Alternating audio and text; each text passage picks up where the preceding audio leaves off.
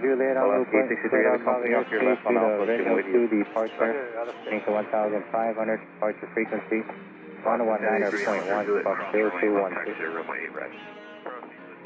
Cessna 320 for Jet Bravo, be again up to 1,500, frequency 119.1, Fox 0212. Mark 578, contact departure, good day. And just say the last three digits of your call sign, that's, is it 34 Juliet? Affirmative. Number 34 Juliet, roger, read back right.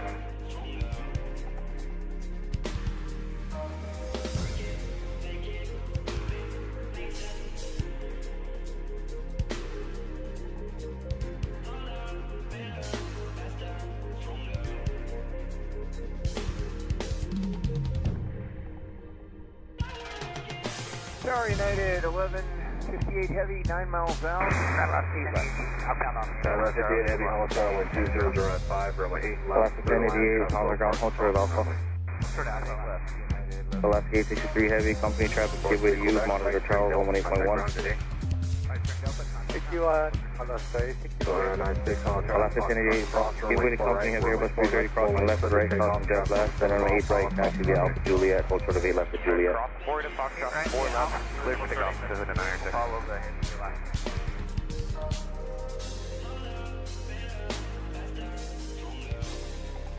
Velocity 1086, wind 2005, Velocity 1088, and the second company in trail will be turning onto Gulf, so they do not pass the first one.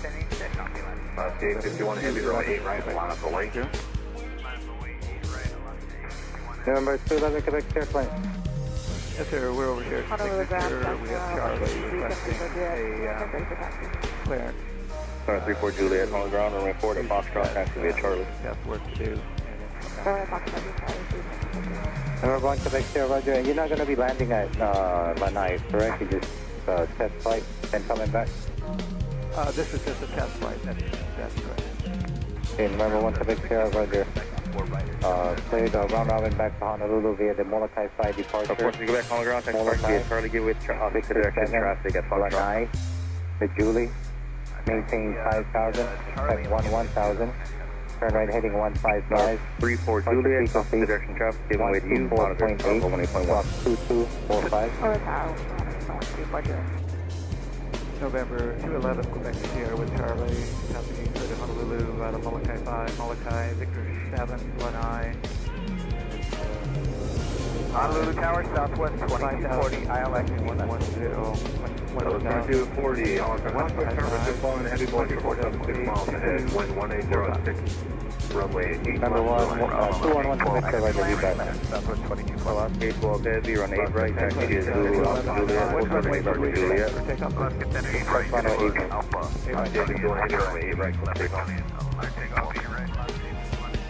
and of course, Quebec, traffic no factor.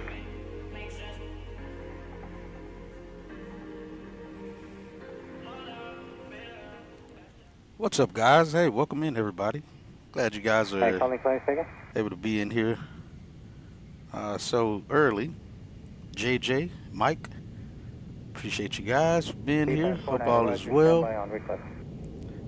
You said you got a long day of flying as well, all in the 320 BWI to IH, then IH to Atlanta, now Atlanta to IH. Jeez, you're doing some flying.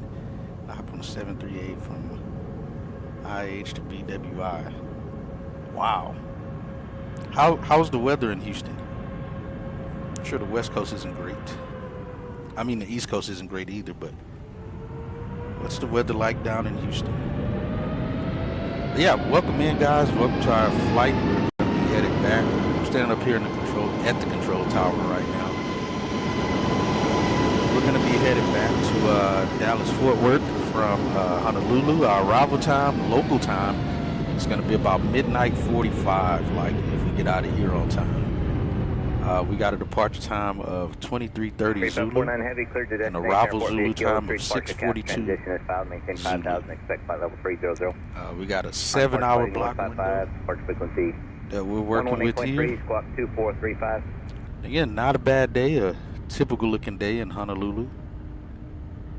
So yeah, we'll start getting things going and try to get out of here. We got 212 passengers that we're taking back, but we have a total of 230 souls on board. We got 1 jump seater with us today, 4 lap infants, as well as the rest of the crew. It's going to be should be a good flight. Weather's good back in Dallas, but because of the length of the flight, we will have to have an alternate. So we're using OKC as our alternate today. We won't need it. But we have to have it on the flight plan for a legal flight release. So yeah, you can see it's pretty active right now here in Honolulu. We got some inbounds. I heard some GA aircraft on the line here as well. But otherwise, not bad. Everything looks to be good. Like I said, we'll try to get things going here.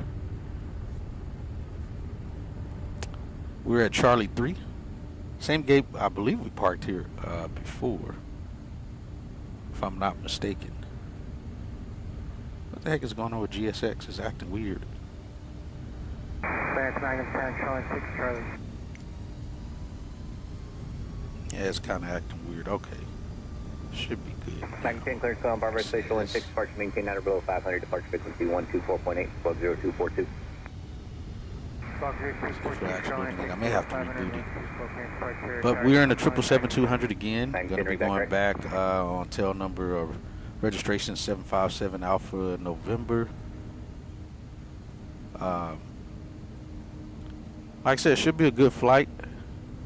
Shouldn't have any issues. Say windy as always, I guess. I greased it within the touchdown zone somehow though. Nice. That's what counts. Can't stay the whole time, but I can stay a couple hours. Hey, appreciate it, Mike. Any time of you being here, man, is always cool. No worries, no pressure. So yeah, we'll start getting things going here. Try to get things underway and get out of here on time if we can. Like I said, kind of go from there. I got to check some things. What's going on with GSX right now, though? It's acting very weird.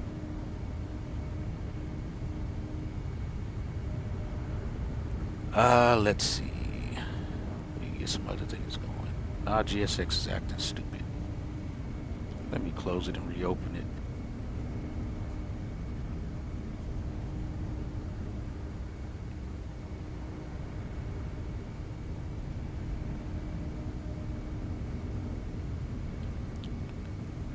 I thought it was fine earlier, but it clearly was not. Let's make sure it's good so we can start getting our folks boarded here. Get things going. But yeah, it's pretty active here in Honolulu right now, so all's good.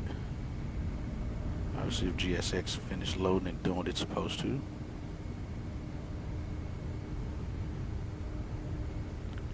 I said is remote controlled ready.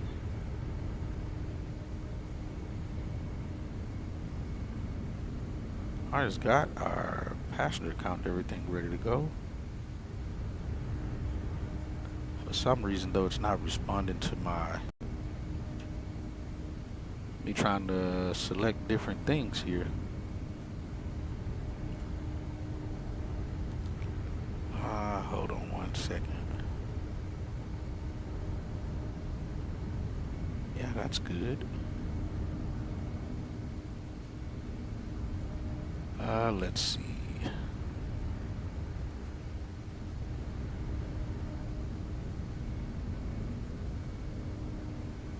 It's acting like it can't, like it's not responding to certain functions here. Alright, I may have to use the in-game, use it here in the sim, see if that works. Let me close that. See if this works. For some reason, not letting me do it from outside. Oh, it's not. It's GSX itself that's acting weird. See, when I try to go to this, it just disappears. Want to get Say Intention soon and going to do the 24. Yeah, definitely. Like I said, that's the best thing you can do. If it's free, definitely try it for free and go from there. Let me see if I reposition the airplane. Nope, it won't take that either. What the hell is going on with GSX? Let's close this again. Let me check my task manager, see if I can, if there's another one still running in the background somewhere. GSX is always finicky. Yeah, because that didn't go away. It's not fully closing from in here. That's why. Alright, there it goes. That should have fully closed it. Let's rerun that. Let me check the task manager one more time, make sure it's not running elsewhere outside of it.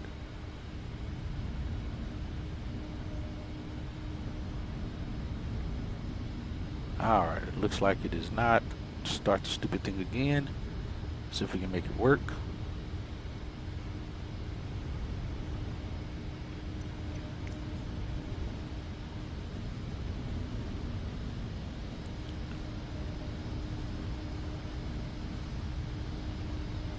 Yeah, Mike, if that's a request, I turned that off. I turned the request after yesterday, I turned that off. So you can talk to them, but any request turned off. But you can talk to them. You can talk to them, but you can't. There's no requests anymore. All right, let me see if this is working now.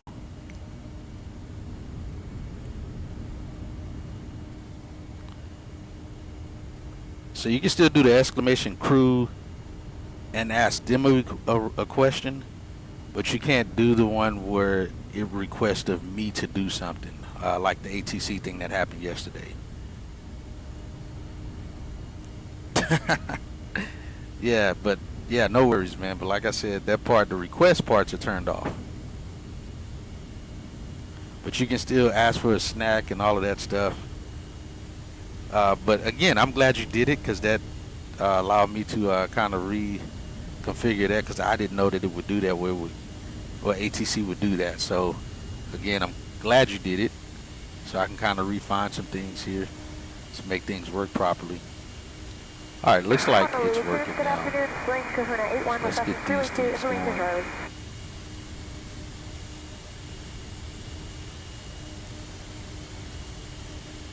One clearance Barbara Space Freeway 2 departure, maintain 1,500, departure frequency 124.8, squawk 0207. The Bravo Freeway 2 departure up to 1,500, departure on 124.8, squawk 0207. JetBlue stay connected as well.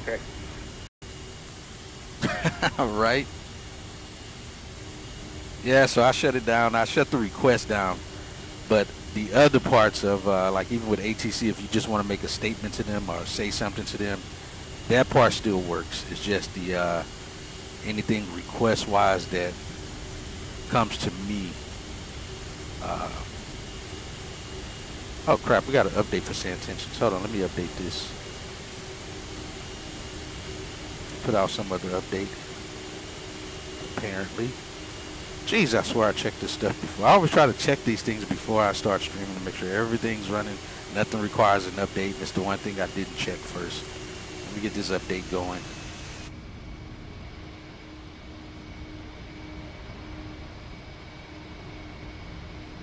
Yeah, we're definitely slightly delayed.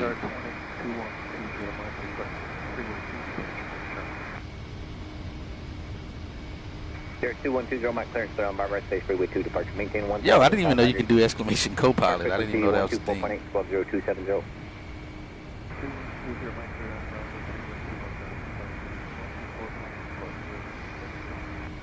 Clearance 20, Mike, feedback correct.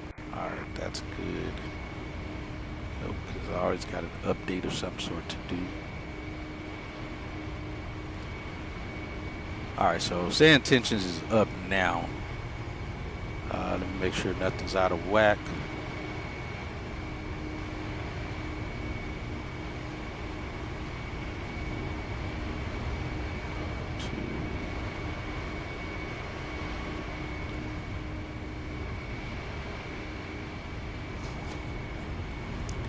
All right, that's good.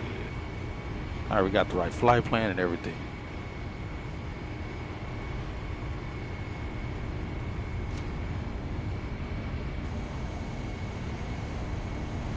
Should have only talked. It should, but the way they technically have it, the co-pilot is technically a part of the crew.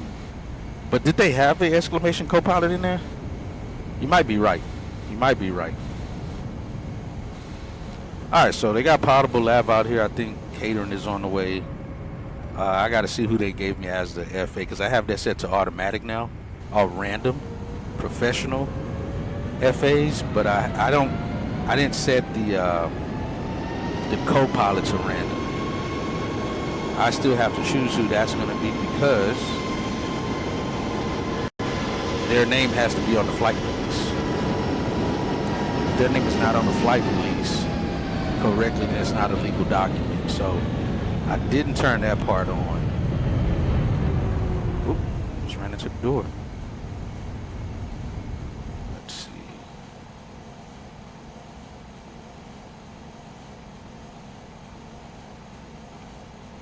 All right, catering's supposedly waiting for some other things. Is the cleaning crew here? All right, cleaning crew's on board still. Hopefully they're not too long. They'll be in and out of here. But catering should be on their way if they're not already here.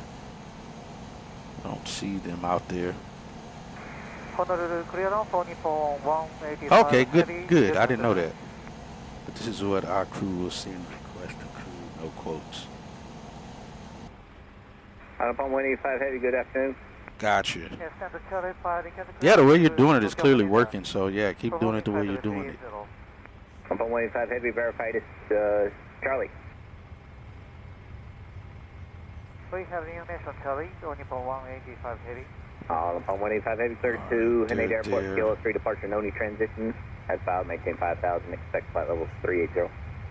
On departure flighting 155, departure frequency We got the door open. Here's a nice cool breeze here in Honolulu today. I don't know why that's doing that. The airplane is exactly where it's supposed to be at, but that's actually for some reason on DGS. Well, we normally see all our information of what's taking place and what's what. Our times aligned. Say exclamation crew does not work. It should. Hold on. 155. Departure frequency 1. Oh yeah, there you go. It works. 8.8 and squawk. All right, so we got Duncan. 34. We got Duncan as our lead flight attendant today. 185 heading, yes, heading 155 and frequency 124.8 in scope 2434. Let me also get my other information in here. Readback is correct. Have a great flight. Thank you, good day. Let's see, scenery, these things in here.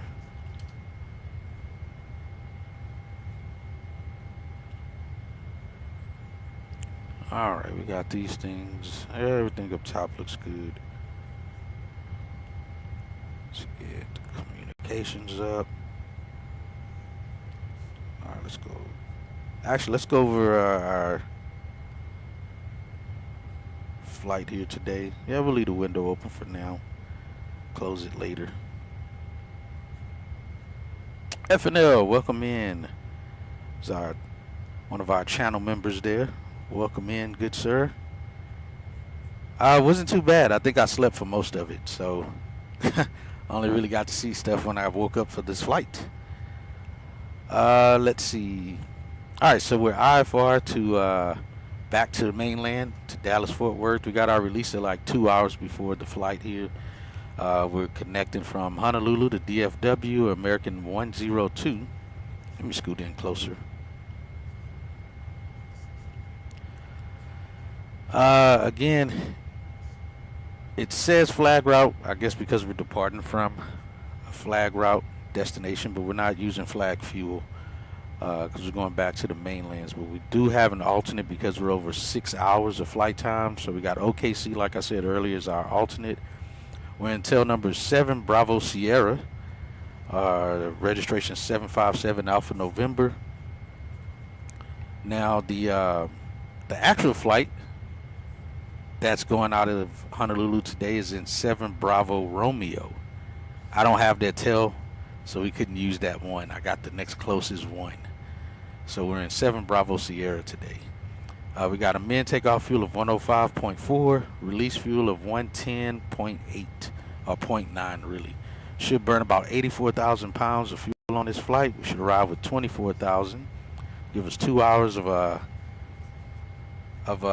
extra fuel. You say it like a pro. On the sleeping, trying to stay awake. Cost index is 141. It's about 20 less than what it was on the flight over because we'll be carrying a little bit of a tailwind taking us back. Route will be Honolulu, taking the, I guess that's Mike 5. Cody transition. We'll arrive in Dallas via the Victory 2 arrival. Turkey transition. Let me see something here. The cleaning guys done. Oh, they're still cleaning.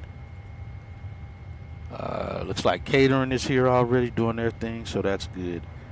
Our alternate for Oklahoma, 26,000 feet going Bleco 8. Transition Zima, transition again to the arrival of Tisdale 3 in the OKC. Again, we should not have to divert here. This is only for legality of it having to be on the release because of the total time. But we don't plan on going to Oklahoma. That too is why I made it so close of an alternate, so we're not having to take an abundance amount of fuel for no reason. I almost did Dallas Love Field, but I didn't want a chance flying a 777 in the Love Field. I'm sure it can handle it, but it's not an American base or just a what do you call it? It's not a station that American uses. So, because as we know, that's a Southwest hub.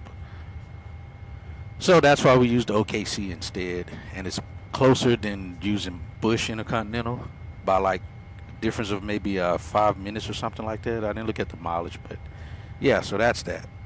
All right, our minimum fuel makeup is the en route burn fuel of 84,000 pounds. It's going to give us 6.5 hours of flight time to cover 3,300 miles.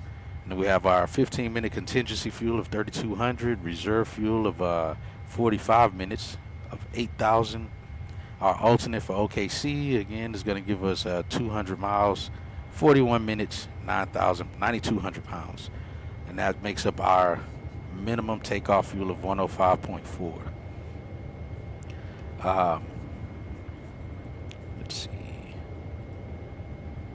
All right, they're still cleaning. We're gonna have to get boarded here pretty soon. See, yeah, we're out of here at 23:30. Yeah, we got some time. We may be late on boarding, completing the boarding process, but we should be good though. We're taking an extra 20 minutes of fuel. We're scheduled out at 23:30, like I said, or 13:30 local time. So it's what, 12:30 in Honolulu right now. Arriving scheduled-wise supposed to be 6:35. We're going to be about 6 minutes late according to the estimate time of arrival, which will have us arriving around midnight 42 local time. We'll have 55,000 pounds on the payload. Ramp weight will be 467,000 pounds. Will be just under 500,000 pounds on the ramp, and then takeoff weight about 465 estimated is what it should be. I am Mike. I'm not a real I'm not a airline pilot, but I am a pilot. And if you look through my main channel, if you go to the main channel, I got some of those. I got a playlist of just those videos as well.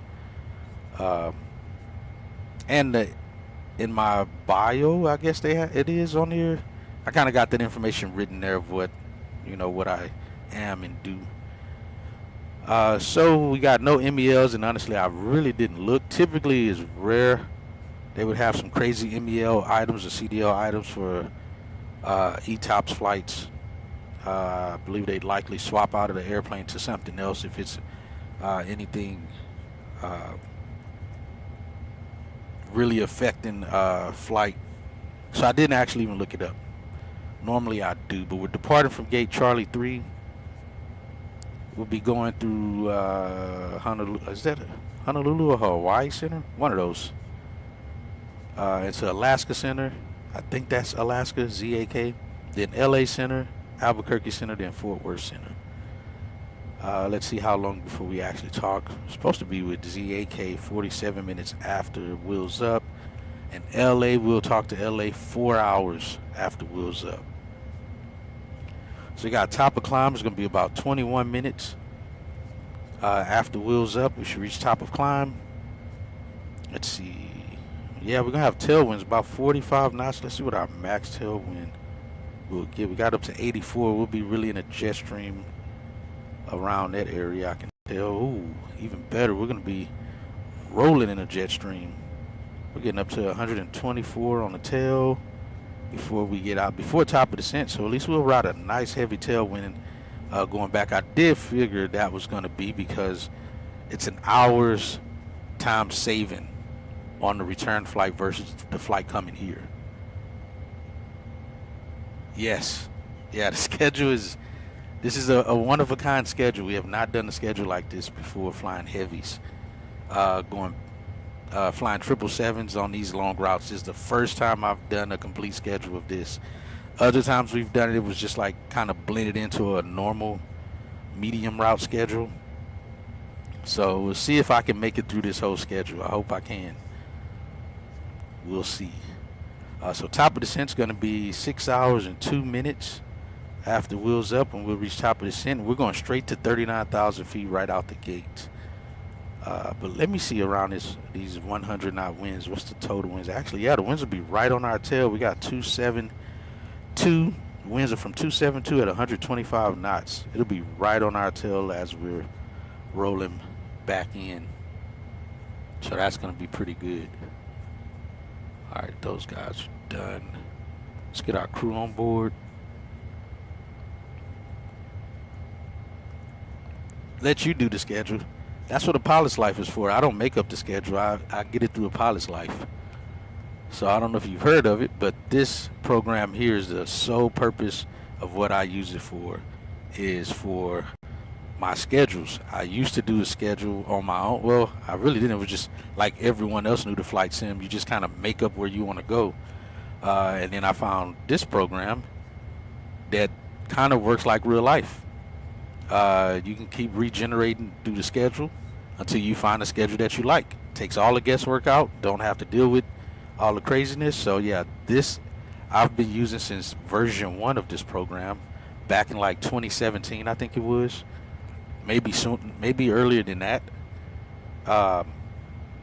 So yeah, this is what I use to build my schedule. So whatever it gives me is going to depend on what aircraft we're flying, where we're flying to, what our call sign is going to be. And as you see, our flight we're doing right now is Honolulu back to DFW, American 102, and we're in a 777-200 on this flight. So it builds all of that for me, so I don't have to.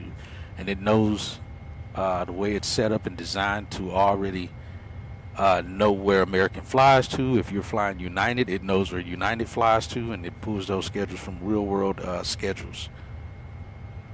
It's called A Pilot's Life. Just Google A Pilot's Life or SimBit World, and it'll bring it up.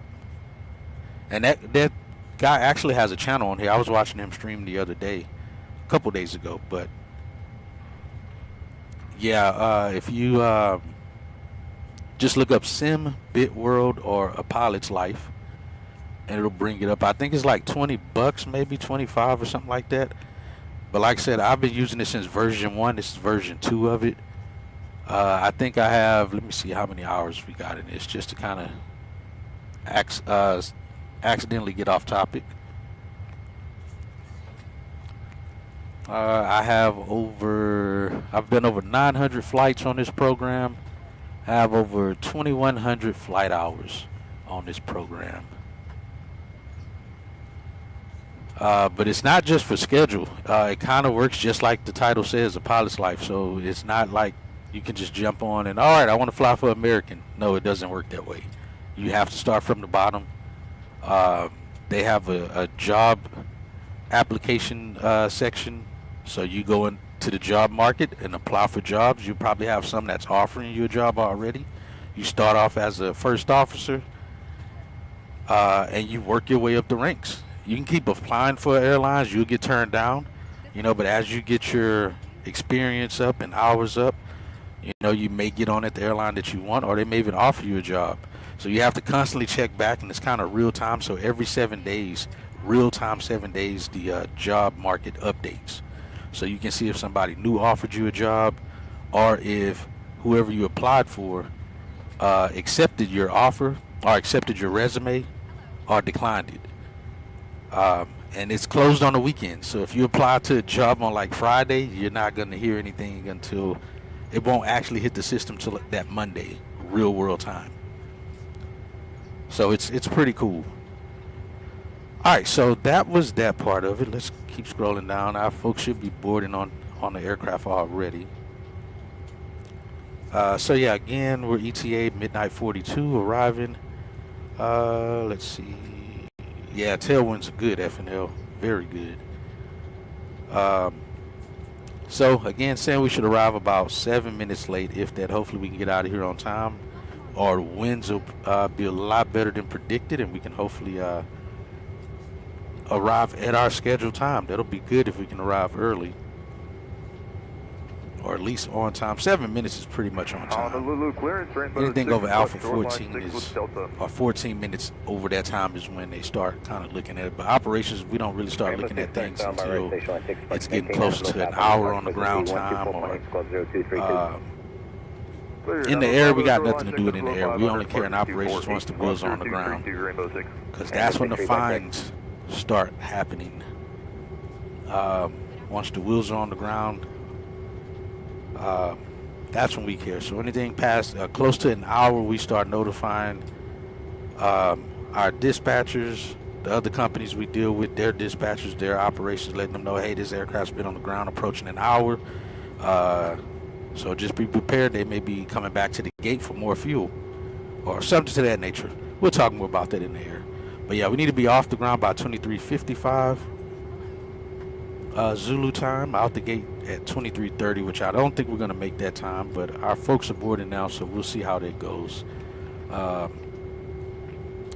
we'll keep an eye on our waypoints, the times to reach those waypoints, our altitudes and speeds, and our fuel burn approaching those points. So we got Iris today as our dispatcher, myself and Chad as the FO. Let's see if it was release number 1. Yeah, only one release. And so again, our ETOPS information, we enter ETOPS at PHTO. Is that Hilo? I forget that one again. FNL, you said it yesterday, but I forgot. But that's our entrance waypoint.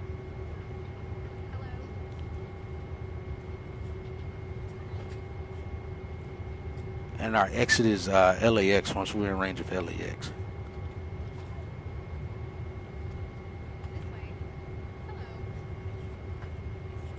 JJ, you said I always underestimate the time it takes for packs to board. Yes. And also in GSX, I have mine set to normal time. I didn't speed it up. I looked at it kind of how it works in the real world.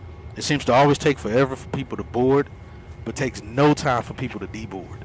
So I kind of have it set that way. I have it set to normal pace in GSX for boarding. So that way we have time to, do all of our flight stuff that we're doing in the flight deck. By the time they finish boarding, we should be pretty much done. It gives me that realistic time of going over everything. But then when it's time to deboard, as we know, everybody stands up and everybody's in a hurry to get off the airplane. So I kind of have that one set about 1 to 2 notches ahead of boarding time in GSX.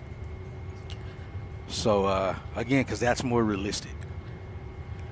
And yeah, our route to DFW. Ooh, yeah, we got some weather north of where we are. We should be able to dodge that. I really didn't look at much of this earlier when setting it up. Just went after it, but from what I saw in the TAF reports, it looks pretty good for our time of departure and such. We're well south of this turbulence area here. So that's good. We don't really have to worry about that. Our flight should be pretty uneventful, and then that jet stream's cutting right across to at least give us crosswind, so it's not robbing us of any tailwinds at least. 793 for Nagoya, Tsubu Central International Airport. Hey Duncan, I hope you and the crew are okay in the back. Just a heads up, we got 4 lap infants on board today, so also we got 1 flight deck jump seat that's going to be riding with us. So if you can, just verify with passenger service, make sure we get a correct closeout, and any issues, just let us know. 155. Departure frequency 118.3, squawk 2451. Acknowledged, Captain. I will verify with passenger service regarding the lap infants and the flight deck jump seat. Alright, and then we got that jet stream. That's what's going to carry us. This jet stream right here is what's going to carry us in at a much greater speed getting back to DFW. So, again, hopefully the winds are even stronger than what it's showing. We can get back there even earlier. We'll be dealing with some turbulence here along this jet stream. That northern part of the jet stream, clear air turbulence. Oh, that looks like that's oh no, it's normal, it's moderate. Alright, we don't want 1 in this section. We're getting severe turbulence. So moderate is fine for that. We're good on that. So we'll be good. Yeah, we'll be getting carried to the jet stream up to 39,000 feet, and that's here. Like I said, we get mostly tailwinds for the most part. A little bit of crosswinds, but mostly tailwinds. That's what we want. Departure maintain 1,500, departure frequency 119.1. So what I was just informing Captain, Duncan. I've confirmed with passenger service about the 4 lap infants on board and the flight deck jump seat. Everything is in order for our departure. Sweet, I like that. They normally don't do that. That's a new update from Say Intentions. You normally tell them something, they acknowledge it, but they never get back to you. All right, Duncan, you're the man. I appreciate that. Glad they're getting that taken care of. We should be getting ready to get out of here soon enough. Gotcha, it is Hilo. Makes sense. Acknowledged, Captain. Preparing for departure shortly. All right, so we'll go all the way down. Ladies and gentlemen, welcome aboard American Airlines Flight 102. My name is Duncan McLeod, your lead flight attendant. Duncan Flying from McLeod. Daniel K. Inouye International turn his Airport audio to up Dallas some. Fort Worth International Airport today. Just a wee note, during our meal and snack service, we'll have a free whiskey tasting featuring a random Scottish brand. He is the guy that likes Yes, the haggis is whiskey. available for those So yeah, we got adventurous 212 souls. Enjoy the passengers, flight. 1 flight deck jump seater, what the W stands for. The X's are cabin crew jump seaters. 4 lap infants, 13 crew members. That brings our total up to 230 souls on board. As I was saying earlier, that we would have on the flight. And a lot of times, the reason of bringing up the lap infants is because a lot of times they could get overlooked and it won't show them on the actual list because they're not taking up a seat. They're sitting in, obviously, just as it says, the lap of the person that they came with. Hey there, clearance. So sometimes that gets missed, and it doesn't show correctly when pilots get their clothes out and they're calling us saying, hey, it doesn't show this lap infant here or there, or blah, blah, blah. Yeah, we're not calling. So try to make sure that that's legit. You guys, Alright, I got my little cheat sheet here Airline operations manager still on my just yoke. curious on that, if we've called as a facility to the airline. Okay, Let me see something no, here, there was too. nothing in our book about not calling, so it's been a minute. So appreciate it. I'll pass on the word. Yeah, no problem. We're trying to get the word out as quickly as we can, but I talked to somebody today who said it's still in there. I guess airline operations manual or something, so we'll try and get that word out. Awesome. Thanks, man. You have a great one. You too. I'm going to show you guys what this looks like. I can't remember where I ordered it at. I'm trying to find a picture of it, though. So I used it when I flew the 172. Fits on it. It doesn't fit on the Bonanza, but it did fit in the 172 and the Piper Warrior and Arrow that I flew.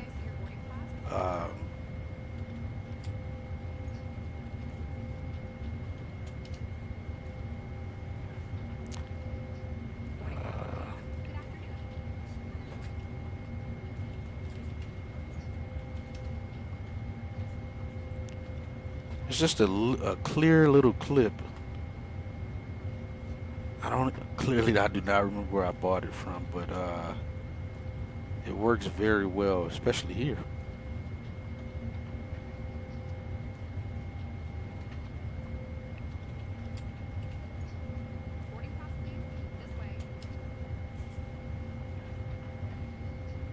I don't know. I have to look for it in the air. But yeah, that's what I have on my yoke right now, so I can write my little cheat sheet stuff down and have it right there in front of me, not having to go reach for my paper, a whole binder or so of something just to show it to you guys. I mean, just so I can see what I'm looking at.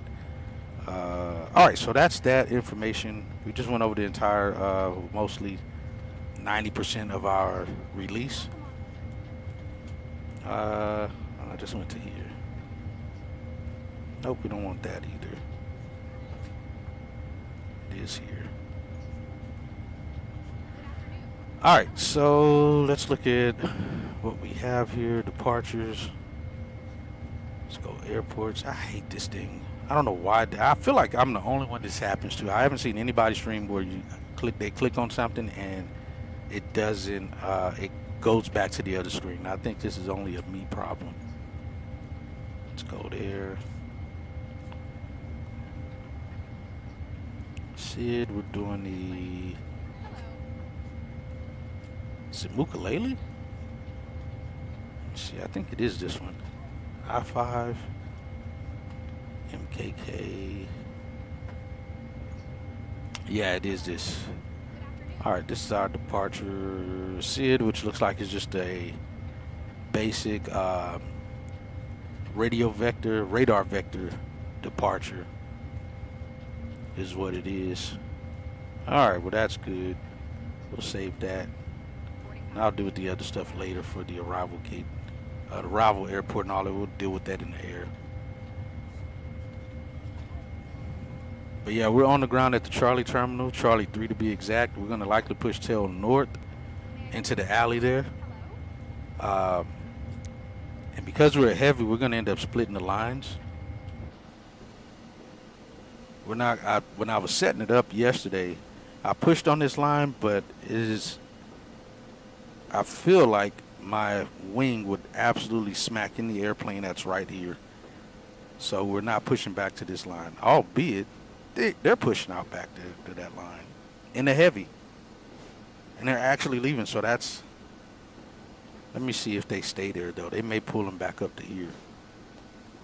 And I feel like the 777 to 787 wingspan is about the same. So maybe I overjudged my wingspan. But I'm pushing us. We're going to push back right between the two lines. I played it a little extra, too extra safe, I guess. But Japan Air is pushing out. Let's see where they are going. JAL 793 is going to RJGG is where they are going.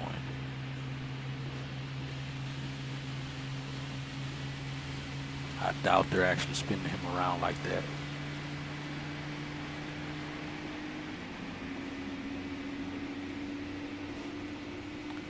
Yeah, see, his wing is absolutely going to hit my tail if he stays right there. There's no way.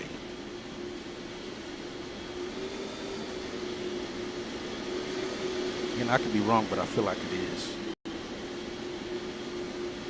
All right, looks like they're either still waiting for cargo or the cargo's already done. I think it's already done for me. There's no way he's not going to. Oh, he's not going to hit it. It's definitely out the way enough.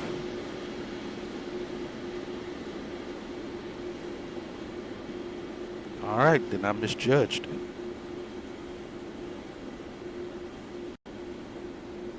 All right, well, they're headed to Tokyo, at least, I believe. Or Japan. All right, we went over that stuff. Let me get this stuff going. Our folks should still be boarding, if I'm not mistaken. Yeah, we got 80 folks on board. Let's see, are they even showing up? Yeah, they are. They're in the seats. They still boarding, though? Yeah, it sounds like it. Yeah, they're still all boarding.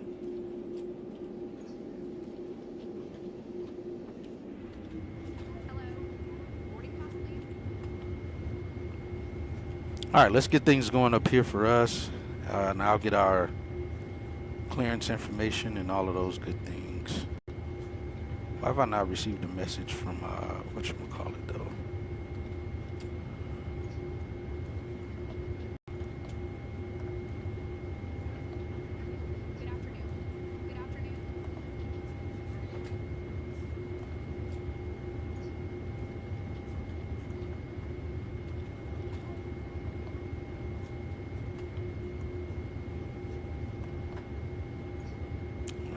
that in there.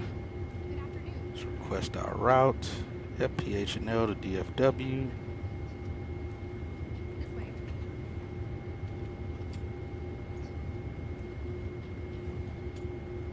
Alright, let's close this window so I can move my EFB up so I can see it better.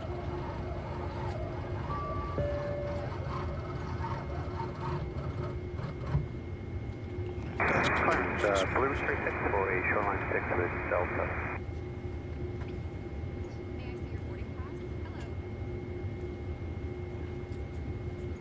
Blue 36, clearance on Barbara Station Line 6, departure maintain. Interblow 500, departure frequency 124.8, squawk 0217. Close shoreline 6 at below 500, 124.8, 0217 for Blue 36. Blue 36, back correct. Alright, we'll get that going here momentarily. We'll get our fuel on board as well. Make sure we're good there. Load.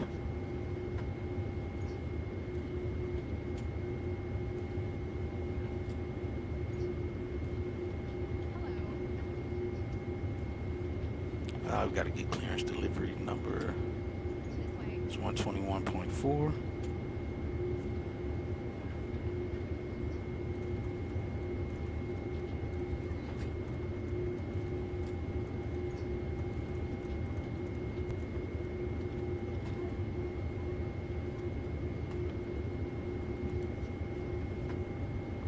We can go ahead and get that now. Hello, Honolulu clearance, American 102 Heavy, IFR to Dallas Fort Worth. Give me 1 second for that clearance.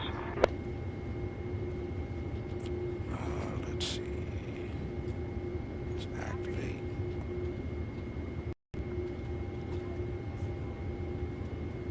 American 102 Heavy, Honolulu clearance, cleared to Dallas Fort Worth via the MKK-5 departure. Then is filed. Climb and maintain 3000. Expect flight level 39010 minutes after departure. Departure on 124.8, squawk 2522. Expect runway 8 right. They're updating the, I think they're using some Gen 3 AI voices now. He sounded a lot more realistic than normal. 2522.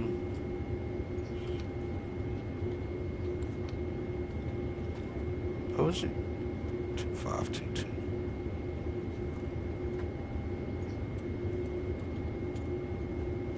All right, we got that set. All right, clear to Dallas Fort Worth via the MKK-5 departure, then radar vectors. Then it's filed, climb, maintain 3000, expect flight level 39010 minutes after departure. Departure's on 24.8, we'll squawk 2522. And expect runway 8 right for departure, American 102 Heavy. I think that's the plan already, is 8 right. American 102 Heavy, read back correct. Yeah, he sounded a little bit more realistic.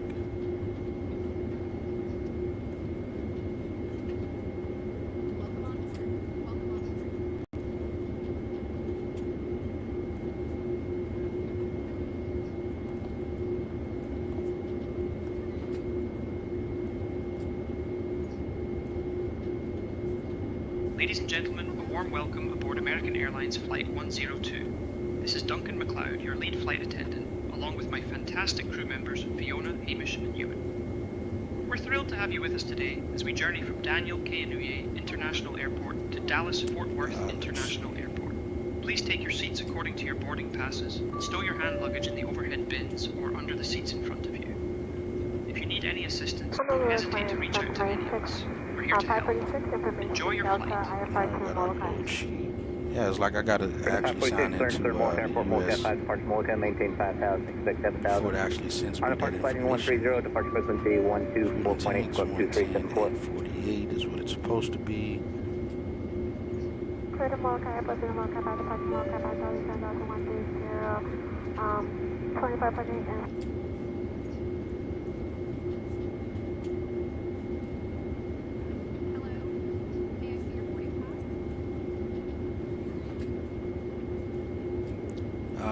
Let's see, 41,000, that's not true. We'll accept it though. And and then fix it. 390. Zero fuel weight is going to be 356.4.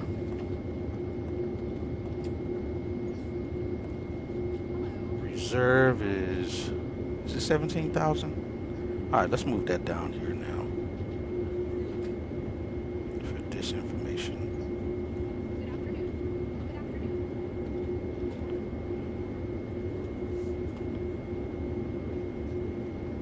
Dang it, grab it.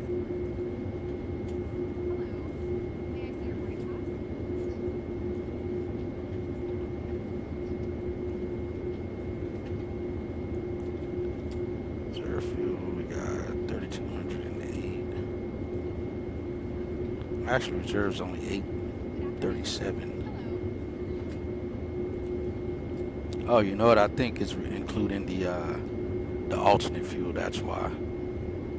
For the alternate. All right, we'll leave that as such. Fuel's gonna be. I don't know if I can even input this in for the fuel. 110.9.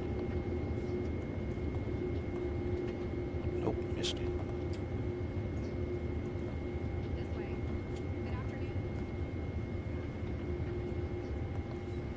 There we go. Brings us up to 460. That's close. 467. It's like 2,000 above what it actually shows for. You know what I'm realizing? I think SimBrief is actually, it says takeoff weight. That's doing it, basing it off how much fuel burn is what we should burn before we get to the runway. I'm just now realizing that. I think that's where their takeoff weight is coming from.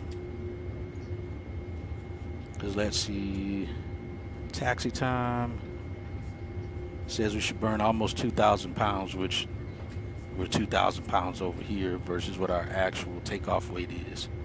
I'm just now realizing that. I don't know why I didn't recognize that before. All right, cost index 141. That all checks out. All right, I'm gonna just throw the fuel on because there's no other way to get it on there where it actually goes in like it should. Clear that out. Let's see. Revision. Not sure what we're getting a revision for.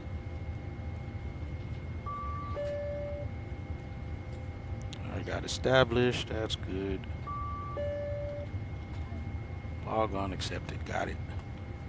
Let's go here. Let's go to fuel. Yeah, because unfortunately, and one thing that I hate that they updated this on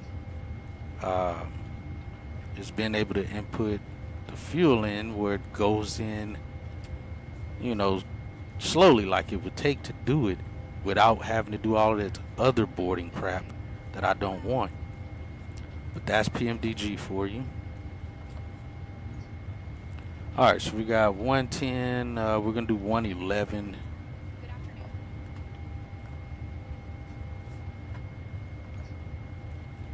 .0.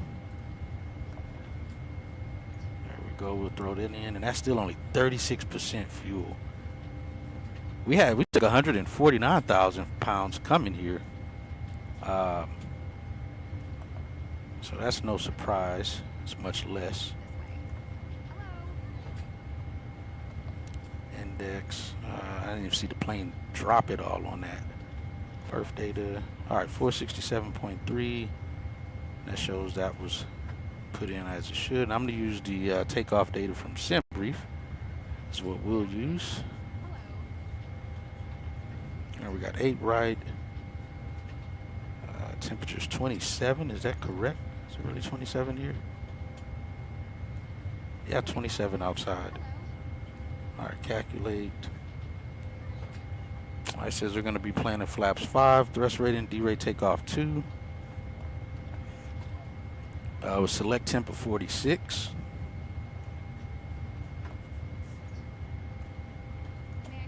I'm not saying nothing to the FOs anymore. They seem to want to go telling this to ground for some reason instead of acknowledge and be okay. So we're not talking to the FO today about any pertinent information that they should know. All right, got 7.0. He's in the airplane with me, so he should see this stuff. 146. 151. 156.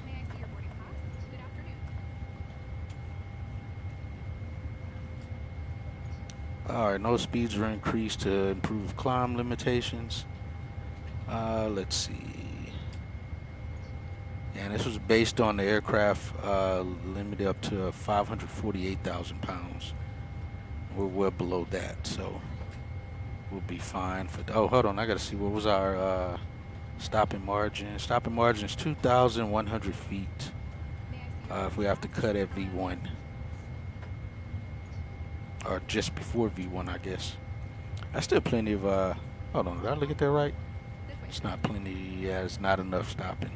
We'll probably end up off the runway. Let's see. Pre-flight departure. Oh, that's cool. It does lead right to that. All right, we're going 8 right. MKK5. Is it Cody transition? Yeah, Cody transition.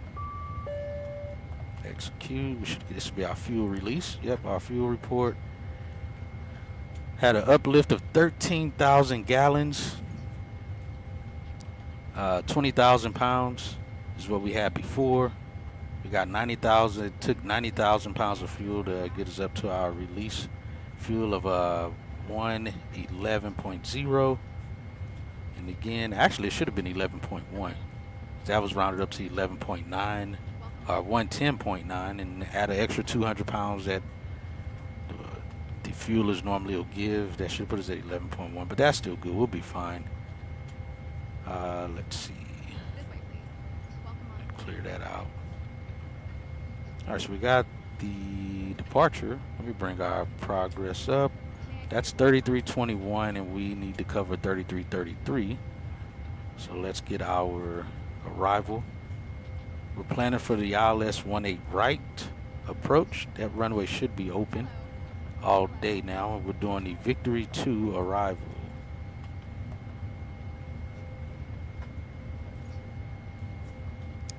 Victory 2 and transition is what? Turkey. All right, there we go. 33, 32. That's only a mild difference. We're not dying for a mild difference. We're good.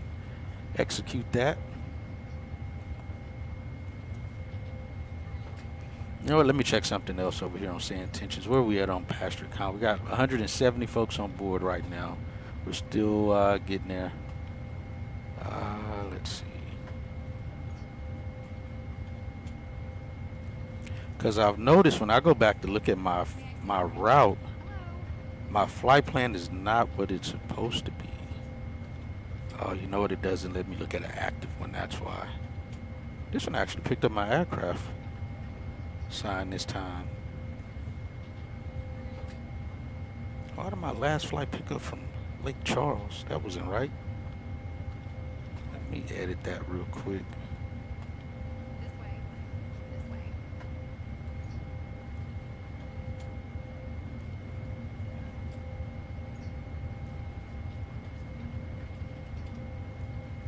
Won't let me edit the route.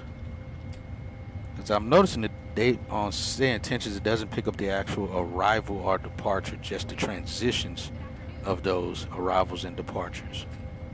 What aircraft were we in yesterday? November something. I'll fill that out later. I just needed to fix that.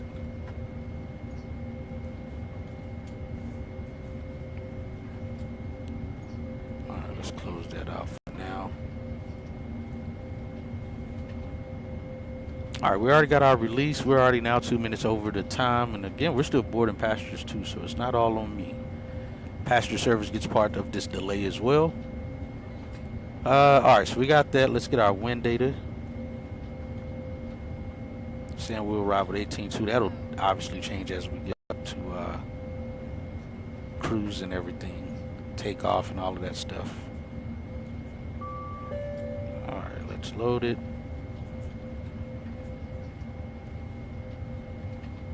Oops. Let's go back to legs. Yep, execute. Now it's somehow saying we're going to arrive back with 26.3. That's a massive increase. Once it saw all those nice tailwinds, it's like, oh yeah, 10,000 more to the guy. All right, descent forecast, we'll get that. Forecast, load. I don't gotta request it because it's already been loaded. All right, the check shouldn't have to execute. Let's go back here. Shouldn't have any step climbs. I don't care that it has there. We're not doing any step climbs. I guess it just automatically puts that in there though for some reason.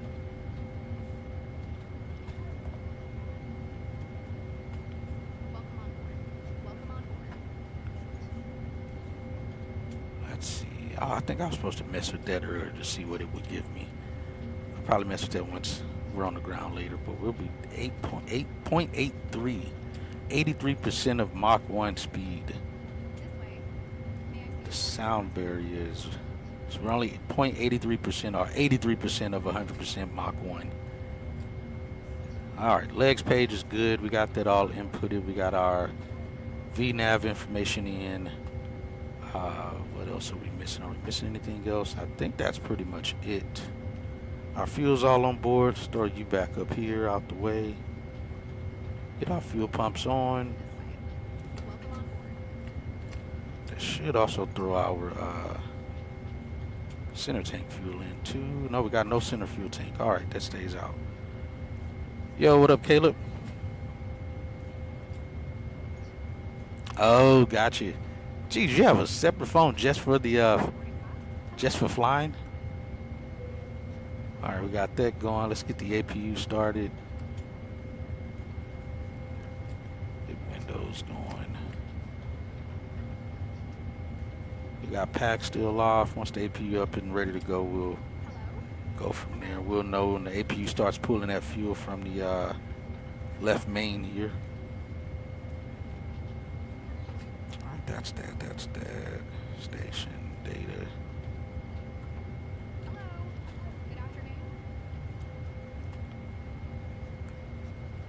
I think my data is actually there. Airport and station is on. We'll get the other stuff going. Let's get our ATIS information. FBO area. Advise on initial contact. Oh, there's the information. You have information, Mike.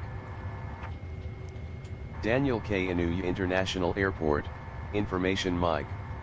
2153 Zulu. Arriving and departing runways. I don't know why the 26, ATIS information 26 isn't right, updating properly. 26 left, 22 right, 22 left. Yeah, Wind 175 even, at the time 7. isn't even right. It's off by Visibility like an 10. hour. Sky conditions. View at 2500 feet. I know they said they gave up. Feet. Let me turn Temperature this off. 27. That's not right. Dew point 21. They said they've given up on using supporting active sky is what they said a day ago. That way I can have this one for the gotcha. That makes sense. That makes sense. 7:45, 8-ish, so I'll be about an hour or so. Okay. Sounds good. Sounds good. Let me see. I'm going to change, because our ATIS information has to be correct. We can't be running around with inaccurate data for that. Let me see. I got to fix that. Oh, they do have it set to live. Oh, they took it. They even took it off. But why is it still an hour behind? Yeah, it says support for active sky historical weather has been discontinued due to significant support burden. You still use active sky live weather. I hear that, but yet my weather is still an hour behind on what the actual ATIS should be displaying right now. So they took it out completely. I can't even use active sky as the weather time. I understand the historical part of it, but they still should have left it in there for the real time. I noticed even yesterday when we landed here, the FA said local time was 2200 something. Instead of actually saying it in local time, she said it in Zulu time. Oh well, though. We'll have to just go with what we got.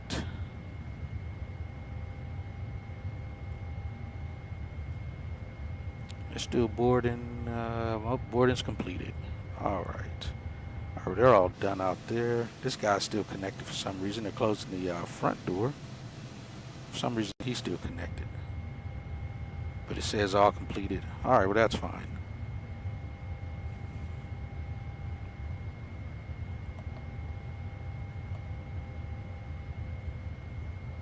All right, we do got D-rate takeoff 246 on the select temp. That's good. Takeoff data, what do we got? 156, we'll go 166.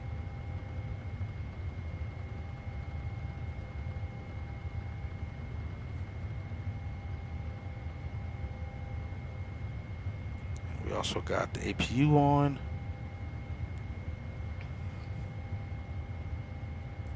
Let's see, let's go to ramp. Where's ramp? We'll get that up. 21,800 it says.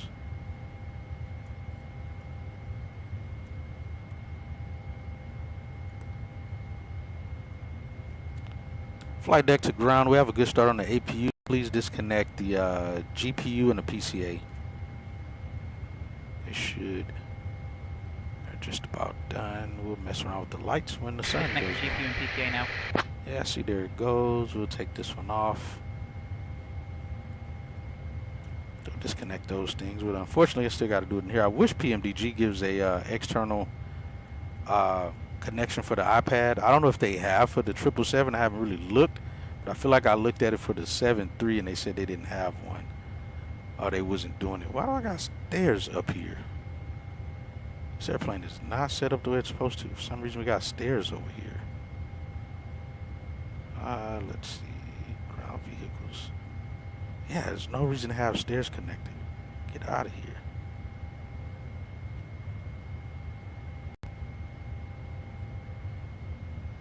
Stair one. There's another one that's connected right now, but I don't know where's the release button for him.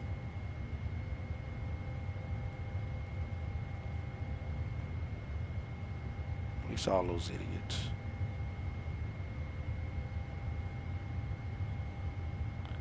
Should not be connected. Alright, let's remove the chalks. That'll get rid of those. We can get the packs on now because it's going through the APU. Just so we don't get dirty air in from those packs. I mean from the ground equipment.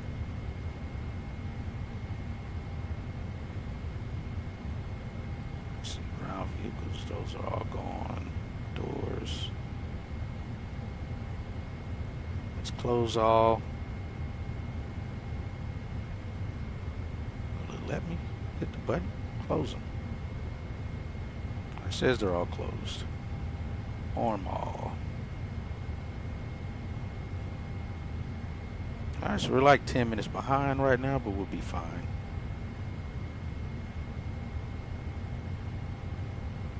Let's see. Says for me because I'm VIP jump seating. Alright, that's good. Alright, let's see. Let's get ready to get out of here.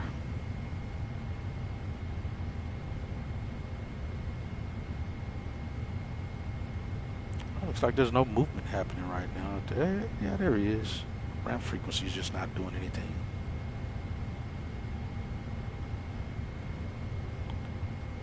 Let's see, Sid. Let me get that real quick. Honolulu ground, Cessna 37342 at Nashville, headed to Number 34 Julia, home ground, Patrick Park, Charlie. 48. Parking via Charlie, 342.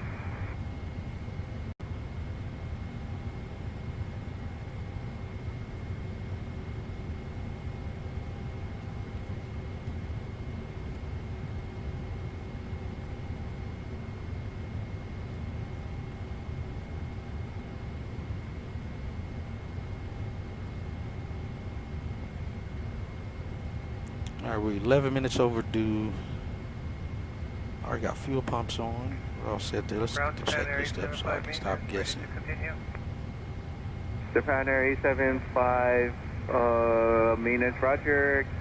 Let's just go pre-flight. Oxygen's Alpha, good. Hotel Flight Taxi, instruments Echo. set. We got 3,000 altimeter. We do not have. Let me see again. Inter 3008. Actually, Japan Density 875, altitude 1200 feet. Hold short of Kilo for now. Stay Cargo on ramp hold short of ground Kilo. runs in progress. Expect delays in That's FBO still area. dated. Last 816 heavy, Advise motor on tower initial 1.1, have a contact good you day. have information by Daniel K. Inouye International Airport. Information Even by off real world, it's still not giving the right 215 runways. Zulu. 1067 Honolulu ground, taxi Arriving parking and Alpha Golf. departing runways 26, 26 right, 26 left, 22 right, 22 left. Ground? Wind 175 at 7. Visibility 10. Sky conditions, view at 2500 feet. View at 4000 feet. Temperature 27. Dew point 21. Altimeter 300. All right, we got ground there. We get tower up after that.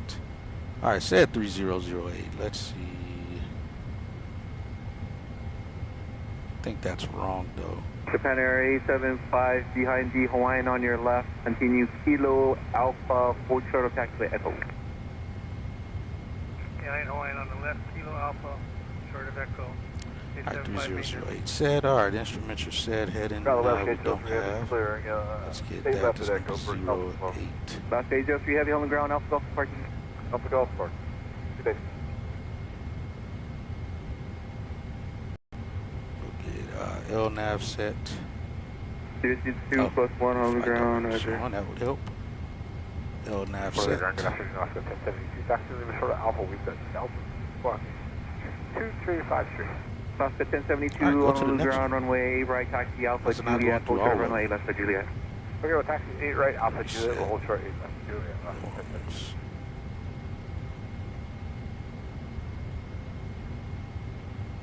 Last 1072, you'll see a company heavy Airbus 330 on Alpha. Flight They deck take door, Inner we'll Island, get it no closed parking for you. now. Monitor tower 1.1, have a good day. Where's that copy traffic? Monitor Tower, 53. MCP panel is set. V speeds are set. We have those in place. 46, 51, 56. CDU pre-flight is completed. Delta. Trim, Tower we're going to 1381, trim runway 8 right, taxi 7.0. via We'll get that Yankee in Alpha Juliet, hold short of after runway 8 push left and for Juliet. start. 8 right via Yankee Alpha Juliet. hold Taxi short, takeoff left, briefing. Juliet. We haven't gotten that yet, but let's see. Ground Delta 181, we're Golf 2, ready for push, we've got when I Delta. get home. Long day tomorrow. Delta 181 Hey, heavy you may have to Honolulu hold ground, off on the push flight. taxi, Zulu Worst tail case. Worst On to Zulu case. Tail East, Delta 181 heavy, thanks. That way you're not tired, man. You don't want to do that long flight and crash. Ground, All right, so what we're Southwest assuming we're going to get, 59, we've got information, Delta, Echo we'll push tail north, we'll likely get Alpha. So it's 1959 Take Alpha down. I Honolulu think ground, push Juliet back, is take where they're south going on the to. east sideline, hold short of taxi Zulu. Alright, so face south on the east. Yeah, sideline, Juliet will hold short of 8 taxi left. Zulu, Southwest 1959. Cross on Juliet. Japan Take Air Juliet all the way down to 8 Alpha right. Sierra, use the west side and Delta. Runway. Alpha Sierra, west headlights, Delta 2. All right, let's get beacon light on. Seatbelt signs, everything else is already on. We'll get these on now too. That's already on. These on. Those are all set up top. That's set. We're good there. No crossfeed need to be on. We'll get starts on here momentarily. We can get wing lights on.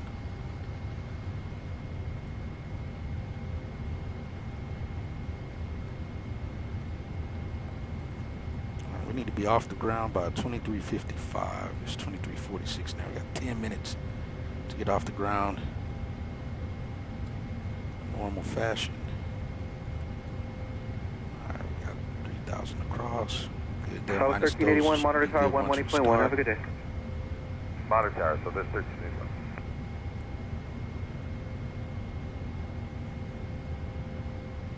All right, let's go. We got beacon on. Let's call for push and start.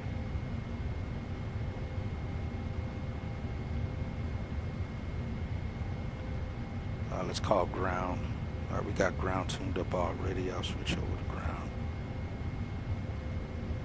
Hello, ground. American 102 Heavy at gate Charlie 3, ready to push and start.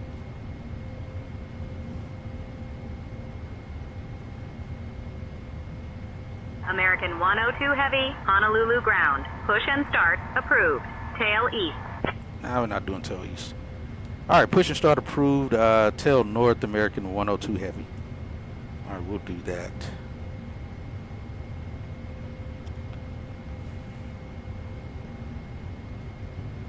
All right, that's already removed. Turn, let's get cabin lights.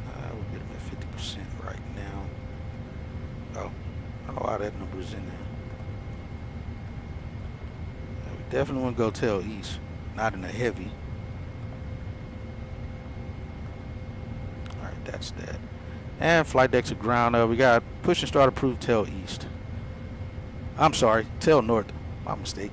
All right, make sure nobody's coming toward the alley here. It is not from what I see. There's nobody coming into the alley here.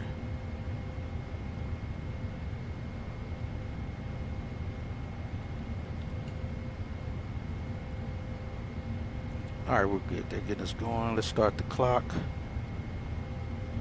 Brakes released.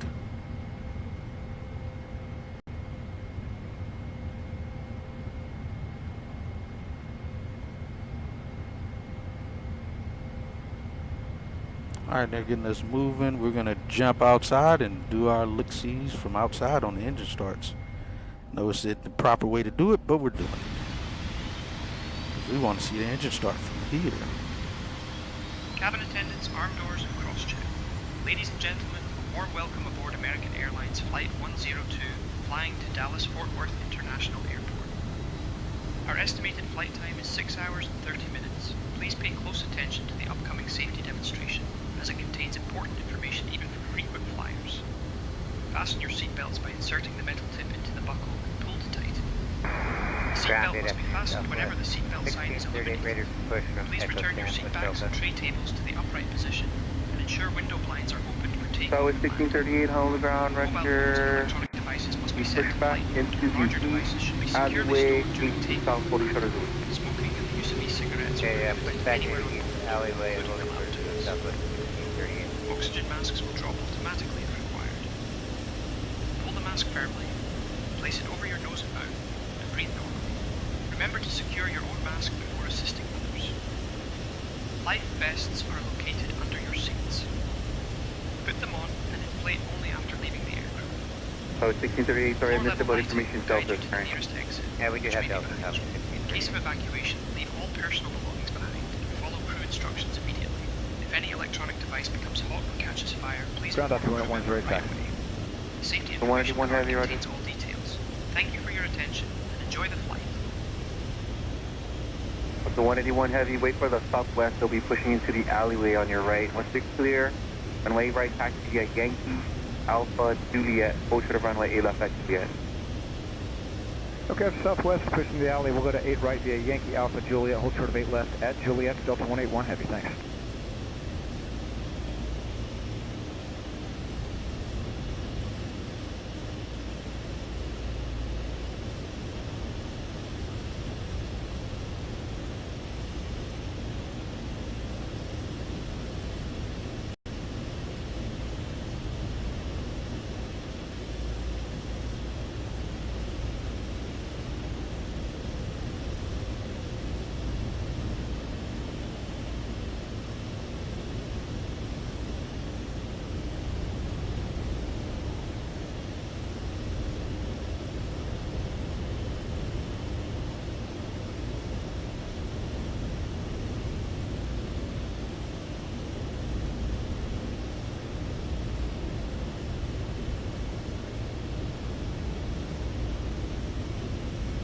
Ground Southwest, 1959, ready to taxi. So it's 1959, runway A right taxi via Zulu, Alpha, Juliet, hold short of runway A left at Juliet. Alright, 8 right via Zulu Alpha Juliet, we'll hold short right, we'll hold short of 8 left at Juliet, Southwest. All right, that was a nice pushback. Appreciate it, Phnl. Let's hop in and get going. All right, we got a good engine start. We'll go brakes on. Confirm we got a good engine start with them outside. We got a good engine start. And we look good there. 875 maintenance, clear at Delta 2, good day. Start the Defender recording as 875 well. ready.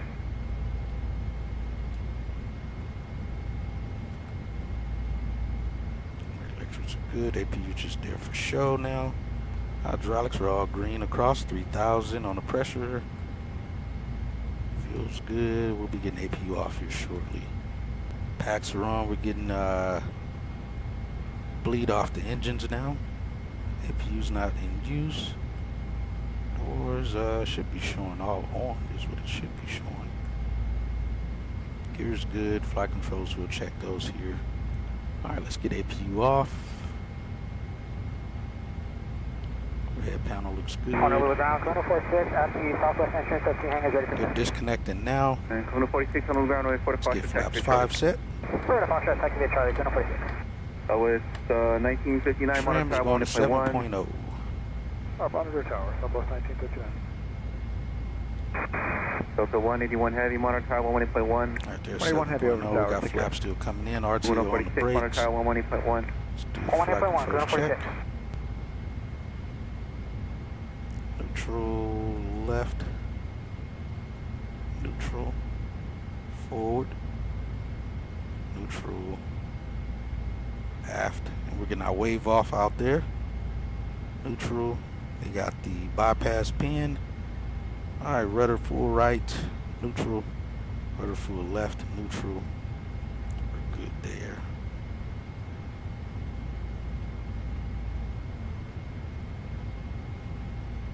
See what the cabin looks like back here. Oh, we did close the door. So it'll be fine. Really get to kind of see that lighting at night.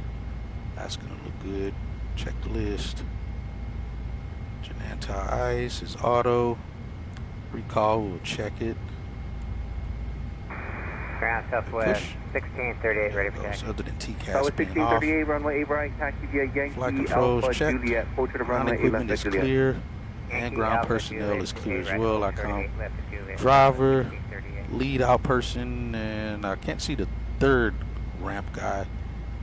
I do see that one. The other one's probably already over there. They did give us the wave off to salute that all crew is clear of the aircraft. Alright, we're good there. We got takeoff data inputted. We're all squared away there. Let's go back to the legs page here. Let's get weather radar on. Get TCAS on. Central aircraft information echo is currently altimeter 3002. Information echo. We'll slide over to this line here because he didn't hit us, so we shouldn't hit anyone else. 248, Kamaka, radio taxi. Kamaka 248, Honolulu ground, runway 4 to Fox. Alright, he said information X-ray is active. That's what we'll call up with. Alright, Foxtrot via Foxtrot, we got an echo and over to tower, Kamaka 248. Alright, let's go. For 7717, my ground, brakes. taxi park, give Charlie. Brakes off. Let's get down here. We'll throw this down here.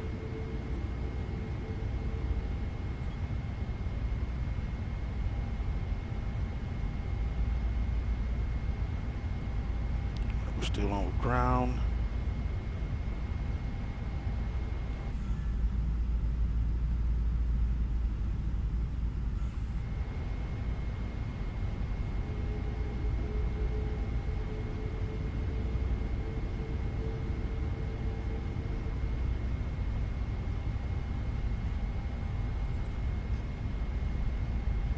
So with 1638, monitor tower 118.1, have a good day. Over to Tower Q1, Southwest 1638, good day. See what they give us for the active too. Let's see what he gives us.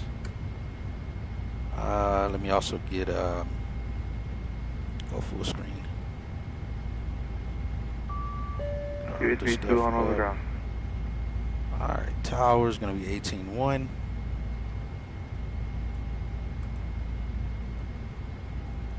QH32 approved the request. Ground Southwest 1800, Echo 9, push with Echo. Southwest 1800, Honolulu ground, push back on into the alleyway. Gotta be one of those guys right there. Facing south, fully shuttered Zulu. Push back into the alleyway short of Zulu, Southwest 1800. Southwest We on 1800, thank Zulu? you, Echo screen on. We do have Echo. Yeah, short of Zulu. Yeah, Yeah, he's got to be talking to one of those Southwest guys right over there behind us. 16 Honolulu ground, runway right, taxi via Alright. Lima Alpha Juliet, full shuttle runway left for Juliet. Hello ground, American 102 Heavy. Just pushed off of Charlie 3. holding short of Zulu with information X-ray ready to taxi runway 8 right.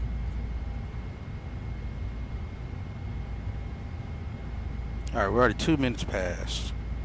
American 102 Heavy, runway 8 right taxi via Zulu Alpha. Hold short of runway 8 left, then Juliet.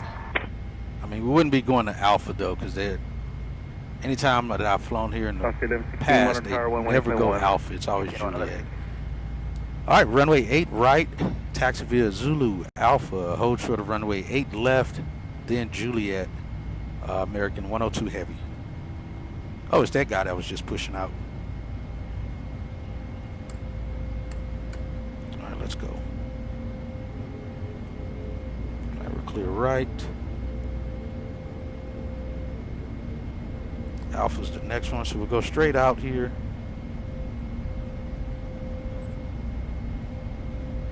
Or do we go Zulu and then it merges over to Alpha? I think that's what it is, because she did give us Zulu, so we'll do that.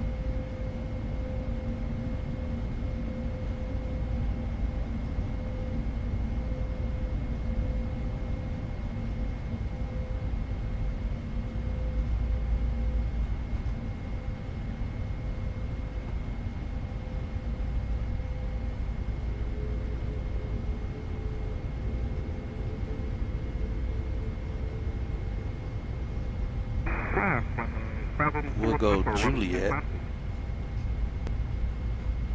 and hold short of 8 left. That was friendly 582 or 682? Friendly 682 on the ground, thank you, runway left at Echo taxi via Zulu Echo.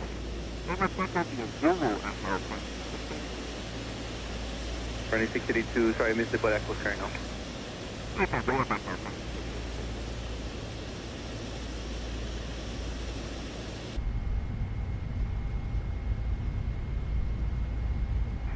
Ground, Southwest 872. Southwest 872, Honolulu ground. Southwest 872, request repositioning under tow from the Echo 3 to Golf 7.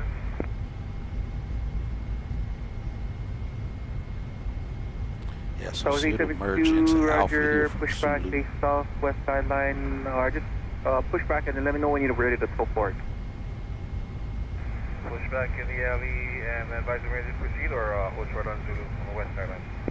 Just let me know when you're ready to pull forward. So push back and then let me know when you're ready to tow forward, Southwest 872.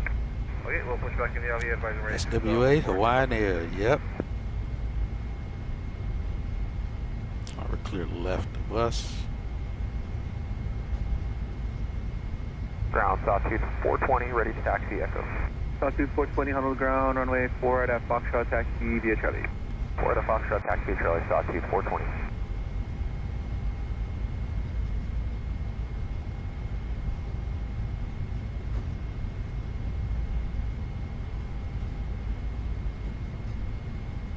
Before takeoff will be flaps 5, verifying.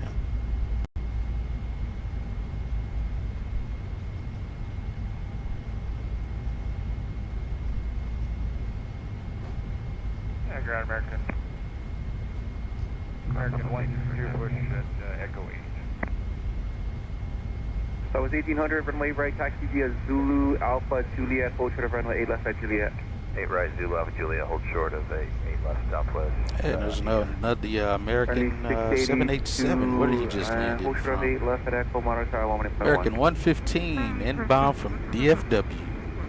787. That was American 162 and Echo 8, Honolulu ground, push onto Zulu, tail to the east. Okay, on to Zulu, tail east, American 162.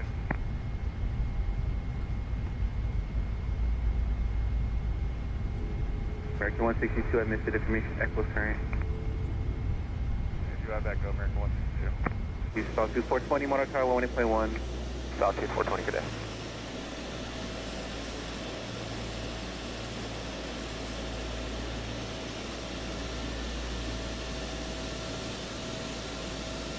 American 162, you said 8 right, correct? American 162, yeah, expect runway 8 right. Push on the Zulu Charlie. Roger. That was 1800, monitor tower 1.1. Hello, Southwest 1800. Ground, Southwest 872, request to proceed. Southwest 872, roger. 24, east sideline, hold short of Zulu. East sideline, short of Zulu, Southwest 872. Ground American 115 Heavy, clearing at Sierra for Charlie 2. American 115 Heavy, Honolulu ground, west sideline, Charlie 2. Copy that, American 1.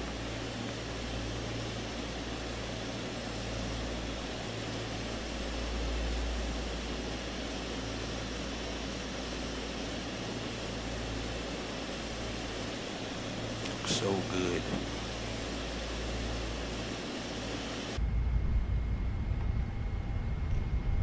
All right, we're coming up to Juliet now.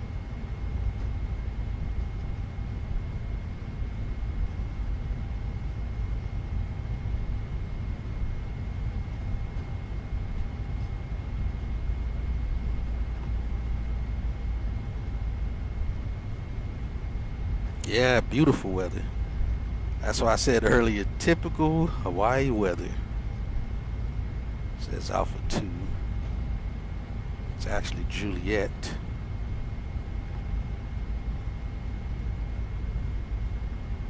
And ground American 102 Heavy, holding short 8 left on Juliet.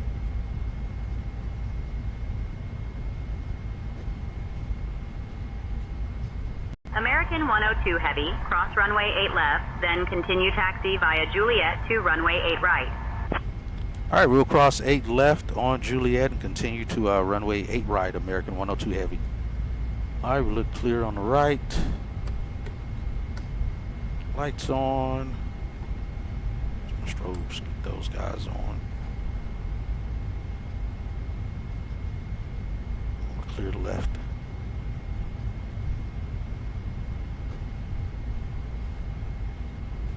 Honolulu ground, 747 cleared 4 left at the end at Alpha.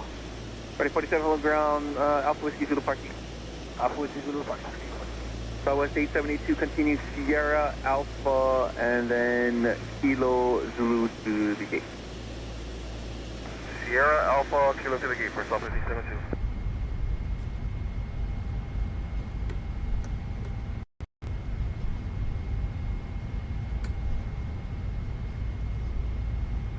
Hence why it is fun to come here during the winter. Yes. Nice. Very nice. All right, let's get down here to the runway. We'll switch over and monitor the tower now.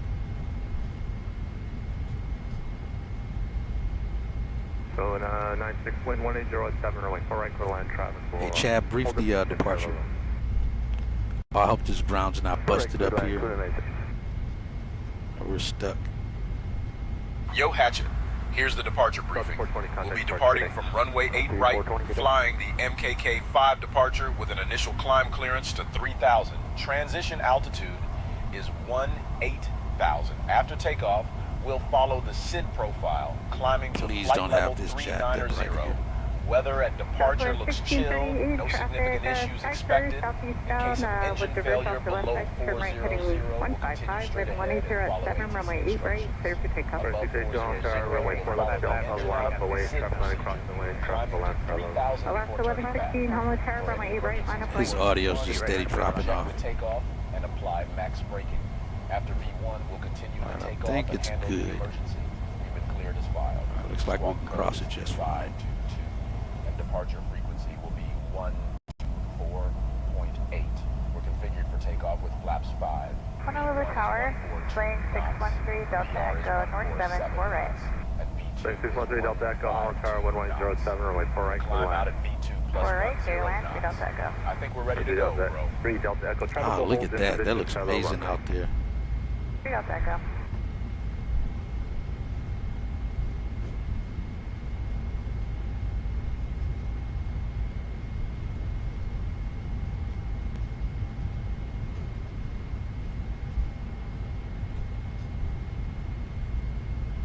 Oh, what the heck? For some reason, PST Southwest 1638, traffic crashed.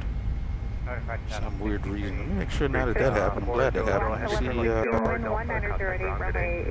for some reason, FS Realistic crashed too. I don't know what's going on with these two things. FS Realistic connected. Friendly 682. Rockaway turns 1717 is upon the south runway. Wind 190 runway 4 left at Delta, clip takeoff. For message Delta clear to the top of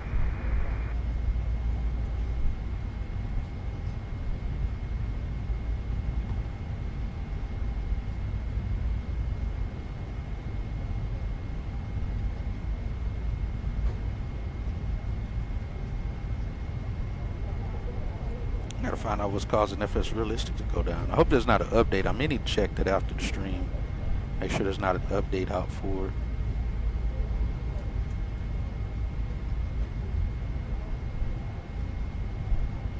Southwest 1800, Honolulu Tower, runway 8 right, line of flight traffic, a caravan departing the forwards, they're turning southeast bound along the shoreline.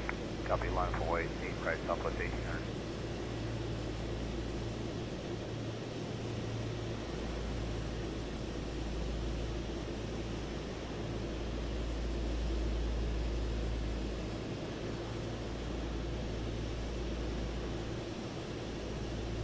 Honolulu Tower, helicopter 665, Charlie Tango is with you. Last 1116, Charlie Tango, contact East Concourse now. Roger, 11 East Concourse, hold, helicopter 5, Charlie Tango. 682, contact departure today.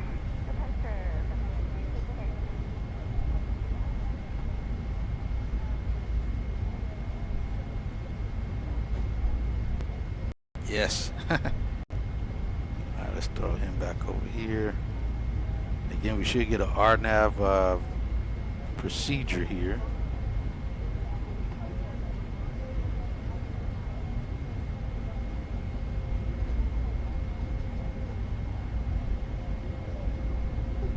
Go on 96 right turn Delta, contact ground Southwest today. 1800, wind 190 at 8, runway, Right turn turn Delta, right, heading contact ground 155, today. runway 8 right, clear for takeoff.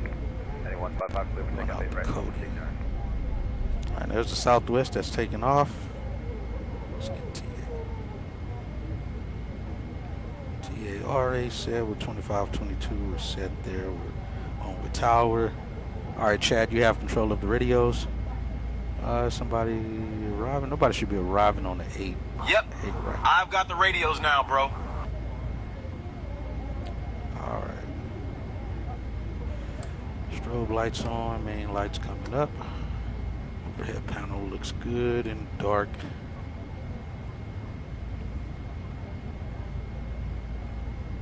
There's Southwest. Where's that Southwest even going to?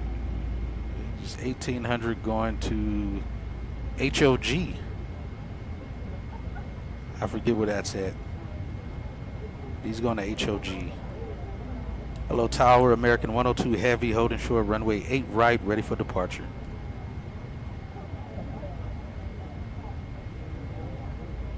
American 102 Heavy, Honolulu Tower, runway 8 right, winds 170 at 7, RNAV Molokai, Again with this RNAV. I'll let him say it, but MKK cleared for takeoff. it's not an RNAV departure. Vectors, literally, right there. And Tower, American 102 Heavy. We're going to need radar vectors to MKK waypoint.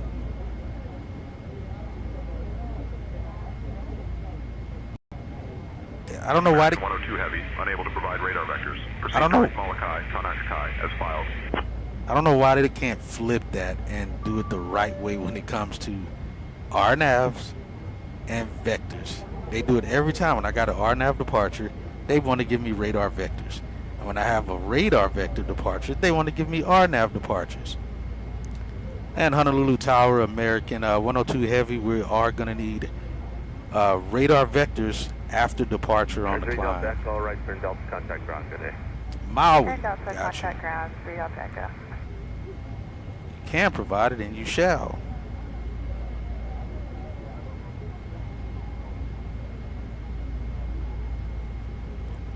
It says here, must complete right turn to assigned heading within 2 nautical miles. Assigned heading, meaning they have to give me a heading assignment assigned by ATC after takeoff. Tower, did you copy?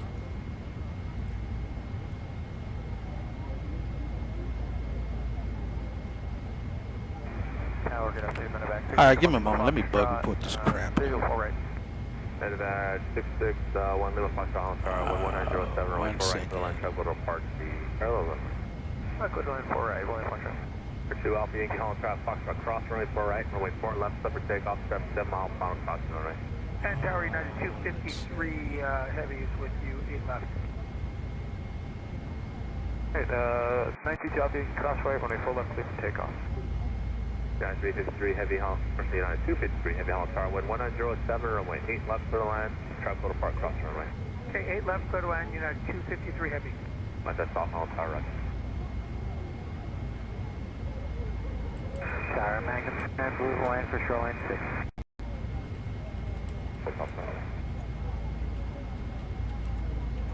And I'm so sorry, 2 Alpha Yankee, just making sure we are clear for takeoff 4 left. 2 Alpha Yankee, affirmative 4 left, clear for takeoff, traffic 5 mile pound cross. Magnum 10, Honolulu tower, departing south ramp, SR risk, remain clear for all runways, report airborne. Clear runways, Magnum 10 is air. American 122, Holland Tower, Juliet, cross runway 8 left, taxi runway 8 right, and then once you cross the 8 left, monitor tower on 123.9er. Okay, clear to cross 8 left and 23.9 other side, American 162.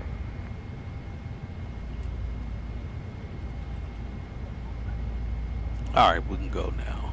We'll just do what he said. Let me give him back the radios. And we're just gonna bring this up to vectors then. We'll do that. We'll just, oh, we don't need VNAV. We already got LNAV set. We'll look at that message later. Alright, let's go. Magnum 10, contact departure. 97. Alright, nobody's on final.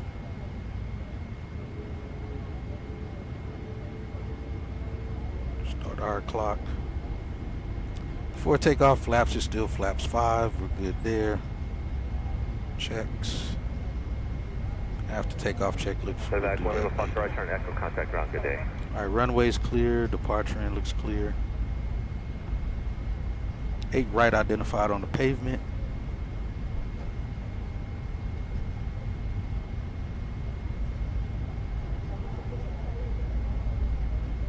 C21, Holland Tower, good afternoon, row 8 right.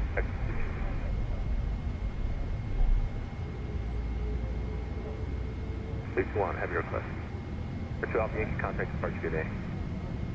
Contact departure 2 Alpha Yankee, have a good one. Engine instruments are all stable. If I was seeing them, let's bring them back up. Alright, looks good, and let's go Toga.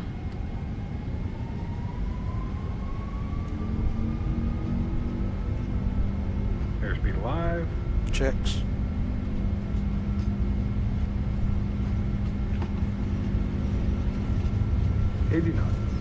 Let's hold. SWA is HKO, gotcha. V1. Rotate.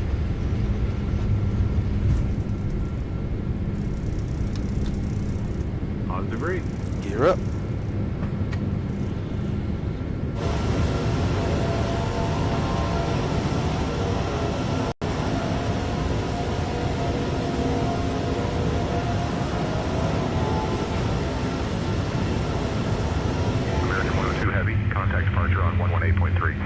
American 162. Departure on 118.3. American 102 heavy. Flaps 1.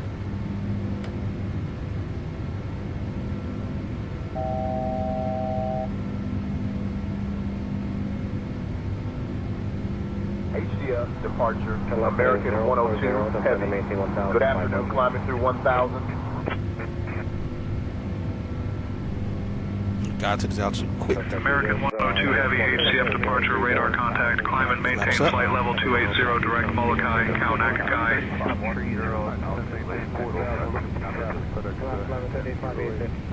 Climb and maintain flight level 280, direct MKK. American 102 heavy. We're already on.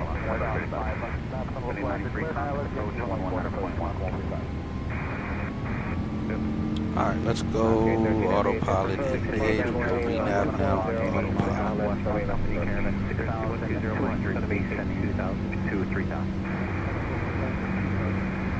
Flaps up. 145, reduce to your slowest practical speeds to the no land and hold short sequence, then contact tower 118.1, get it. Both practical over the tower, 18-1, come on, 135 today. Southwest 2004 for traffic, to left heading 020. Wide flights out of LAX. Got you. Southwest 319, traffic 11 o'clock, 4 miles, northeastbound, C-130, 2000. We're looking top 2. Runway 93, ATF approach, thanks, expect landing runway 48. Roger, ATF approach Dakota 46, we're established on the arc at 1700 for the VOR 48, fly low. 46, roger. Alaska 9931, ascend and maintain 4000. Number 3927, traffic north of about a mile, runway maintain 6000, playing at 1000. Alaska 1077, traffic tower 1 and 841. 2319, heading 020, join the runway 48, low flight. FedEx 1008, turn right, heading 310. All right, until next time, Honolulu. Wherever that'll be, I'm not sure. 2004, the flight line for that 7 block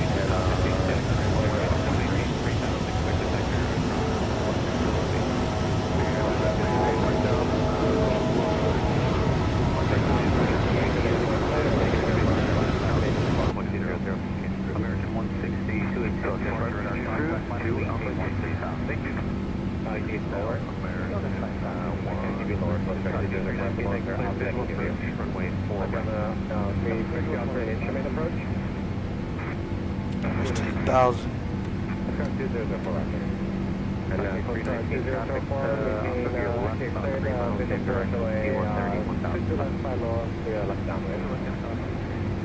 Accelerating to cruise climb. Alaska 9931 to left heading. Dear guests, the lavatories are now available for your use.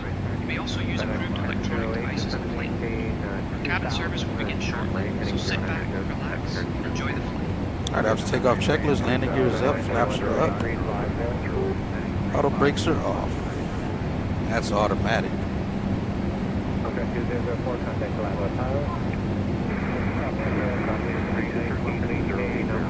Alright, we're still looking at somewhat close to the time, 6:43. That's a minute after we're actually supposed to be in the gate. At DFW.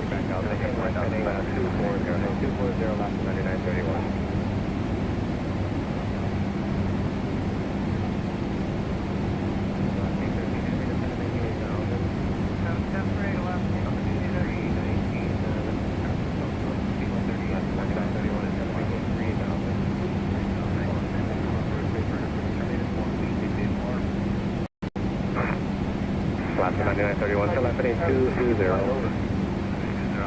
American 102 Heavy, contact Marine Kaneohe approach on 125.0. Sorry, you're walking. Kaneohe approach on 125.0. American 102 Heavy. FedEx 1004, ATF approach, sliding 280, vector for the Atlas, runway 4 right approach. Rocket Atlas, runway 8 left approach. 280, going about 8 miles. Cabin altitude 2,000 feet. Cabin climber for a minute. T28 to departure, Approach for American 102 Heavy. Good afternoon. Climbing through 14,000 for flight level 280. American 102 Heavy, Marine Kaneohe approach, climb and maintain flight level 280. 1061, descend and maintain 4,000. Climb and maintain flight level 280. American 102 Heavy. Descend and maintain 4,000.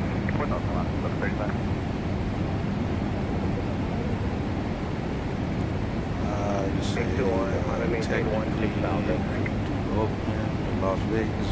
American 102 Heavy, climb and maintain flight level 350. Climb and maintain flight level 350. American 102 Heavy. Standard. 1061, descend and maintain 3,000. Traffic 1 o'clock, 1 miles southeast on Caravan at 5,000. Winter traffic at down 3,000 left. Okay, 13, heavy, reduce speed 210, then descend and maintain 4,000. Use cap and then down to 4,000. The sun's already behind us. American 102 Heavy, contact HCF Center on 118.45. Contacting HCF Center on 118.45. American 102 Heavy.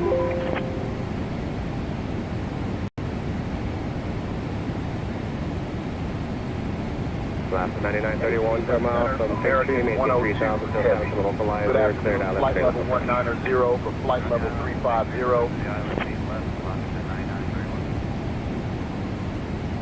American 102 Heavy, HCF Center, good afternoon. 220, last 1.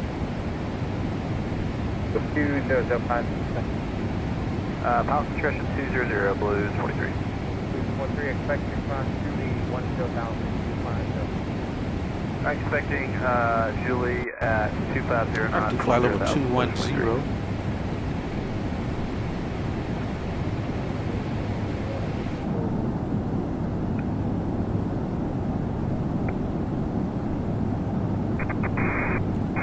Welcome Las Vegas. I saw up for LAX, and I think on Las Vegas flights out or anything else.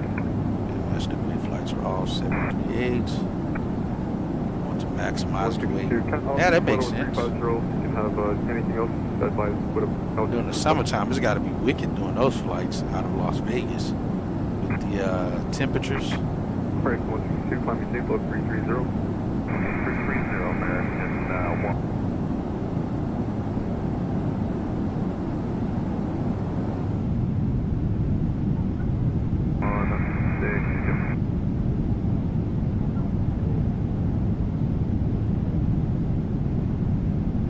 Thank you, Alex.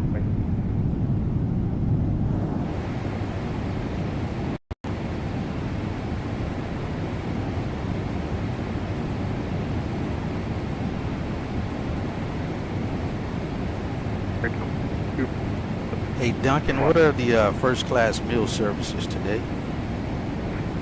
41, 290. Actually, I think everybody get meal service. The first class meal service today includes a choice of grilled salmon with asparagus or a tender beef fillet with mashed potatoes.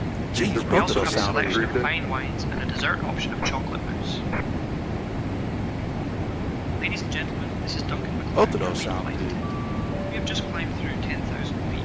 The seatbelt sign Ah, is we're still getting during our meal and CPDLC. snack service. We offer complimentary whistle tasting featuring a random Scottish I climb maintain, and and not a yes, zero. haggis is available for those adventurous souls. Please sit back, relax, and enjoy the flight.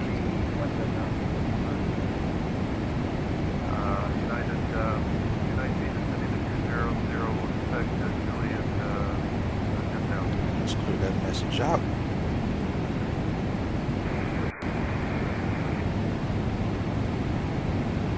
Hey, I like the CPDLC.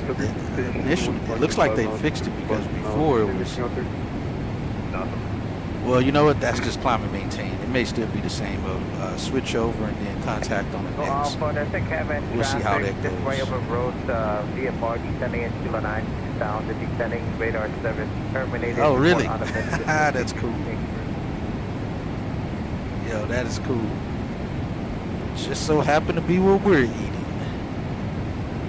FedEx 682, Skyhouse crossing this way over to our left 3 coming back out on the best 2 Grammy climb 4,000, right now 2,700, Nice, if I can see descending, the coming options going on this inbound. Radar service turns Monkey Park 15 through.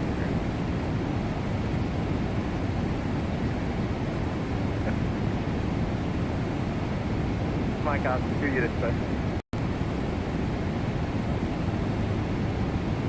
126 Mike out to you this way. Actually, let's do 10% on the galley. Actually, 2%. Blues 43, vacating 280. On the, 243 cross Julie 10,000, 50 on the Lulu Hospital 3001. 3001, cross Julie 10,000. we're through 30,000 feet already within 12 minutes. Still 6:43 on our arrival time. Once we get over the lands, we'll see if we can get any directs. I doubt we will, but I mean, at the time that we're landing tonight, it won't matter. Nobody's taking connection flights from here for any reason. Nobody's all destination DFW.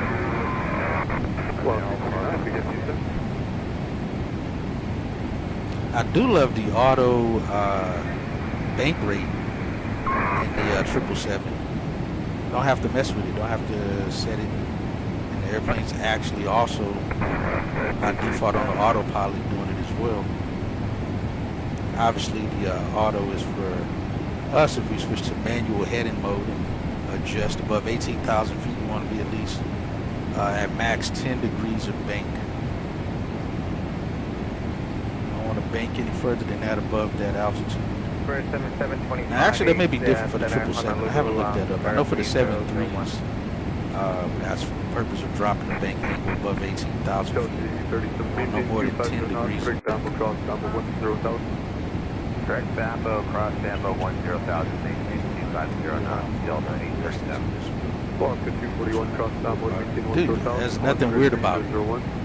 If you think it's weird to eat real food, then something's wrong there. Something's wrong with society if you have to think that you're doing weird stuff by eating healthy, eating real food.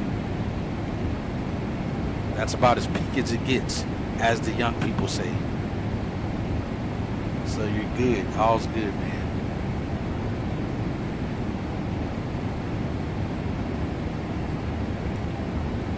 All right, let's see.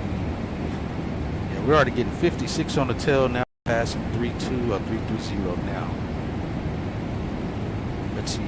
Standard lapse rate should be at 39,000 feet. Let's see, 39 times 2 negative. It should be negative 78 on the static temp. Plus 15. It should be negative 63 at 39,000 feet is what the standard lapse rate should be. Yeah, near-death stuff does change you. It should. 26.6 today, American. You feel like and think you're about to die? Yeah, some of that. Heck, just going to or even just hearing about the death of someone you know or close to you is enough to change you. It happens, you know, to everybody. They have these weird, well, not weird, but they have these changes of self-being when someone closest to them die, or they've heard of funeral. Funeral typically does. Hearing about it kind of throws you back, but actually being at the funeral of somebody close to you that have died, that in itself will also make you start rethinking self and life. And most times it's always thinking for the better. Like, all right, I got to do something. I got to do some different things, especially if it, you know, it depends on how that person died. If it was by like a heart attack or something like that. That's Alaska 241 vacated. Or diabetes or something to that nature. You know, you do kind of, if you haven't been already eating right, it'll make you start rethinking eating right too. We got no traffic around us. It says we got 35 airplanes around us. They're just a little too far, I guess, from us for us to actually see it. All right, so we're over this water for the next 4 hours. It's going to be nighttime, I would assume. Let's see, it's going to be nighttime over LA by the time we reach LA. Thanks. 18,000. 10,000.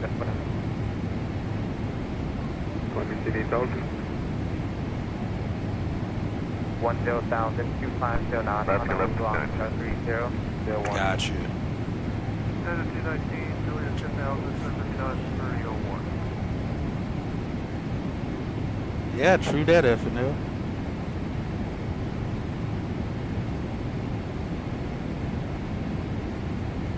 That's an HDF Delta 312. We're on a 34.3, descending to flight level. No, correction, descending across Bambo at 10 to expect 250. So 312. Yeah, exactly. Anything you can do to mitigate 3001 will also been assigned threats to help. Or less. Because the worst thing is hindsight when it comes to help. And you're already like stage 3, stage 4 of something. Or even stage 2 of something probably. You know, in hindsight, you're like, damn, I could have eaten better. I probably shouldn't have ate that good chocolate pie every single day for dessert. Jeez, we're already about to be at 390. Yeah, if you can get ahead of it ahead of time, definitely helps. That too is why, like I said, once I this new schedule is going to work out for me. I think a lot better, which is what I originally wanted and did get, was overnight. So I think once I go back to overnight, it's going to benefit me more than what I'd like it to, because I really don't want to be on overnight. I like working with my coworkers and working with load agents and being a part of the whole operation while it's flowing. Overnight, we're just kind of taking over the last bit and just monitoring the operations at that point. You're not really doing much of anything, you know, at that point on overnight. But personal life wise, it's going to be better for me, because I'll be going back to the gym when I get off in the mornings, when I know no one's at the gym. And my initial days is Saturday, Sunday, so I know most people are not in the gym on the weekends. So that guarantees me my technically Monday, starting it off at the gym and continuing through the week. Like I said, hit the gym when I get off work. Actually, I'll be hitting the gym going into Tuesday morning. I'm sorry, going into Sunday morning, not Saturday. Yo, Bill, welcome in. Welcome in. After the service, selected items from the American Airlines shop will be available for you to browse. Sit back, relax, and enjoy the flight. So I'll find out more when I get back. May not be. Yeah, do you already know what day you'll be going back? All right, we're at cruise. This thing should be switching to cruise on the altitude as well. I mean, on the thrust rating, I think it should switch to cruise. Should. I don't honestly know how to delete the step line. Let's see if I just put 390 here. Nah, it won't let me do it.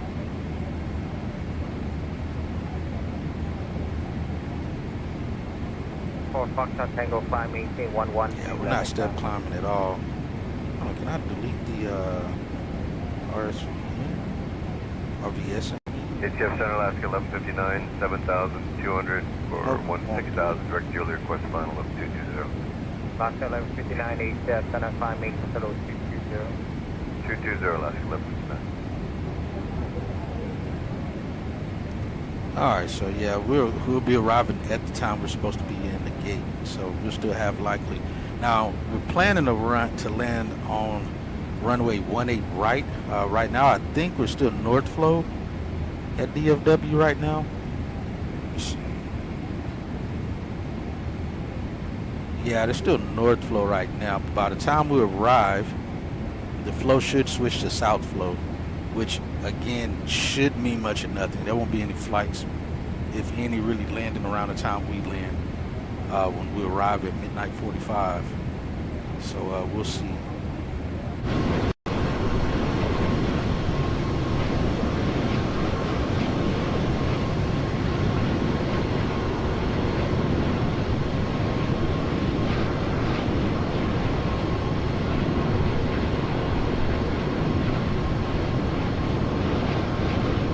Go off by 87 over to contact 2 miles west of the 94 tech and 5.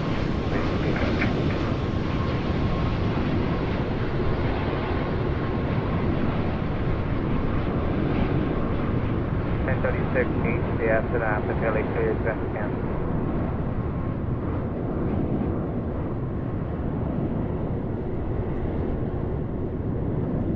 Stand by, we're ready for your next approach.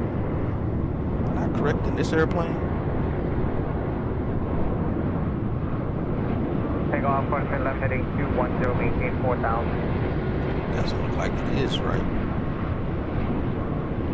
My contrails. Let me fix that. I don't know why that changes. 59 clear, direct Yola. Direct Yola, Alaska. But this, it shouldn't be changing. Take off, function left heading 210. Yeah, it says immersive dynamic. That looks right. It looked weird for some reason, but I guess it's fine. Alright, it looks fine. Or it's set correctly. Got this nice little Cirrus thin layer up here.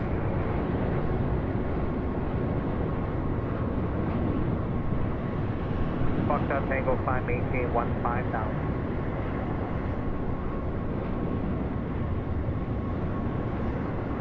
...708, we adjust back.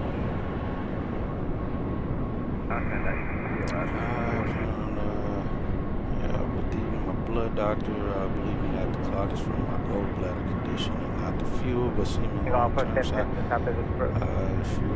Yeah, absolutely. I mean, anything that's has some form of hazard to you over time will cause problems, regardless of anything else. It'll definitely mess with your health, especially if you're not wearing like respirators or something like that around it. Long term, it absolutely will mess with you. Oh, there's somebody below us down here somewhere. I see their contrail down here. Who is that? Oh, they're right behind us. Let me see who is that. That's Alaska 954 and the A321. I'm assuming that's A321 Neo. They're at 25,000 feet. There's somebody else behind him in here as well. It's like 3 in a row right behind him. We got Hawaiian 954 and the A321, and then right behind him we got a United 418 in the Max. I bet he's probably going to LA or something. Let me see something here if I can get over that area and see the flights. I don't know where they're going at that point. Oh dang, it's not showing them way out there though. Yeah, it's not showing them all the way back there from my chart map. There's a lot of flights going out of DFW right now.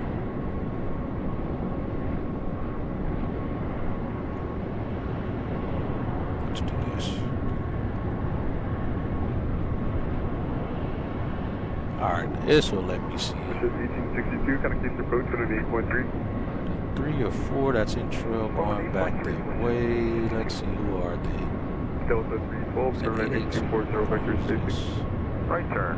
2, he may not have been 340, you said? 945. 240. Okay, no, I heard it right. 240 on heading vector traffic, Delta 312. I don't know where he left from. It's a 203. Do I see you? Yeah, I think some of these guys that's in trail behind me didn't actually leave from Honolulu. That's why I can't find where they are going. I see this guy that's actually coming opposite direction. Off our left. Yeah, some of these guys I can't see where they're going because they didn't actually leave Honolulu or going to Dallas. Albeit I'm sure they all are probably going to LA like you were saying earlier, or even let me see if I can see the United Bird that's behind us. I see American 162, I see Hawaii 816. I don't see the United that's showing up on here, so he probably took off from a different location. 265, Alaska 1159. Probably a SFO. Yeah, you're right about that too. American 102 Heavy. Good afternoon, flight level 390. Oh, we're already getting handoffs. American 102 Heavy, HCF Center, good afternoon. I just didn't come through here yet. That's the only thing I didn't like is how quickly he responds before we actually get the notice. 6 Tango Alpha, the after this approach, depart with a best approach. And now we get it a few seconds late. 6,000, you can expect me to squawk. Hey Chad, I have control of the radios.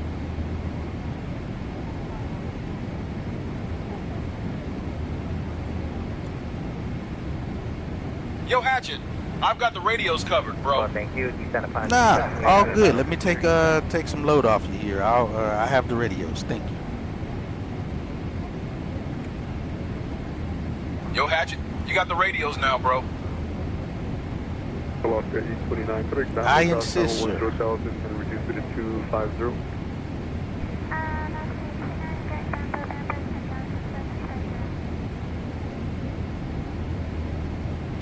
Targets.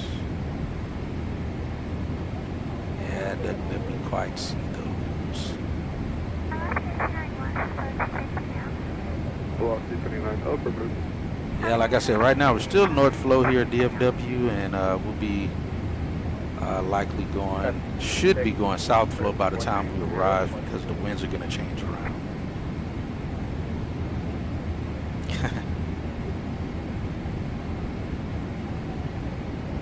So let's start this to 360.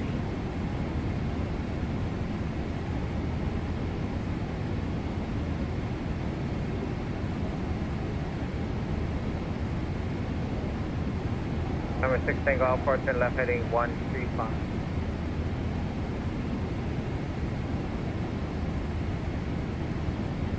Yeah, I'll get lights on here at some point here today. Oh yeah, I forgot the switch does work. Oh no, it doesn't. Freaking flight deck door lock button doesn't work. Get that on back there. Roger, clear direct order. Descend me 4,000 and I on 3006. Turn left 11 away over start now, we have problem. Interesting. I wonder if that's normal. Pretty sure it's not. That's 1036, 1201.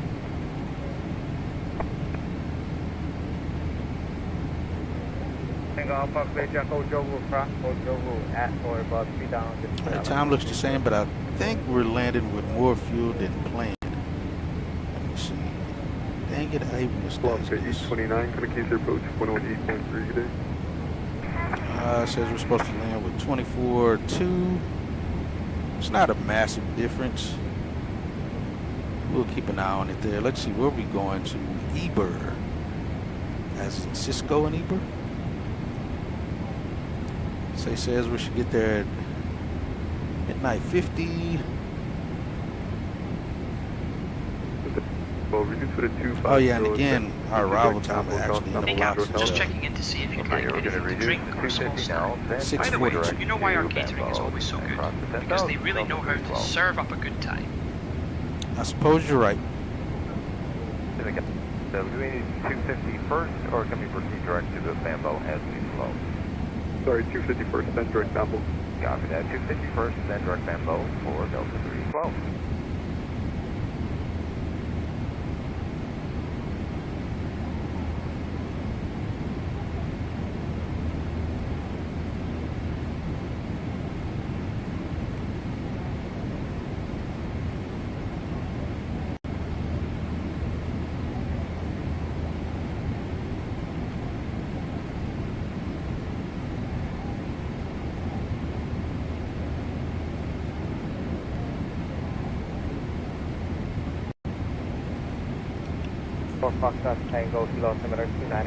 Yeah, welcome in everybody. Appreciate everyone being here, hanging out with us today on the stream.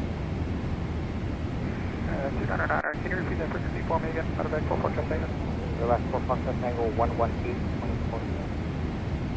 1844, good day, back 4 Foxtrot Tango. 1845. 45, thank you.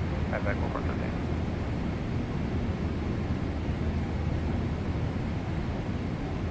Looks like that one just cleared through because earlier Mike did ask that about the delay. And we're direct there.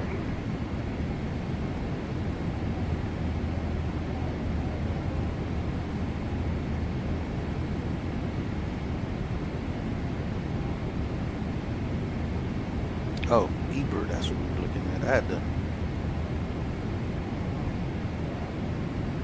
I had to make a had to check my phone there. Run 5 Hotel Delta after Jordan, Dreadful Jobu, and you can expect holding over Eber.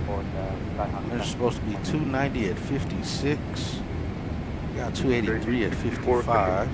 Alaska 964, kind of keep this at 126.66. The 6 Tango Alpha radar service terminated and report on the mixed. winds 294. It's close. It's almost close. The speeds are pretty much on point. We got 55, that's showing 56 at Eber. Let me see our time, see how far off we were on taking off there.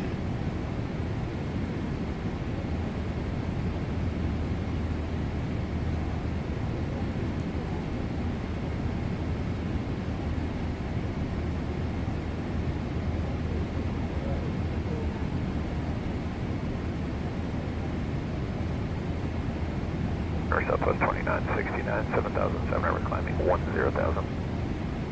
Southwest 2969, 8 center run.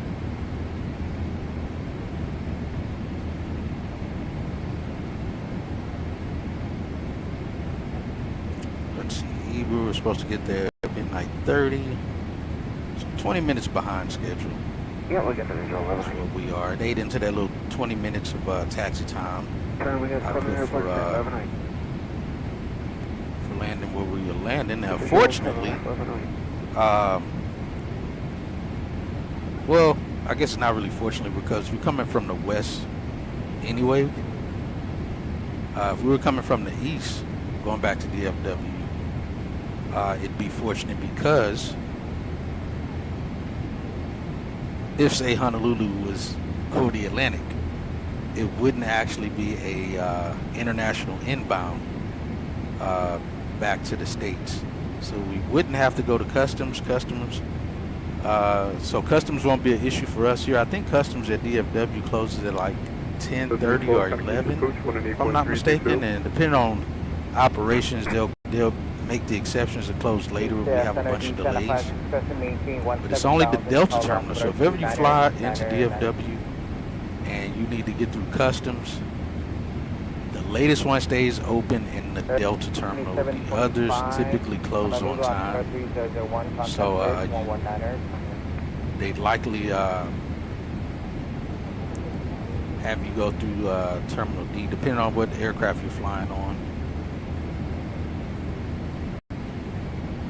and or company. Ship control, Southwest 2960. I just wanted to make sure I checked in here. We're at 10,000.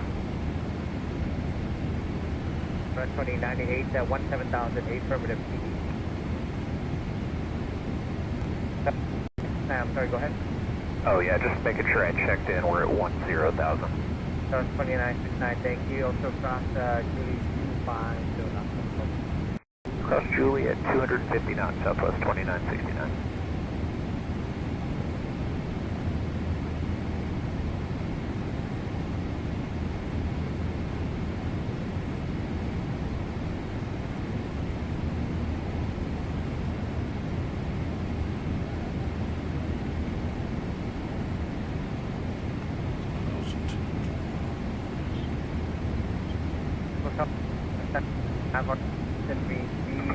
Radar service turns on VFR frequency change. Approved on Skyhawk right now about 2 miles south of Lanai Vortex. Okay.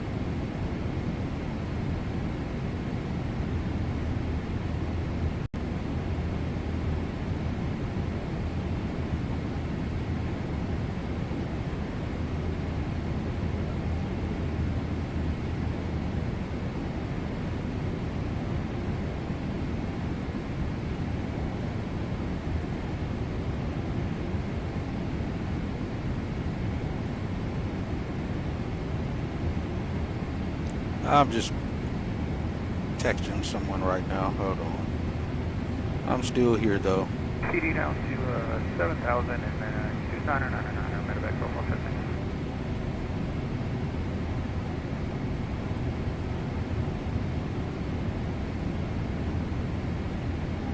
I did just get a notification. See, I do like this on my phone.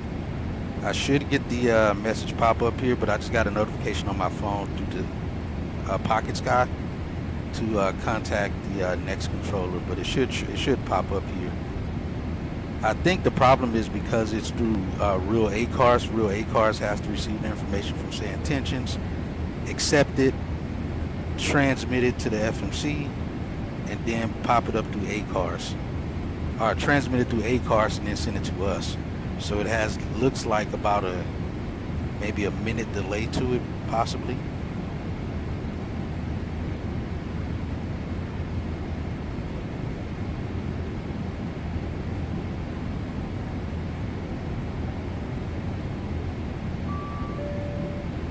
Yep, just got it.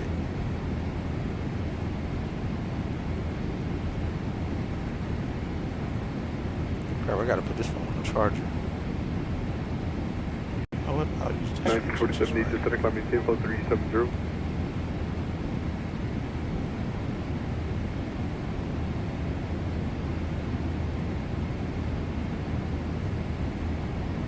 Track observation, my current Molokai 3303 with 3. Alright, so we are in cruise. Oh, hand over PHZH. Oh, that's just the A-cars changeover is what it is. For CPDLC. Not actually contacting the controller. Southwest 2098, Eastern maintain 11. Oh crap, I forgot to stop the recording. The replay recorder. I normally try to stop it once we cross like 15,000 feet or something. I forgot. Yeah, so far guys, we got a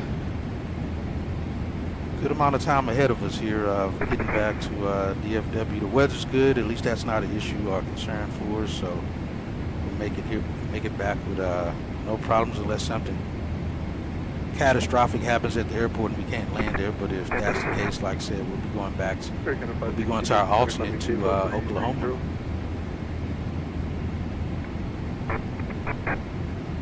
And it's crazy because like a few weeks ago, a co-worker of mine was, we were talking about dispatch stuff, and she asked me a question about when do you plan for an alternate, and I knew the standard answer, and then she hit me with, you always plan for an alternate. In the case of like the crash at Bangor Airport, if you were planning to land there, I know I did that when I was flying private, doing my own little flights. You know, I'd always have an alternate to somewhere, because most of the airports I would fly to would be, you know, small municipal airports with a single runway. But anything could happen on a runway that closes the runway and you can't land. Now I'm sure if it's a non-towered airport, you're like in the Piper Cub or something, you probably could just land on a taxiway or something, have to coordinate with the people on the ground. But like, yeah, we'll just land on the taxiway. We'll take off from the taxiway, leaving here as long as it's safe.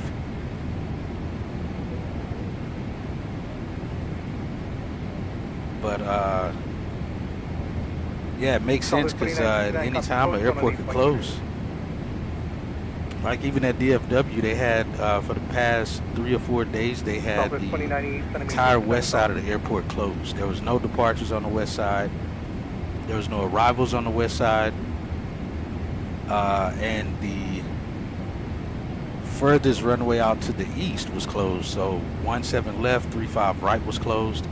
All of the taxiways on that side were closed because they were trying to consolidate all of our resources as far as keeping the runways and the taxiways plowed. They just closed down that furthest out runway. There's no sense in sending crews out there to plow that. By the time they finish, they got to come back to the main runways to try to clear them. So that's from what I took from looking at why they closed all of that. It made sense. So the only runways in use was 35 left and 35 center. That was it. Just to consolidate resources to again keep those runways open and running, and the taxiways open and good. You know, so for things like that, let's say that happened and then 35 left closes down because of an airplane landed crazy, and that would have been the one time likely DFW airport would have been closed to arrivals until that was situated. Because obviously like Denver, you know, Phnl, or Chicago, O'Hare, or DFW, there's like 8 runways. So if one closes, another one will be, you know, in use still. You know, still can get arrivals and departures in and out, but situations like this would have been a heck of a time for something to go wrong. And the runways closed down, and then they would have had to I think also, I'm pretty sure part of the contingency plan, it would have been, all right, well, if that's closed, there's no point sending crews out to keep it clear.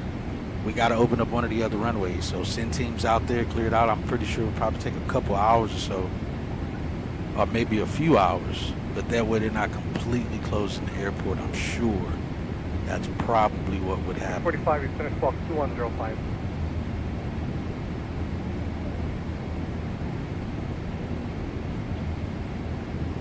Oh, let's open this door, let our people United 1947, kind of keep repopulate. 6.6. I think I'm going to change where I have this at. I don't want to be right by the door here. Let me slide up here. We're going to stand right here. There's no one really loads into this door anyway. We'll just stand at this door.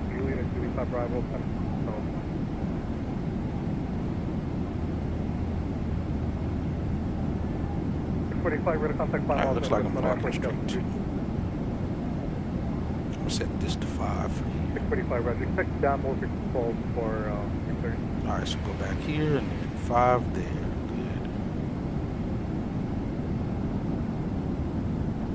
Good. These people look happy to be here. Let's see, is all of... No, we still got some open seats up here. Quite a few open first class seats.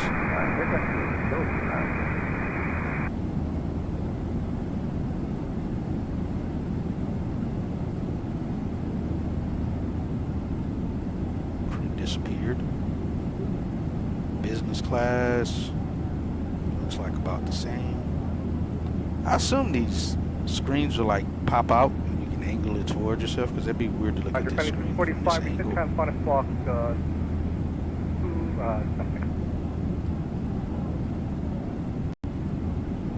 block 1714. Let's see. Yeah, there's no way you can look at this screen from this angle. Unless I actually am watching his screen. Is that how it works? I watch his screen, he watches my screen, so we can look straight on.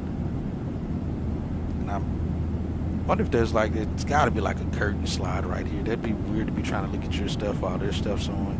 I'm pretty sure this is like on a swivel mount. Pop it out there and then swivel it, turn it towards you. Got all the seat stuff right here. That's cool. Got the remote for the screen. I'm sitting too low.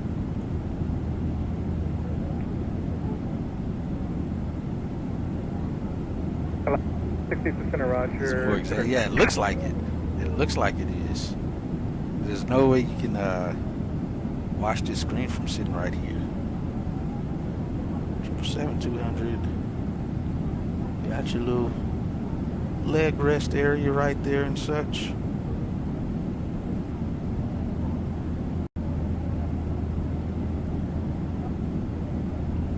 I have heard the horror stories of people dropping stuff between the seats. And these seats, specifically one from Darren, Geek on the Flight Deck, he said he dropped one of his earbuds in there. One of the FAs was like hunting for that thing was helping him try to get it for like 2 hours on the flight, trying to help him get to it. Oh, crap, wrong thing.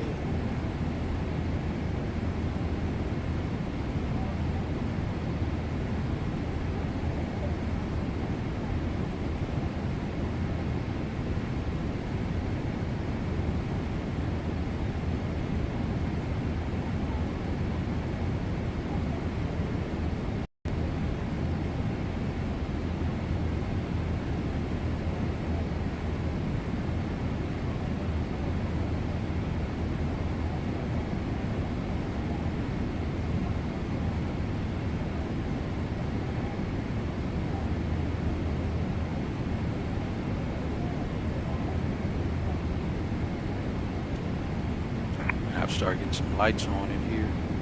Number 955 Julie, sir. Time people 210.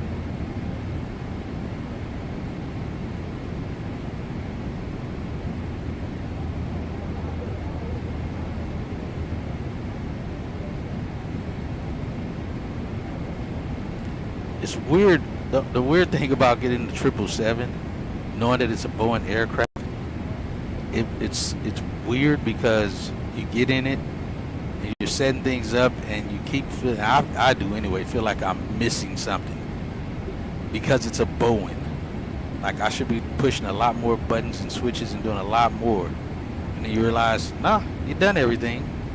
There's a lot less things to move, especially when you go from the Boeing 737 to jumping in this, or even probably getting the 787. It's a lot less switches to flip and other things. But I just feel like I'm missing something when that's happening.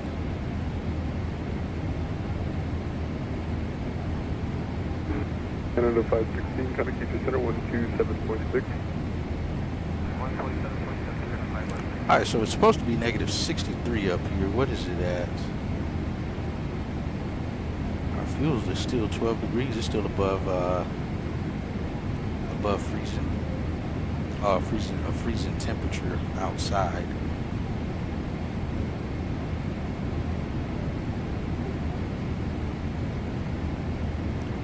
It's negative 55. So we got almost a 10-degree warmer, plus 10 on the ISA deviation. So right now we're showing it's negative 55 outside. So we got a deviation of at least plus 9. Looks like it's supposed to be negative 63, but it's negative 55.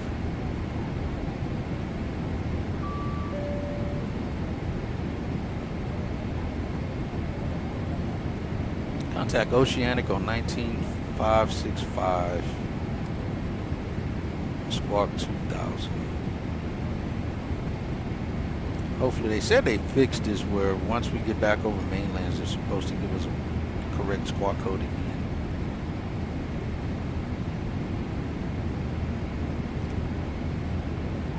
T21, East Center Squawk 2106.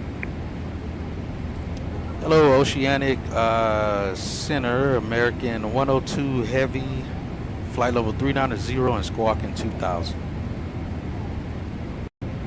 One radar contact 6 miles west of Airport. Got like 4 airplanes controlled behind me right now. The radar vector to Julian to 5, flight heading 330. Oh, I just called the same. Hold on, it did switch it. When I accepted it, it's supposed to switch it. Oh, it did not. 1956. My bad. 21. Reback record, give me 7,000.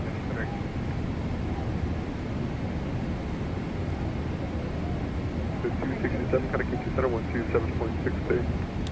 Hello, Oceanic, American 102 Heavy, flight level 390, squawking 2000. 955 units here to send at pilot discretion at 3,000. Phone on altimeter 30. Our discretion, It should be. That's what they just told me to contact. 19565. Let's go back then to center.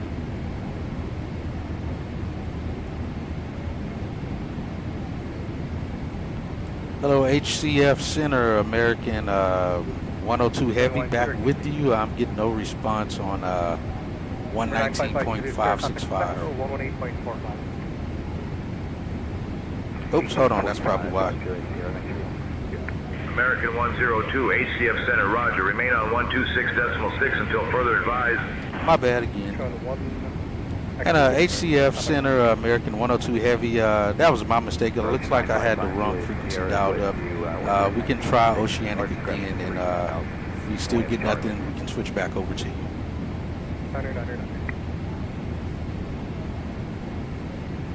American 102, roger. Try Oceanic again. If no contact, switch back here. All right, copy that. Hello, Oceanic, American 102 Heavy, flight level 390, squawking 2000. Let's see if this one works this time. I forgot the 5. American 102, Oceanic Control, maintain, flight level 390, squawk unchanged. All right, maintain flight level 390, American 102 Heavy.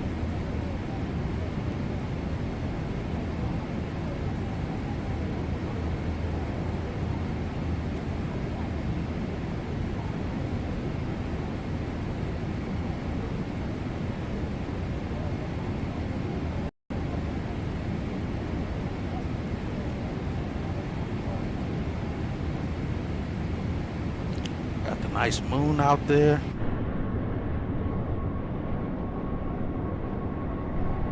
Check on it.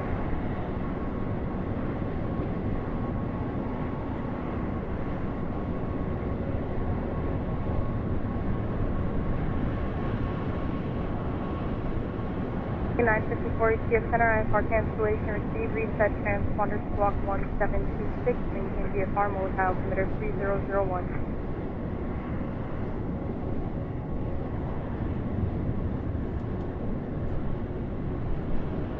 It's open ocean. 1126, traffic approach 10.2.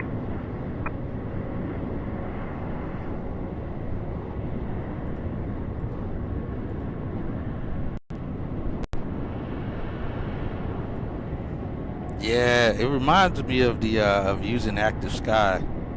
Oh no, using Rex weather on V4. I love the way the sun reflected off the water in V4. They couldn't replicate it back in V5.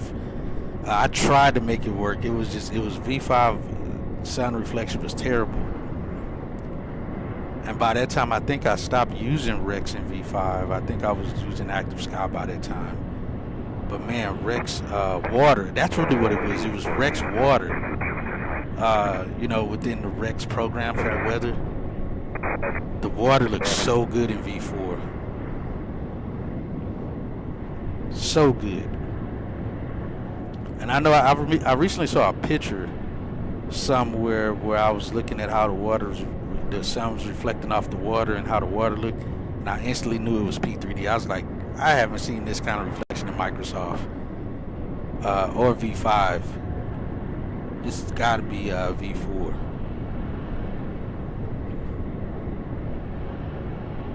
It's got to be.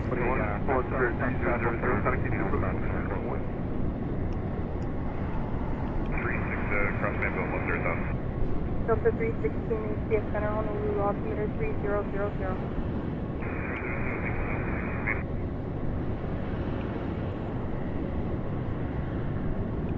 Yeah, about 3000, clear CRI less 17, 5 choice here.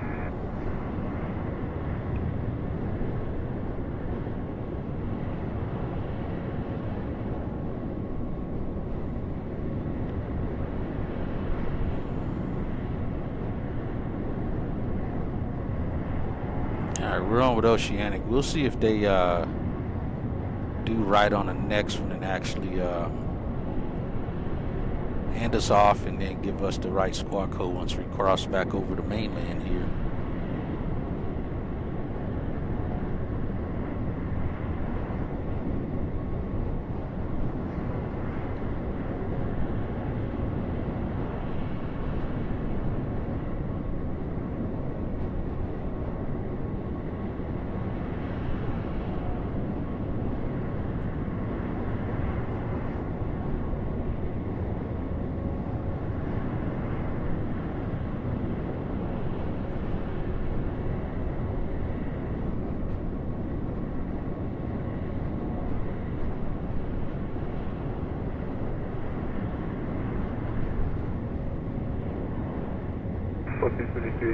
Altimeter 3006.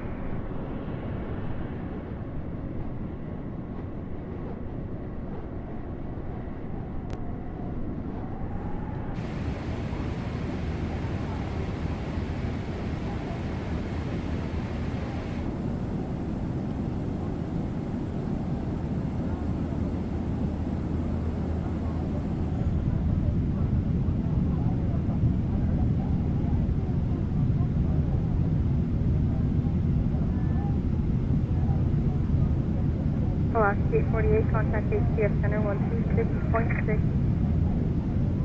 266, Alaska 848. American 75, contact ACF approach 1. Hey, that's the Alaska 848 I saw earlier on the map. Let me see, where's he at? He's like right behind me, I think. Oh no, that's Alaska 954. Why have I never seen an Alaska Airbus? I don't recall. Well, you know what? I don't want to say that. The only Alaskas that fly to DFW are 7.3s. There's United 418 back there behind me. Yeah, normally they only send the 7.3 Max to DFW from like Seattle or something like that. It's been forever since I've seen a Alaska Airbus.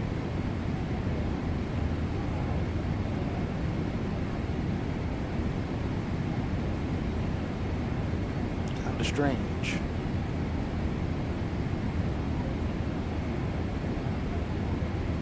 Oh, this turns the lights up under here. Ah, there it 71 goes. ATF Center, climb and maintain flight level 370. The sun starts going down. We're gonna need these lights on.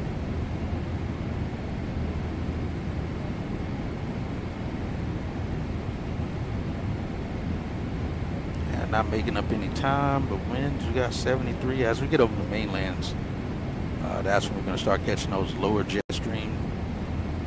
That's gonna push us and carry us all the way through. Give us those 120 knot plus tailwinds. As of right now, we're still saving even more fuel.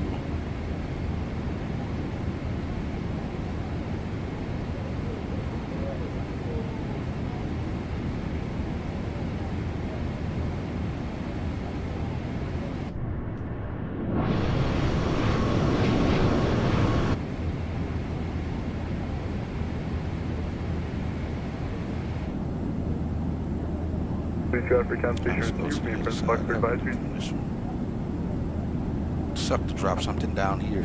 You can't reach it.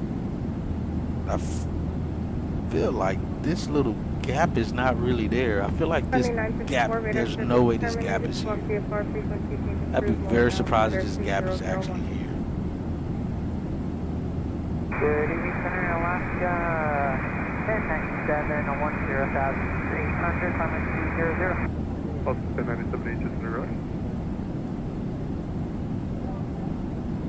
Alaska 271, standby.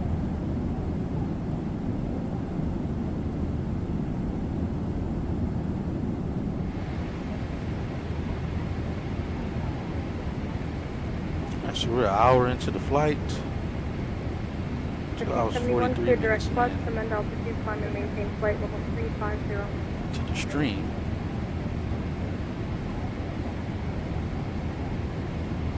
Oh, and you know what? Almost forgot to put our fixes in here. That's my bad.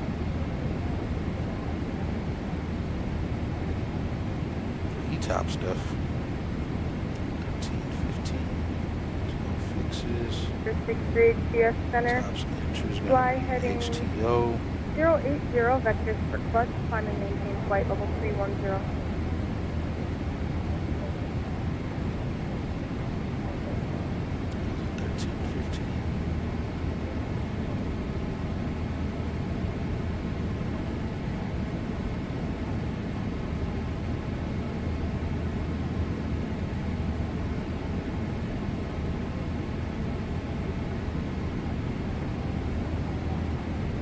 Oh, it's a 1068, 1058, is that what it is?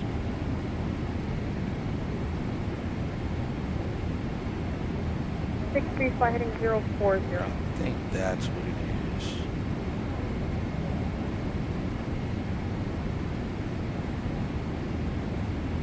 Maybe that's what I put in wrong. Let's see.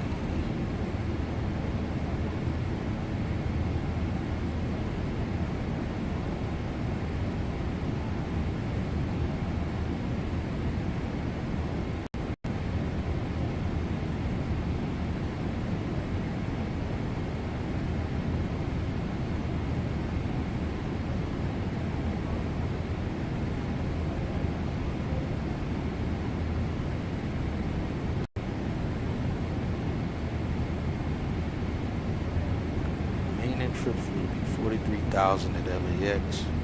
Oh, why did I put SFO? That's right, it's not SFO. It's LAX.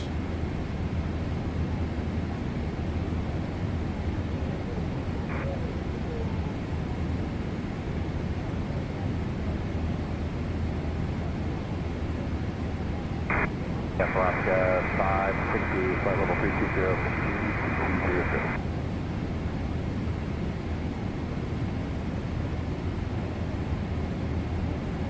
010 knots for greater than the descent, burner descent now, Alaska 5.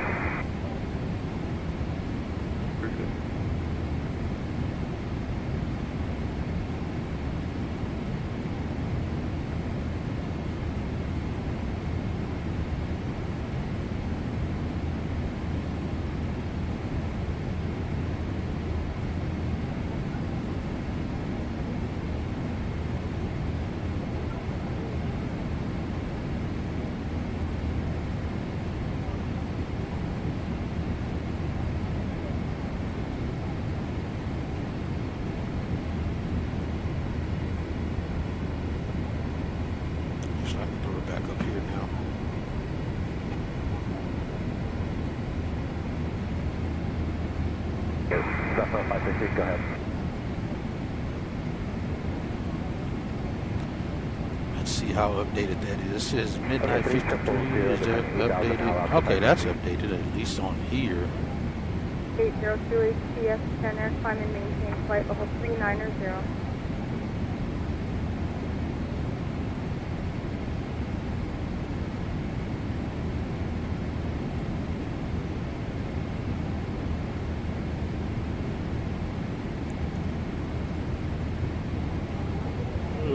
Ways to go. Let's see. What'd you say, Bill?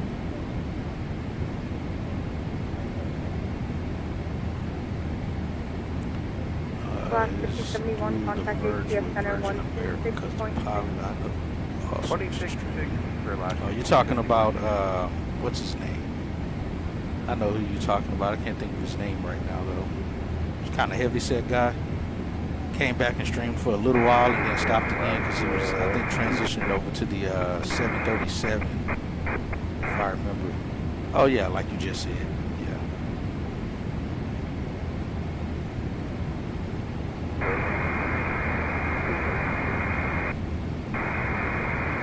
Ah, got you. They dropped all Airbuses?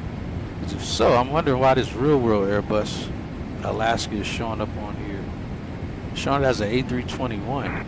Let me see. Alaska 954 is what the call sign is. Let me see what that looks like. Let's see if that's right.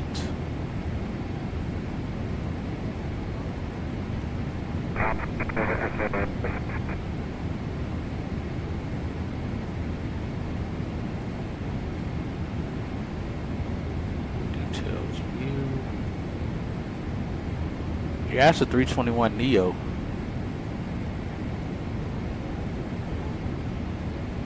Hold on, this saying that one already arrived. Did I type the wrong one in? 954. No, that's it. Hold on. Am I looking at the wrong one? It's just saying that airplane is in the air right now, but they're claiming that it's already completed. I don't know, it just says it's on time right now to arrive at 6:47 p.m. Pacific time.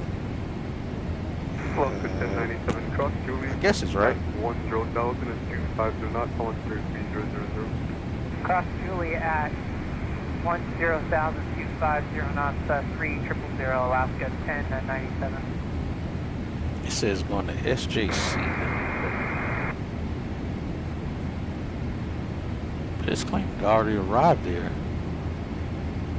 63, contact HTS center ASA 126.2. 954. Yeah, that's right.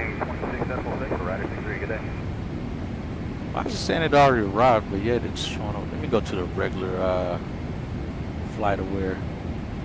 That might be why.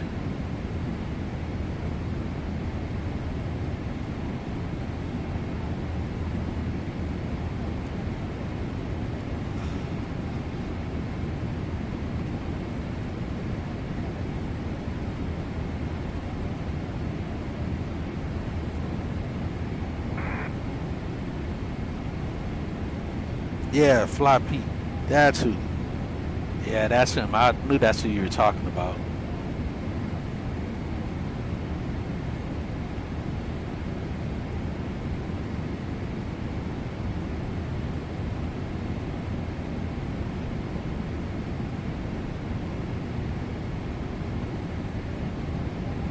saying it landed 2 months ago.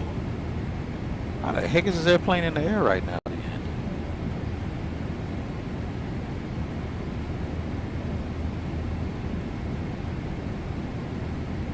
Why is it picking it up incorrectly then? Because I'm not on any network. Is this a rogue airplane flying? Is that what's happening here? Let me just go over that area and see on flight aware. Let's just go to maps. See if I can see what's out there.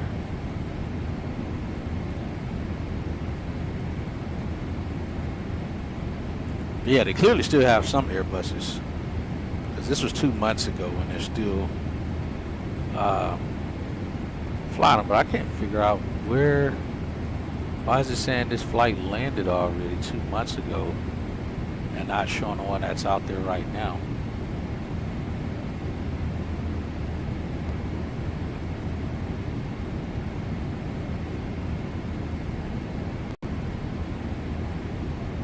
But yeah, that's exactly who I figured you were talking about there, Bill. Yeah, he had some good streams, and he came back, like I said, started streaming for a little bit, and then disappeared again. Oh, okay, yeah. Works probably is what's really taking over, and he's having to fly a lot more at work now.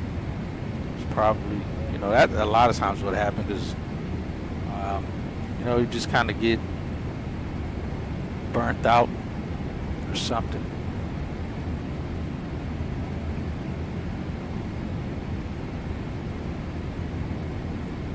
Oh, oh no! I was about to say he disappeared, but he didn't. He just slid in behind us, our aircraft there. Dang it! I wish Active Sky showed more information that I could see the traffic. Let's see if they show up on my live map. And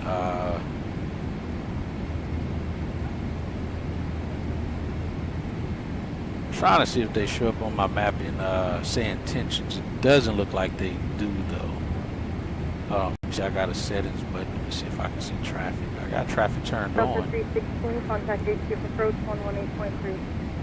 118.3, Delta 316 today. Yeah, I don't see those on through theirs. Approach 118.36. 26.6. 26 for LFT 02.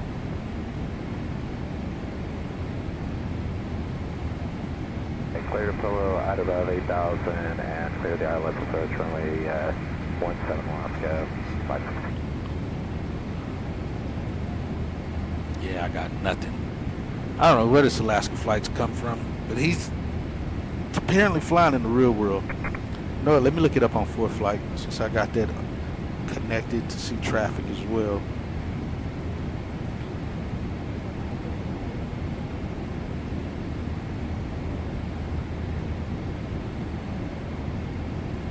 Copy that, Bill. Safe travels to you, sir.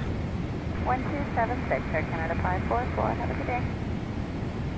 South Alaska 560 for setup for us. We just run the RMP Zulu from Zulu. Alright, let's see. I can see from here where he's going. Alright, yeah, it's actually showing up here. Alaska Airlines. Oh, you know what? They got the number wrong. Why did they have why is the number showing up incorrectly in Active Sky? That's the first. I hadn't seen that happen before. That's not the right call sign. It's Alaska 203 is who it is.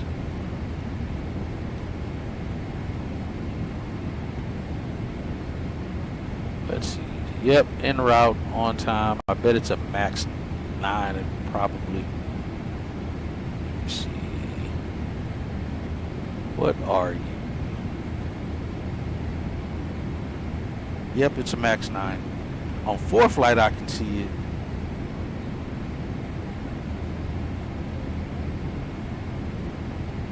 So I can see everything on ForeFlight. They're at 360. They're currently like 20 miles behind me right now. Left from HOG going to San Diego in a max 9.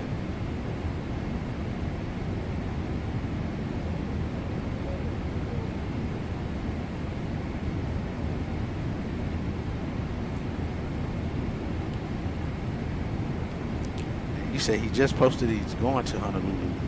That is wicked.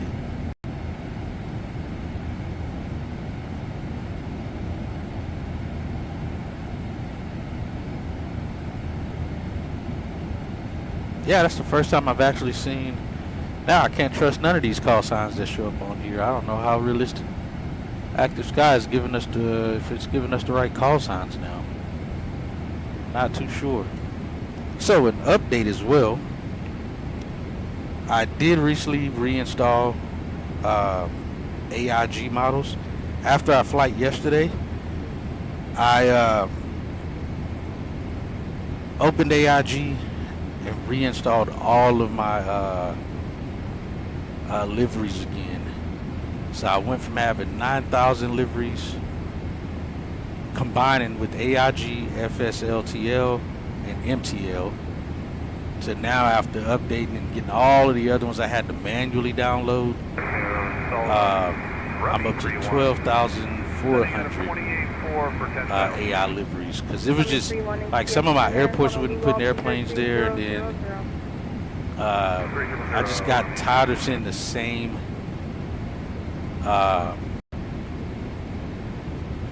the same retro liveries for American, because it was making it unrealistic. There's not 5 TWA American liveries.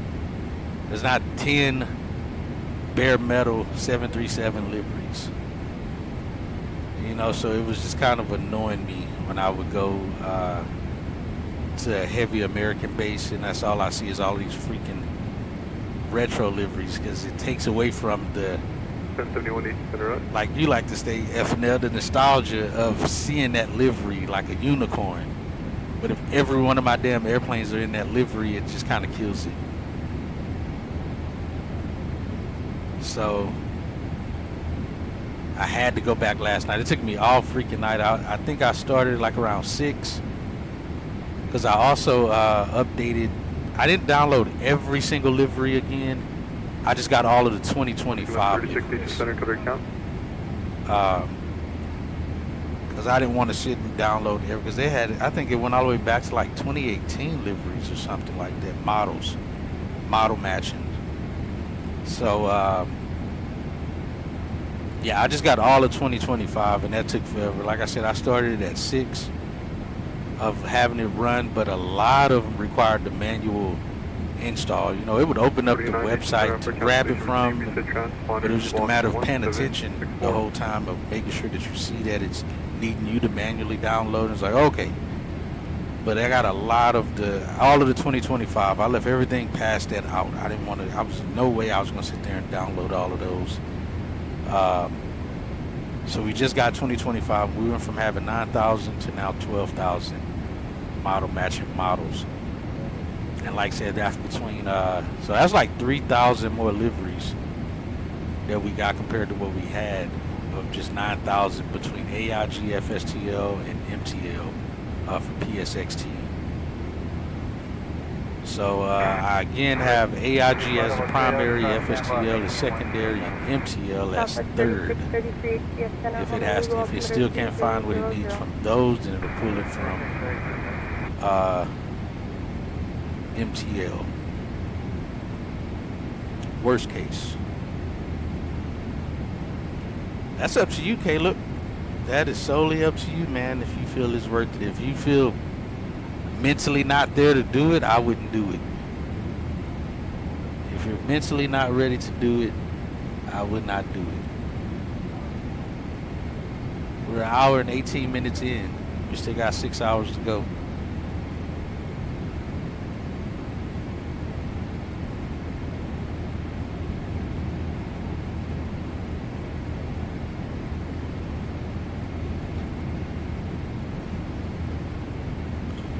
So, yeah, kind of up to you. If you think you're good and you can mentally run it, go for it.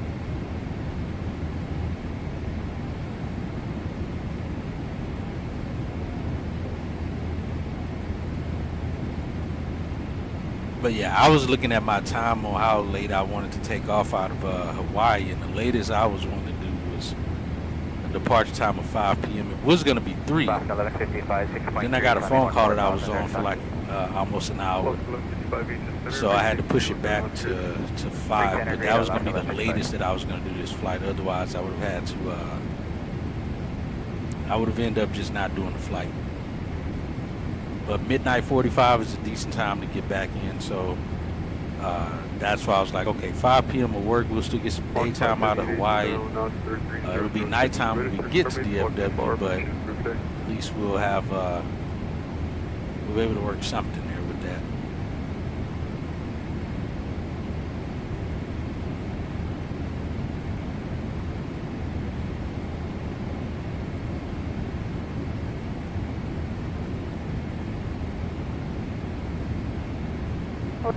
HCF Center, climb and maintain flight level 370.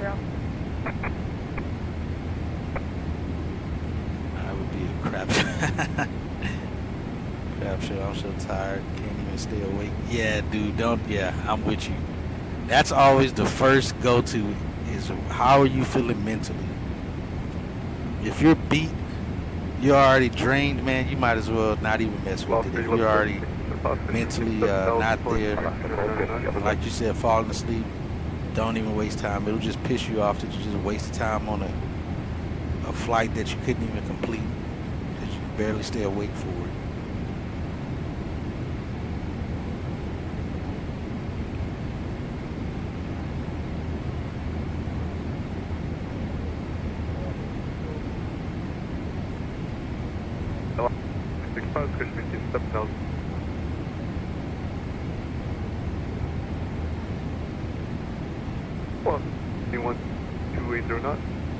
Alright, 280 or less, Oscar 1071.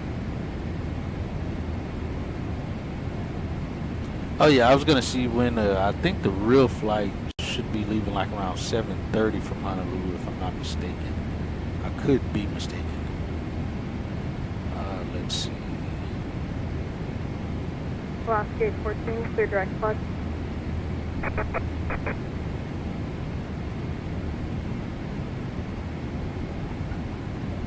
Oh yeah, the real flight leaves around 7:50 p.m.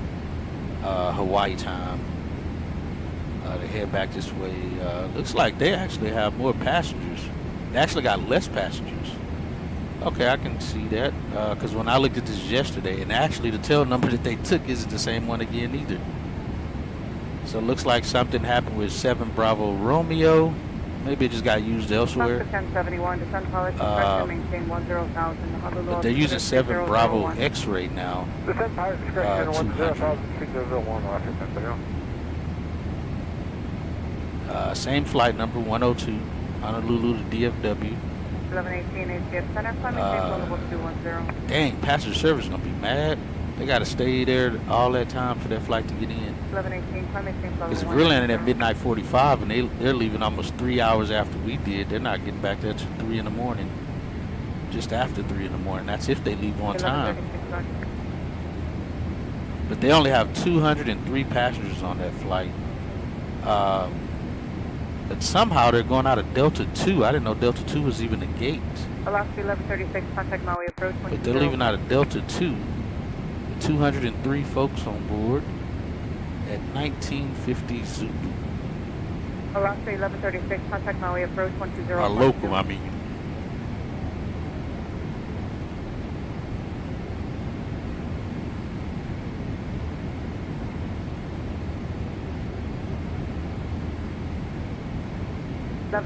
is heading 090, that's for your flight. Smooth sailing out here right now, though. Doesn't even seem like we're moving. 31, contact HCF approach 118.3. I was about to say, let me make sure my sim ain't frozen. I got no reference to look at out the window to tell if we're actually moving. Sim is good though. Sim is all good. Yeah, we got one flight deck jump seater in the aircraft with us today. But yeah, like I said, I wanted to do the set it to auto assign FO to make it more realistic. But like I said, the problem is I don't know who that FO is until the flight starts. And I try not to open say intentions until I need to. But somehow it, there's no way for me to know. And I like to put the FO name on the flight release as well. So it's pretty realistic.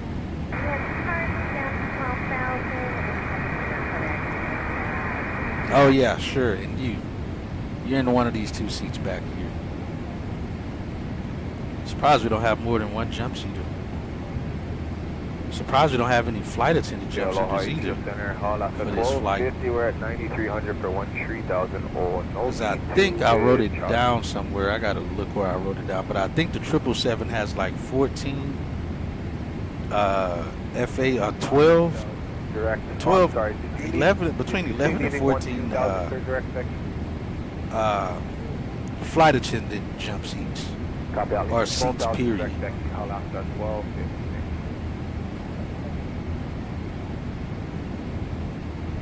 So yeah, I'm surprised we didn't have any flight attendants jump seating on the flight.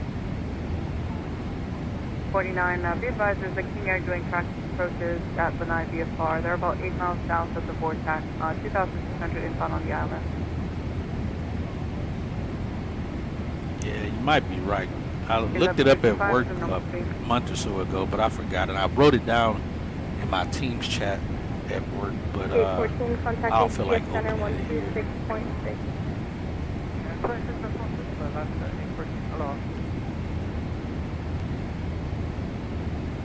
1118, flight heading 110, back to Quebec.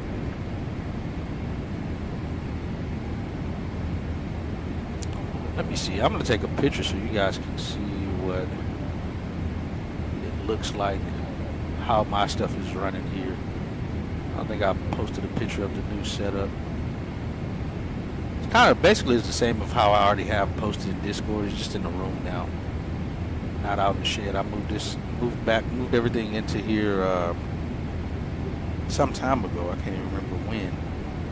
But yeah, the picture that you see in the in my Discord of how my setup looks is just back inside the house now instead of outside.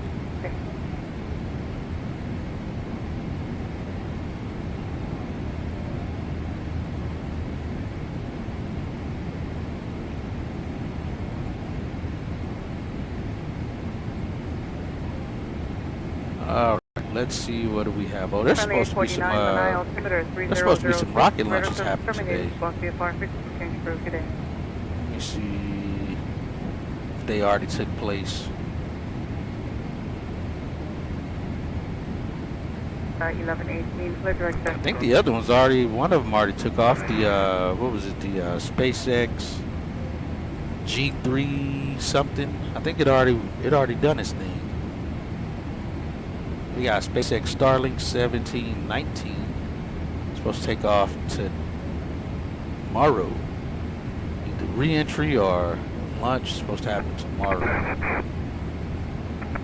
Got like 5 of them. SpaceX Starlink 6-101, 6-103 the next day. All these are out of Cape Canaveral in Florida. And then we got SpaceX Starlink 1732 out of California, Vandenberg. Then we got Cape Canaveral again for Starlink 6104. This dude is throwing a crap ton of satellites out there. I mean, a crap ton of satellites.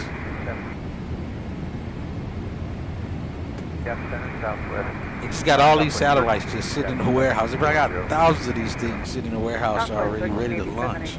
So I swear it's a rocket launch like every other day. It's wild. Yeah, it's cool. It's just wild. All right, we got VIP movement after 200 Zulu, which is in the next 15 minutes. Arriving back at Andrews Air Force Base is what it looks like. Oh yeah, because they left. I'm pretty sure it's the president went to. I forgot where he went yesterday. But they'll be going back to Andrews Air Force Base.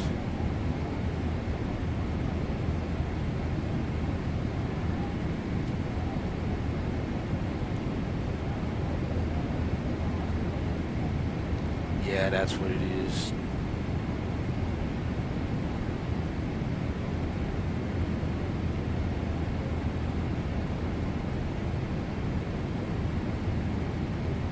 Terminal constraints. They got fog, low level visibility in Houston, or at least at Hobby. Houston Hobby. Memphis got freezing fog, low vis. Detroit got looks like, oh, Detroit, Salt Lake City. I was about to say, what the heck is SLC? I don't know what that stands for as far as weather goes, but it's Detroit and Salt Lake City. Got snow showers. I'm 692 ATF Center, climb and maintain flight level 410. DCA is on the ground delay program until 0459 Zulu. Newark and DCA is planned for a possible ground stop and delay program after 1800. That was earlier. There he goes. What's up, Quartz? Got our other channel member here in the stream here. Welcome in, sir. Lurk is still working on a dev product due in a week. Got you. Understandable. No worries, man. Appreciate you being here. Let me see. I think that was pretty much it, though. Anything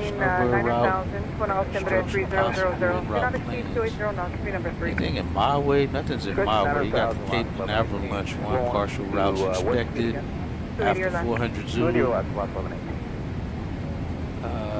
Let's see. Yeah, that's pretty much it. Well, hold on. DFW got their airport constraints. Taxiway Golf closure until 4:30 over another month. 1845, last 11. Southwest 1387, descend Pollard, discretion, maintain 10,000. Honolulu altimeter 3000. Discretion 10,000, Southwest 1387. Correction, Southwest. Right, let me look at our time. Let's look at that. Approach 118.3. Let's do this. Let's flip these around. My time may not be up here still. Let's see. H&L. Like I said, around the time we land, there should be no traffic around flight level 190, discretion, 9,000, Charlie, airspeed 280.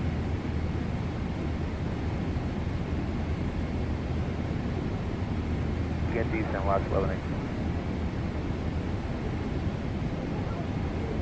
Alright, so yeah, H&L when we left was at 23:30, which is behind here now, but they got an arrival rate of 32. Looks like their peak actual flights. There was all arrivals at these next three. It's nothing but arrivals, no departures going out. 13. They got a rate of 32. But down here for us, like I said, we're going to be arriving around 6:40. Look at that as it tapers off, drops way down. Around the time we arrive, there should be no traffic. We got supposedly as of right now, they still have an arrival rate of 49, but there won't be any departures going out when we arrive. Looks like just 2. And I'm pretty certain those are probably going to be either red-eye flights, a couple red-eye flights, probably including cargo. I don't know if cargo shows up here on this chart. I'm sure it probably includes it, but yeah, and even like these, I think these are cargoes. As it gets down here with these few 1-2 flights going out, I'm sure those are cargo related flights.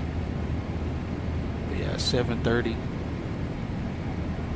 Actually, we're like 6:45, somewhere in between here. So we'll have a couple airplanes departing when we arrive. And this lineup, I'm sure, keeps dropping off as the times get closer. But we had 26 cancellations today, which is interesting.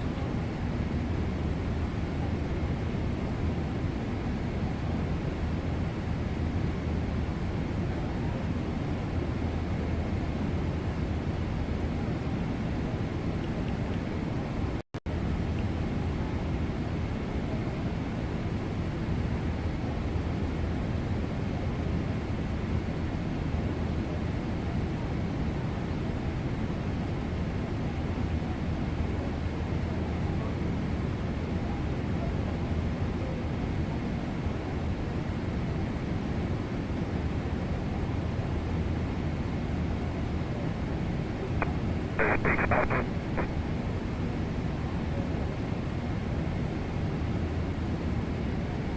got 86. We're doing 528. Not too bad. We're not making up any time. We're actually lost another minute. But I'm sure that's just a difference of seconds. How are we saving so much fuel right now? 27,000. Nearly over 2,000 pounds more than what we're supposed to arrive with.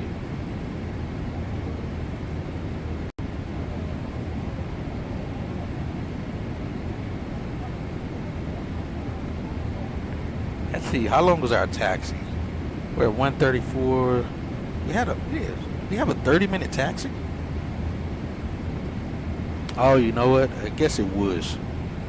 Because we sat at the hold short for a while trying to get them to give us the right departure information as well as the me reporting that bug.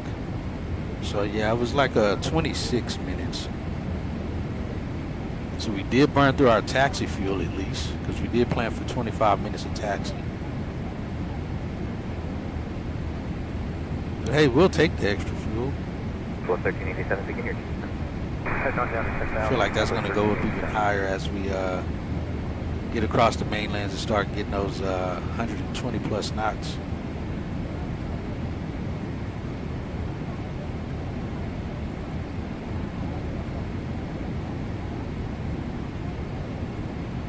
Foster 323 ATSN is block 2141. 692, contact HTS Center 126.6. 126.6, 692. But let's see, it was something I was going to talk about. I said once we got up to cruise. Alaska 1082 ATS Center, climb and maintain. I don't recall what that was. But to talk about pilot's life, because Mike was asking about that earlier. If you're still here, Mike, I know you said you probably wasn't going to be here long, but American 510 anybody else is interested. Like I said, the job market I was talking about earlier is here, where you can be offered jobs, and also the ones that's the ones that's been offered to you. But if you applied for jobs, they would show up here in this same section, and it would say pending or something like that. What was that? Block 1118 is flowing through the...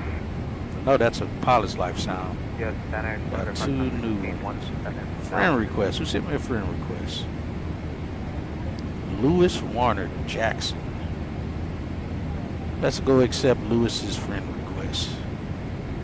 23, you better contact 4 miles west of community.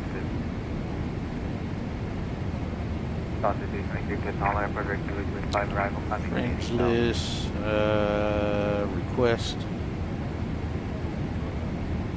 Lewis is in the United Kingdom. Contact HTS Center 119.3.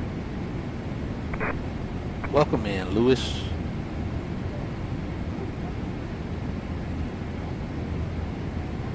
Close that out.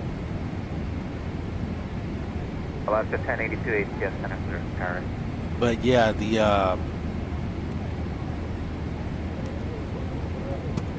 so you just work your way up.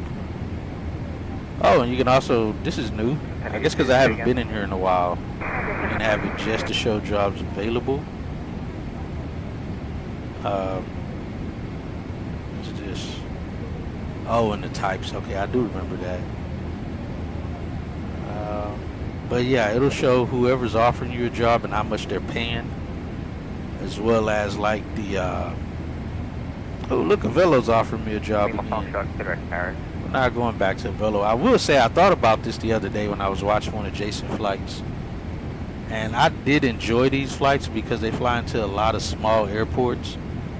You know, so you got to really be on your game, especially in the wintertime, flying into some of these airports. And it was fun doing those flights.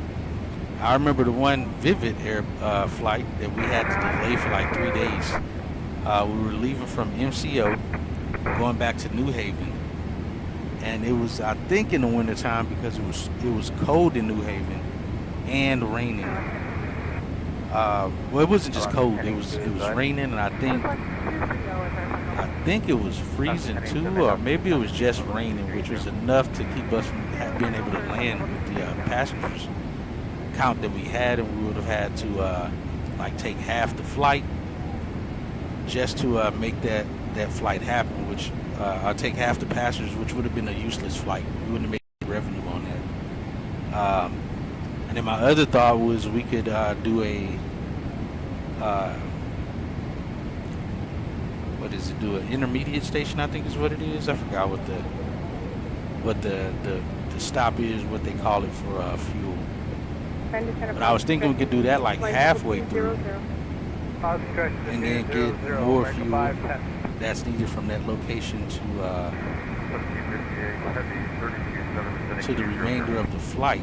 But I feel like that still wouldn't have been of use either. It still would have been the same thing as I think about it. But yeah, we couldn't leave MCO for like 3 days just because the weather was bad at New Haven. So that's why I really like Top Cat.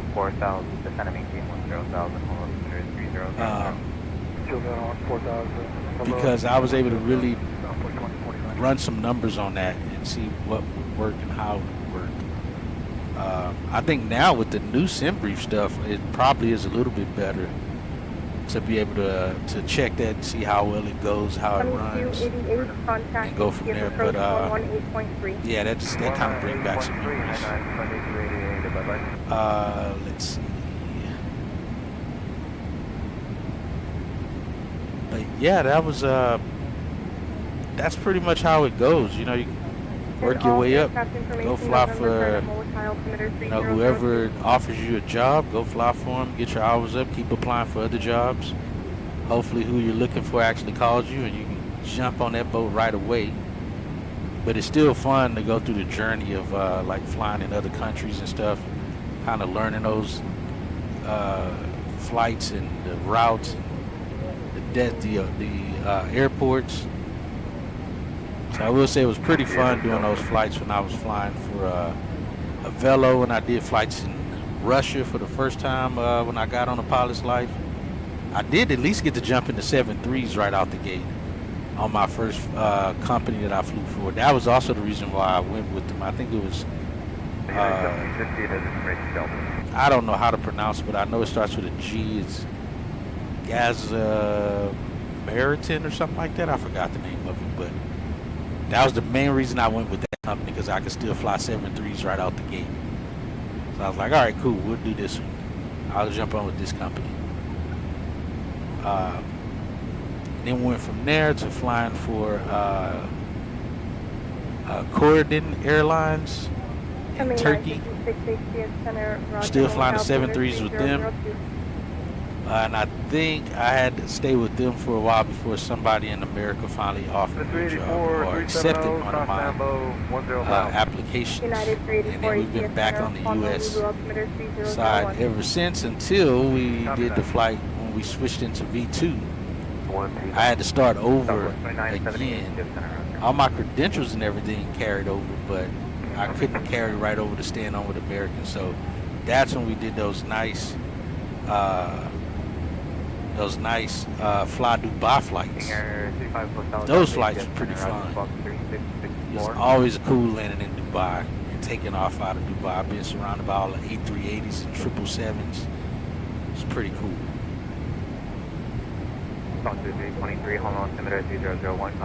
Dude, you be eating the crap out of some chicken fries. Who makes chicken fries? Is that Burger King? Or is there somebody who makes chicken fries now that you just buy from the grocery store? I do remember for a long time Burger King was making those chicken fries. Crumble cookie. Yo, Crumble cookie got some. Those some good cookies, man. Those are some good cookies.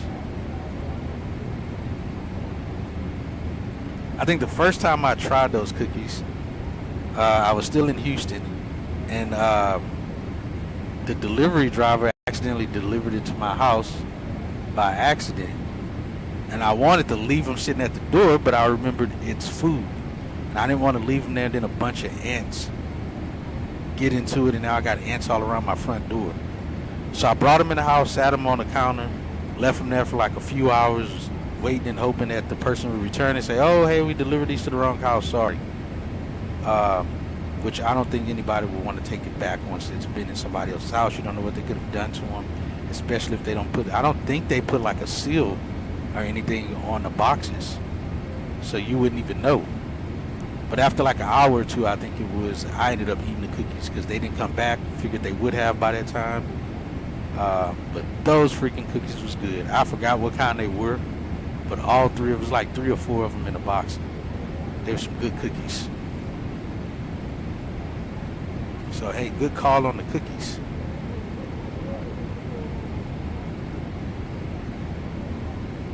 $956, IFR cancellation received. Reset transponders, block 17. Oh, I had to put that back up there. Let's see, flight.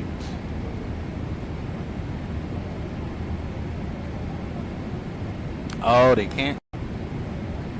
Makes sense, especially like I said, if they're not in the sealed package. For one, it wouldn't make sense to take them back if they don't seal the freaking package to know that it wasn't tampered with.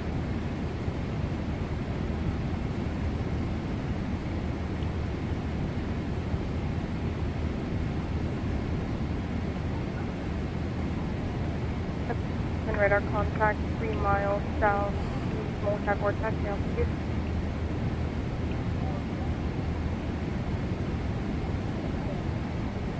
Let's put the armrest down. We're going to be here a while. 2040, contact ATIP approach 119.1.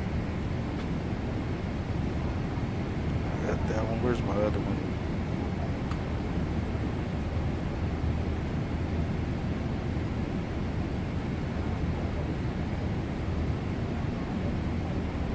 Oh, the iPad. I didn't realize you could just drop the iPad down there. So you drop the iPad down there, but you can't have it charged right now. I didn't know that was even a thing. Can I take the charger out? Oh, can't take the charger out. Click on it, but it doesn't. I can't pull it out of there. I'd have to just put it back up here, I guess. 661 Lima Fox shot. Can I take the charger cable out? No, Phoenix, you can take the charger cable out. 45 or 1 Lima Fox shot, yeah. Yeah, we can just sit it down there for now. Let's go down there too. Yeah. I don't see any reason to put it down there. Probably when you first get here, you stick it down there maybe, but I guess that saves resources too by taking it off there and dropping it down there.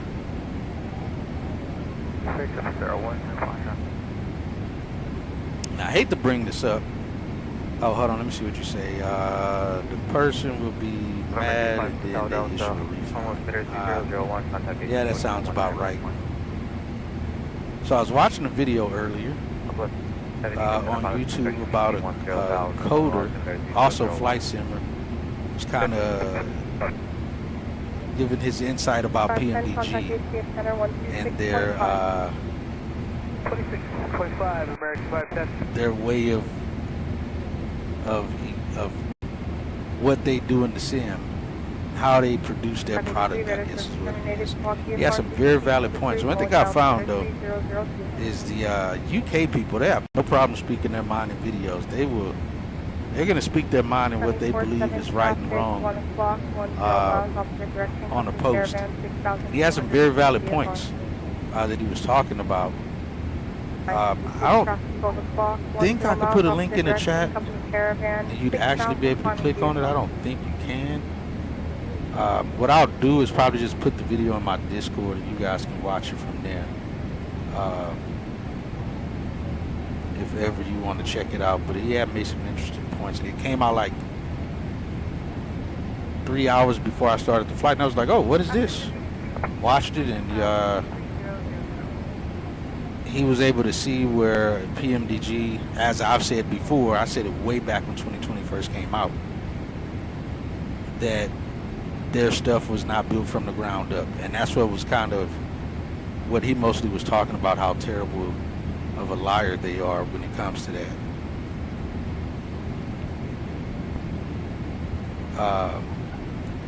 And how what they claimed was built from the ground up was not actually built from the ground up for the airplane going into 2024. So again, I don't have a dog in the fight because I don't have 2024, but he was just talking about how it took them so long to just bring their port over. Because that's basically what it is from 2020 to 2024. And then he was talking about how the coding is what reveals that. They still had old coding left in their code area from P3D. He was like, how can you be that lazy that you won't even remove that old stuff but claim you built the entire coding from ground up? So it just didn't make sense, but it was an interesting video. Like I said, I'll put it in Discord if you guys want to see it. There's no point in posting it here.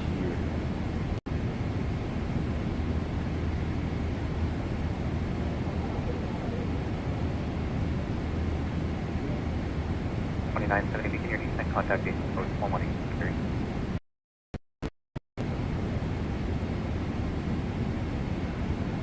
I'll post it over here. 747 Honolulu altimeter 3000. Alright, so I posted it over there, so you guys want to go watch it. It's like a 32-minute video, but hey, we got time. We're here for another 6 hours.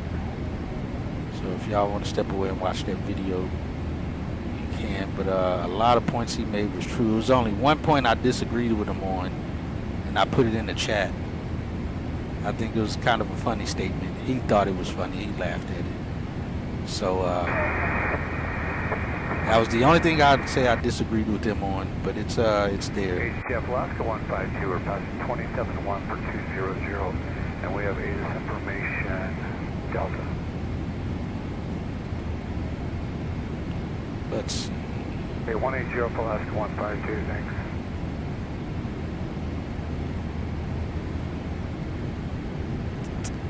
And if you're here and you don't have Discord or in my Discord, just do exclamation Discord. You will see it. It'll bring it up. Yeah, still not making up any time.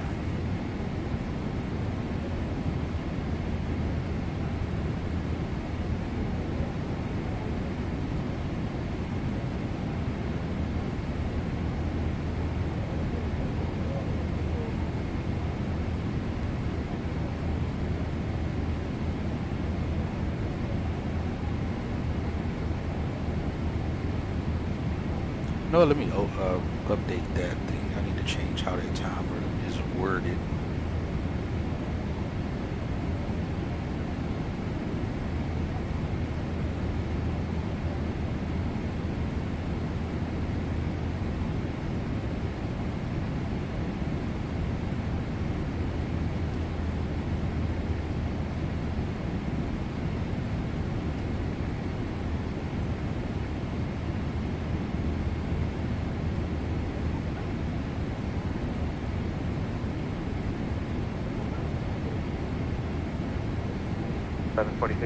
After Kelly, yeah.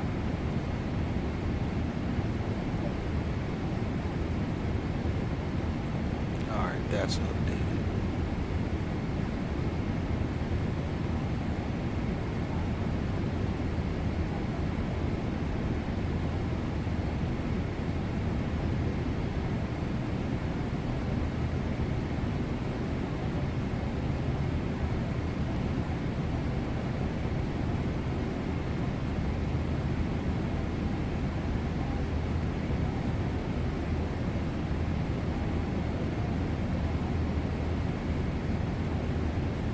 We're still on North Flow at DFW. They got a lot of hoes going on at DFW right now. On both sides of the airport.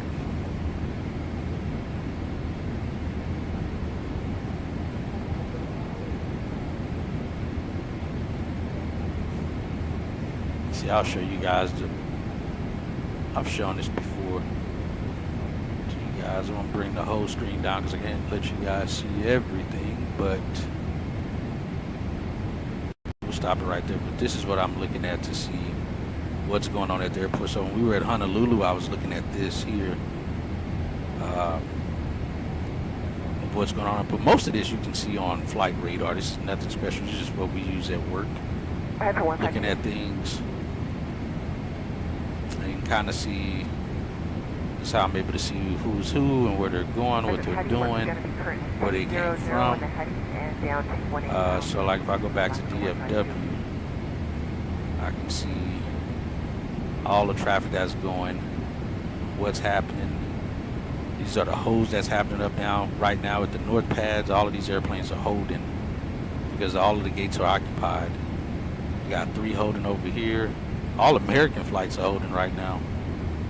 Let's see, American, Sky West, American, Blue Streak. We got Blue Streak holding on the west side. But look at the Bravo terminal, completely covered in airplanes. Every gate has a, looks like B-49. B-49 might be broken. Nope.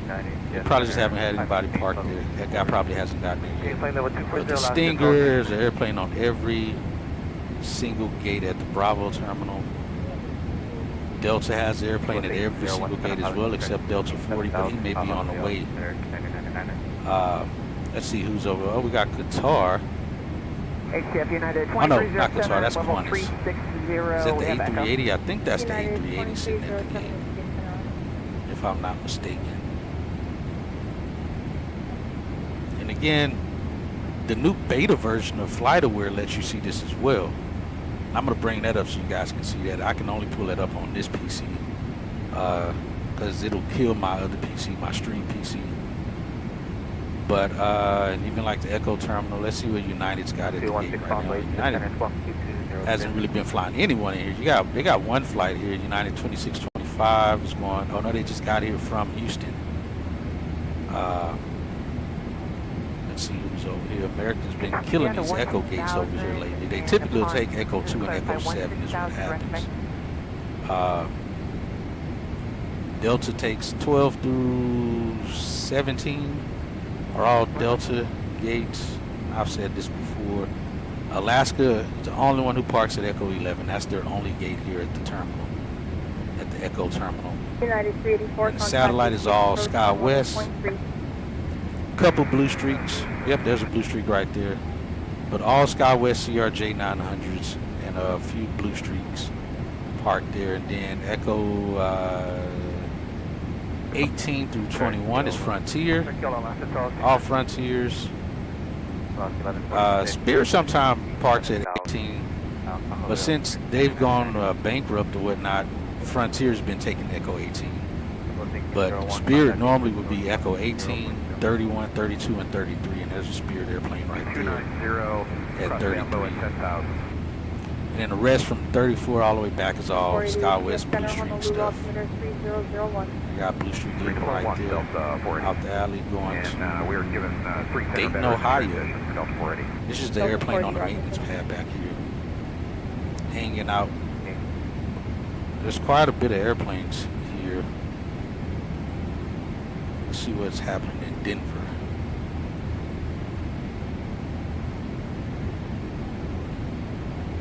And we can see who all's diverted to or from somewhere. Geez, every gate's occupied. Look at all these United flights. All these United airplanes taking up ramp space, taking up the gates. Got SkyWest over here, looks like. On the lowers. All United. All United. Looks like some Frontiers over here. Compass. CMP is Compass, isn't it? There's a Compass airplane doing there. I thought Compass was bought out, bought and sold. I know they were still doing any flights. Got Southwest plane there. Look, these to be all United inbounds. Frontier. And our little 3 or 4 gates for American over here. Got SkyWest up there. Southwest over there. SkyWest on the maintenance pad, looks like. Either maintenance pad or these are probably, oh no, those aren't maintenance pads, they're moving. These got to be de-ice pads. 1146, contact gate approach. Oh, Copa. CMP is Copa Airlines? Why in the heck is Copa Airlines flying way up to Denver? Because Copa is more of a South America airline, isn't it? I know they fly into Miami, but I didn't know they fly into Denver. 8,000 United at the maintenance hangar over there. Quite a few inbound flights for Denver. They're on North Flow as well. Jeez, they got a long line of inbounds. Ooh, and we got precipitation. Jeez, look at the long line feeding in to Denver right now. That is wicked.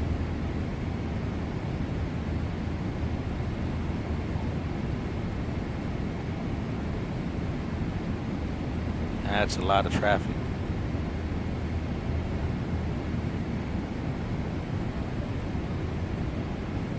Let's see what amount of traffic you got flying into your place, Caleb. If it'll even pick any of them up, it probably won't because there's no airlines that fly into there. Yeah, it's not picking. See, it may still give me something of any traffic in the area going to there. It does not.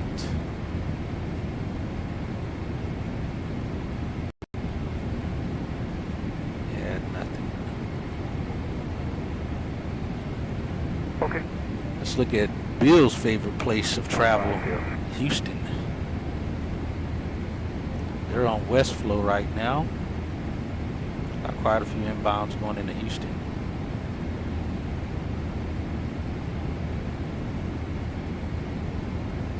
There's UCA. I don't know who that is. 4907. Copy that, Phnl. They got some closures going on here on the ramp area is closed and taxiway there is closed. They must be doing construction there still. 7,800 for 1,400. Oh, and see, this program we use is powered by FlightAware. It looks like we got access to what is now known as beta, FlightAware beta version, because it pretty much looks exactly like this. So if y'all get a chance and you're using FlightAware, try to start using the beta version because it gives you imagery like this. You can zoom in and literally see the gate numbers, so you know if somebody's at your gate already, if you're using real traffic or not, or just want to kind of simulate it and know what gates are actually open. The FlightAware beta version allows you to see this. I think at almost every airport, most of them you can see this. You can zoom in close enough to see all the gates. I think FlightAware, Flight Radar has it in some places, not all. But yeah, that said, this program we're using is powered by FlightAware, so I think we've gotten access to this way before FlightAware is releasing it to the public, because I've had this since when I started here.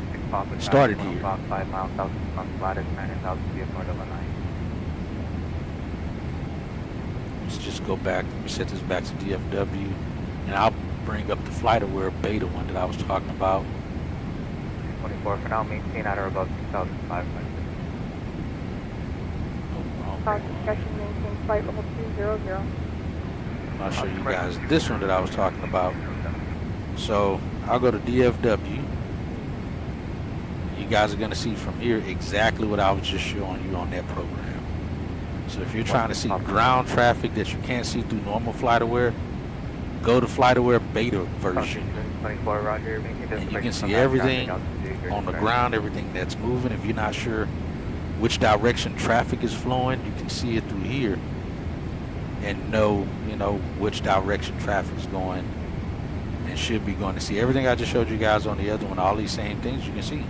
This is all public through FlightAware. You can see it actually looks much better too. You see what companies are holding, who's holding where, their track, everything. Again, almost every gate is occupied. And again, we zoom all the way in, we can literally see what gate is what. Bravo 18, 17, 16, 14. Let's see. Yeah, the Delta terminal. Hold on, let me see if we can see did he push out? Oh no, not yet. Looks like it's not showing everything, because we do know there's some airplanes here. That's at the terminal. Like even, let's see if we go to Denver.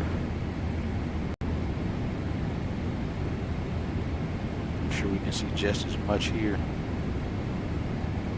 Let's see if it lets us see the gate numbers. Yeah, we can see the gate numbers as well. Alpha 43, 47. MHT. Let's see if it has it. Manchester, Boston. Let's see if it's picking anything up here. Is the airport even open? Is there anybody flying in here right now? We can see the gates. We can see the gate assignments. There's no traffic popping up on here or around here. But yeah, you can see all the gate numbers and everything. And know what's what. So you kind of use that when you're flying into somewhere to see exactly where the gates are. And know what you're looking for. New Boston. See what it has. Yeah, they definitely got traffic going.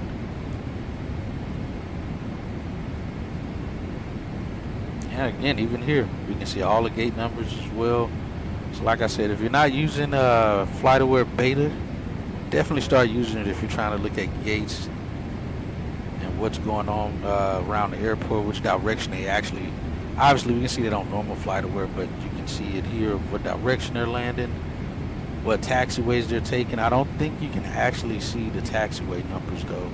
Oh yes you can, it does show. We got Foxtrot, Quebec, Bravo, Alpha. Damn it, zoom all the way down to, you can see the crossing of Bravo with crossing Quebec. Oh man, you can zoom way in. I didn't even try to zoom this far in. Let's just get here. Yeah, you can zoom all the way. Oh, that's as far as it zooms in. Altitude 224, Lanai altimeter 3007, radar service terminated, close VFR frequency change crew. But yeah, just some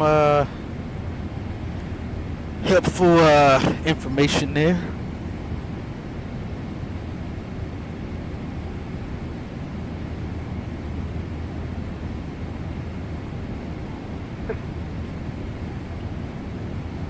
Honolulu altimeter 3001. Alaska 1145, descent policy discretion, maintain 10,000, Honolulu altimeter 3001. Discretion 10,000, 3001, 1145.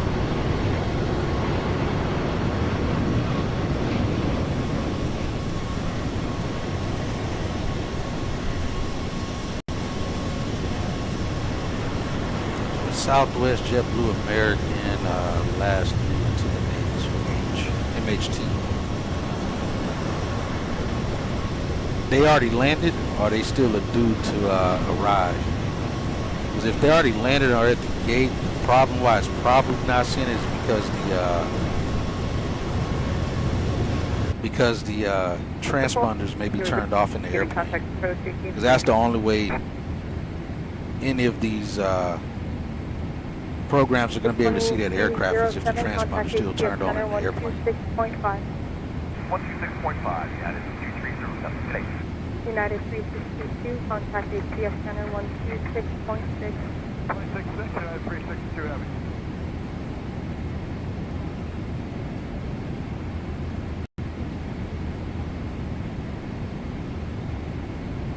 Yeah, I don't think I did this right. I think it was supposed to be exactly what I had, because they're supposed to overlap each other, not meet right in the middle.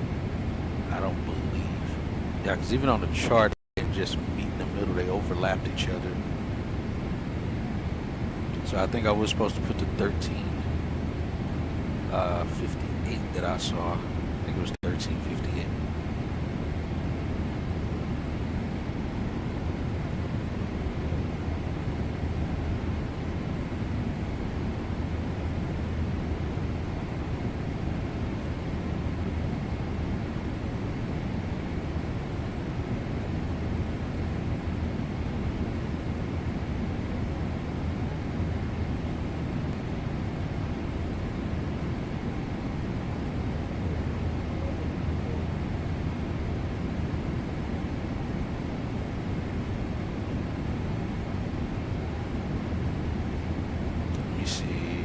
Let's go back to that so I can see that part.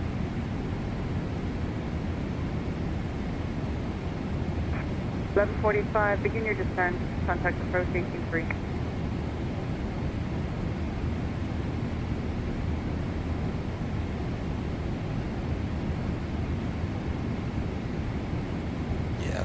that's what I was supposed to do, was put the 13, 15 for each one. Is what it is. Let's go back to that.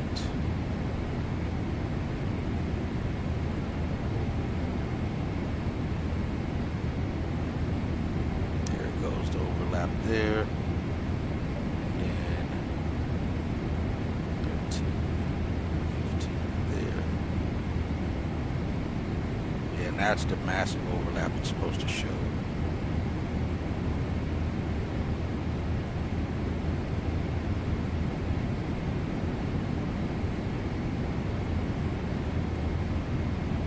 Say not till 10:05, 10:11, and 10:58.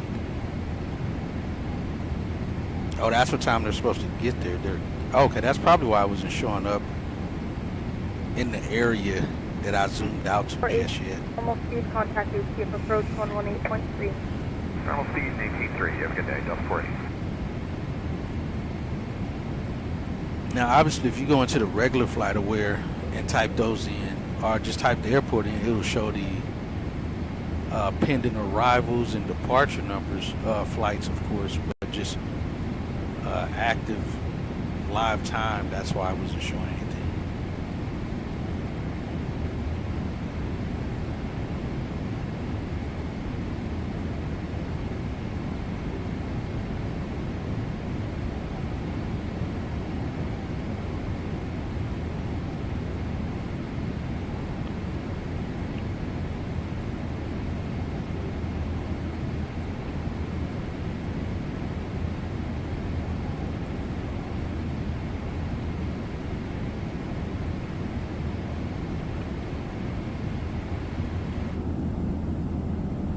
Sun going down, should start to kind of see the lights in here a little bit. Class K38 CF Center, climb and maintain flight level 370.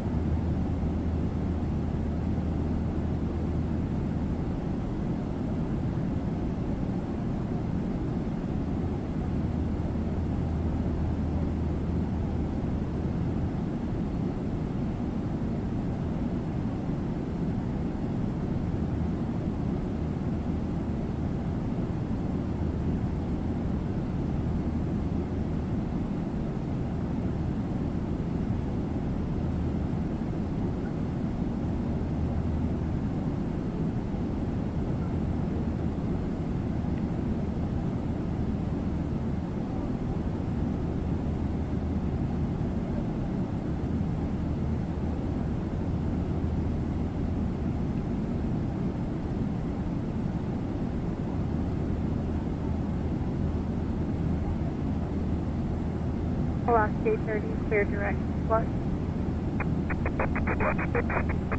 Alaska 30, correction, fly heading 040 vectors for flight.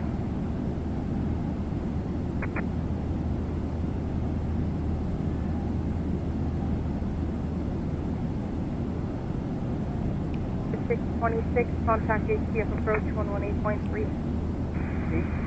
18.3 Alaska 627.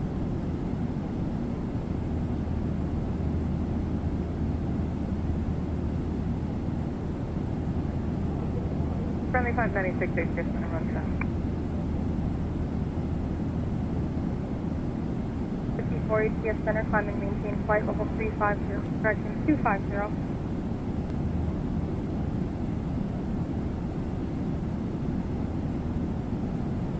Alright, I'm still here, guys. Just hanging out here in the chat. Still here, though.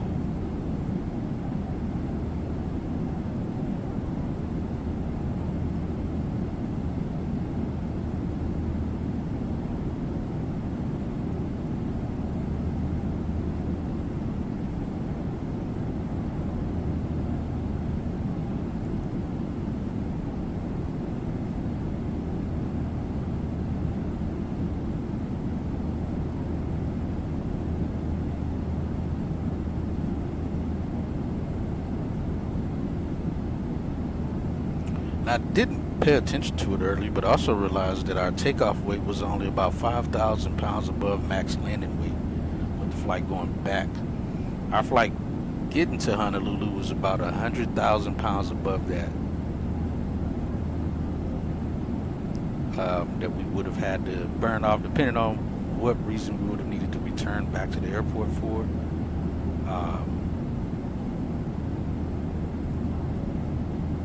But yeah, that would have been the easy burn off 5,000 pounds, so we can get back on the ground.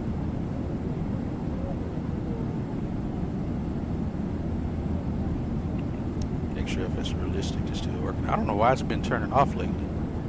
I gotta check on that and see what's up with that.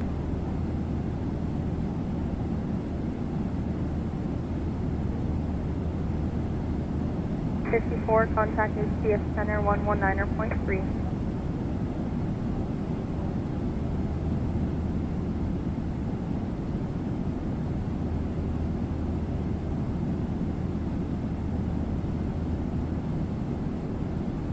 Hello, CF Center clearance. Level 340. I gotta fix my seats. I think I was right there is what Southwest 8088 CF Center, Honolulu, altimeter 3001. 01. Oh crap, I just did the wrong button. I was supposed to be number 8. CF Delta 419, flight level 320, 270 knots back up there. 19 CF Center, Honolulu, altimeter 3001. 3001 Delta. I gotta fix 6 now. Let's go over to 9. That's about right.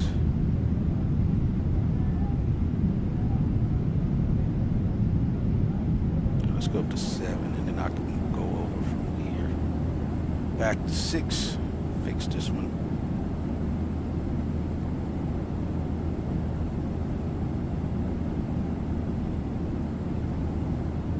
Yep, right there across from the old guy. Alaska 92 HCF Center, climb and maintain flight level 310. I should be closer over here though. These cameras don't really matter because 92 standby. as far as height goes, because we're just looking out the window here from the corner, not actually in the seat.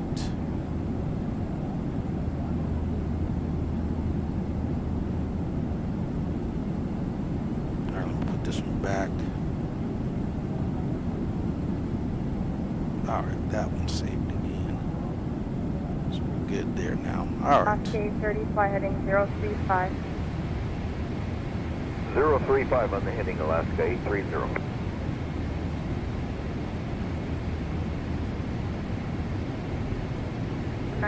Percent power discretion, maintain 4,000, the Lanai altimeter 3007.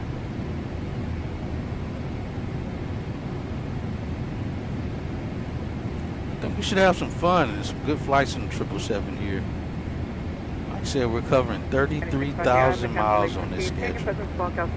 It's cool to have you guys here flying it with us, hanging out, enjoying the flights.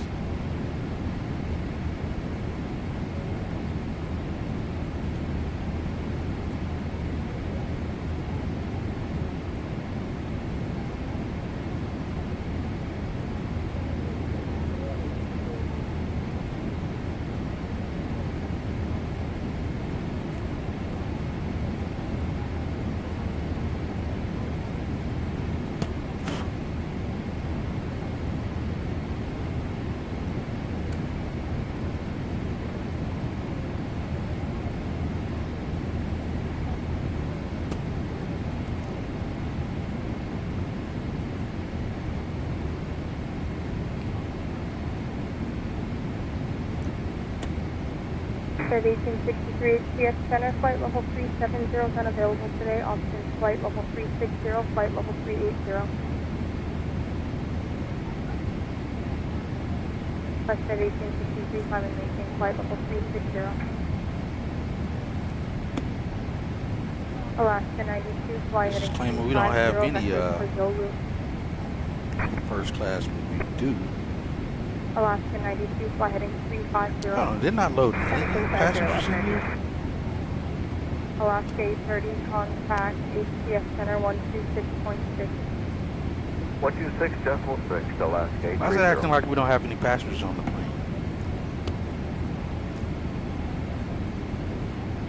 Go for 54. Hello, 54. Just so you guys know, the Lightspeed 1 preferential route is now in use. But you gotta take them out of the Lightspeed 1 and then it'll come out. Oh, you know why? I think it's because I didn't do the, I didn't do it in here. Yeah, you guys are the only ones not filing it, so everybody else. But I don't want to load it now because we're already in the flight. Okay, we'll pass along. Thanks so much for the heads up. I didn't do this weight and balance thing. Yeah, see, it doesn't show anything here.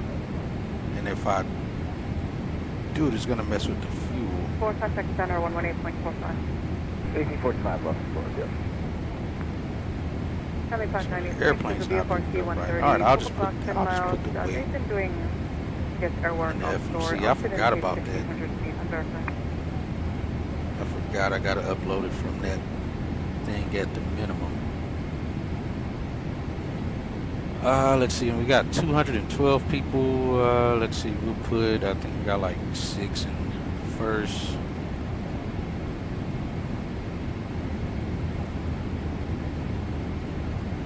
Actually, let's just do our, let me put my zero fuel weight in. That should fix it. 0.4. That'll load them in properly. Delta 419, go ahead. Hey, we're at a 32. I just want to confirm. We were assigned 270, but now the descent they said no faster than 290. Still don't think that equals up to 212 people. Let's see, 94 plus 17 no faster than 290. 111 plus 7. Yeah, that's not even close to.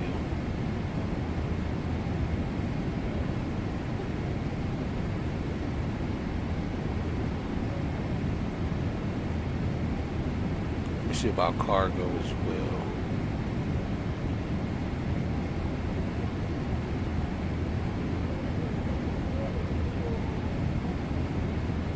Which cargo we got?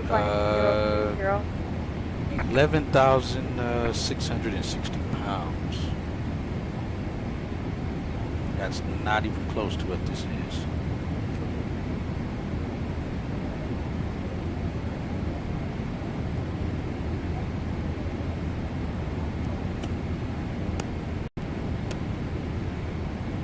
I'm not gonna mess with it though. I'll leave it where it's at. I do want to adjust the passengers that way, make sure to get that amount of people off the airplane. Because if we don't, oh, wrong one. I need to go to passengers.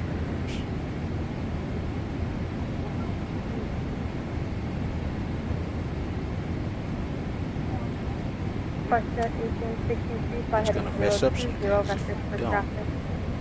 020,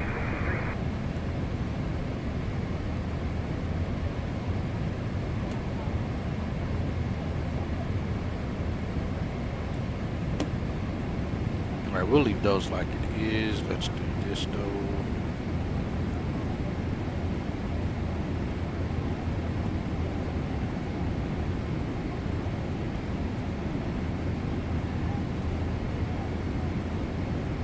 Alright, we should have 188 in economy. Let's do that.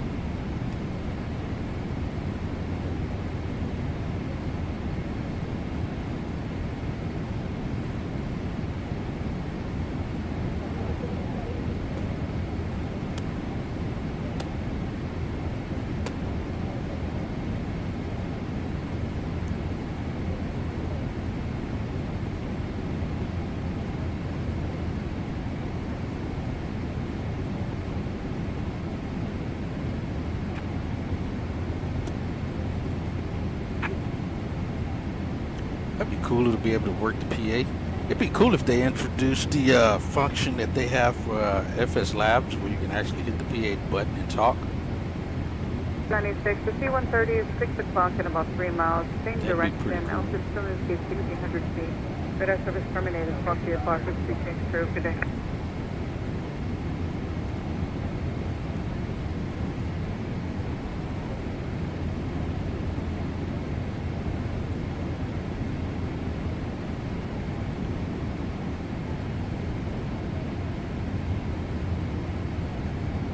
Good afternoon, Alaska 1165, 7.2, climbing 14,000, direct taxi.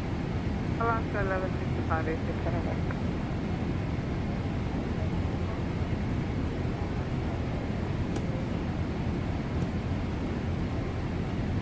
At 1863, we can expect direct plus in about 2 minutes. Good 1863. Alaska 92, clear direct to Zulu. That's Zulu, Alaska 92.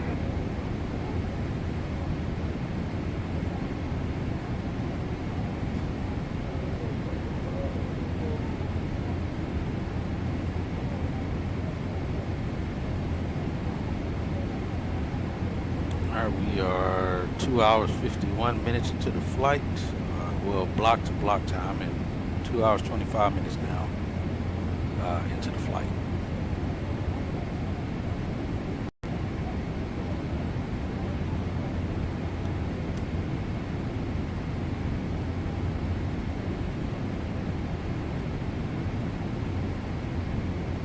Plus at 1863, clear direct plus. Clockwork 1863. United 300 at a 387 for 10,000. United 300, ATS Center, Honolulu, altimeter 3001. 3001, right.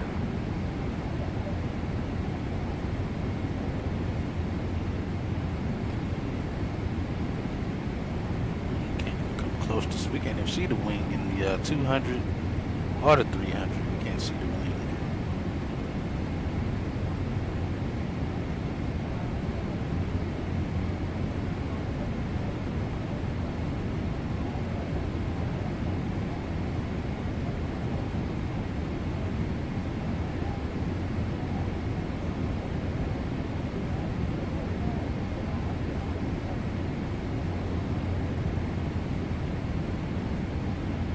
Got my dirty fingerprints on the EFB here.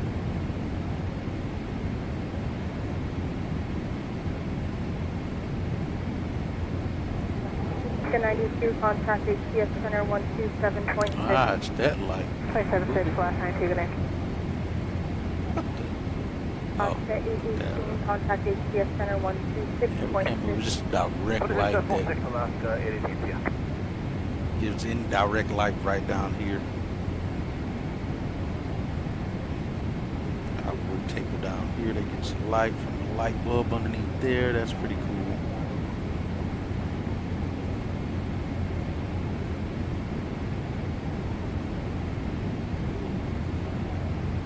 I gotta see if you can actually put away the 737 EFB too. I don't know if you can.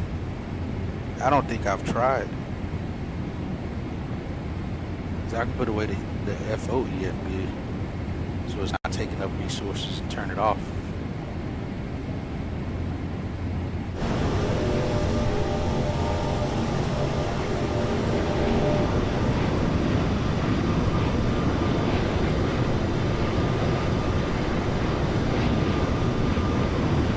Alaska 1863, contact ATS Center 126.6.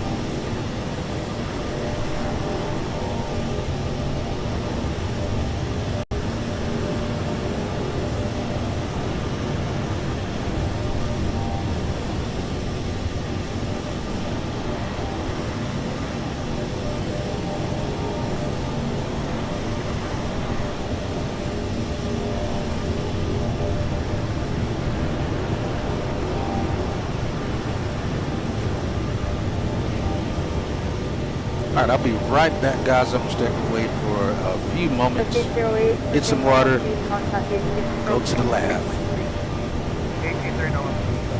Hold on, I gotta tell one of the flight attendants to come up to the flight deck.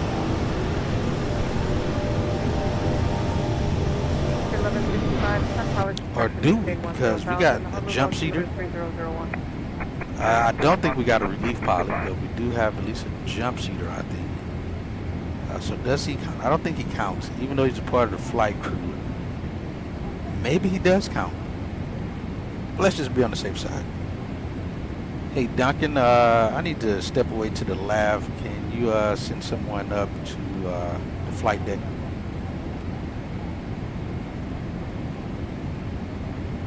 Understood, Captain. I will send someone to the flight deck immediately.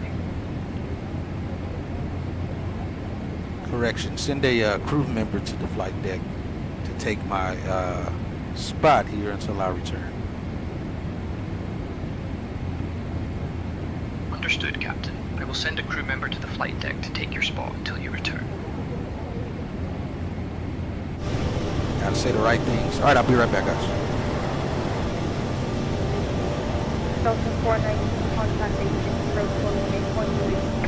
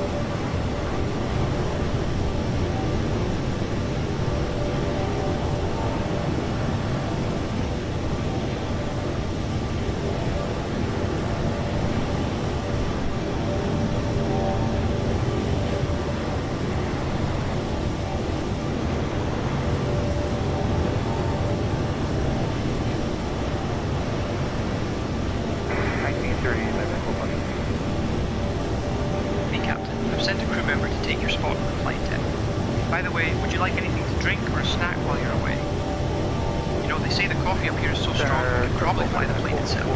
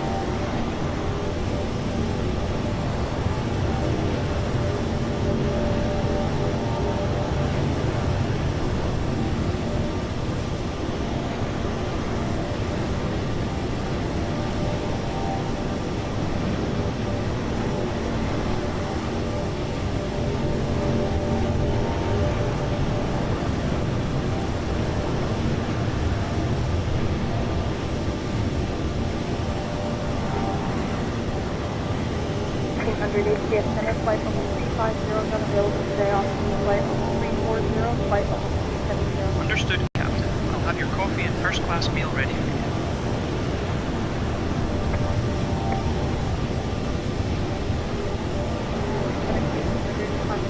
Flight level 340.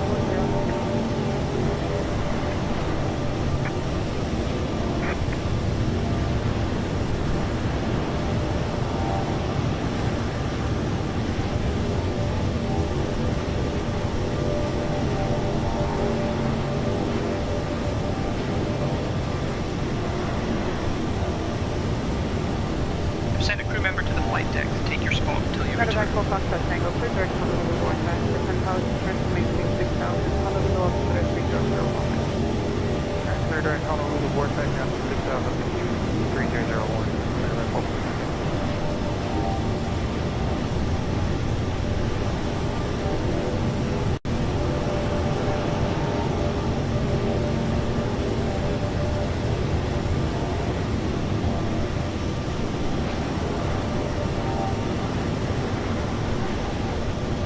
Hey, Captain, just checking in to see if you'd like anything else with your coffee and meal. You know, they say our in-flight meals are so good they could make a seagull fly backwards just to get a taste.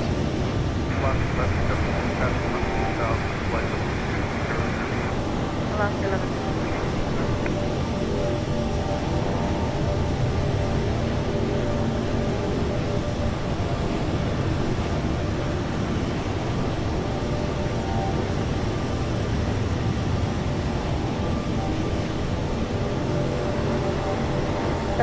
Hey, Captain, just checking in. I've sent a crew member to the flight deck to take your spot until you return. By the way, if you're hungry, our in-flight meals are so good they could make a vegetarian. Consider haggis. Would you like anything to drink or a snack while you're away? Yo, Hatchet, I'll keep an eye on Caleb.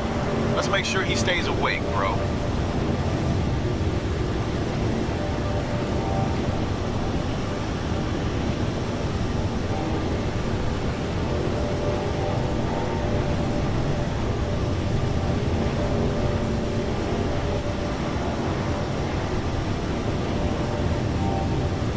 CF Center, squawk 1756, Indian bar, high altimeter 2002.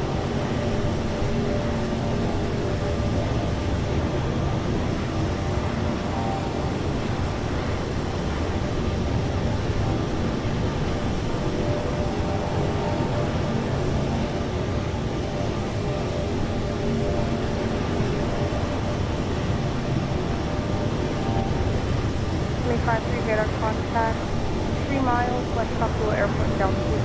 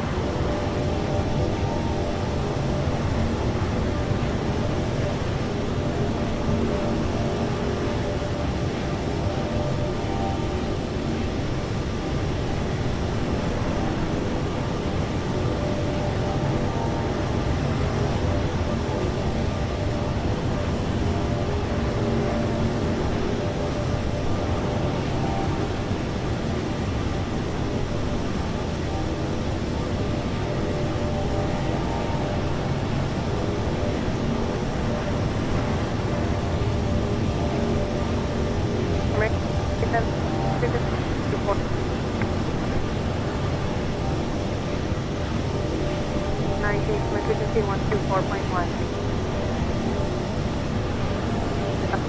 14 case emergency 124.1. 697, not 44.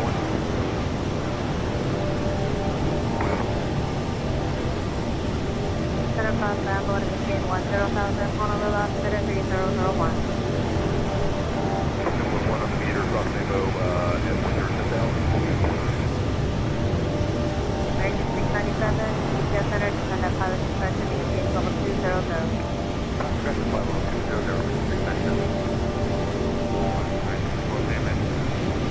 2614, GPS center cross Bamboo to maintain 10,000, Honolulu altimeter 3001.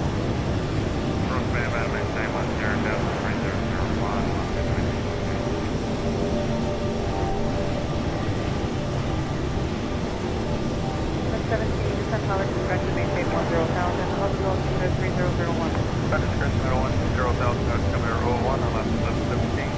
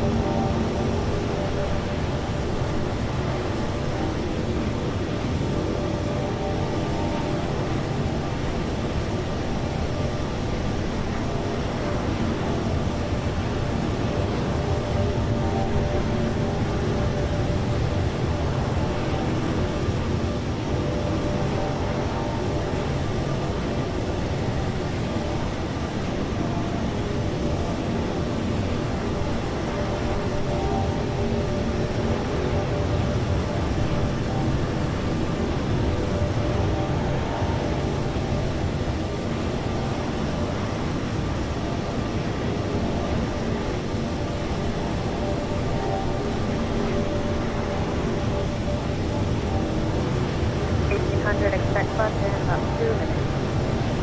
FedEx 1800.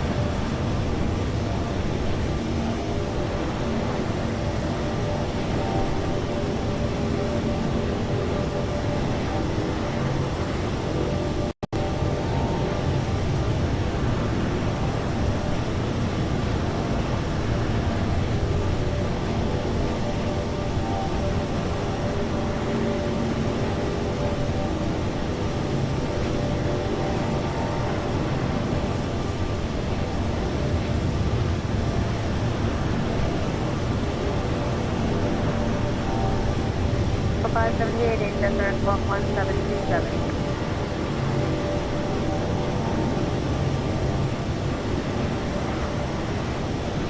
-7, walk 2242. For 578, radar contact 4 miles southeast, multi-board taxi altitude.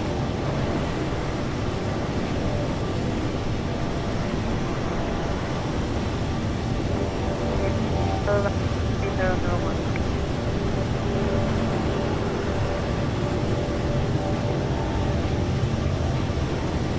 1800 for direct flight.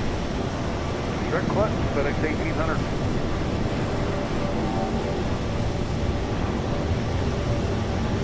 The 92 radar service terminated 16 gauge approved today.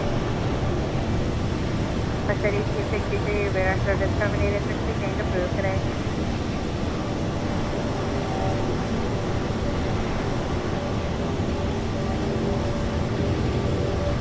The 23 contact ATF approach 120.2.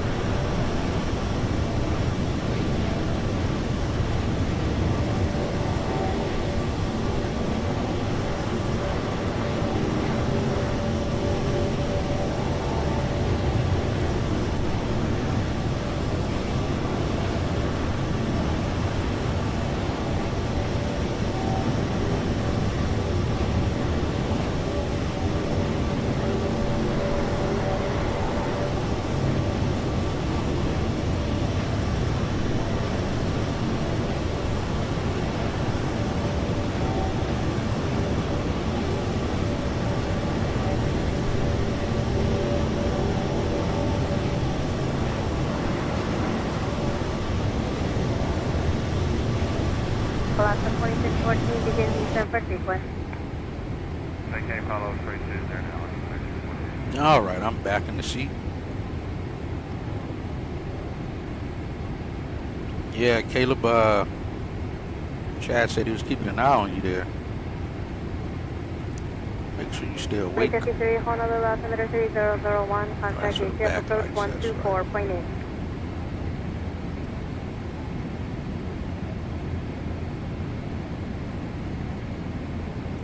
The 465 ATF center squawk 2244.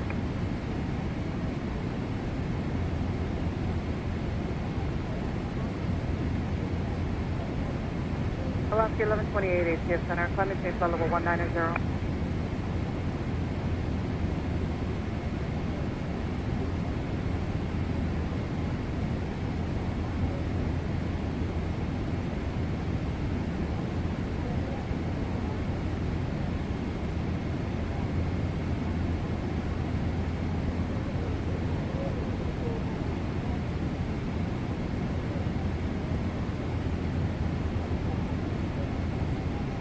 51578, ACF Center, Roger. Honolulu altimeter 3000.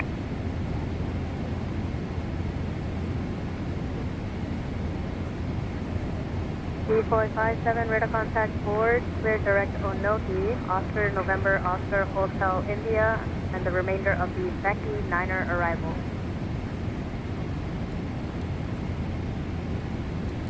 Oscar 1128, clear direct Becky. Oh, India and the Becky Niner arrival.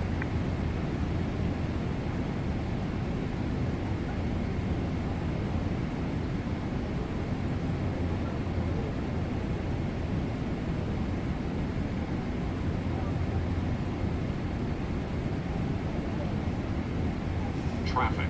Yeah. What the heck is traffic at right here? Oh, we got somebody at 12 o'clock. I don't see him though.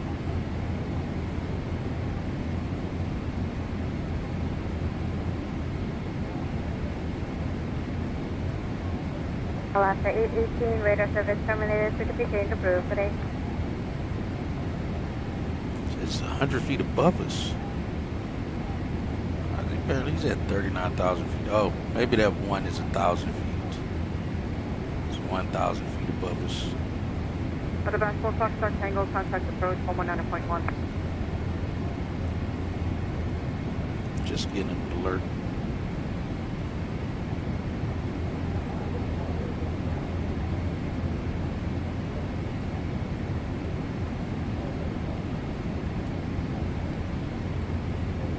Boy 57 for crossing traffic, descend maintain level 320.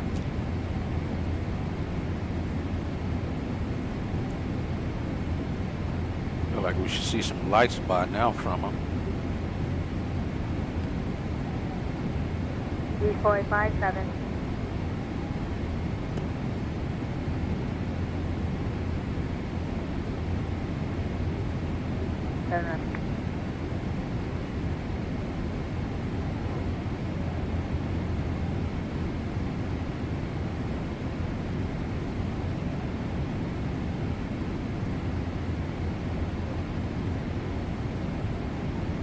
There you go, he just disappeared.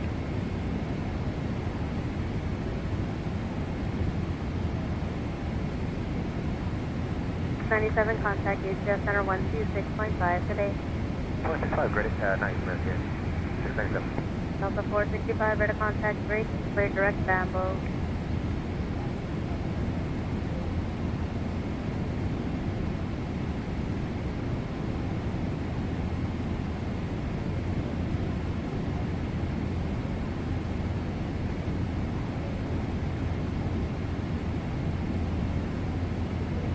South 626 ACF, run.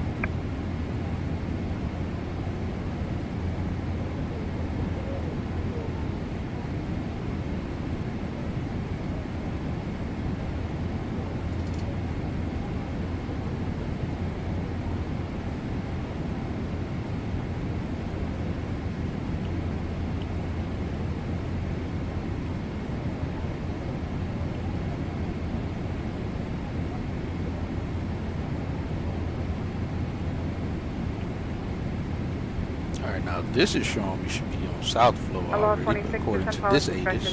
7,000, Honolulu altimeter 3000.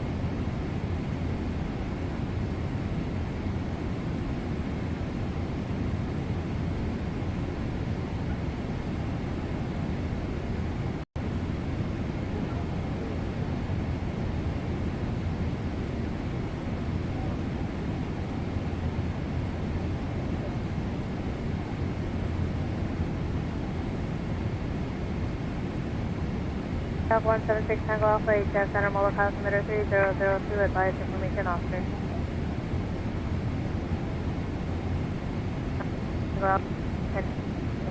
Yeah, the winds are right now out of the south. I don't know if they're going to start flipping the airport or not, but also, like I said, around the time we arrive, South 6 Tango Alpha, Roger, clear direct low. 642 Zulu, winds still showing out of the south. Yeah, I think they are going to flip the airport. They're going to have to, because even the winds at 1600 Zulu, and that's what 9 hours after we land. Well, we'll be already on the ground 3 hours before that.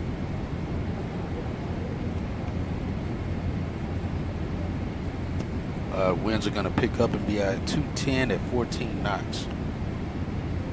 So I'm almost certain they're going to probably let that tailwind isn't much of anything. That's only what right now. It's only 4 knots. That's negligible of a tailwind for takeoff. So it's a good chance they'll end up just leaving the airport configuration like it is, and then after the last bank, when there's not many arrivals coming in, they'll flip the airport then and have it coming out of the south.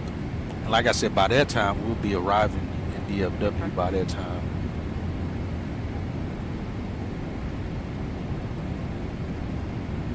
Yeah, I can see there's already some flight set up for the Victory arrival. That's scheduled around 200 Zulu. Right now, the Victory arrival is for a south flow. That's the arrival we're doing.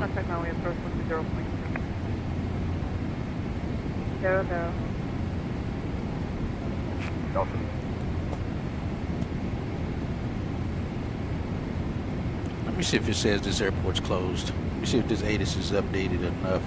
I'll correct you to actually say this place is closed.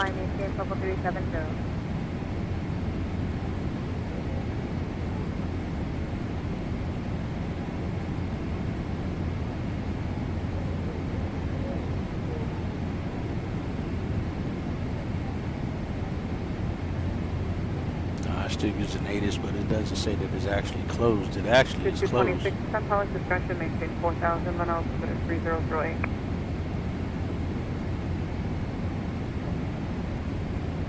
And I feel like it shouldn't be Chad who should tell me that. I feel like it should just be ATC is what it should be listed as, instead of having Chad in the parentheses. It should be it should just say ATC.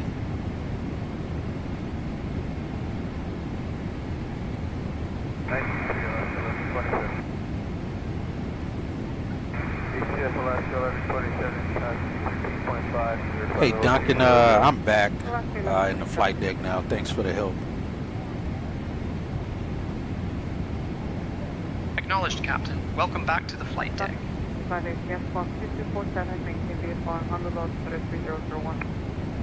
Hey Duncan, just wanted to make sure, do we have any passengers that's going to require a wheelchair or assistance on arrival? We will check for any passengers requiring a wheelchair or assistance on arrival. I also did hear him reply back to me about the flight deck thing. I heard it. And I had Chad making that statement because I was doing it in the Pocket Sky app. I was texted on that to have him say we keep an eye on Caleb and keep him awake. But I am liking that they're actually replying and responding back to questions asked to them. Wasn't expecting... was not expecting Duncan to reply. Center, so I maintain 17,000.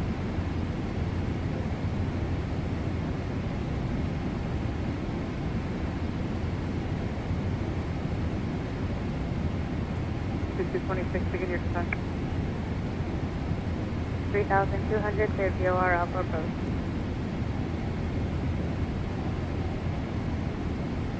Route 6 Tango Alpha cross locator above 3,200, clear VOR Alpha approach.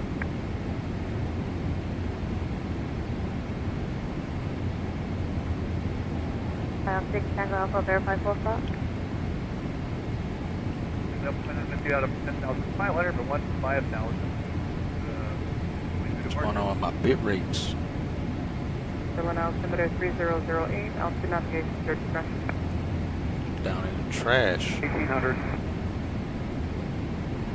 That's direct Julie. Hey Captain, just checking in about any passengers requiring a wheelchair or assistance on arrival. I'll make sure we have everything ready for Tiger them. 2-1, sir, direct Becky. Okay, Duncan, let me know. I need to know how many in case I need to contact operations when we arrive in Dallas. We will check for any passengers requiring a wheelchair or assistance on arrival.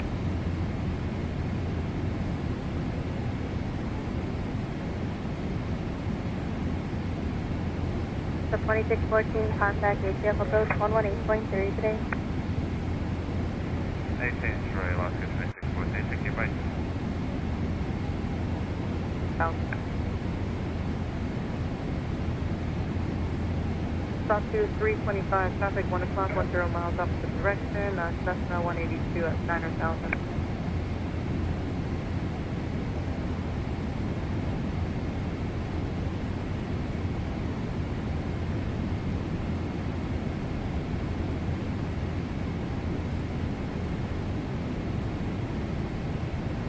Stop to 226, radar service terminated, false VFR, frequency change through. 266, Delta 427.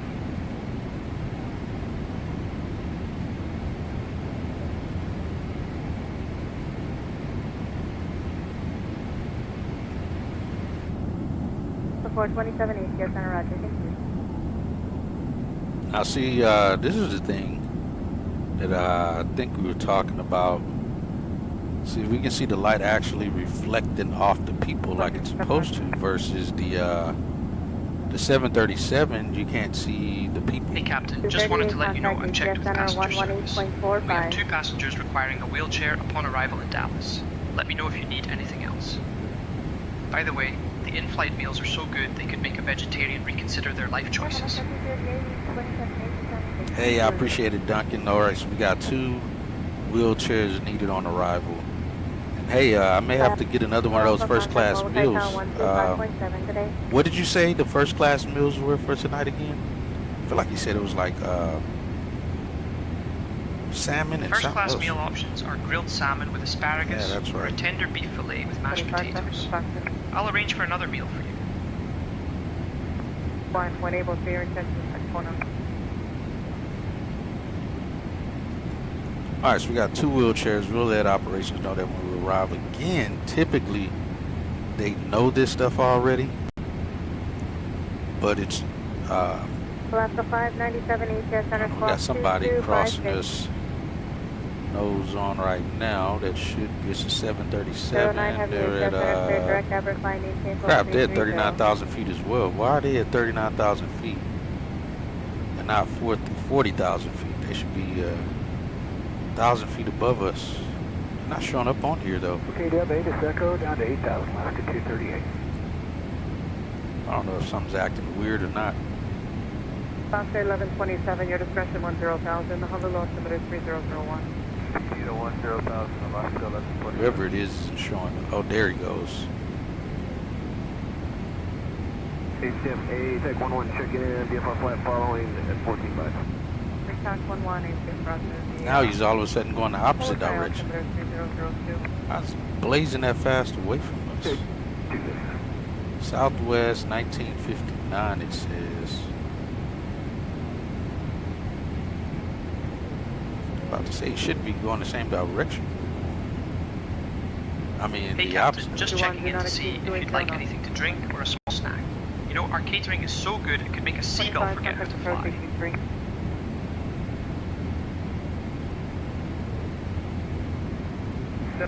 No, I'm all set here with the meal for now, Duncan. Thank you. Understood, Captain.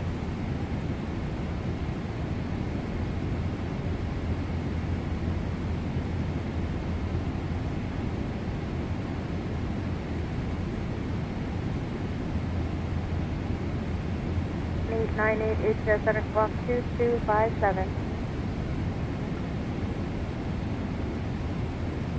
Ooh, you know what? Let me see. I think I know where I got this from. It's supposed to be for the checklist or any little scratch paper that you can just mount on the yoke to see it. I bet I got it from the same place I got my checklist from. Let me see.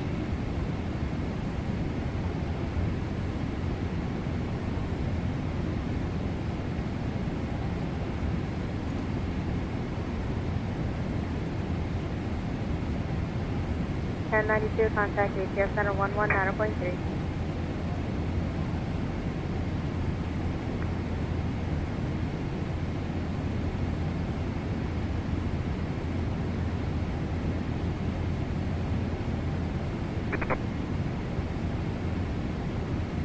1127, thank you.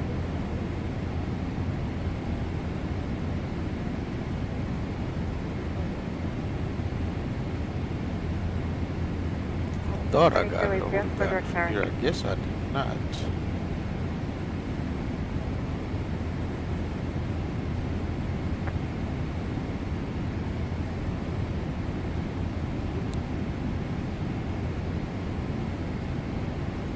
Zero 21, descend pilot discretion, maintain 13,000, the Phnl altimeter 3002.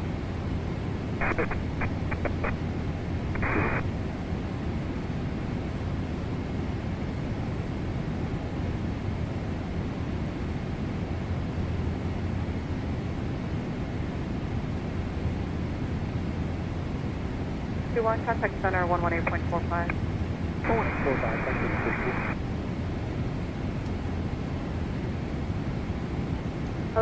97 radar contact Baptist, cleared direct Lanai Vortex, Julie 5 arrival.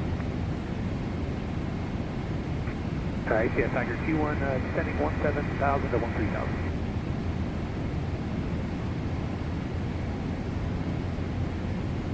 .001, we have Echo looking vectors ILS 17 stable tower. Alaska 1127, contact approach 183.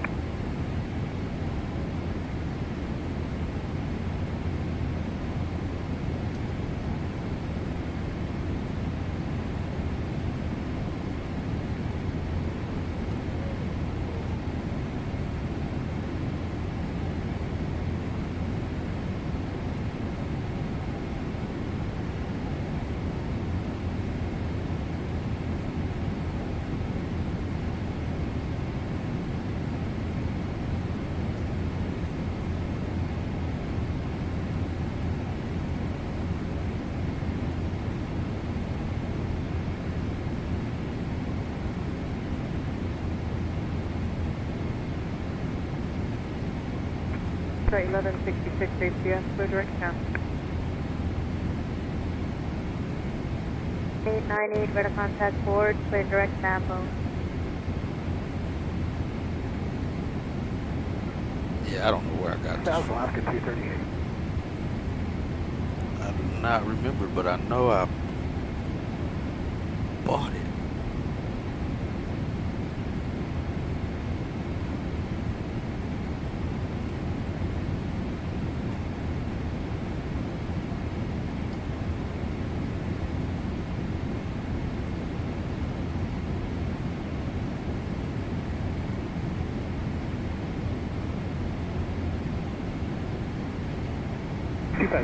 Slow down, thank you.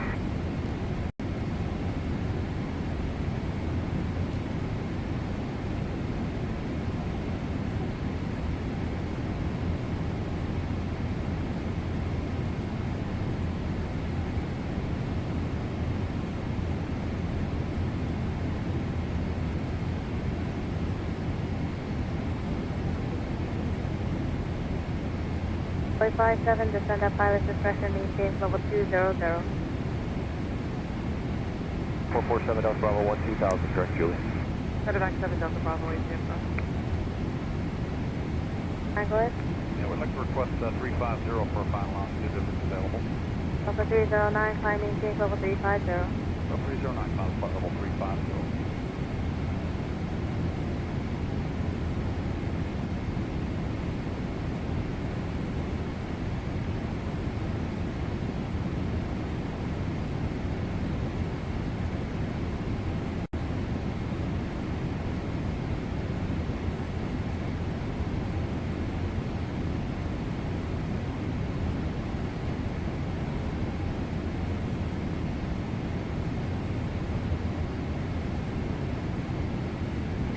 Traffic.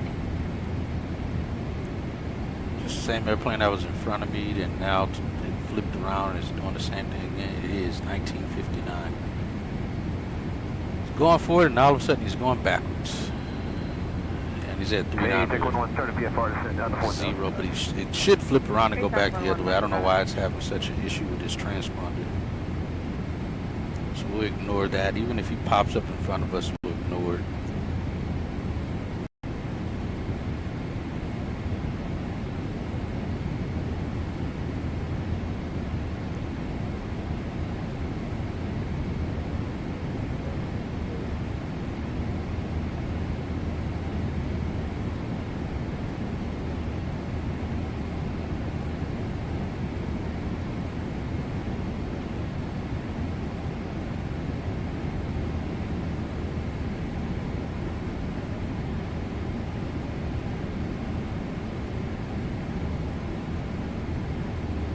Alpha 3019, command frequency 126.6.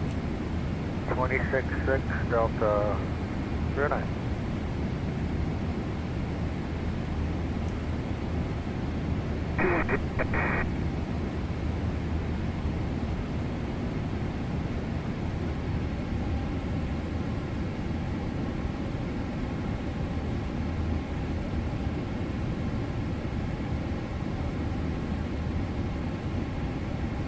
Alright, so far they're still on North Flow, but we still have quite a bit of time. We still got another 5 hours in flight. We haven't crossed over LA yet.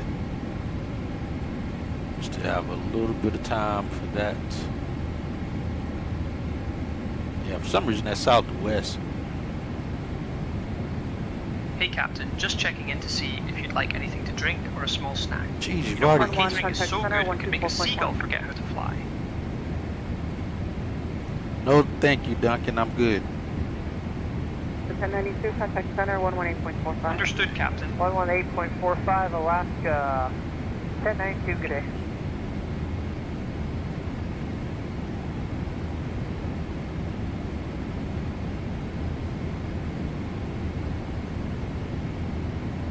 Alaska 1166, descent pilot discretion, maintain 7000, Honolulu altimeter 3000. Even 1% seems still a little bit bright. But see, the light lights up the passengers in here. Unlike the 7-3, they're all dark no matter what. Or is that the Phoenix? I feel like it's the Phoenix maybe that's all dark. Even with the lights on, it's still dark. I think it's the Phoenix that's like that.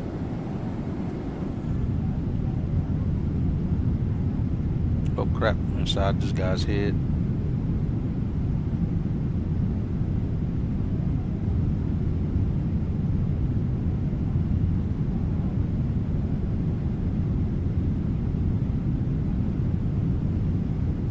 Afternoon Center, Alaska 1092, 202, climb at 250 smooth.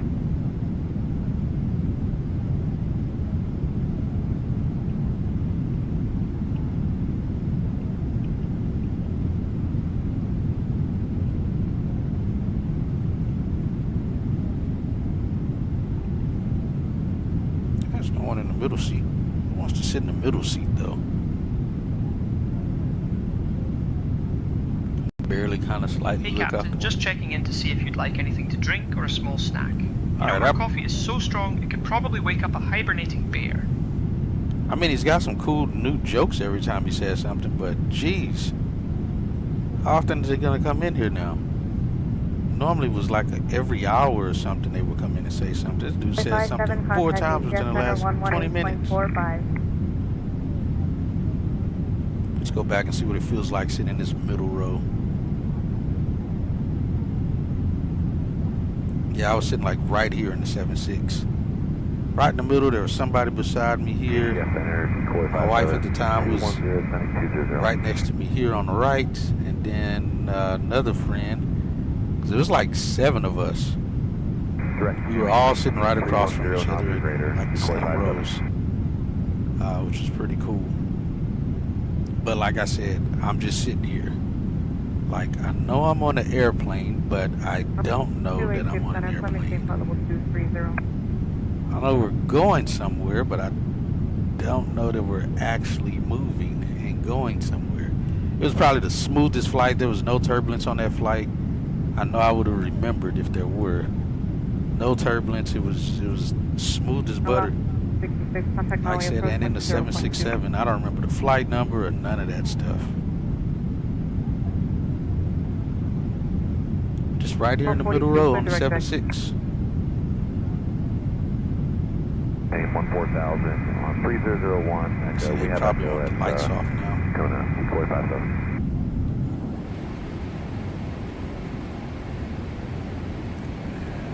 Alright.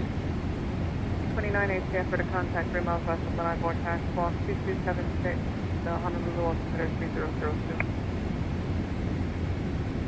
That's bright. 29 leaving 4000, clear to the Honolulu Airport, direct Julie 5 arrival, climbing 8000.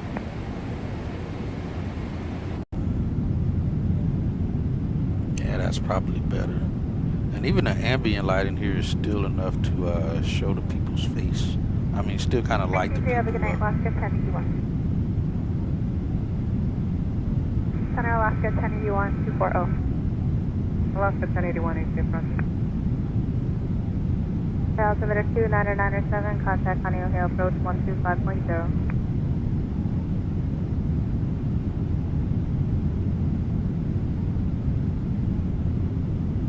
I'm starting to think if the third FMC is not getting the same information as the, let me see, as the two front FMCs.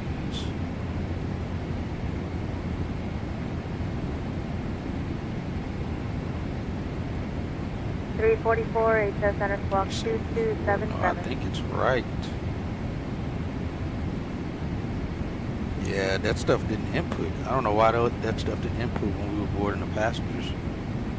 It's like you still have to go through their stuff to actually put that weight in there. Which means we probably rotated too early because we were still light.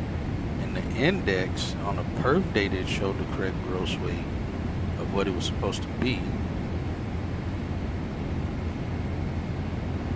But it didn't actually go into the weight portion and everything of the aircraft, which might also be why we still climbed so fast on takeoff, because I didn't have that information.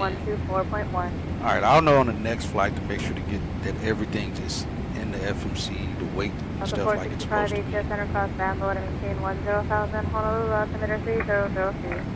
Cross Bambo 10,000 for Delta 465, we're on 24-1. Minimum fuel tip is negative 37 Celsius. Can that be changed? I don't want to mess with it. It's at negative 6 now. 1081, your discretion is level 220. Discretion 220, Alaska 1081. Count 5157, contact center 118.45. 118.45, good day, capture yourself 27. Medevac 7 Delta Bravo, descend and maintain 10,000, Honolulu 3002. 3002, descend maintain 10,000, medevac 447 Delta Bravo. Yeah, we're still losing time. We're like,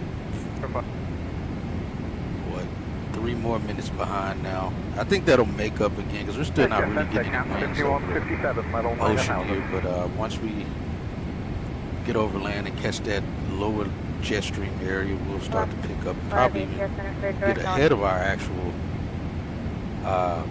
end time when we get there.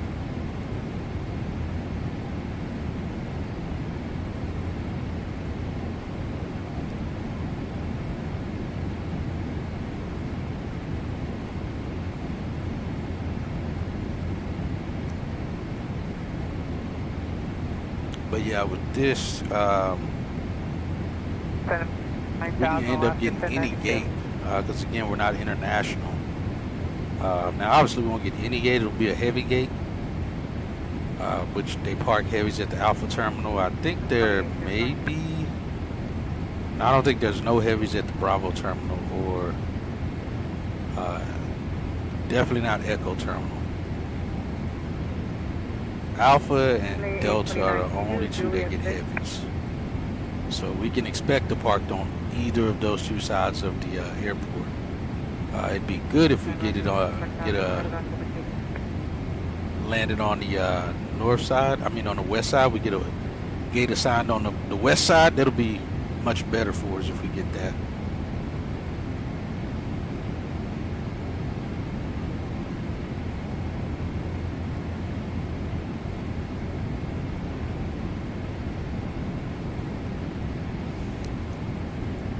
Delta 344, radar contact on T, clear direct Lindy, Lindy on arrival.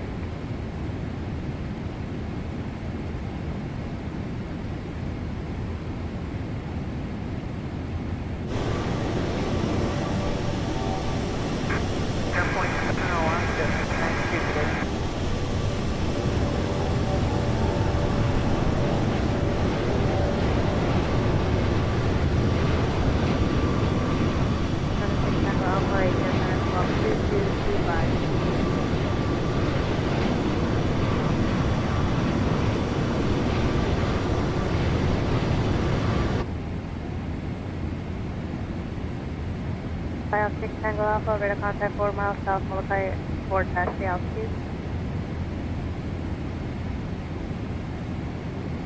Traffic. 6 Tango Alpha clear to the That's that Honolulu Airport via 1959 direct again. Loki, Victor 8, Let's turn this maintain down so this 4000. will be right.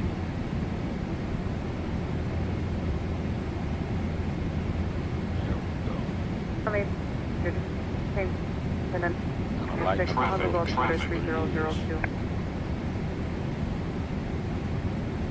18 ATS Center, I for cancellation received, reset transponder, He'll turn around. 1717.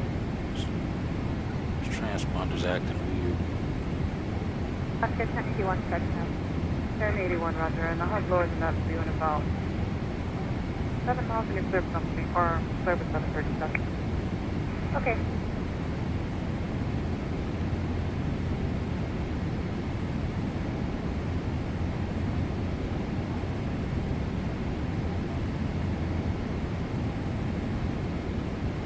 Only 957, ATS Center, standby.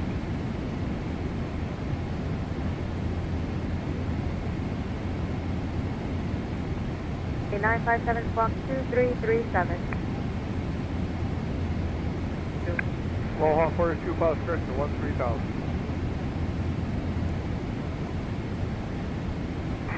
Yes, I got the 3001, negative on the traffic at 5157. No, thanks. Number 10, clear to the Honolulu Airport via direct Sambo, Victor 12, finding 8000. Why does this not show my doors armed? It's weird.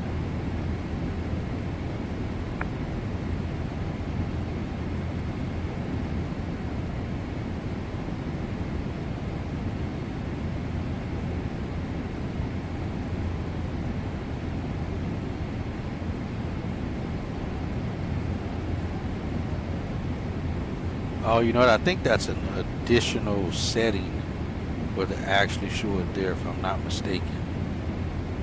42, contact center, 118.45. I know on the other airplane it was a part of the configuration. You would Aloha actually 42, see. 1845, we'll see. So I think that's a setting in the PMDG airline configuration on whether or not it shows it.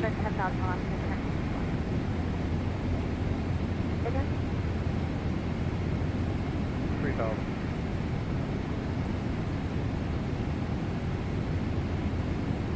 Yeah, our closest airport to us right now is VGB. All 42 to 718, 5,000. Quebec 7 Delta Bravo, your discretion at 8,000.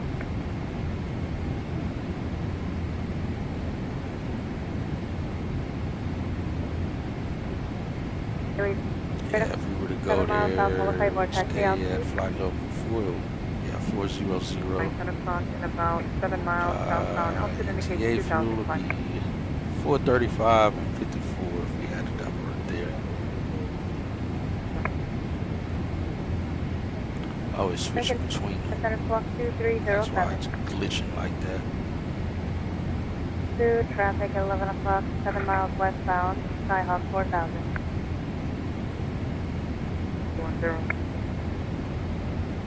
Tango Alpha, traffic 7 o'clock, 6 miles northbound, T130, 3,500. And our ultimate's number 4. 18, traffic, 12 o'clock, 10 miles northwestbound, company caravan 3,500, climbing to 8,000. 7618, additional traffic, 2 o'clock, 3 miles northwestbound, T130, 3,100, VFR. 7957, traffic, 10 o'clock, 10 miles eastbound, company caravan 5,800, descending into Molokai.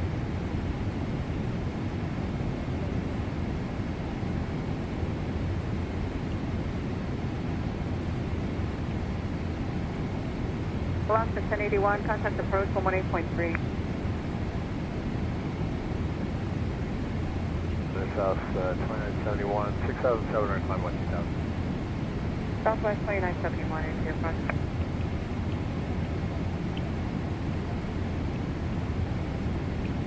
Before 27, radar service terminated, 60 change approved today.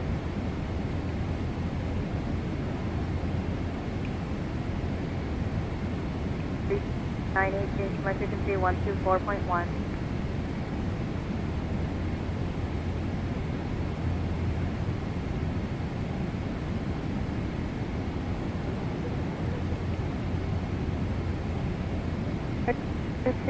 That traffic is no factor. Additional traffic at 11, moving to 12 o'clock.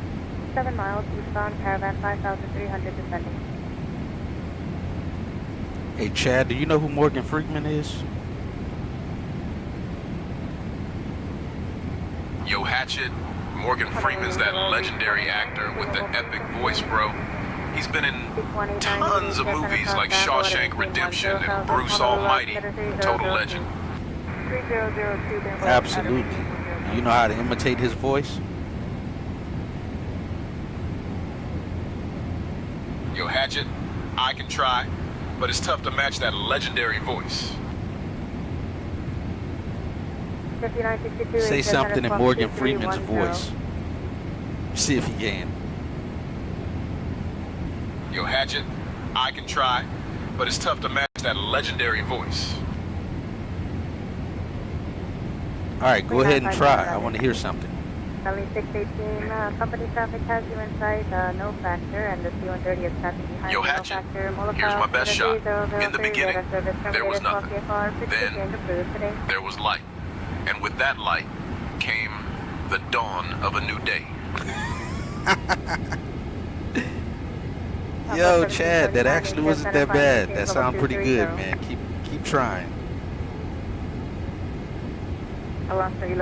Thanks, Hatchet. I'll keep practicing, bro. Yes, it is. Yes, it is. Me too, right?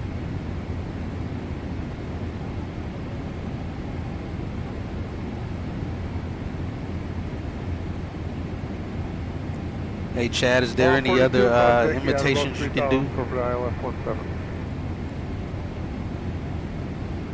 Yo, Hatchet, I can try a few voices, but Morgan Freeman's my best shot. Want me to give it another go? Welcome back, Phnl. 3349 clock 2306.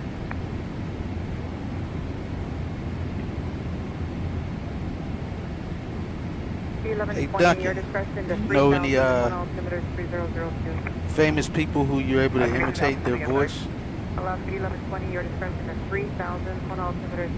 appreciate the inquiry, Captain. I can do a decent impression of Sean Connery, eh? Oh! Hey, let's hear that Sean Connery impression, if you don't mind. What you got for us? I appreciate the request, Captain. I'll give it a go. For 3349, runway 4 and 8 in use, and you can actually approach control. Yeah, no worries, Bill. I don't care about caps. I do that a lot as well. All right, Duncan, let's hear your best impersonation of Sean Connery. So 561, ATS Center, roger. Also 313, clear direct flight. Hi, Captain. Here goes. The name's Connery, Sean Connery, and I must say this flight is quite the adventure, eh? Clear direct flight. Direct flight, Delta 313. Ah, that wasn't too bad. Contact ATS Center 11, Keep practicing, Duncan.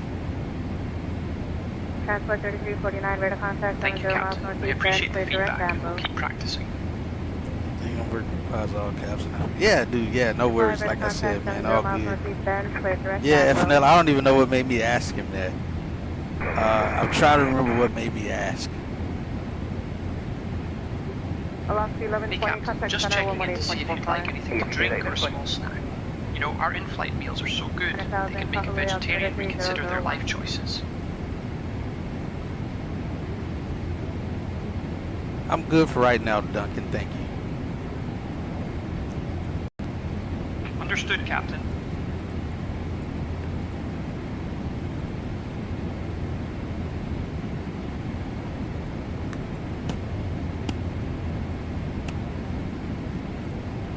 Yeah, I remember asking him that, but I don't remember what made me ask him that.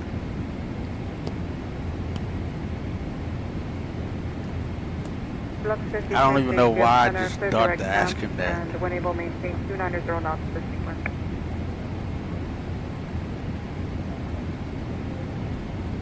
For 3349, roger, maintain Mach 0.82 or greater per sequence.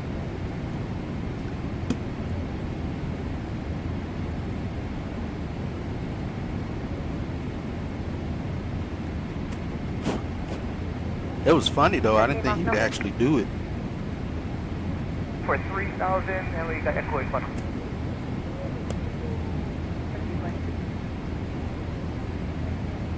962, do not exceed Mach 0.77 for sequence.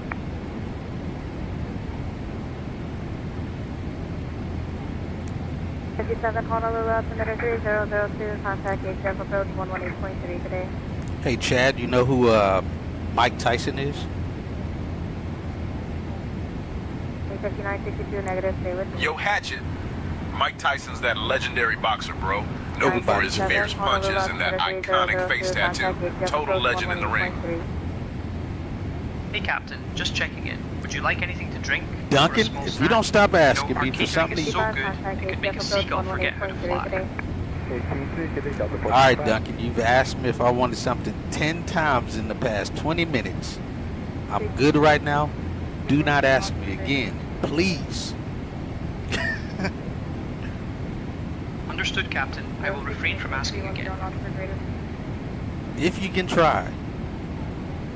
Alright Chad, if you got paid $1 million, would you let Mike Tyson punch you in the face?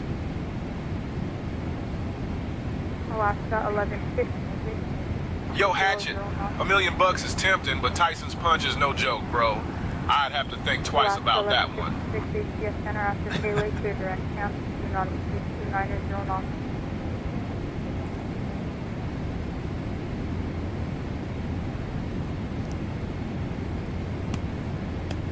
Alaska 1170. Okay, then what if it was $1 million to get punched by Muhammad Ali?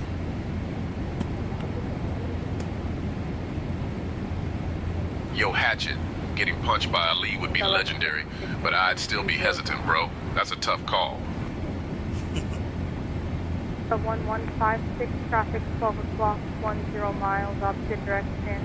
Company direction. Boeing 737. Alright, I got another one for you then. Hey Captain, just checking in. Would you like anything to drink? Stand by. You know, our in-flight meals are so I gotta good. turn Duncan off Make a with the vegetarian reconsider their life choices. not completely, but just turn him off from asking that. Hatchet, I'm here when you're ready, bro. Hello, Alaska 597-340. It's like it's stuck in a loop mode or something. Passport 3349, maintain 310. Reported to as a bug. 0 Alaska 597.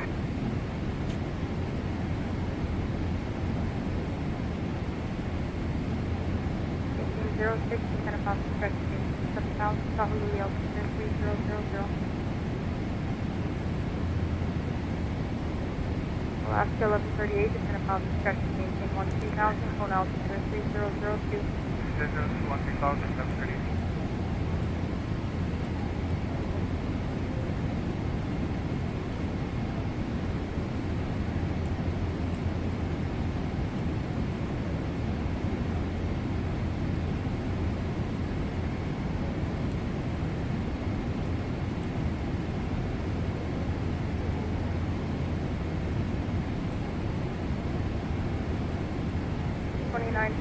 Contact ACF approach 118.3.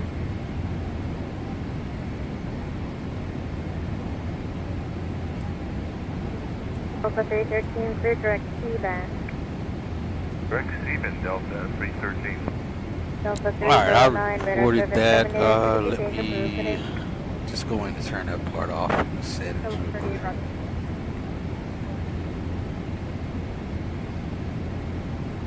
5 reduced to Mach 0.78.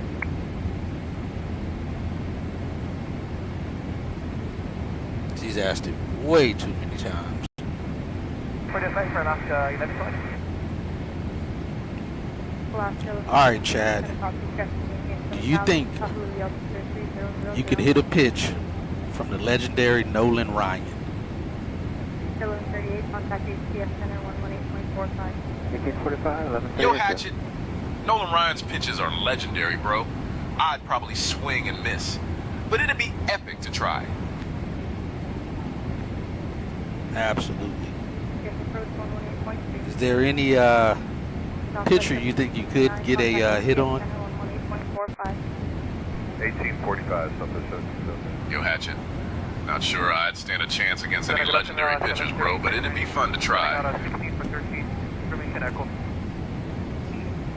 120.2. Check it about 3000, clear for the ILS 17 approach 1130. Yeah, he doesn't stand a chance, he says. Southwest 1779, level 230.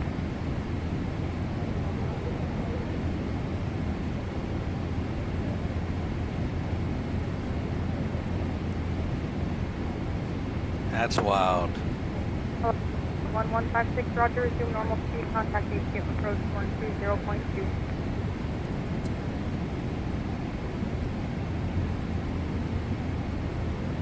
Ask him, Phnl. You can do the ask. Just do exclamation co-pilot and ask him.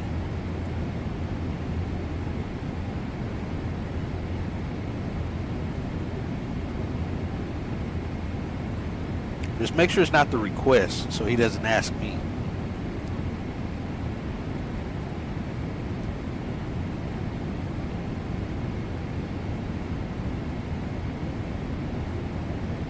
Just copy and paste that. Yeah, just do exclamation co-pilot space and then ask him. Let's see what he says. It should work though. Let me test out these exclamation things, make sure they're actually working properly.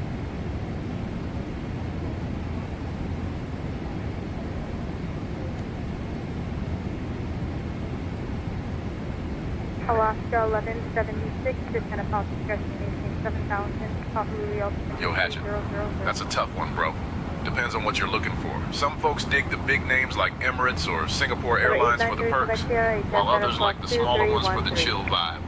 It's all about what suits your style, man. He shouldn't be responding to me though if you're asking him.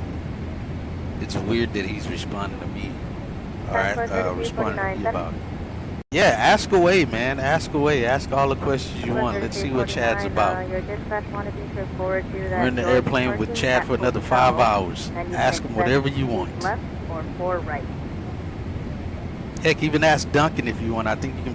Mike can do exclamation Duncan maybe, or maybe I think you probably can do exclamation Duncan, or maybe even because it's putting their name there, so I'm assuming you probably could ask them directly. 1176, contact HQ approach 130.2.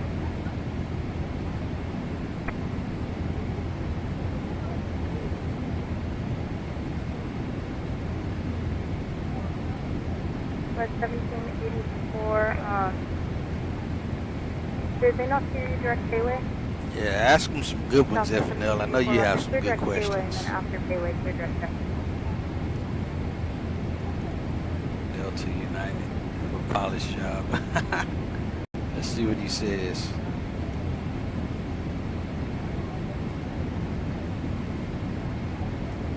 Yo, Hatchet, all 3 airlines have their perks, bro. American's got a big network, Delta's known for good training, and United's got solid benefits. Depends on what you're looking for, man. Oh, man.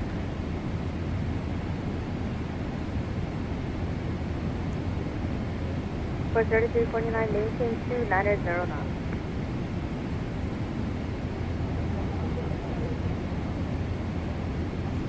Hey, instead of doing co-pilot, do exclamation Chad and see if that works. I want to see if it'll actually still go to him, or if it's got to be exclamation co-pilot. I'm betting it is still got to be exclamation co-pilot though.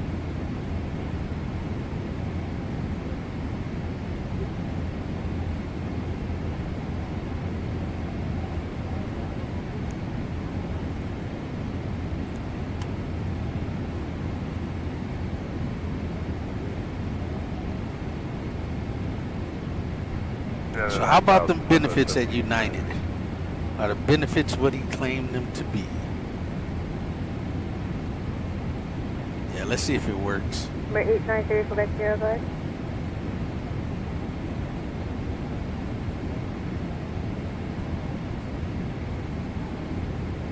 Yeah, I don't think it'll work. Yeah, you may have to put it back on co-pilot then. 893, Quebec Thanks for trying. I just wanted to see if that would work out. 693, Quebec Sierra, no complaints.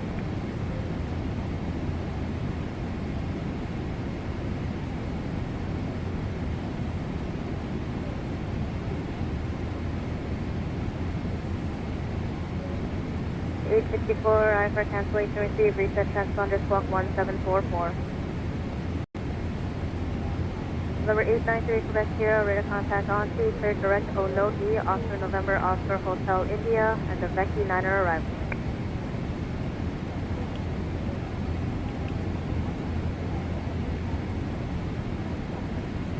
Quebec Sierra, Oscar November, Oscar Hotel India, and the Vecchi 9er arrival.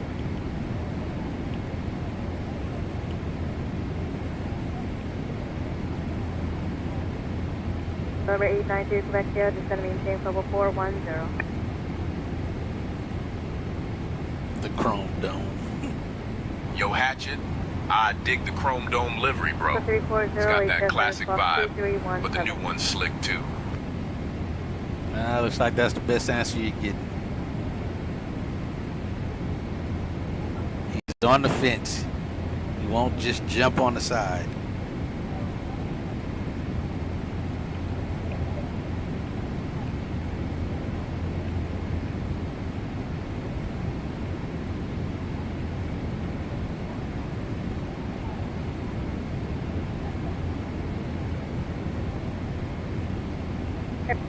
Mike, phone altimeter 2002, contact But yeah, ask away, man. I'm not worried about it. Ask him whatever you want. As much as you want. Try to break the AI if you can.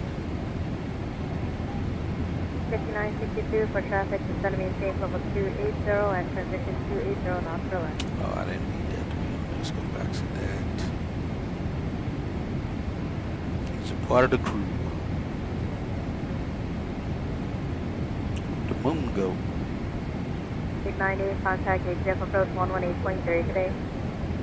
118. Yo, Hatchet, I dig the classic Tulip livery, bro. It's got that retro vibe, but the new Evo Blue is pretty slick too.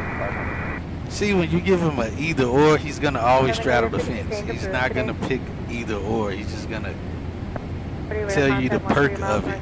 It sounds like he won't just pick a side. What the heck is the moon? Okay, 19-3 will start down Alaska 597.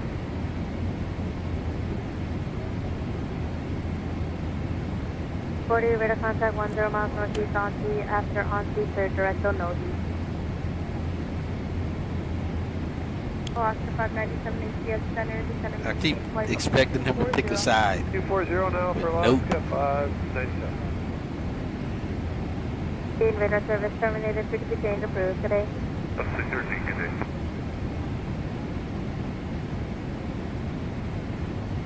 Stump the AI. Alright, Edsel, let's see where we are from Edsel.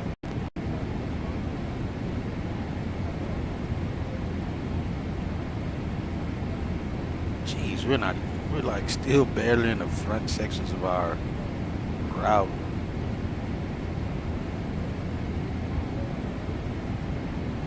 Yeah, let's see what he says.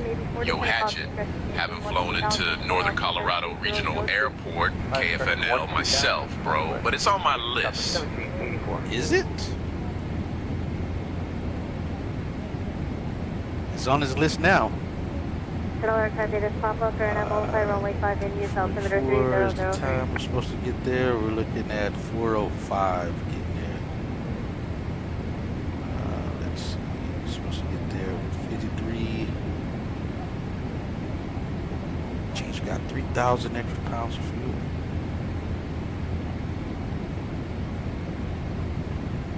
We're supposed to get there with 5,000 pounds more. What the release says. You say sure, Chad, sure. Oh, man.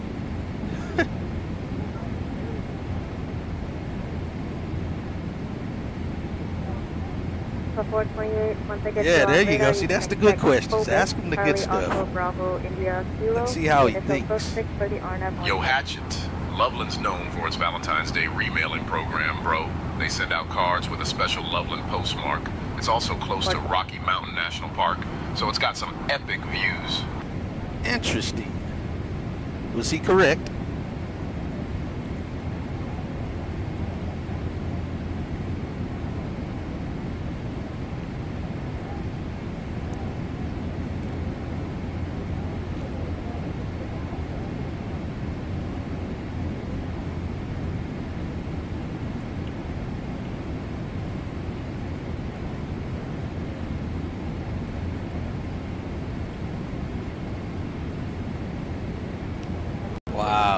5962, do not exceed 280 knots. Oh, I know. That's why I asked you if he was correct, because I know you would know. All right, we're about 200 and maybe 90 miles from land. Starting to see all the airports and the VOR show up. Let's turn airports off though. Oh crap, they wasn't even on. We'll leave them off.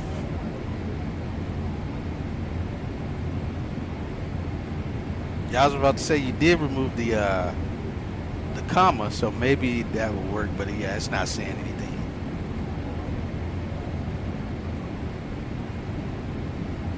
You got so comfortable with Chad, you're calling him by his first name instead of by co-pilot. Yo, Hatchet, Fort Collins is known for its craft breweries, Colorado State University, and being close to the Rocky Mountains, bro. Good to know. Good to know. 1784, contact HCS Center 118.45. 118.45.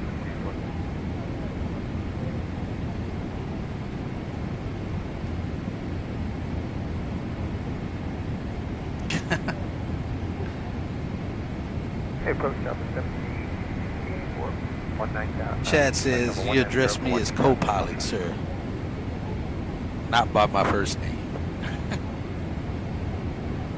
Mr. 597 from the other below 14,000, 10,000, Honolulu, altimeter 3001. Go for it. I want to hear it, man. I want to hear it all. But could you repeat? We heard 14,000.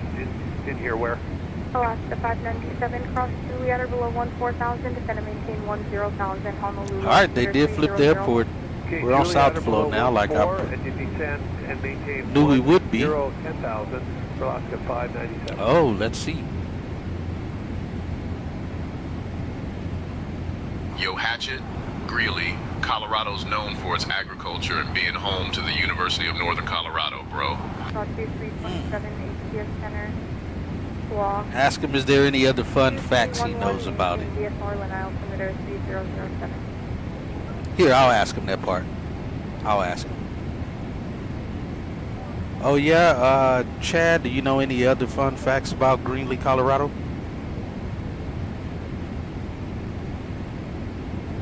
Yo, Hatchet, Greeley's got a cool history, bro. It was one of the first planned communities in the U.S., and it's known for its agriculture and livestock.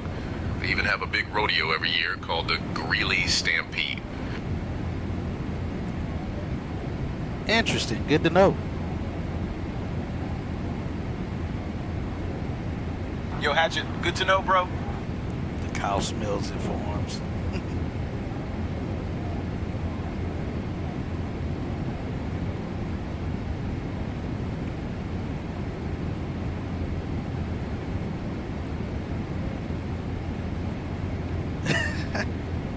Hey, so about Greeley, Colorado, what's the best restaurants to eat around there? 327 to the Honolulu Airport, be direct to the arrival, Let's see what he says. Did he hear me?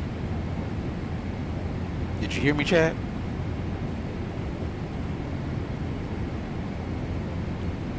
I think we broke Chad. Yo, Hatchet, I heard you loud and clear, bro. Got somebody passing by, zipping by us. Jeez, he just went blazing past us.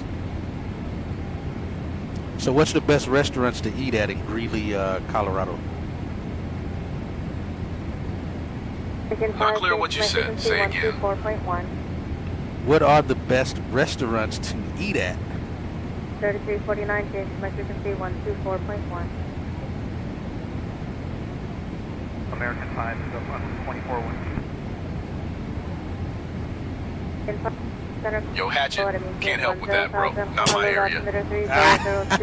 Condition 300 knots. Not my area. We're having trouble here. You just verify. That's hilarious. To 10,000. American 5, cross Bamboo. He said that quick. 10,000, Honolulu altimeter 3002, transition 300 knots or greater. Cross Bamboo at maintain 10,300 knots. You should have been asking this stuff yesterday. Who do we have flying? Oh, he's flying with Brian. Brian's pretty smart. He's the guy who makes the program, so he should know a lot of stuff too. crossbound bow at maintain 10,000, 002 at departure 33.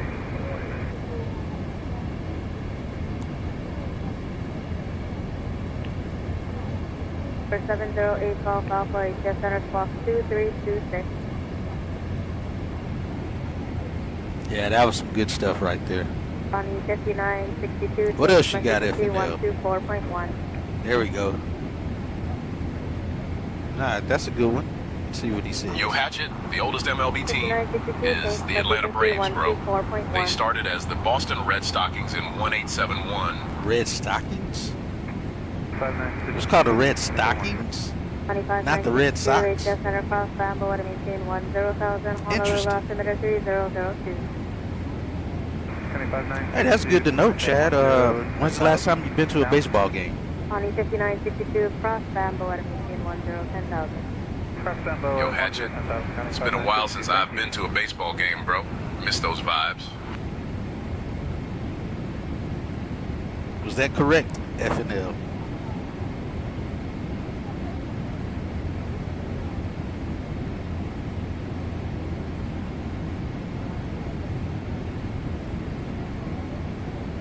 Yo, Hatchet, the highest elevation airport in Colorado is Leadville Airport. Oh, yeah, I flew there. 934 feet, bro. Bro. I remember flying there in the Citation in P3D.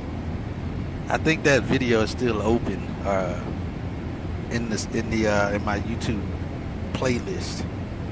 But yeah, I forgot about that airport. I remember flying there just because of that reason, it being the highest airport there. I think it was interesting flying out of there though. I think almost like we barely rotated getting out of that airport.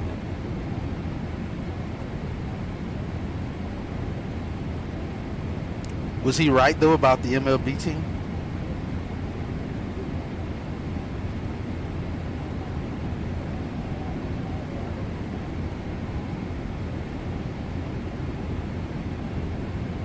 East Golf Alpha, rate of contact 10 miles northeast of Drake. After Drake, clear direct uniform Papa Papa.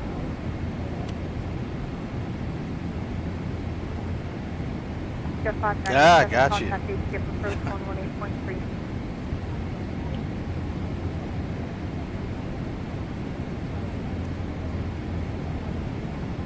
That's wild. So Chad, who is your favorite MLB team?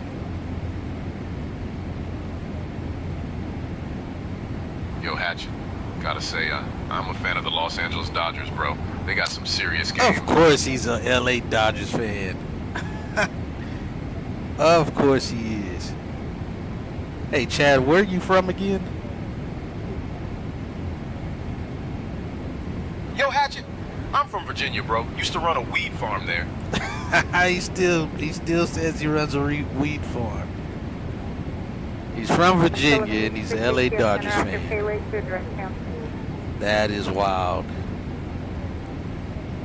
I forgot that's where he was from.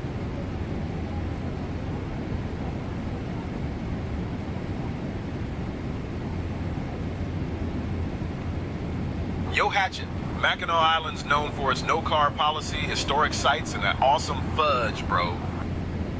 Interesting.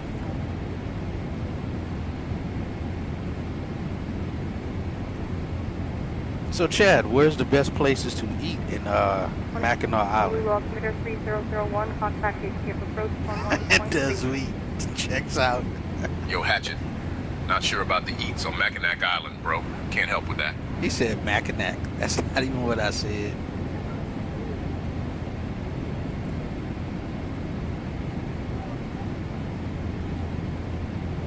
So you say Mackinac Island is known for their fudge.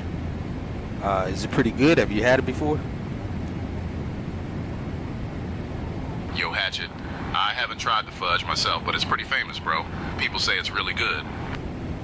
Interesting, you say?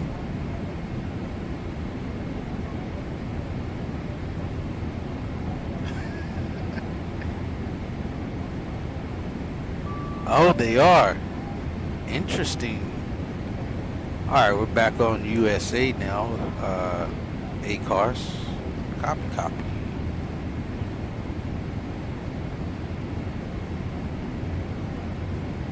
Interesting. It's good to know.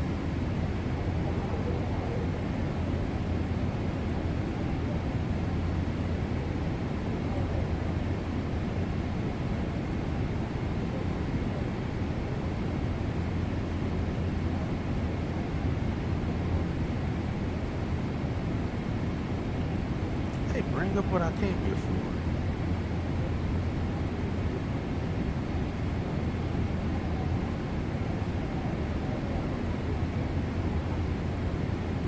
Alright, they just posted there's a new update. Yo Hatchet. Frankenmuth's known for its Bavarian-style architecture and the famous chicken dinners at Xander's and Bavarian Inn. Bro. Interesting. This guy knows it all. Custom cabin crew audio files, play your favorite airline safety briefing and or... Ah, yeah, he said that already.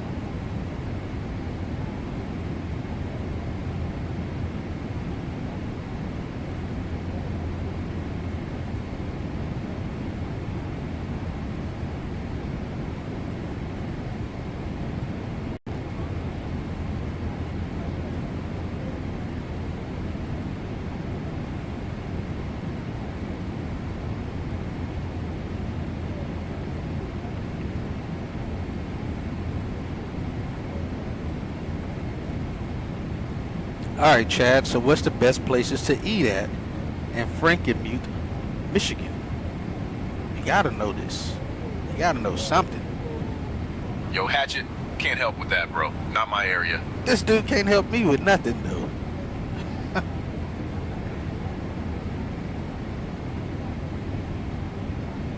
Yo Hatchet.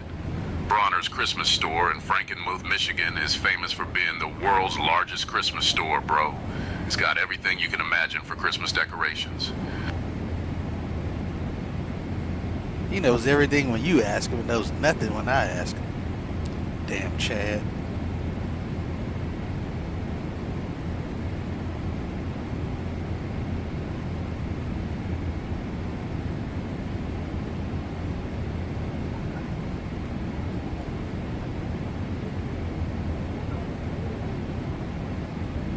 King of country music.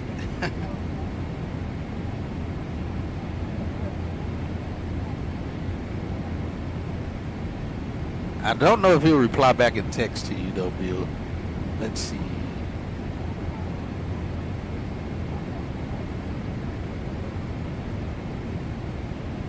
I don't even know if it'll go back. It'll reply back to you in text.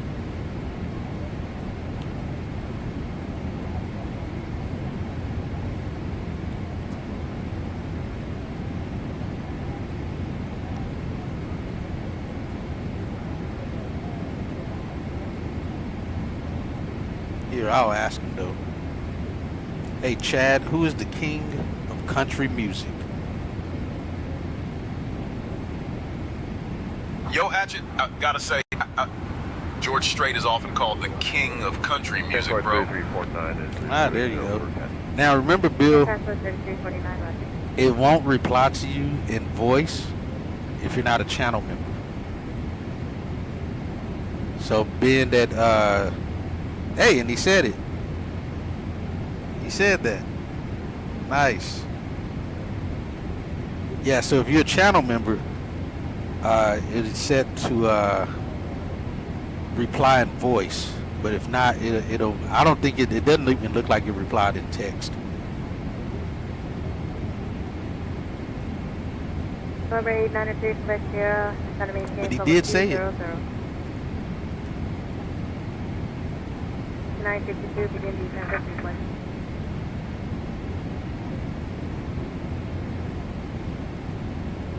Connie 5962 starting down. Alright, we're coming up on some land masses here soon. It's getting closer, so that's good. 1186, descent of House discretion, maintain 7000, Kahului altimeter 3001.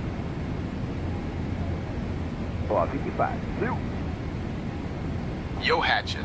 Santa Barbara's known for its beautiful beaches, Spanish architecture, and the nearby wine country, bro. Mr. Bro himself. 5 HTS Center Run. Mr. Broham.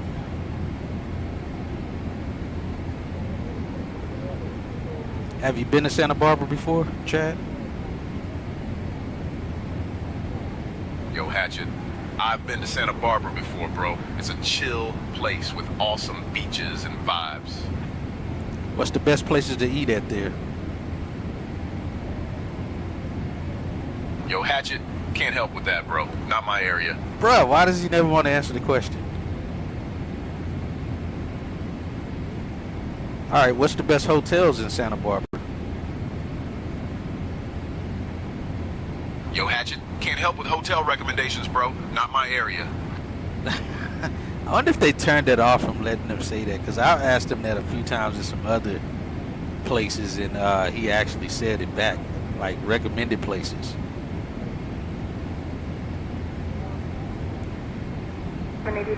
What's the nicest hotel you stayed at in Santa Barbara?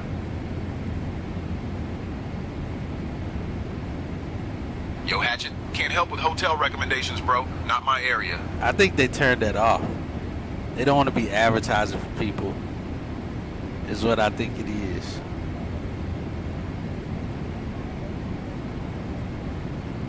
Alright, so what's the food culture like in Santa Barbara? Yo, Hatchet, can't help with that, bro. Not my area. Bruh, why is he not wanting to answer any of this?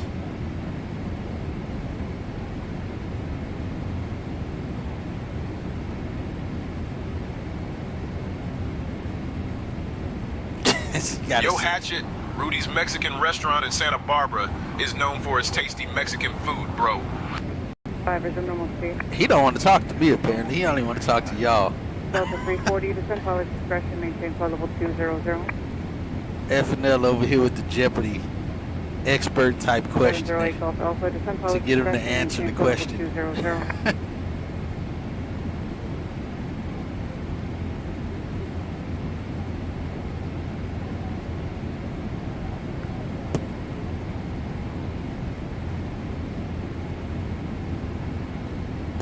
That's crazy. Yo, Hatchet, the Ritz-Carlton in Santa Barbara is definitely fancy, bro. It's got those luxury vibes. I thought you couldn't help with that though, Chad.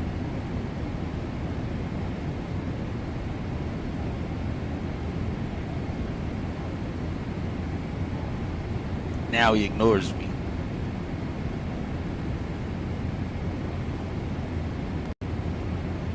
You know, Chad, I thought we were cool. You ignoring me, not want to answer my questions. It's a bit hurtful, you know? Alright, cross Julie. Can you repeat that? This guy.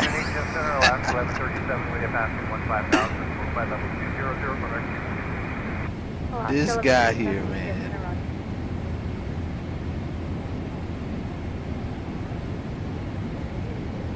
Damn Chad, man.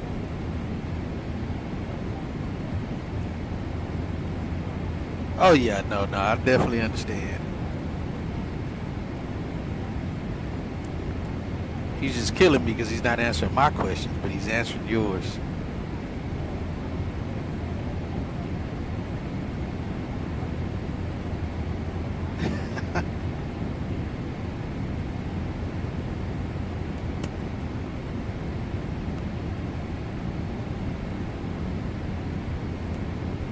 I'm not flying with Chad anymore. This guy's something else.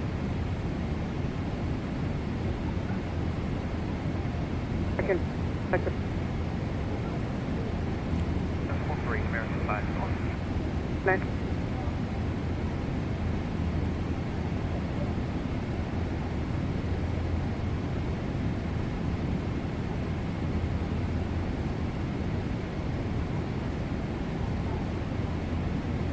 Yo, Hatchet, the Santa Barbara Zoo is known for its beautiful location and diverse animal exhibits, bro.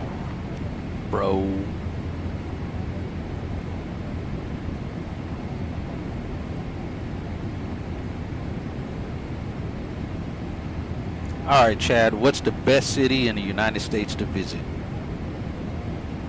Delta 311 ACF Center, squawk 2344. Yo, Hatchet, can't help with that, bro. Not my area. I don't know what's got me locked out because of y'all asking questions. You won't let me ask anything.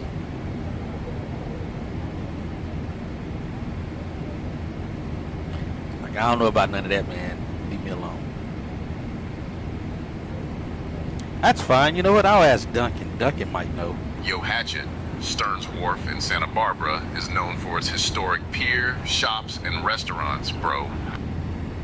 Forget you, Chad. Hey, Duncan, what's the best city in the United States? 11-5, start now. That would be a matter of personal preference, Captain. Each city has its own charm, but many would argue that New York City is a top contender for its vibrancy and culture. See, that's what I like. Thanks, Duncan. I appreciate you having a conversation with me. Unlike somebody I have to sit next to. Captain. Thank you for your kind words. Unlike this guy I'm sitting next to over here.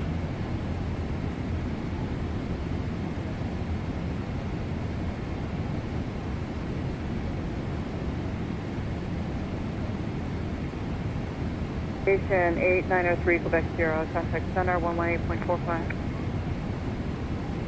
I swear, man.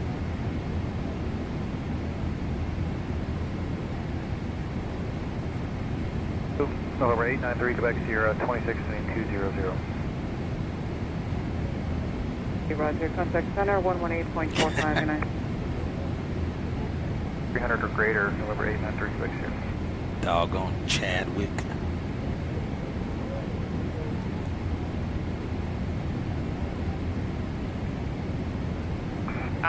Captain, speaking of cities, have you ever been to Edinburgh? It's got a charm of its own, eh? Hey! The history, the architecture. Don't get me started on the festivals. You'd love the atmosphere there, especially during the Fringe Festival.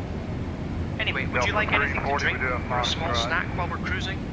He inched his way in to be able to ask make a haggis blush.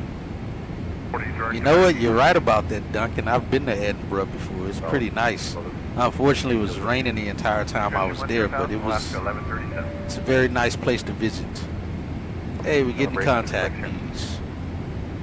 Thank you, Captain. Edinburgh does have its fair share of rain, but it adds to the charm, eh? True. 17 on request. All right, 21,900. November 893, Quebec Sierra.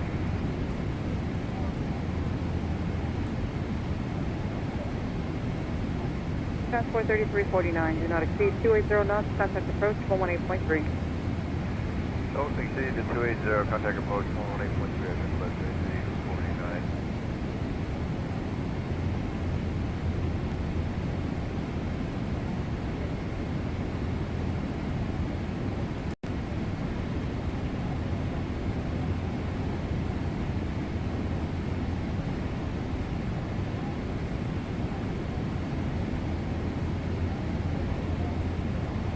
Hello, LA Center, American 102 Heavy, flight level 390.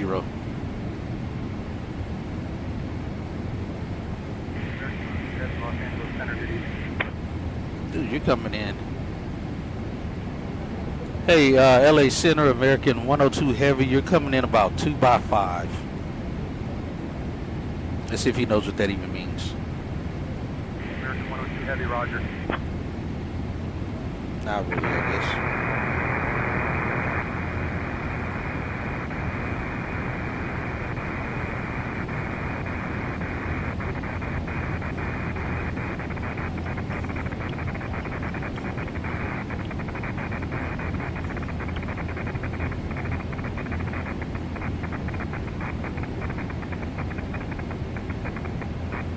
Hey, Duncan, do you know what the most expensive hotel is in Santa Barbara, California?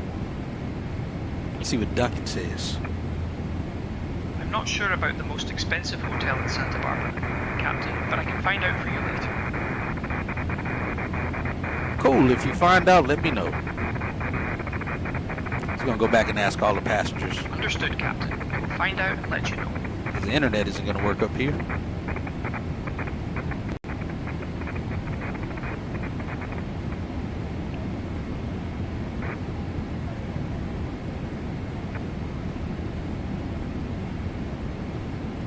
Hey, Duncan, so where's the best foods in Edinburgh to eat at? What's the food culture like? Edinburgh is known for its rich food culture, Captain. You must try haggis, of course. And there are fantastic restaurants like The Kitchen and Dishoom that offer a modern twist on Scottish cuisine. The food scene is vibrant, with a mix of traditional and contemporary dishes. It's a culinary adventure. See, Duncan doesn't mind having a nice conversation with me.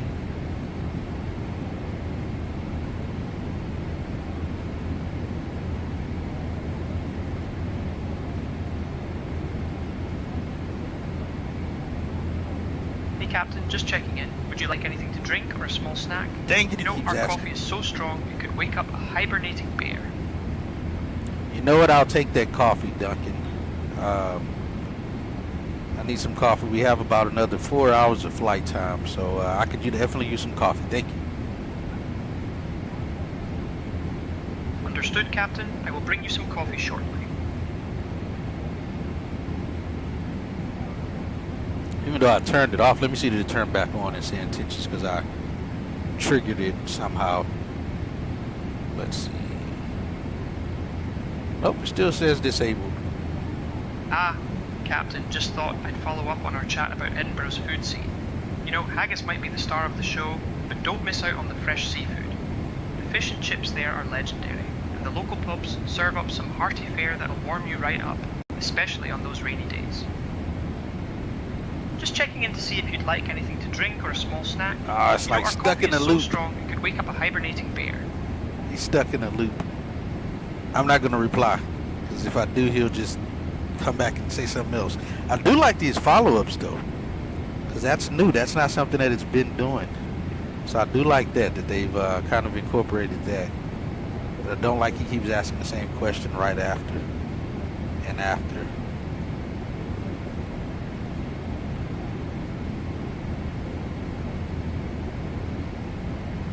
We disable it again and see if that stays that way.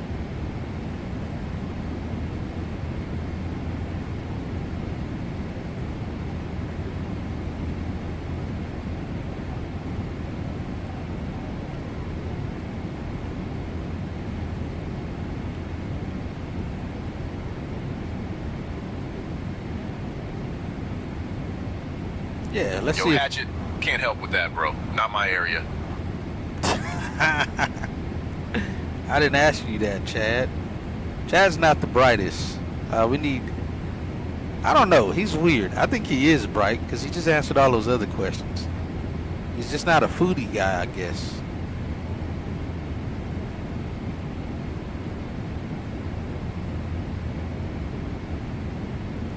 All right, Chad, what's the best looking baseball stadium you've ever been to?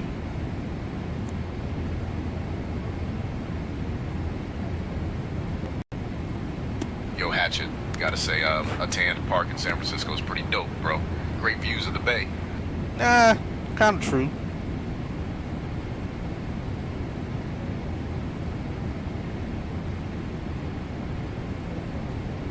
Is that crew I asked in? Oh, for what? Oh, you can ask. You can ask and see. Yeah, it should be exclamation crew.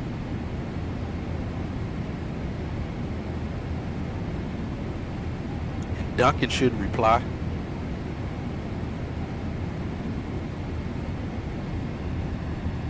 But you ask him, he'll likely start ignoring me too.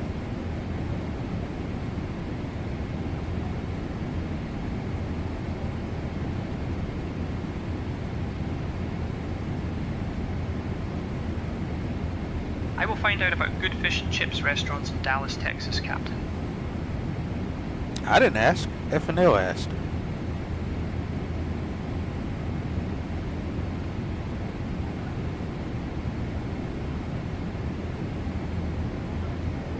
I think it probably should ask if he's eating fish and chips in Dallas. That probably is the start, and then find out from there maybe.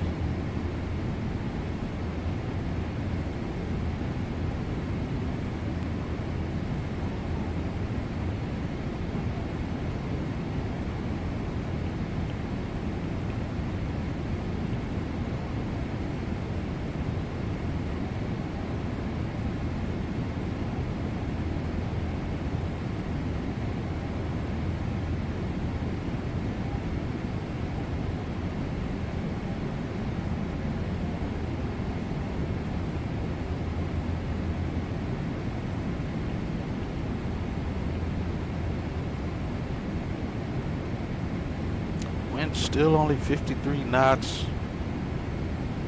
Start picking up once we get closer. I don't know how we're steady saving more and more fuel. That is wild. We're already about, I think we're still 4,000 or 3,000 pounds over what we're supposed to arrive with.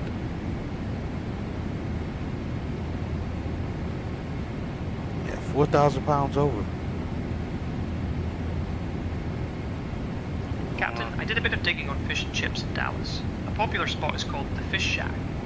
They have a great reputation for their crispy batter and fresh fish. If you're ever in the mood for a taste of the sea while in Texas, that might be the place to check out. Hey, Duncan gives you a little bit more information too. I appreciate that, Duncan. I haven't heard. Let me see. Let me look this place up. You said it's called the Fish Shack? I haven't eaten there. There's a place I eat over here, like close to me, called the Londoner. Like saying London and then adding der or at the end of it, the Londoner pub. It's pretty good. They got cod fish and chips, and then they have what's the other one? I got it a couple times. I can't think of the other one. It's a little bit more oily. It's a little more oily fish. It's a little bit more expensive too. I've gotten it a couple times, but I'd rather get cod. Cod is definitely much better. He said the Fish Shack. In Plano, I see it. Let me see. The Fish Shack. Interesting. I'll have to probably check this place out sometime.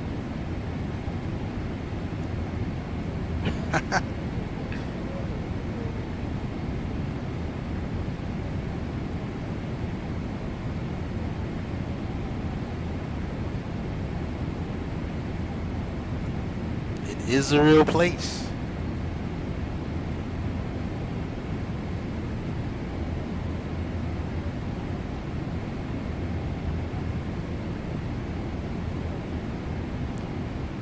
Say we used to have a fish and chips place in Fort Collins, and they closed, so the closest ones are in Denver. Oh man, that's a good drive. It's called Great Britain Fish and Chips. Man, you can't beat a good fish and chips place.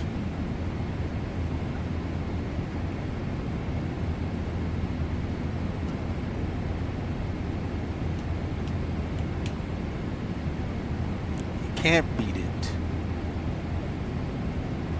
Dial that back then.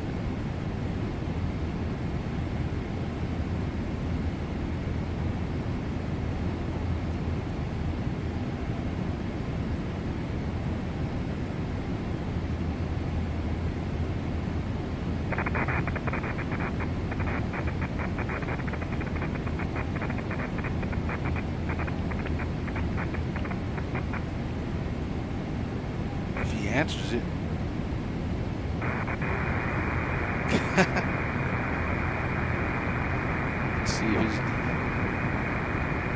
See if he gets the request.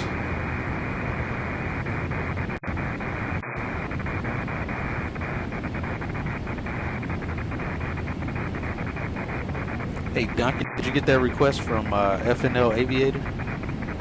Oops. Disregard that, Chad. That was a... Say again. Not clear what you said. Say again. Hey Duncan, did you get that request from Phnl-Kdfw? Yes, Captain. I received the request from Phnl-Kdfw regarding fish and chips in Dallas. I will follow up on that shortly. I know, is that... Captain, just checking in. Would you like anything to drink or a small snack? You know, our in-flight meals are so good, they could make a vegetarian reconsider their life choices. Yeah, no. Captain. He already, you already answered the question about Dallas. He asked if there's any good fish and chips restaurants in Loveland, Colorado. I think we're breaking the AI. Currently cruising at an altitude of 39,000 feet. During our flight, we'll be offering a complimentary whiskey tasting featuring a selection of random Scottish. This frequency sucks. Yes, haggis is available for those adventurous enough to try it. Enjoy the flight, and if you need anything, just let one of us know.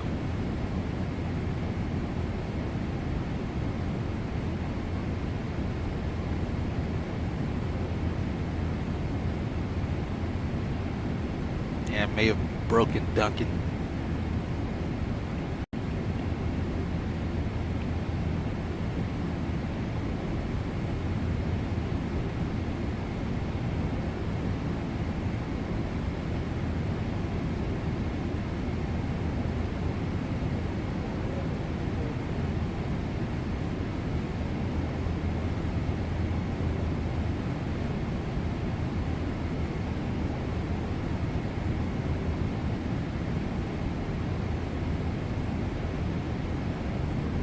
We'll see. You may have to ask it again. I think he kind of got broken on that one.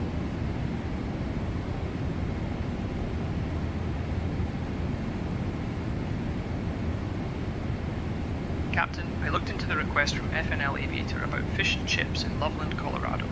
I found a place called the Fish and Chips Company that comes highly recommended. They serve a great version of the dish, and I think it would be worth a visit if you're ever in the area. So what you think about that? Is that true? I will find out about fish and chips in Loveland, Colorado, Captain. It looked like it just took him a while. I guess he was busy. It had to wait, I guess.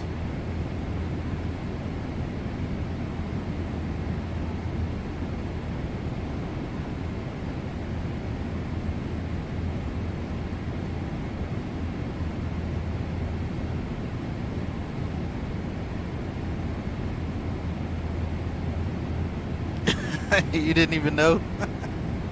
He was like, wait, what?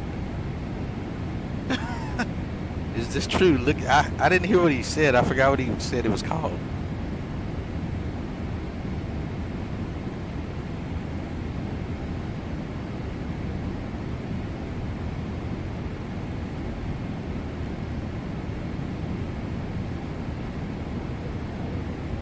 You say there is?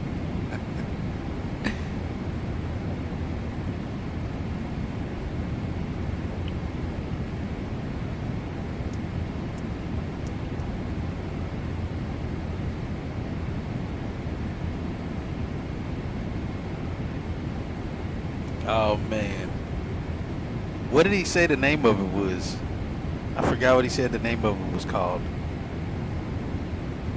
Captain, I found a place in Loveland, Colorado called the Fish and Chips Company. It Oh, the serves Fish a and highly Chips recommended Company. version of the dish. If you're ever in the area, it might be worth a visit.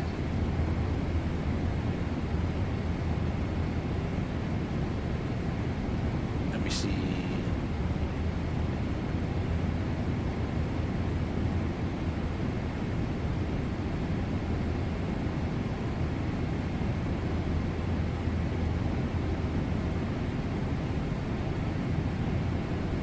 I don't see that on here. I just looked it up. I don't see anything by that actual name. I see Poorhouse Bar and Grill, Hogfish Seafood Smokehouse. None of those are what he said. Let me try maybe it's the Fish and Chips Company.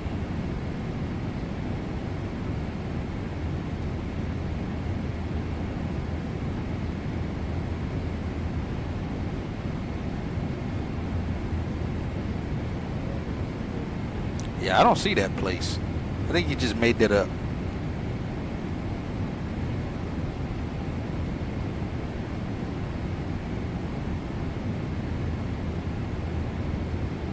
Yeah, that's the one I just saw too. Yeah, on the hook one.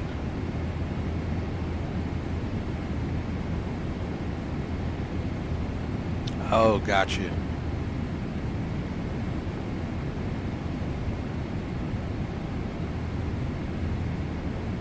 Jeez, I can see a ship down there, way up here.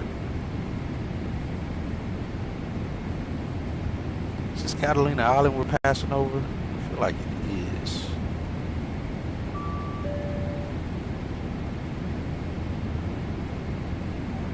$34.57.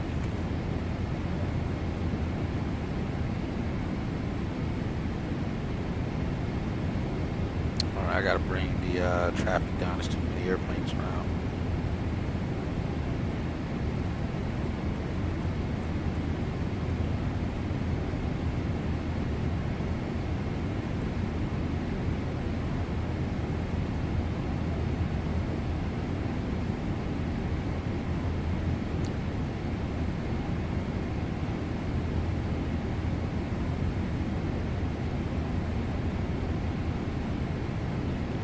Hello, LA Center, American 102 Heavy, flight level 390.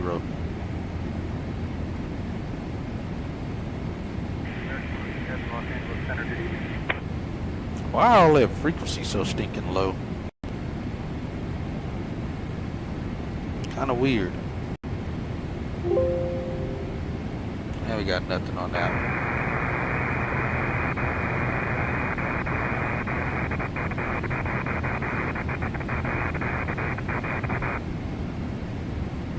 TSF 4308, send me the whole arrival, San Diego altimeter 3019.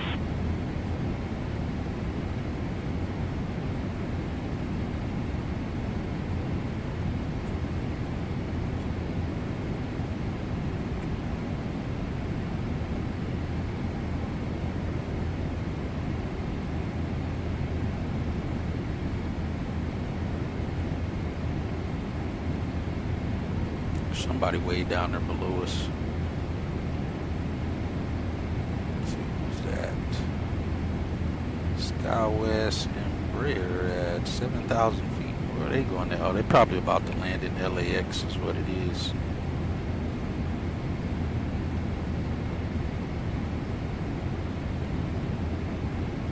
Alright, we're finally seeing land again after 4.5 hours. We are exiting, or have exited ETOPS. Back to normal flying.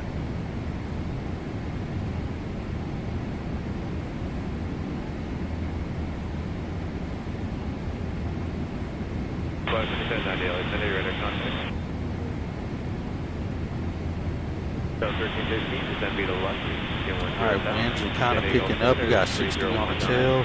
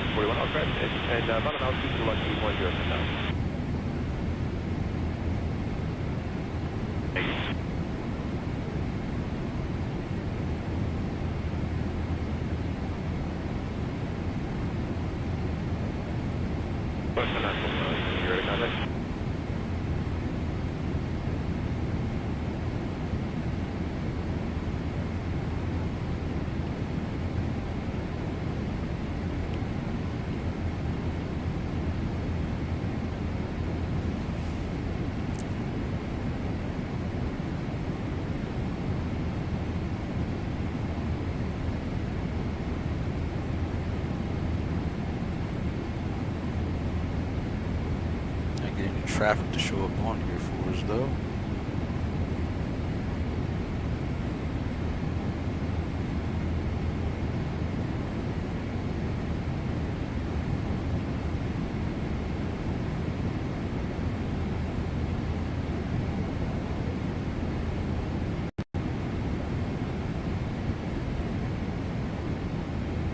And LA Center American 102 Heavy, we need a new squawk code.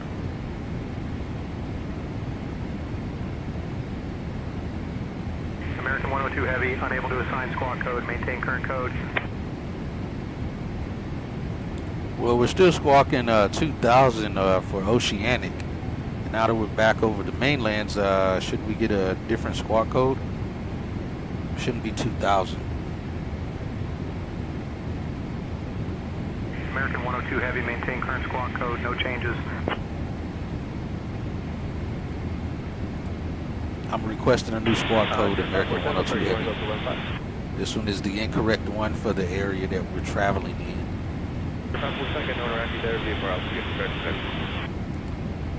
As long as I make him say it, I can report it, because it shows up in the flight log.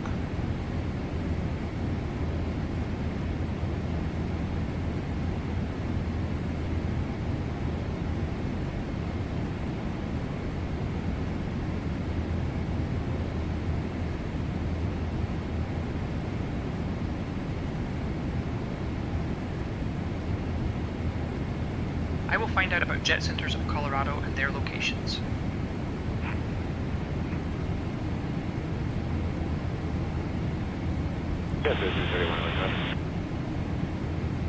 What the heck is this other thing that I'm looking for?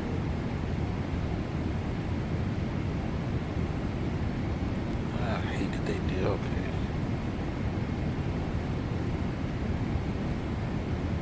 Now let me check the log, make sure what he said is in the log so I can report it.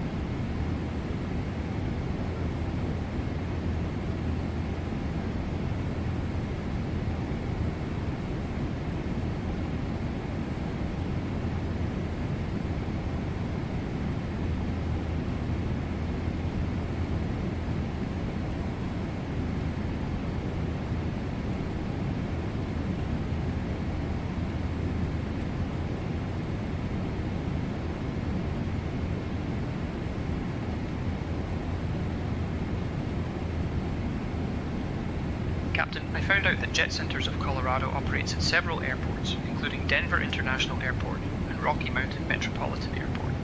If you need more details, just let me know.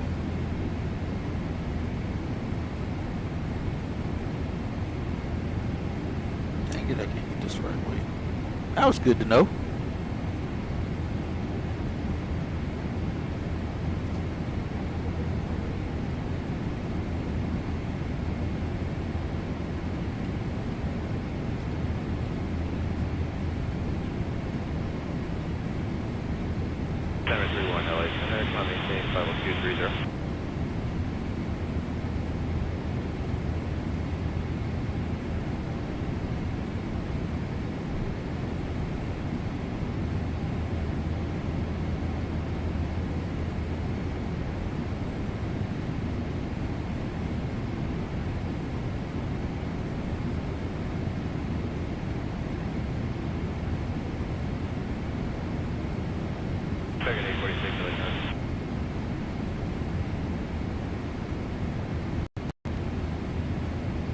Said nope, not correct. What'd you ask him? 731. Say, what can you say about Jet Centers of Colorado and what airports are they located at? Who'd you ask? You asked Duncan, the FA guy? The flight attendant dude? You don't ask the flight attendant guy. Collins Loveland Jet Center is known for at the Northern Colorado Regional Airport.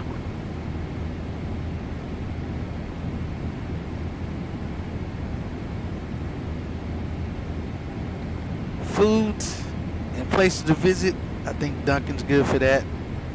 But Jet Center and stuff, I would bet Chad probably know a little bit more.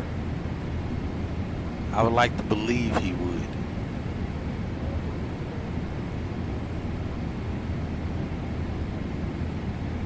He definitely is the smarter of the two, though. Duncan, you're right.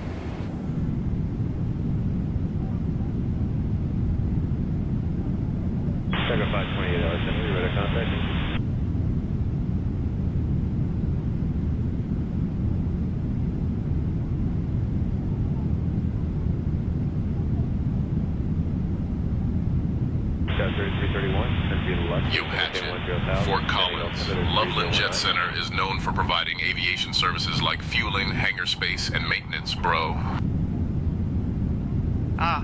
Captain, just a quick follow-up on the Fort Collins Loveland Jet Center at Northern Colorado Regional Airport. It's known for its excellent customer service and amenities, making it a popular choice for private and charter flights. They offer a range of services from fuel to hangar space, and it's a great spot for pilots and passengers alike. Wow, so Chad kind of gave the same thing, but he gave it from a pilot perspective. of they get you fuel and get you out of there. That's it. That's all I need to know, and that's all you need to know as a pilot. Duncan comes through and gives you that exquisite GK definition of it.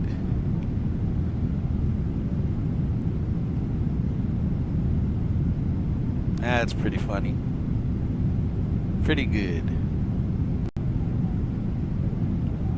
So 347, hold on 260 there, please. Send via 17-1-2000, sending altimeter 3019. I almost thought they both was gonna give the exact same answer, but again, that further shows how they have the AI from different AI programs that they have assigned to each individual. I'm pretty sure if we had the dumb Instagram girl as our FA flight attendant, she wouldn't know anything. We'd be probably telling her to shut up. Just don't answer anything, don't say nothing, don't talk. That's why I have in the random selection for cabin crew, I have only professional. I don't want any random funny stuff, because main reason is things can be funny, but over time they'll keep saying the exact same thing. They're likely to just keep repeating the exact same joke, and that gets old. So that's why I'd rather not use the funny versions of stuff, because they're likely going to be limited on saying funny stuff. It's not going to be just an abundance of different random funny things.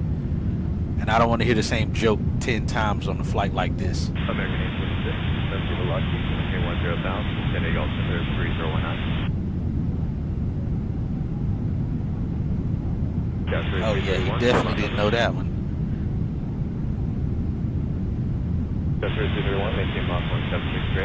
Yeah, Chad did not know that one.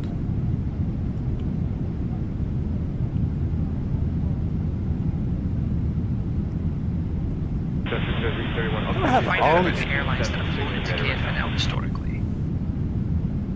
And Duncan actually takes the time to go look it up. Chad is like, nah, I'm not looking it up and I don't know. Can't help you there. Not my area. That's what he says. Like, nope, not gonna do it. I don't know.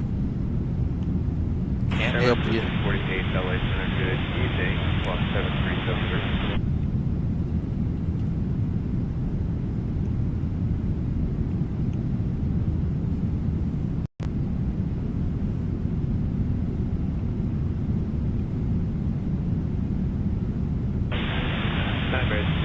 So maybe we can phrase it with the name instead of the ICAO. Yeah, that probably would help, maybe. So that was 141, and then the altitude engine fell 240. 931, you have to say it's 23, so I take you down a little bit here. 931, thank you so much. Send me about 19 or so.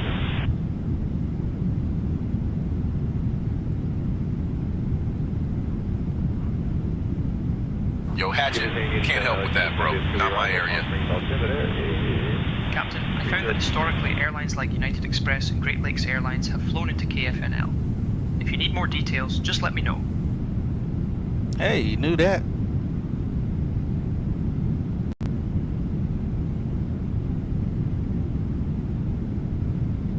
And it's cool, Duncan actually comes back with the information. What the heck is going on with my frames right now?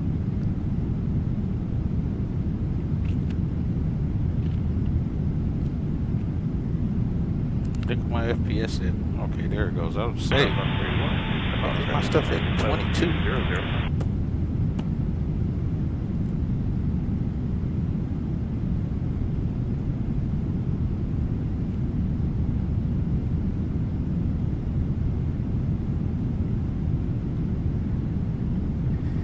Yeah, Chad says nah, but I'm not looking it up. I don't know. So you got me beat on that one.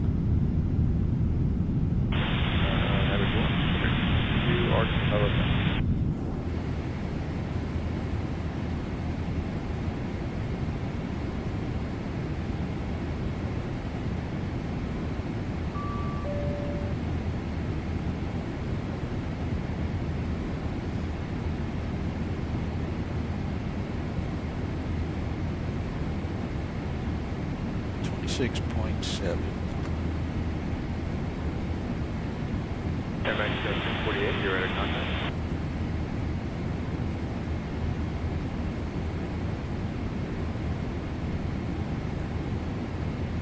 Accepted already.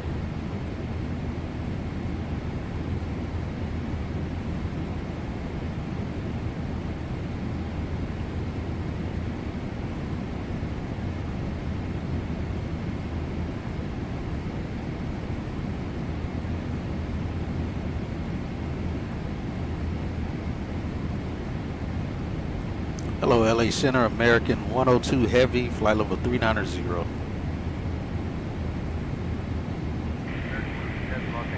Yo, Dwight Anderson, thanks for the subscription. Welcome in.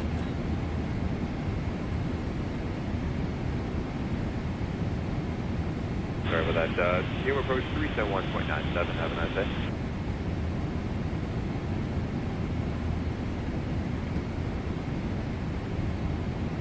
Nightmare 11, contact emo range on Q7. Find it.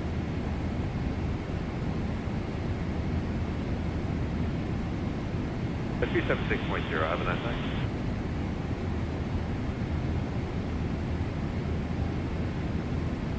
night. You said, I guess Great Lakes technically, if it's the B-1900D aircraft. Gotcha. 648, send me the Ola arrival, San Diego Altimeter, Express Continental Express flew their B-1900 from Phnl to Denver, Stapleton in the 80s.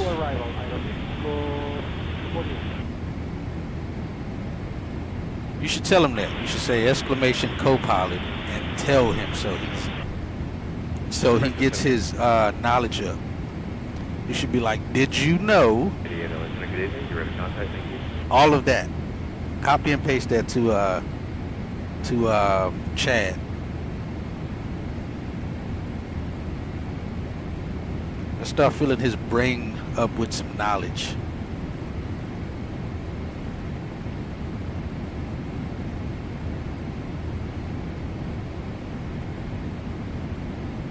Yes, Senator. It's 1315. We were given 300 or better. Do you want the speeds at Helix? I don't. 1315. You can actually delete the speeds and do whatever you like. Okay, delete the speeds on the arrival, but descend via the 10,000. You said Legion flew in the early 2000s to 2012 to Vegas, 6 flights total. In a week, they tried returning in 2016 and failed to bring service back. And in 2017, Elite Airways flew to RFD. What is that? Rockford, Chicago, I think it is. I mean, Rockford, Illinois. Let's say Chicago.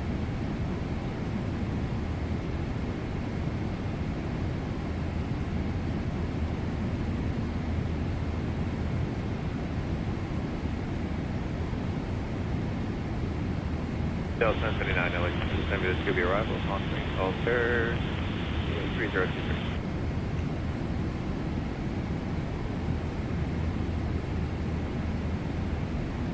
Let's see how smart he is. See if he accepts knowledge or if he acts like he already knew it.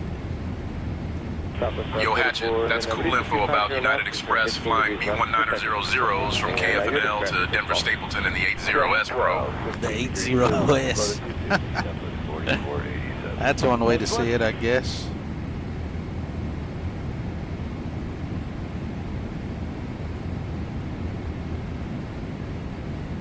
Alright, now we're seeing some traffic around us.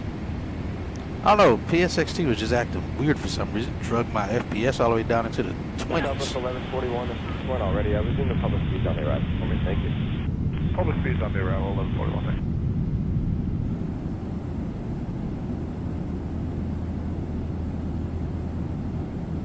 Center, Tacan 528, requesting lower. Tacan 528, descend via the arrival, and I think you already have that altimeter 3017. Okay. Thank you, descend via the arrival, Tacan 528.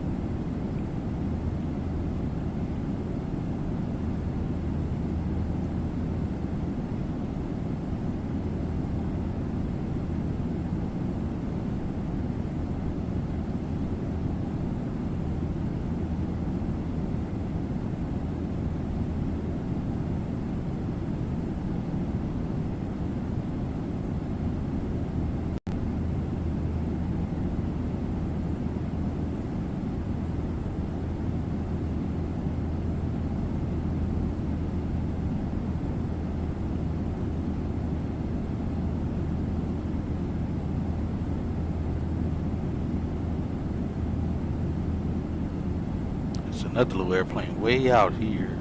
I like faintly see his beacon light.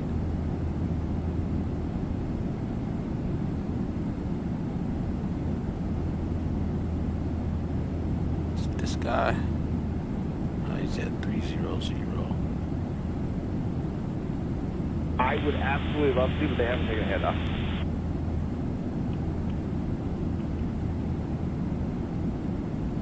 There it is, Nightmare 2-1, rating 6.0. Thanks, have a good flight.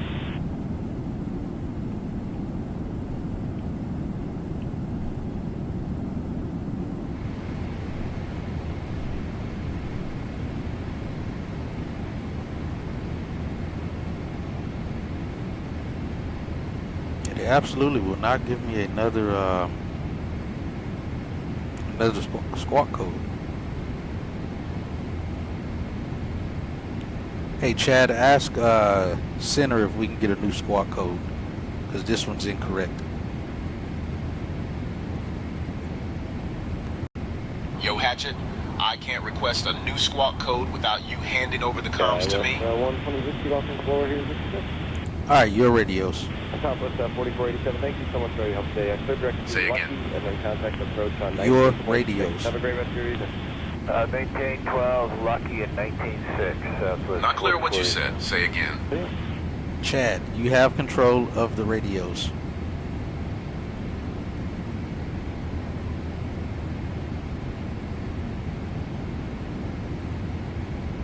Chad's a nuisance. This dude's on the same level with his buddy Cliff over there with Jason. Just acting weird. Chad, ask Center if we can get a new squawk code, because this one is incorrect. Yo, Hatchet, we gotta keep the current squawk code unless ATC says otherwise. What if I say otherwise? Yo, Hatchet, we gotta stick with the current squawk code unless ATC says otherwise, bro. Chad, you're useless. Skywest 120 Whiskey, sent via the arrival 3-1 transition, altimeter pulsing 3023.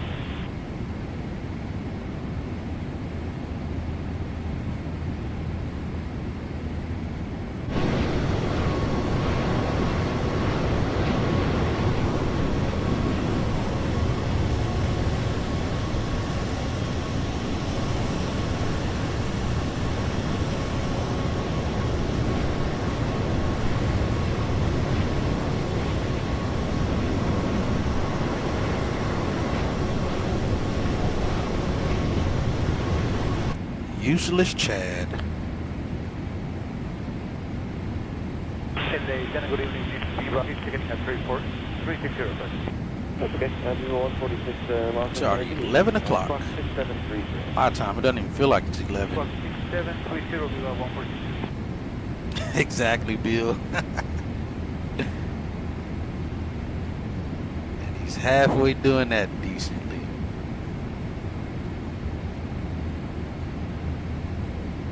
Damn Chad.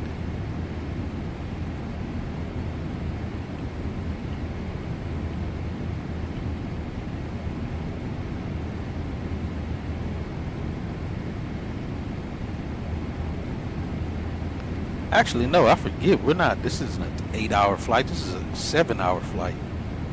Got an inbound. Yeah, winds are getting a bit higher. We're at 85 knots on the tail now, doing 554. I think we're gonna end up hitting. We're gonna end up hitting almost 600 knots across the ground once we get further in the core of this jet stream. Is it helping our time? No, we're steady losing time. We initially was 6:43. Actually, we're still at 3 minutes. We're at 6:46. We originally left off at cruise. We got to top of climb. We were supposed to arrive at 6:43. It's now 6:46. That's what it's showing. We're 800. Hey, we're below 1,000 miles now. We're 882 nautical miles out from DFW.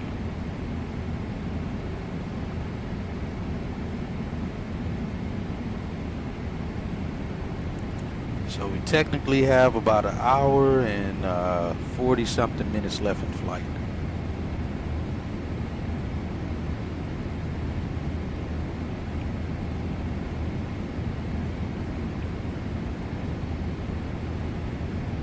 528, SoCal approach on 128.1. Buen dia. 28-1, sacrifice the negative.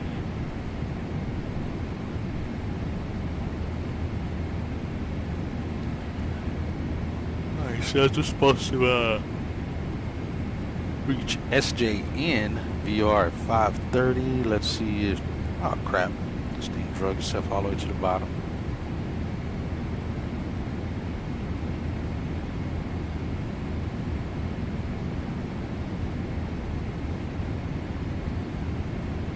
You know what, I forgot you can make the words bigger on here. Oh no, you can't. That's just,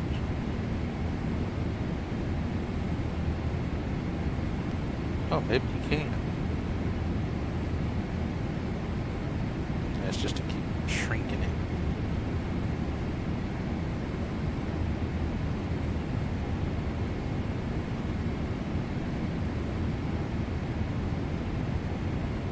Alright, which waypoint was that? SJN? 508 it says. Yeah, we're like, yeah, still about 22 minutes out from that, what the flight plan was set up for.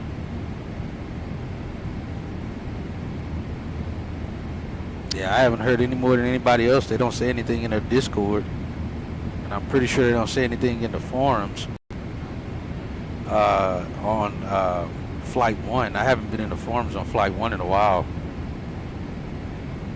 Again, I still feel bad for P3D people who still waiting on their update for the Max 9, which I'm at a point of believing that they're not going to get it. That's the only thing I don't like about iFly to this point, that they said that right when they was releasing the Max 8, that they were going to release the Max 9 for P3D. And I feel like they just, like what some of the developers doing and have done and probably will do for 2020, they're going to drag it out like a court litigation between the mogul, like massive companies who got a massive retainer, and just drag it out like they do there with people who don't have money until you go broke. I feel like that's what they do with the sim world. They wait until there's nearly nobody on that platform, and then they come out and say, well, no one's really using it, so we don't want to waste resources of creating something for a platform no one uses. It's like, yeah, no one is using it now, but at the time people were using it, you could have created it in the span that you said you were going to do it.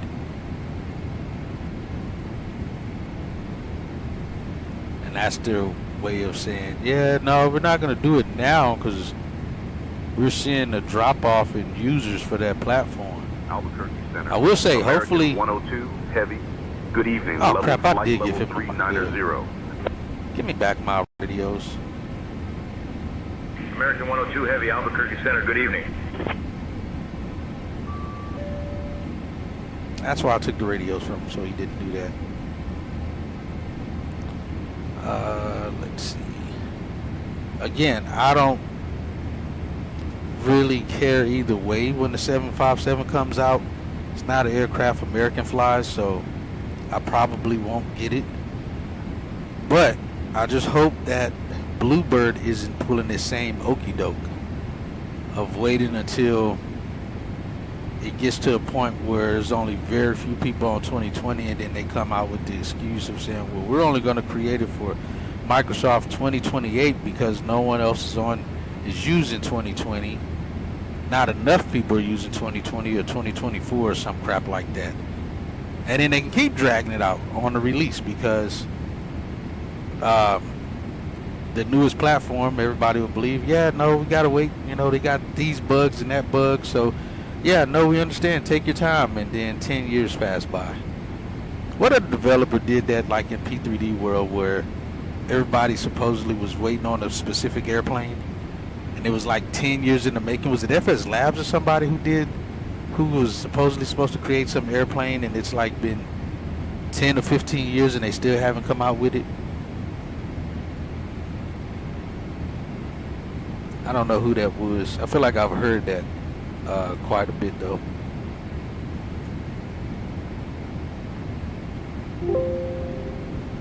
Alright, we can't use you.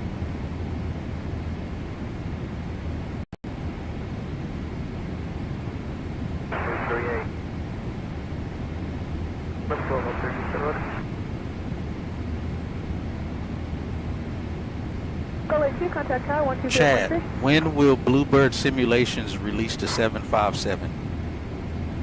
Continue downwind, call it. Yo, Hatchet, I don't have any info on Bluebird Simulations release plans for the 757, bro. Do you happen to have a insider at Bluebird Simulation that can tell us? Don't worry, we won't say anything. No one else is hearing this. Nah, bro. I don't have any insiders at Bluebird Simulations. We're all in the dark on that one. Dang, even Chad doesn't know. Chad, when will PMDG release the 747? Turn right heading 050, maintain 7,500 close to on localizer and cleared ILS runway. Yo, Hatchet, I don't have any info on PMDG's release plans for the 747, bro. 500 cleared the approach, Zoom 38 and It's okay, you can tell us. No one else is gonna hear. We'll pick apart clearance to go back to Offutt Air Force Base. Yo, Hatchet, I can't help with that, bro. Eastbound, helicopter 6000, heading to the pad. What you looking? So 82, traffic about 1 to 2 o'clock and 3.5 miles. Westbound 2130, 7,000. Going to Bill. But I was not just a little right up.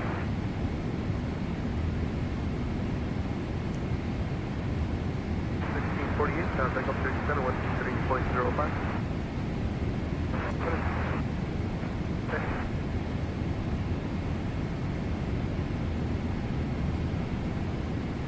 Well, Chad, when will you know? We're in 1503, pad 3, clear to land. Going to clear land. Yo, Hatchet, I don't have any insider info on that, bro. It's okay, you can tell me. I'm a doctor. Taxi 74, radar contact 25 miles west Yo, of Hatchet, Albuquerque Airport. I don't have any insider info on that, bro. Keep your speed up if you can, please, for traffic following you, and you can resume on navigation. You said the ILS transition to pad 3. Alright, guys, I can't crack Chad. He won't tell us. Cheers.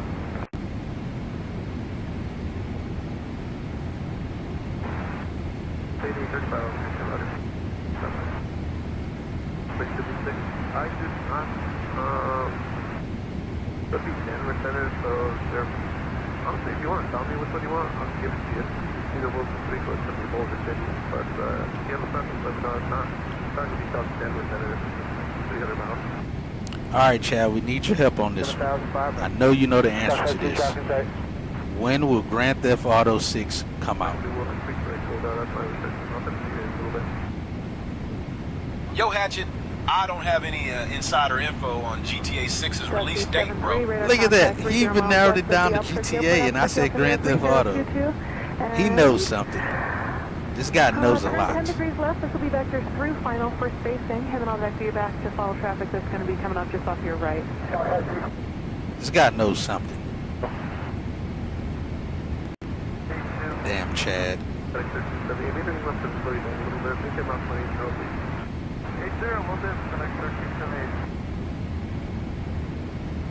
And Dusty 74, you can turn 10 degrees left, join the localizer, reporting down.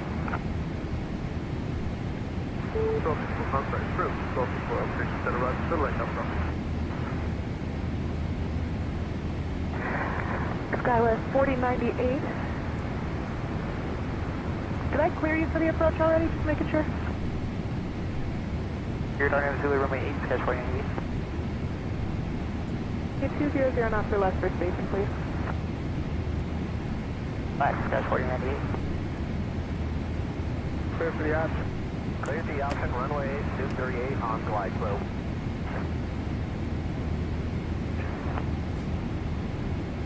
Two, effective park.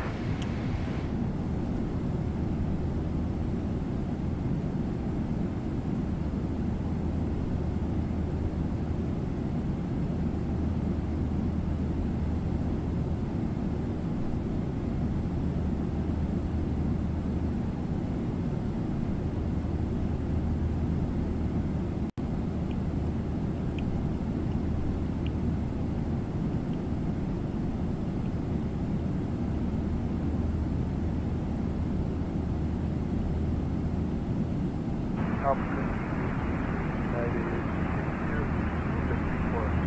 that's the close filter that are running.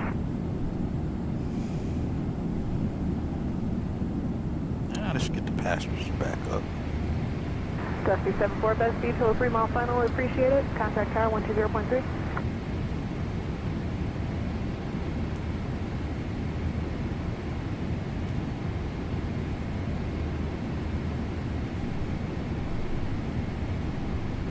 All right, winds are picking up. We got 106 on the tail now. I like.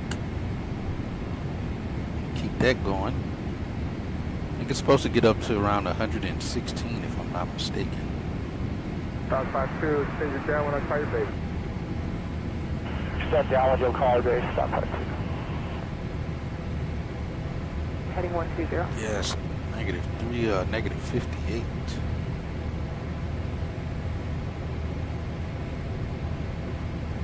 Oh, I didn't know that. Realize 777 had this at different altitudes and what the speeds are. That's pretty good. 390 looks to be our best speeds here. Yeah, we're getting up to 122 at TXO. We're really right in the core of the jet stream here. So it looks like we're going to see up to 126. Temps will get colder, is at negative 60 there. Ganja, Kwana, about 2 miles across to the runway 85 steps to the north. Negative 60, 127. Looks like the high is going to be like 127.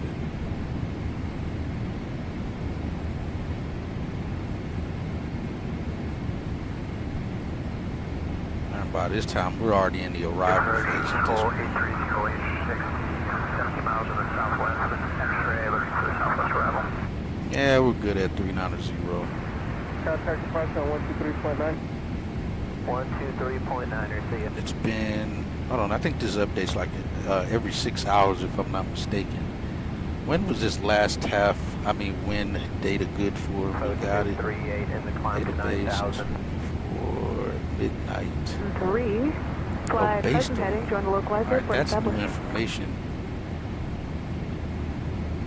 I don't know if we can grab new wind data, but let's request it. 238 heavy, outskirts departure radar contact with 3 vectors, 1 more ILS approach, and then I'll have your clearance on the go. Thank you. Yo, Mike, welcome back, good sir. 2098, thanks for your help. Contact tower 120.3, have a good day.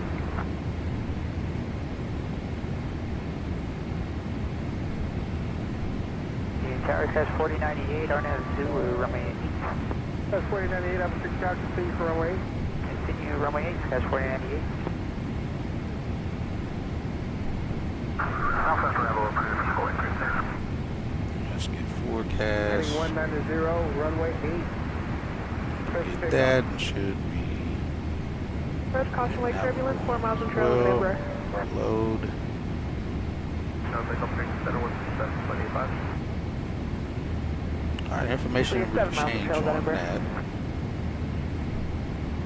Start space now, please. Start by 2, right there, 122, yeah, looks like it's about the same. 74, side step to the north, pass 3 clear to land. It's a pretty consistent Tower 120.3, good day. Tower next. I say not much deal waiting on Santich support to answer my question. Oh, what'd you ask? What'd you ask? 30, any right report says 400. Same visit separate with that traffic.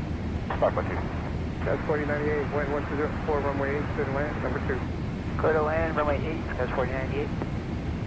Number 3, Tower 483, on the southwest arrival, 12 miles to the southwest. With Zulu.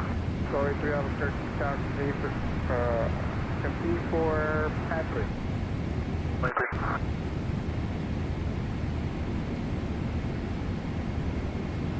Dusty 73, reduce 3 to 170, not to left for spacing. Clear 509, Albuquerque Tower, clear to green, via. Add files, final maintain 900,000, expect 12,500 south of departure frequency 123.9, squawk 1 I'm sorry, start 4356. Get that forward, speed set for a minute.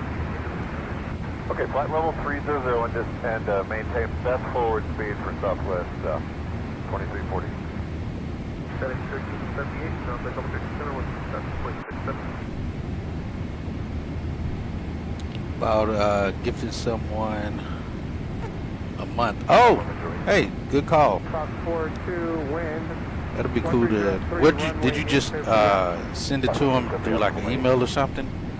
Because I assume it's not on their website.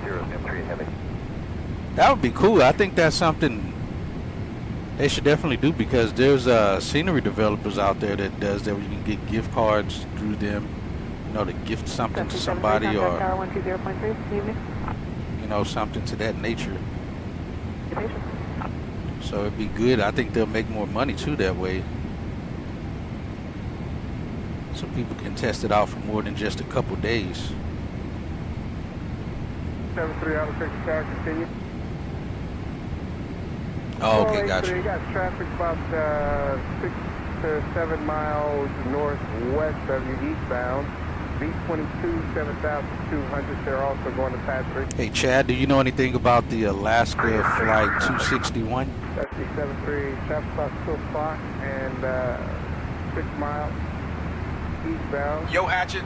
Yeah, Alaska Flight 261 was a tragic accident back in 2000. It crashed into the Pacific Ocean due to a mechanical failure. Sad times, bro. I didn't think he was going to know that. I did not think he was going to know that.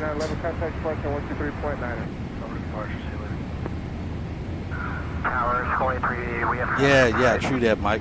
43, roger that. South 52, go left close traffic forming trees, extend it down when I call your base. Left close traffic, extended base, done by 2. 43, additional traffic about 11 o'clock and 2.5 miles. Short final for runway 8 is a Embraer 6200 reporting the site. Towers calling 3, we've got the 43, roger that. Pass behind. Crossing Wake turbulence, pass 3, clear lane. Through pass behind traffic, yes. 3. Just a heads up that we had an aircraft needed position report occasional moderate chop at flight level, mission arrest. 73, you still have the kilo traffic in sight? 390, 30 minutes ago. Interesting. Traffic in sight. Copy that. They are going to pass 3, and they are number 1. Again, probably because of the jet stream. Like I said, as we get close to the Cordes jet stream, closer to the jet stream, because we'll be like slightly north of the jet stream, and then we'll be picking up that clear air turbulence, which is about right, because that's what I said at the beginning of the stream, that we'll be hitting some of that clear air turbulence that's just north of the jet stream of where we'll actually be at.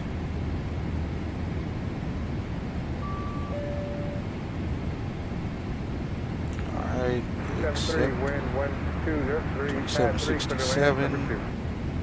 Pad 3 clear to land number 2. About 310. Towers, slowly 3, not the center line, Emily. Slowly 3, affirmative. Be about 310 knots. Hello, Albuquerque Center, American 102 Heavy, flight level 390. 2340. American 102 Heavy, Albuquerque Center, good evening. We're making 30400. Sorry, 3, appreciate it.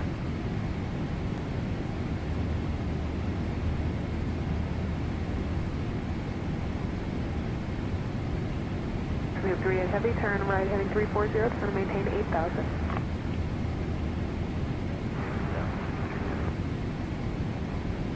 That's 127.85, you're going to pull up here. 640, yes, you got 2785. If you don't get them right away, we're accepting another bit later, dude. Alright, we'll do squad. 9911, contact Albuquerque Center 124.32 today. Nice, go, that's 911.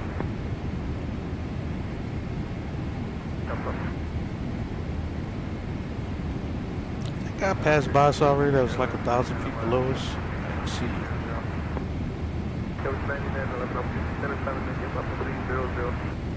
Climb and maintain flight level 300, scale is 9911. Rolling 3, taxi, park. 52, start to base. Stock car 2, left base for runway.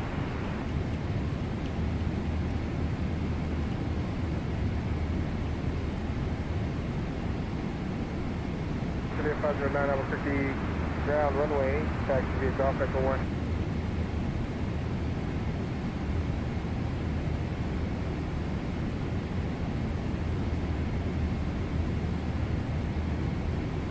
Alright, the aircraft is still running in tip-top shape, no issues. 338 heavy, 7 miles from Jylab, turn right heading 050, maintain 8000 until established on the localizer, cleared ILS runway to approach.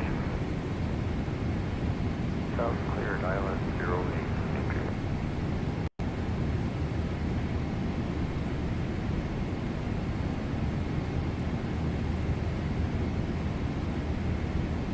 52, wind 1103, runway 8, clear for the option. Clear the option already, stock car 2. Stock 52 to be right, close check. Good, stock car 2.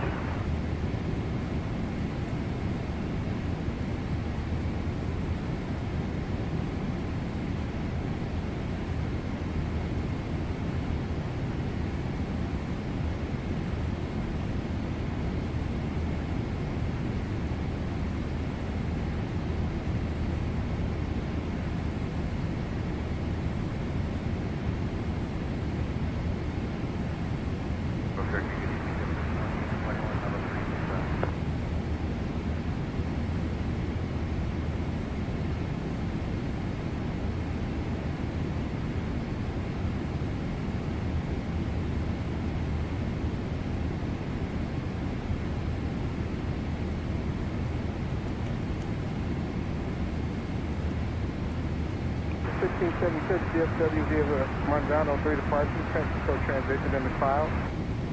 RMB is safe. Expect flight level 350. Somebody passing by right here. Departure frequency 123.9.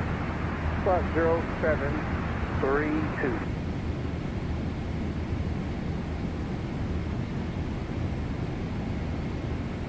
Yeah, thanks. 70 at 5 knots, 10 statute miles, scattered 25,000, minus 1. Oh, 1 and minus 3. 1670 reback stress. Contact tower 120.3.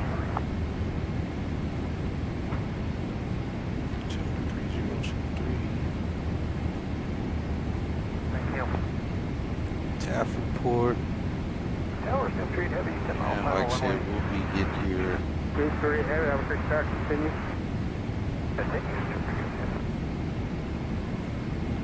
at 6 something, so right. 52 right close. Oh no, that's the main body. That close traffic stock car 2. This next one will be full stop for us. That's after. 509, have a quick start, ready to go. 509, traffic 6 mile final, heavy 135, turn left heading 290, runway 8, clear for takeoff.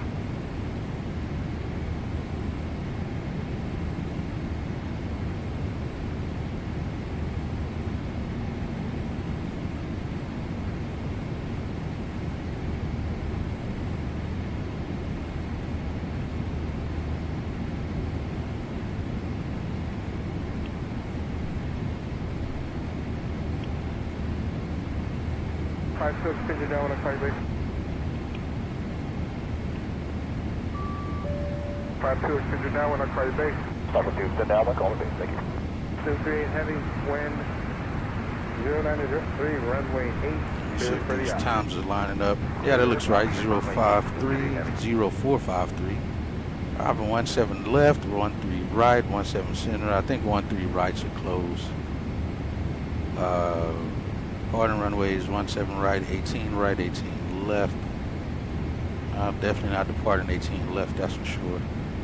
It's 170.5, visibility 10, sky conditions scattered at 25,000, temperature 1, dew point -3, altimeter 3023.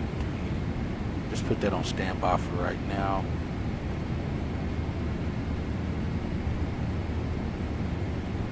Odds on initial contact, you have information, Romeo.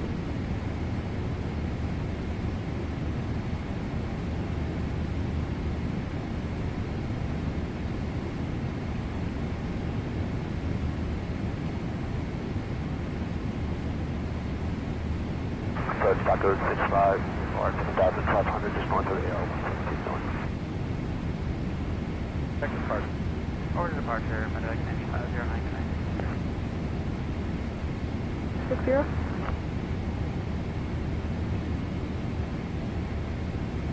0460, Taco 65. We're going to go hold it to drop at Howard.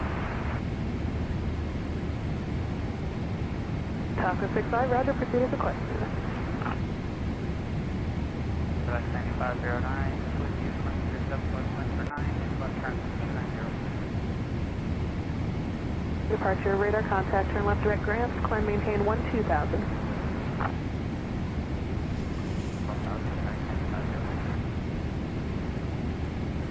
Quite a few departures off the west side right now. Left turn heading.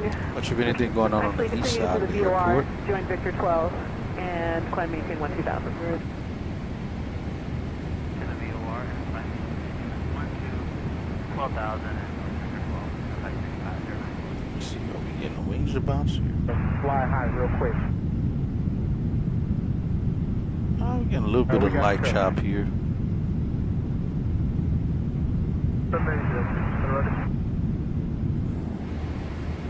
238 heavy, contact departure. Switch departure, Snoop Creek heavy. And Albuquerque Center, American 102 heavy. Pilot report here over Zulu, uniform November. We're getting occasional light turbulence at 390. Winds 249 at 110 knots and temperatures negative 34 Celsius. Albuquerque, altimeter 3022, say approach plus.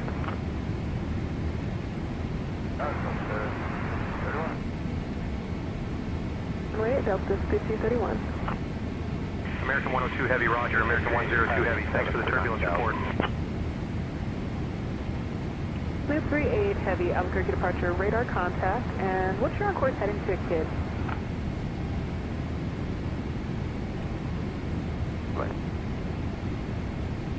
While you're looking for that, you can climb maintain flight level 200, 20,000.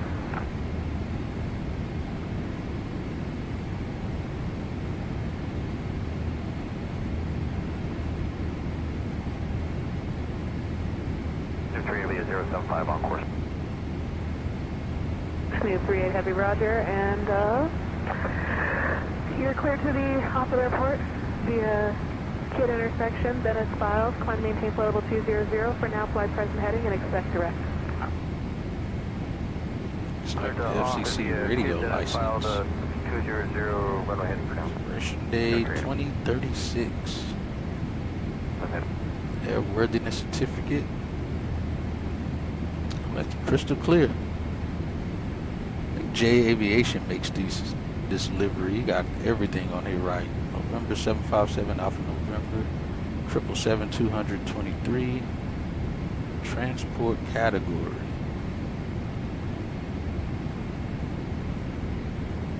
Aircraft registration. Oh, that's cool. He even have the American Airlines address. That's actually the right address. Skyview Drive, Fort Worth 76155. Albeit they have like 8 buildings on the property, so, but that is the right address.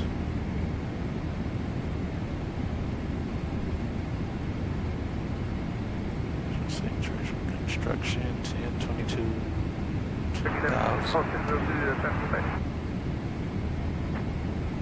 But yeah, all of the buildings are called Skyview, like Skyview 1, Skyview 2, 3, 4. I've been in Skyview, crap, I don't remember. I think it was 6, Skyview 6 I had to go to do training. 3021, my discretion 13,000, Eagle Med 30. I've been there twice. Because I had to go there when I first started for training, for gate board training and traffic training.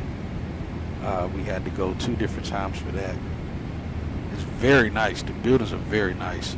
They got a freaking gym inside of Skyview 6, if I'm not mistaken. A massive gym. It looks like something you see in one of these movies where, you know, like the rich and famous go to or something. The thing is massive. And it's an employee gym just for employees, so like spouses, they can't go. No relatives, it's only employees. It's got a massive pool.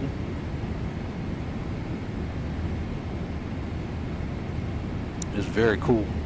Turkey, good evening, Southwest 635 at 400. Choppy a few minutes ago, not too bad now.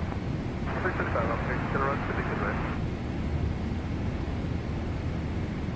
Smooth 38, heavy contact, Albuquerque Center 13. And also, I think in 6 or one of those two, they have a very cool looking, they got mock sims inside of, not sims, but a mock cabin set up inside of them. So they have one for the 777, the 7-3, I think they did. I think they had the 7-3. They had the A321 transcontinental version. So they had a whole mock-up of the first class cabin. And it looked good. I took pictures of it. I may post them in Discord. I never have posted them, but I may put them in Discord. It was pretty cool, but that typically is where they send the flight attendants to do their training, is what it's for. And they had like an entire floor dedicated to just ticket agents. Where the ticket agents are for, you know, the counter where you go up and do that. They got a whole mock-up of that as well. It's pretty cool. And obviously every major airline likely has that set up at their headquarters or wherever they have their training centers are. But it's pretty cool how they had that set up.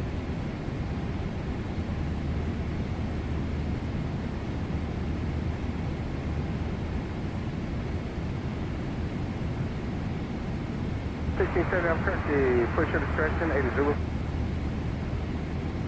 Yeah, Phnl.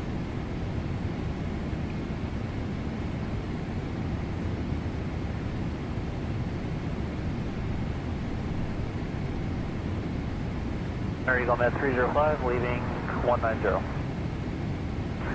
Yeah, weather looks good. We're getting higher wind speeds now. We got 116. Jet streams way out that way. Oh, that's the pin that's flickering.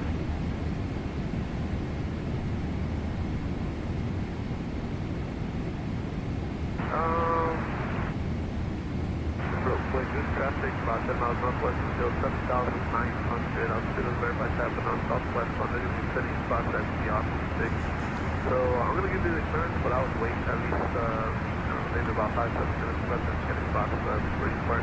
Either way, we're in the air. I'll definitely see your traffic calls and all that. But except at 42, clear from the San Jose Airport to Burbank Airport via South, number maintain 13,000, flight level 420, 10 minutes after departure. Squawk 0725, contact Elevation Center on 2.8 upon departure. Clearance deployed about up by 0550, not by 0550, advise Elevation Center related to 0555.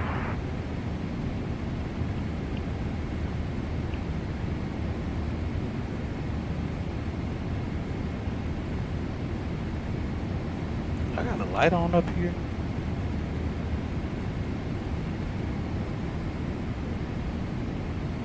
The light is that shining right down on that. That's it's got to be a light on up here.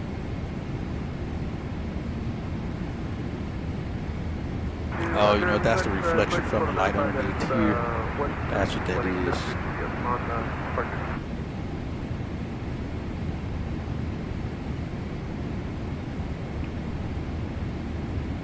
Now they are exactly 8.5 miles southwest or northwest of the field, and at 7,800 southwest bound for the Visual Verified Traffic. So for 988, I'm taking the run 10 seconds. If the boarding is still there, success rate time now is 0538.5. All right, we gained a minute back. Got 6:45 now. Do you want to go back to the gate or do you want to stop? Grabbing, holding on to more fuel. Liberal.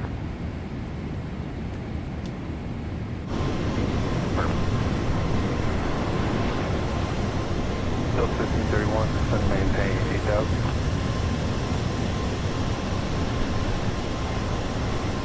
Roger. French 376, iteration of monthly tips for the next.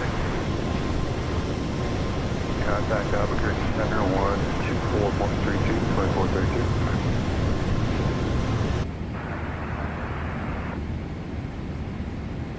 American 1624, I like to request 240.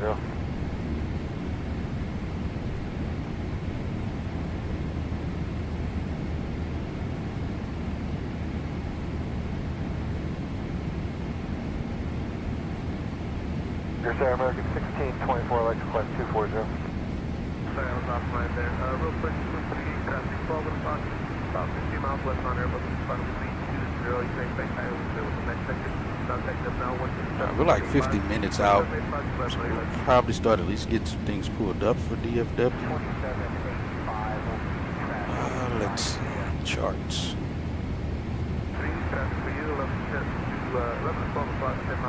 Let's restore this up here. I hate looking down there that long.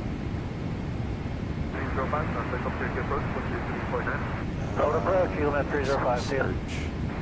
Arrival. That's like right. Is 14,300, descending 13,000 with Zulu. Unit 305, Albuquerque Tower, trying to maintain 9,000, and you want 8.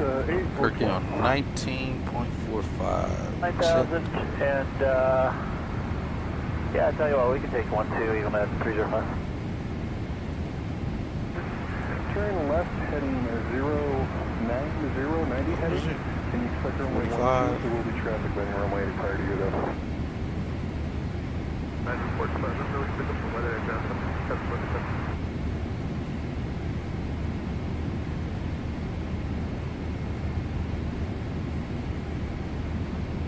Good evening, Albuquerque Center, American 102 Heavy, flight level 390. Fine for a while, probably about 120 miles to get south of Albuquerque, though that's stop. Fast aircraft back. American 102 Heavy, Albuquerque Center, good evening. West of the Sunport, altitude check, 8,000 water, Albuquerque altimeter 3022. Oh crap, no, I don't want to do date. Right.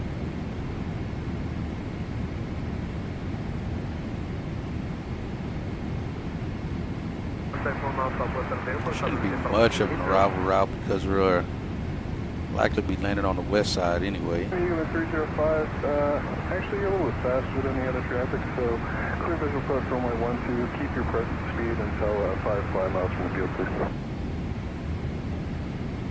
Around 12:30 is when they stop doing standard operations. Like around, really it's like around 11:30 somewhere in there. Unless we're heavily delayed, they'll cut aircraft like they're doing it right now. They're cutting them right across the bridge. Dubs 1531. Speed to 170. I'm going to have you on a slightly straight downward for back about to the left. Yeah, see, they're cutting them right across the bridge now at DFW. Normally, we going this entire route down here and back up, but because there's no bunch of departures going out, there's no departures at all right now. They're exiting, they're landing and exiting, and if they're going to the Echo terminal, they'll cut them across at like Echo Lima right here. And then they'll come down Kilo and into the ramp. Actually, oh, we are on South Flow, you know. They're actually going in through 53 right here is where they're going to take them into. They'll turn in right here. So we're on South Flow, but if it's slow enough too, they'll still bring them across right here, and we'll bring them in through 48 and 49 and into the ramp. Delta is probably going to turn up here. He has no reason to be crossing the bridge. He just landed. All three of them just landed. I'm assuming, yeah, he's going to turn up Kilo right here. United's going to be following him. United never goes. United and Delta doesn't come in from anywhere international to DFW. So they'll always go to the Echo Terminal. Always. United doesn't operate any international stuff into DFW. Spirit does sometimes, and I think Frontier does sometimes. They'll park at the Delta Terminal. But yeah, United should follow right behind him. He flew in from Newark. Delta came in from Detroit. Delta 1207. Yeah, so United's following him. Looks like all of the Delta airplanes have blocked the spots, so he's likely going to come in through the 4849 if overnight cares. Yeah, he's turning in right here. What gate is he going to? I don't know what gate he's going to. Probably one of these three is where Delta's going to go, since they got airplanes on these other gates. United's definitely going to keep going, unless whoever's on overnights can see his rampers are already out here. They'll probably bring him into 49, and he'll go all the way around. Yeah, I don't see him going in right here. He should go all the way up to 44 is where he should go, because all of these spots are blocked. So he can't go into the ramp from right here because all the Delta airplanes are blocking that part of the ramp. Yeah, see, he didn't even go 17. But they brought him in right here because he's going to probably 16 or 15. Looks like 16. So United will keep going. They'll go all the way up to 45 there. And they're probably going to be going to... they could go to any of these three. At this time of night, they could be going to any of these three. I don't know which one, because this program I'm looking at, it doesn't say what gate they're going to. The other, another program I look at will tell me what gate they're assigned. What did he do? Turn off his transponder? Okay, there it goes. Sometimes they'll do that. They'll turn their transponder off before they even get to the ramp, and their puck will just stay frozen right there. It'll just stay right there, and not, you know, United specifically, but most pilots, they'll turn it off right when they enter the ramp or before. And then what we're looking at right here is what we look at work, not this specific program, but it'll freeze on our program when they turn their transponder off. You know, depending on how busy it is or where they're going, we'll tell them to turn it back on until they get to the gate, or we'll just create a new puck, put that tail number on it, and stick it at the gate. So that way we know there's an airplane there, even though we can look at the cameras, but when we do shift change and we're handing it off to somebody that just got there, they need to know that there is an actual airplane there and that it's not actually empty. Because the same company airplane could be coming in for that gate, and operations for that company may have forgot to assign them a new gate, or forgot to call us to tell us that, hey, just hold him off, we'll be getting that airplane off the gate. Maintenance will be towing it off to the maintenance pad behind it or something like that. But yeah, he's not going to 8, he's probably going to 5 or 6 then. Where did he come from? Oh, Newark. Yeah, see, they're cutting him American off across up here. He's probably going to Hero Charlie up here somewhere. So yeah, it just depends, but again, we can look at the cameras to see where aircraft are, but some cameras too are in the area we can't see it, the airplane very well if it is one there. So we rely on that software to make sure that the aircraft is showing in that gate.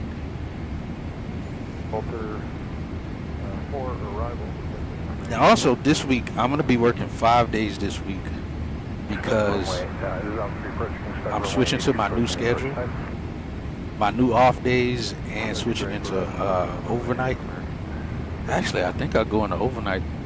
Yeah, actually, so Friday will be my last day working day shift, and then Saturday I'll go into working night shift. So I'll probably do the Heathrow flight when I get off work that night, Friday night. And that way we can land in at Heathrow during the day. And I should get there. Last time I did this flight, at that time night, I feel like we got there Ooh, no, I think I left at like 8 or 9 o'clock that night and arrived at 3 a.m. my time. So if I do that flight at 1 in the morning, it's about an 8-hour flight. It'll be 8 in the morning my time and probably like 2 or 3 o'clock in the afternoon. I think London time maybe. I'll see, but I think I'm going to utilize that time because that's going to be that's going to give me the most time off in between work days. Because like I said, I'll get off probably around 11 at night, Friday night.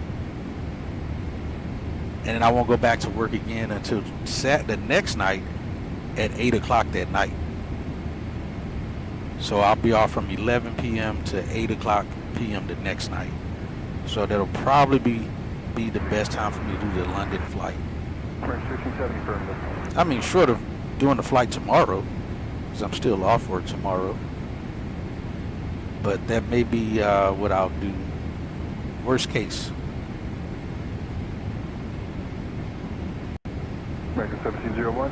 Or best case, whichever it is. Alright, let me finish getting this stuff here. I'm not sure what gate we'll get. Let's grab all of these. Definitely won't get Echo. Possibly get Alpha Terminal or Delta Terminal. We won't get Bravo or Charlie. Star. Victor 2. Runway 8 for American. Approach. 1701. Runway 8, clear land. Right. Traffic, 1 o'clock, 7 miles, just departing Albuquerque. To the 737, they're going to pass. We've already gone over reference stuff. Separated from here. You know, it'd be cool if they actually had the overview site picture for at night too, as well as daytime. I think that would be worth seeing. Not just in the daytime. I think it'd be worth having the same picture at night to see what it looks like, to see the approach lights. Probably won't see much of the runway lighting, but at least, now that I say that, that would be stupid. There's no point. That's why they didn't do it. Because all the approach lights going to look exactly the same. They'd have to get like a perfect picture to get the PAPI lights in it, the approach lights, the lighting around the area of what we should see at night, the lighting at night around the area. But I think that's too much. It wouldn't make sense for them to make that. And like I said, as I said it made sense. Alright, so if for whatever reason we got to divert to Oklahoma City, which we shouldn't, let's get that information. Let me see. I don't even know where we parked this airplane. I think Oklahoma actually have the extra gates where one heavy will take up like 2 gate spaces or something like that. American 1670, radar contact, altitude 8,900. Let's see, what is our alternate information? Let's just see it. Start. Need to move. Change approved. Talk to you later. Alternate is going to be Tisdale 3. No, we're not diverting. No, but we just discussing it because it's on the flight plan. American 1670. If we had to. Climb unrestricted now, flight level 200. Yeah, definitely not. Yeah, no worries about the caps either, man. You're fine. Let's see. Tisdale 3. Arrival. Let's get the star for that. Tisdale 3. Go ahead and pin that. And if we let's get the ATIS for Oklahoma 2. Wrong place.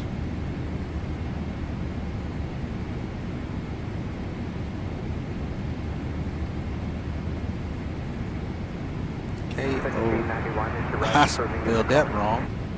Definitely isn't cock. Let's get that correct. KOC, KCO, or OKC, I mean. Send.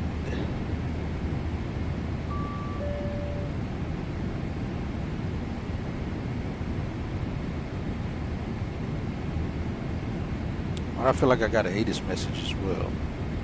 You get an ATIS message?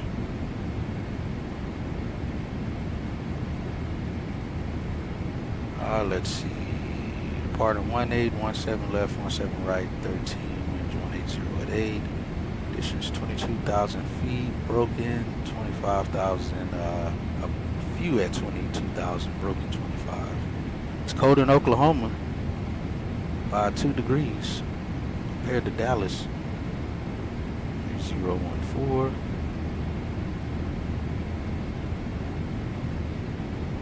It was just that hard. So they're landing the south runways. Let me see something for the, we got Tisdale already. Yeah, we got that approach. See the airport.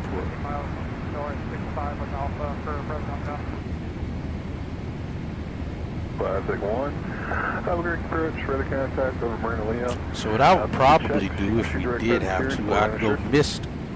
We go to the hold, enter the hold, and communicate with all this of what we'd have to do to go to Oklahoma. We'd have the fuel for it. To go to Oklahoma, what we're going to do, operations would already be in the know because dispatch would have called them already. Or would call them to let them know as well. 2667, 28675, 27. One turn. Tiger 65, Albuquerque pressure. Alpha looking for ONAV, final. 5. Good evening, Albuquerque Center, American 102 Heavy, flight level 390. Dang it, I'm trying to see something here. American 102 Heavy, Albuquerque Center, good evening.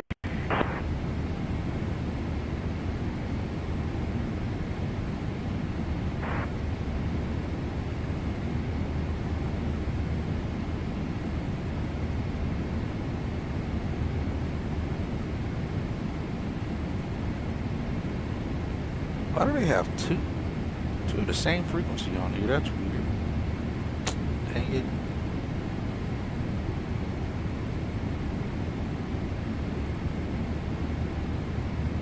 I'd rather hear more center than tower stuff happening. Albuquerque, Afrin 02780, good evening, Center 370. Afrin 027, Albuquerque.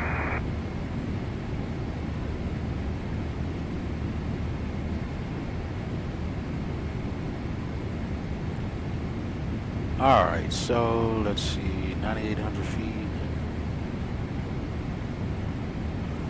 Let's see.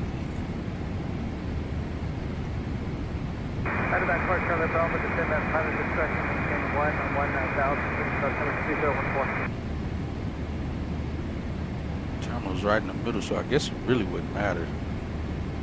Yeah, we'd figure it out. We got this here just in case. Approach will get that once we're in the air. I mean, once we're in the hold to know where we're going and what's happening, if we needed it. Airport, let's get Honolulu out of there. We got DFW, KOKC.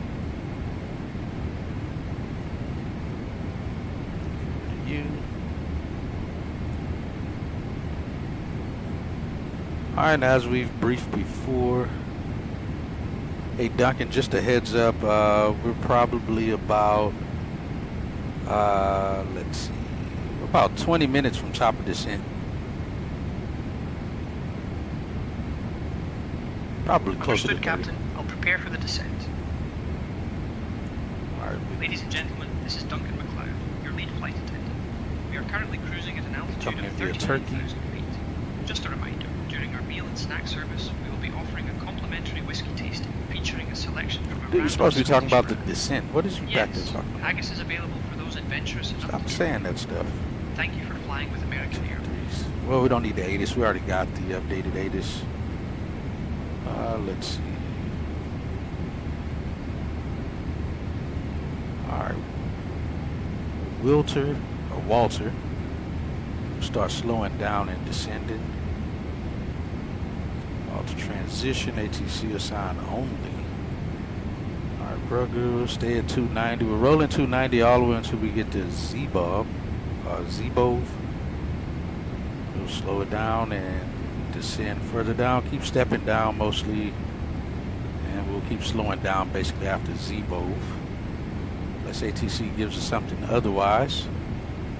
We'll break off from Z-Man, or Zimmerman, I think is what that is, to Falp,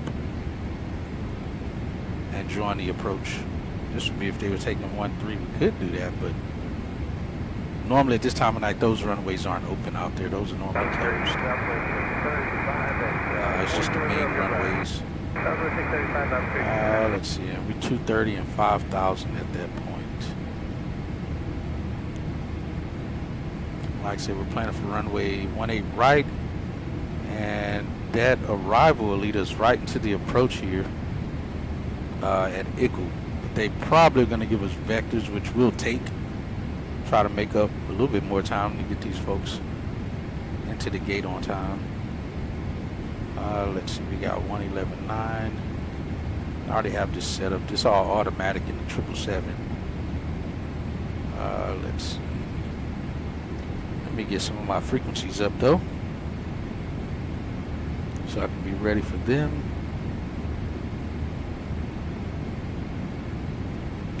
Won't be hearing much of anything because, like I said, the airport's going to be pretty dead. At best, we'll be hearing a few red eyes and maybe some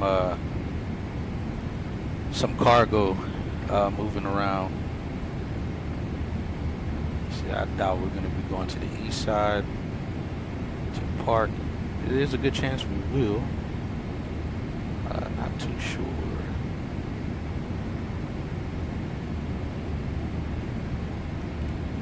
Let's see.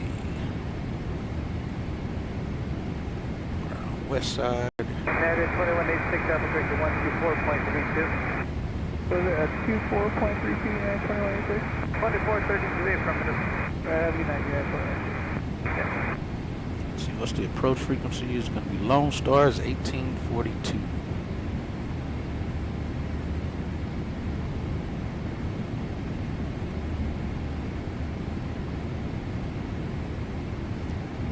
I wanted to do the passenger view recording last night, but my program I use was acting weird, so I didn't end up getting to do it. I wanted to try to get it done last night, but didn't. All right, West Tower is going to be 2415.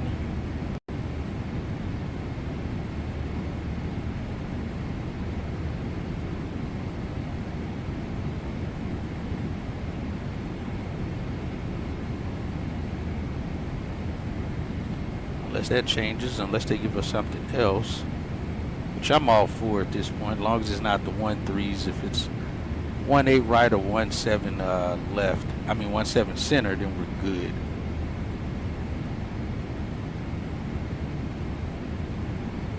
Because 17 left or 13 left or right are not usable. If it does that, then I'm just going to turn back on the function of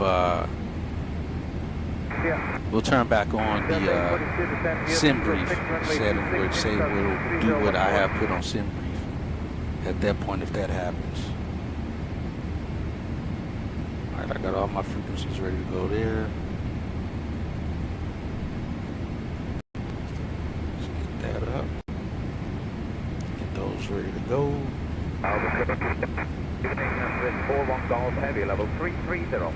Alright, so my strobe light is reflecting off of this. Let's see where our threats are, our main threats on this chart. Where are you? Okay, way down here. You're out the way. It becomes a play if we have to go miss. Ooh, and even better, we got direct entry to lights. I always like that. Direct entry into lights. We got right turn holdings. We need to go miss. But the highest obstacle is going to be down here, near there at 1743, and missed is and hold is at 3,000. Shouldn't be an issue. It's clear skies. We should see that. To not hit this tower. Let's see. Alright, again, ILS local 18 right, DFW.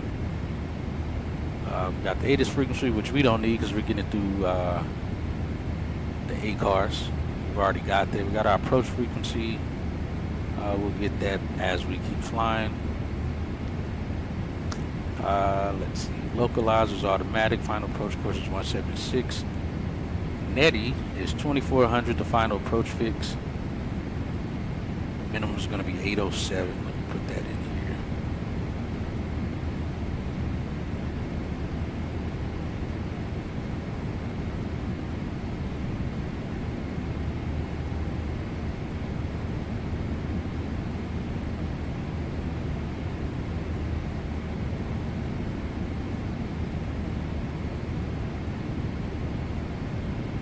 All right, 807 set.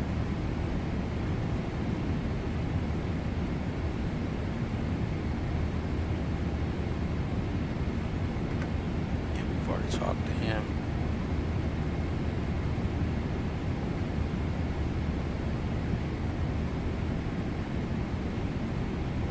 All right, elevation is 607. Missed approach, climb 1100, then climb the right turn to 3000 on the heading of 250. Outbound on the via the Fuzz VOR radio 222 to likes.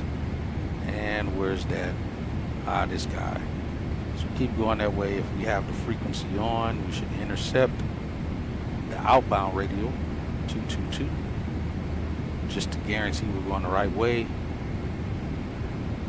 And there should be a RNAV approach as well because of the hold is at a RNAV waypoint. Let's see. Let's bypass it. Approaches authorized. 17 left center. And that all checks. Alright. Minimum safe altitude around Triple T VOR is going to be 2700 north for us if we end up south of it, and 3600. What the heck is going on with PSXT? It is acting weird. It's not picking up the sim now for some odd reason. Let me close it and start it again.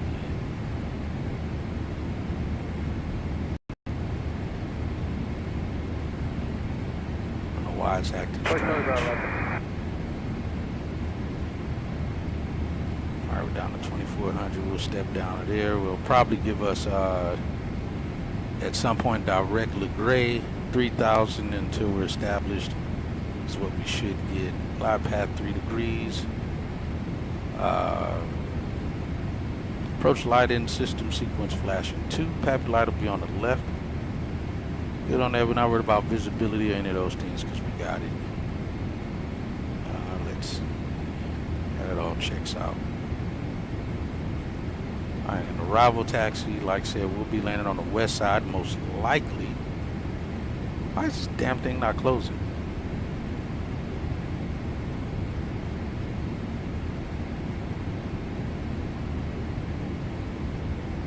Jeez, FS Realistic's not responding either. What is going on with these programs?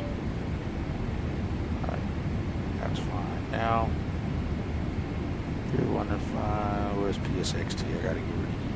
Dragon 2709, Albuquerque 128.45. There it goes. Delete. Yeah. But you don't want to respond properly.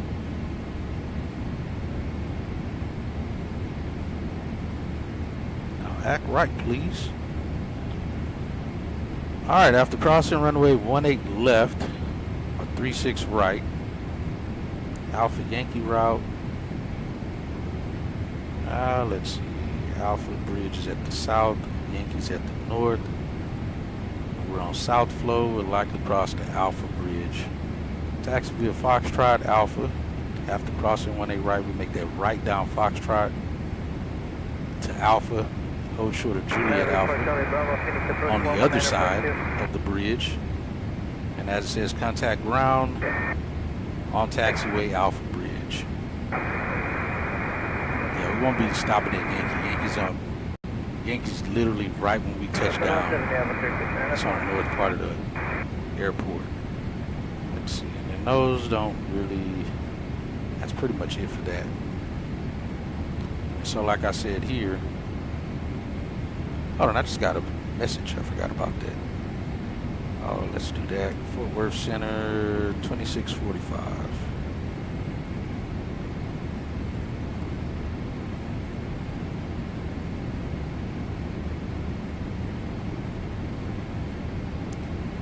Good evening, Fort Worth Center, American 102 Heavy, flight level 390. American 102 Heavy, Fort Worth Center, good evening.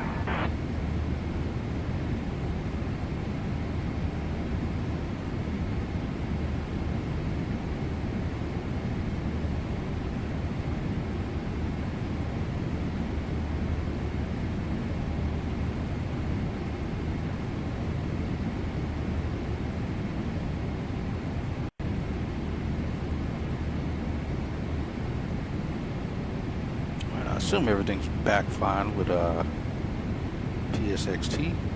Alright, we're on with Fort Worth Center now. So like I said, we'll be landing runway 18 right. Again, the Yankee Bridge I was saying is going to be behind us by the time we stop. That's a north flow bridge. We're on north flow going across that way. We'll likely exit, we do got to do lasso. We need not to land or go past that. So I got to do that on our performance stuff too. Back up some. I got to pull this up through the ATIS. The ATIS ought to give me that information. Arrival, refresh.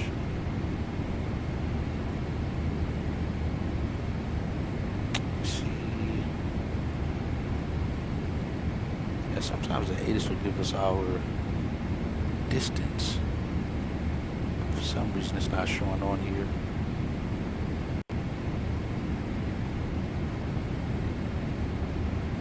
Golf is closed. We won't be turning on golf anyway, and if we're going to Alpha Bridge, then that's going to make a difference.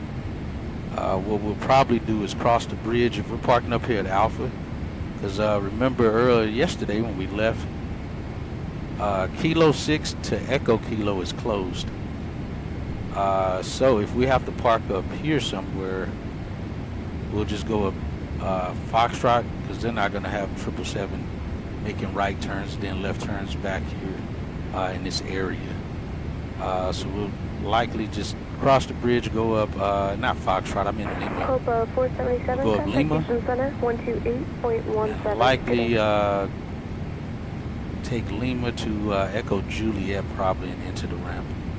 So I think the heavies park right in this area of the Alpha terminal. But I'll know once we get our arrival gate. If we get one, we should.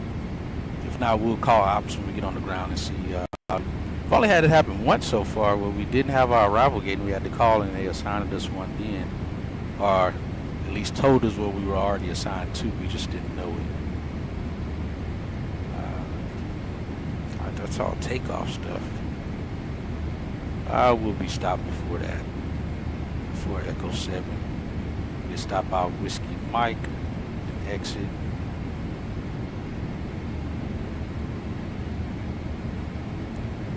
So yeah, there's Kilo 6 right here. From Kilo 6 to Echo Kilo, that little section is closed on the Kilo ramp. So that's why I was saying we come up Lima and into the ramp there. So we left from Alpha 24. So we likely have to go Echo Juliet, down Kilo, and into the ramp that way. You can't get in through here. We don't want to be taking any weird turns in the heavy, trying to make that happen. That's if we're parking on the on that side of the airport. Otherwise, we'll likely be parking at the Delta terminal.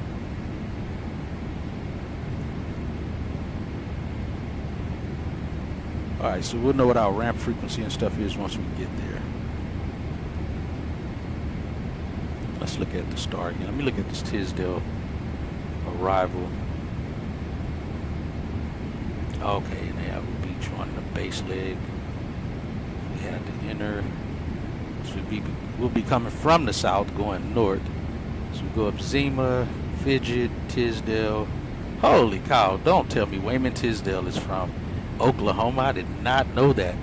If some of y'all don't know who Wayman Tisdale is, he is he was a NBA basketball center, but he also was an amazing bass player. Amazing bass player. Let me see if Chad knows who Wayman Tisdale is. Hey Chad, do you know who Wayman Tisdale is? I bet he knows. Yo, Hatchet, Wayman Tisdale was a basketball player, bro. That's all you know? See, he don't know. He don't know Wayman. He don't know Wayman like I know Wayman. If all he knows him has been a basketball player, he only knows a small tidbit of Wayman Tisdale. But yeah, looking at that name and then seeing that name, I knew exactly who it was. Let me see if it says where he's from, or if he's only on there because I don't think he ever played. Oklahoma didn't even have a basketball team when Wayman Tisdale played. Hey Chad, do you know where Wayman Tisdale is from? Yo, Hatchet, Wayman Tisdale was from Fort Worth, Texas, bro. Oh, okay, he was from Fort Worth. Somehow he still got part of an arrival named after him. Oh yeah, and there's the rest of it. Bass. Again, he was a bass player. I don't know what these other ones stand for. Learned something new. Did not know Wayman Tisdale had an arrival named after him. That is pretty cool. But he died from some illness like 10 or 15 years ago. And this was like right after I learned about him music-wise. He's like a fusion, not a fusion. He's more of a, what do you call it? I want to say modern jazz. There's another term for it. He did a lot of jazz music though, like modern jazz, not like the old school jazz stuff. But dude was cold on the bass. All right, so we'd be again planning to land one of the south runways if we needed to. Crap, I'm gonna turn.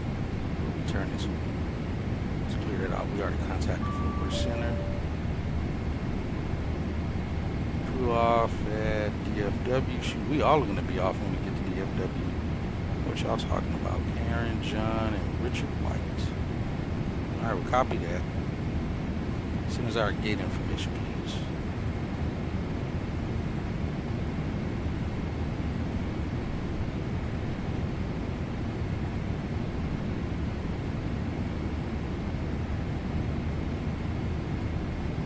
All right, we got that. Let's see.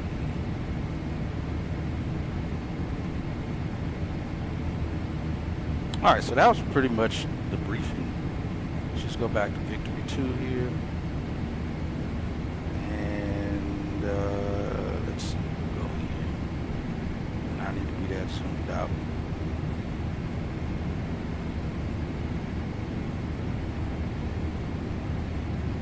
That's the best I'm seeing. Give me the actual map. Thank you.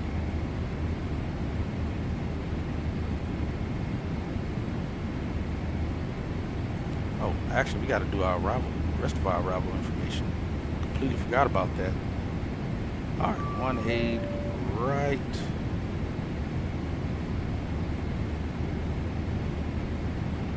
Runways are dry. Let's import 402. It should be higher than what we're supposed to land with. Yeah, 380. Jeez Louise, we're supposed to be landing with 380. We're landing like 20,000 pounds heavier. How the heck did that happen? All operations. We'll do auto brakes. Let's do auto brakes too. See how that works out. Let's get the weather. Look at our fashion weather. That's interesting. Our KO code is confirmed. Let's see, what were the winds? Let's look at it from here. Alright, so we got our gate. We are parking at the Delta terminal. We're parking Delta 33. Alright, we'll reset that momentarily. Alright, we got Delta 33. Let me do this. What was I coming here for? Oh.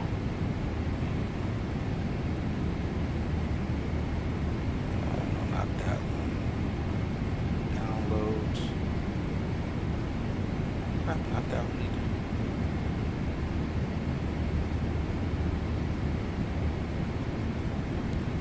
Alright, we got winds are, let's see. Yeah, got the winds. Robin, let's see, temperature.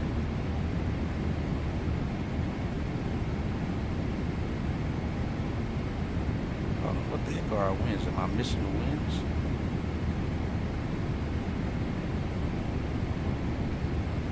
Oh, 170 at 5. Okay.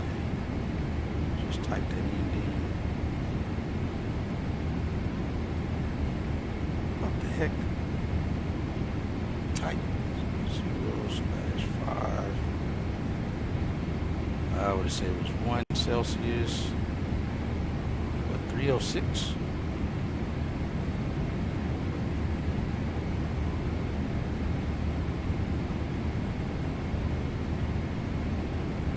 Probably gave us our other information too.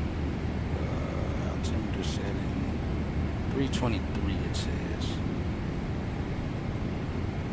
Right, and terminal D. Well, they didn't send us our descent information yet.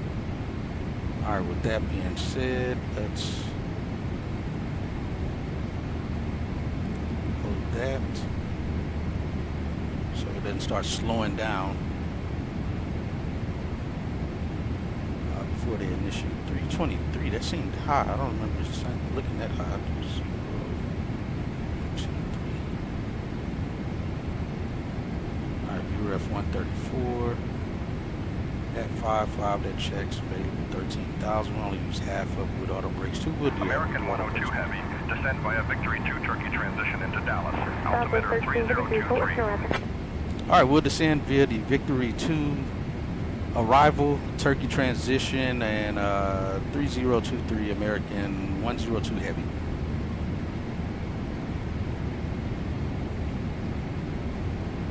So 24, let's go back. Actually, I forgot I can just push this button. Let's do that. Put you back to normal. I'm surprised he said it to us. Alright, let's get this in. I don't know how I'll let that get past us. Ladies and gentlemen, we have now left our cruising altitude and have started our approach to Dallas-Fort Worth International Airport. Please return to your seats, stow your tables and fasten your seatbelts. The usage of the lavatories is no longer allowed at this time. Thank you for your cooperation as we prepare for landing. Why did he say landing? Not even close to that point yet. Alright, 30 and 134. Alright, Chad, for our landing information, we got VREF 134 will be flaps 30, auto brakes 2, planning for 18 right, ILS. Minimums are 807.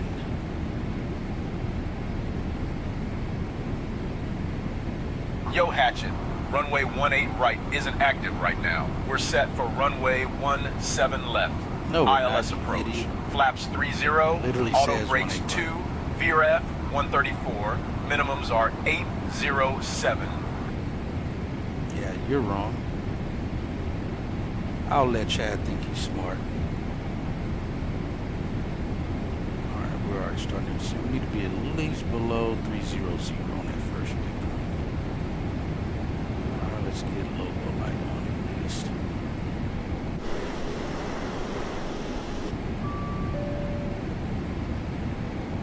Alright, 3527. They actually could have sent us the ACARS to that too, but they didn't. That was interesting. 3527.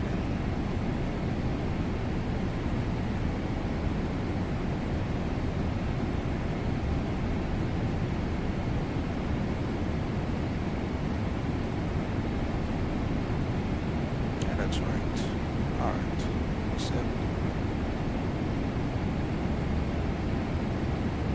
Hello, Fort Worth Center, American 102 Heavy, descending via the Victory 2 arrival.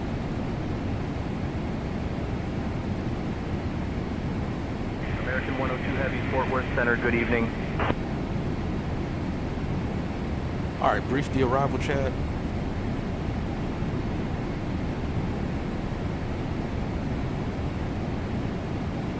Yo, Hatchet, we'll be arriving at Dallas Fort Worth on runway 17 left using the ILS approach. We're flying the Victory 2 arrival.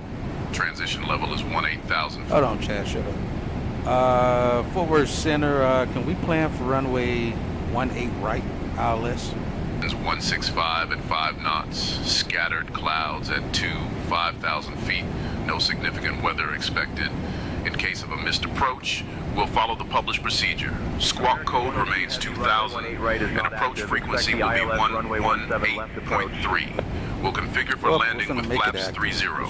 Final approach speed will be 134 knots. Once on the ground, we'll be taxiing to gate terminal D33. I think we're ready for the arrival, Captain. Westbound approach. All right, lock my runway assignments. Give me back what I planned for.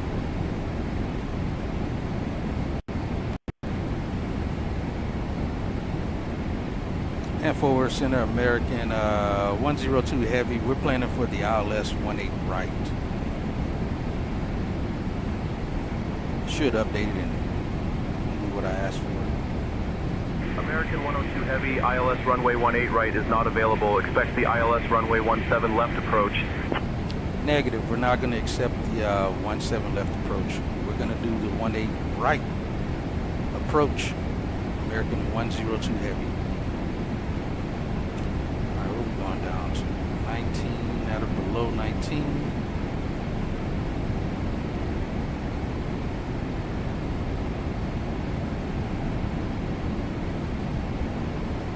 Yeah, they're never landing way out on those wide out runways at this time of night. It already says in the 80s, 17 left closed, 13 right closed, 13 left closed, because that's how it works.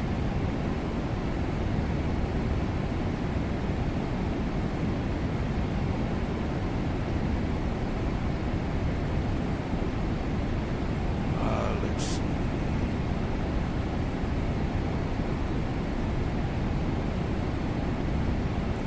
My lasso, oh, there it goes. Expect lasso, taxiway Bravo.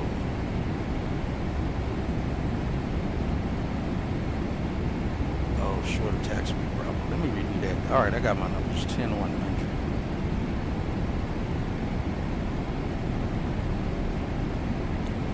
Performance. Landing data. Let's see.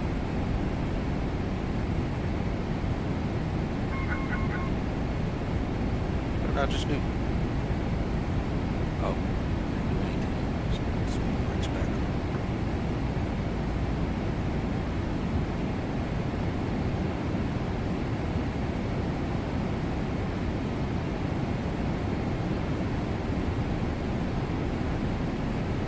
Alright, there we go. We're still landing well short of that. Alright, that's good. Alright, so that's our lasso.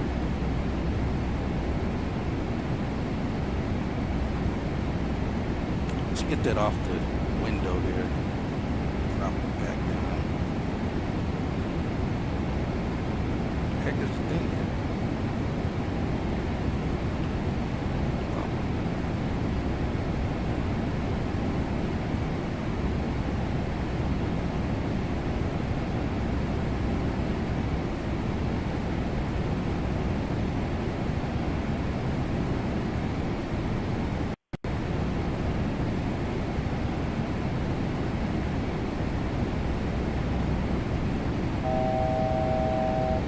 Down to 13 now.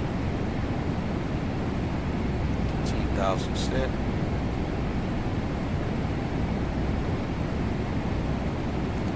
And we'll do recall check just to be sure we get there. Check, notes check.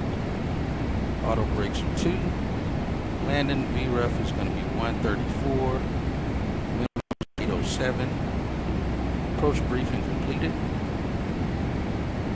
We got 30, about to be there already, 3023. I never actually set this one, I don't think. I did not.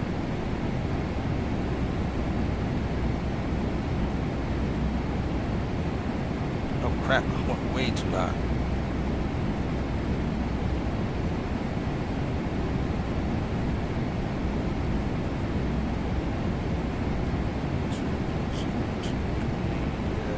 checks. Now, let's get our secondary lights on.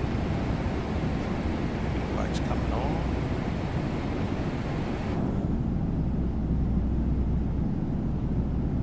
Let me close the door so I don't get killed on FPS with all these people on board. Yeah, it's clear as a bell out here. Oh, I gotta close the door.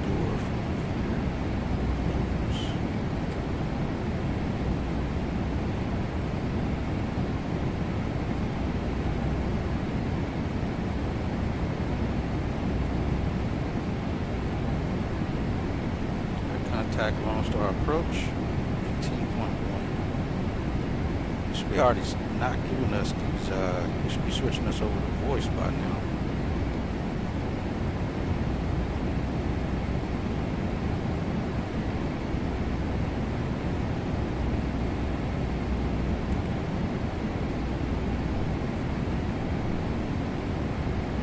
Hello, Lone Star approach, American 102 Heavy, descending via the Victory 2 arrival.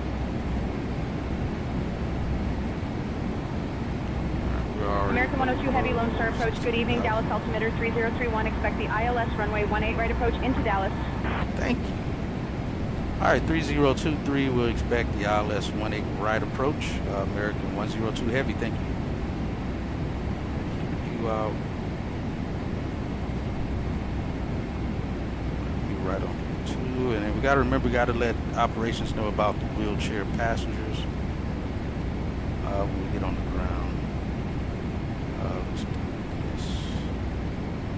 Airport. We're going to Delta 33. Drop us off right at the right where we need to be, 129.62 for the ramp.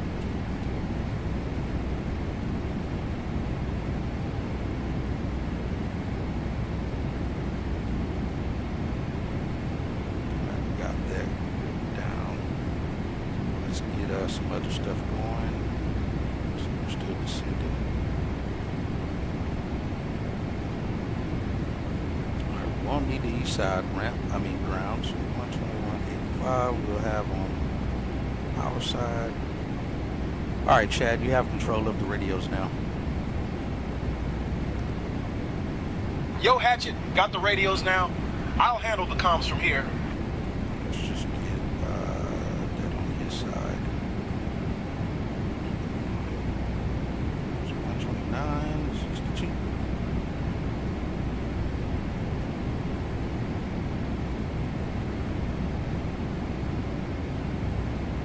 Alright, 129.62. So that's ramp, that's ground. Then once we're on the ground, I'll get the operations frequency up so I can let them know. For our wheelchair patients, passengers, we're going down to 10,000. Keep going.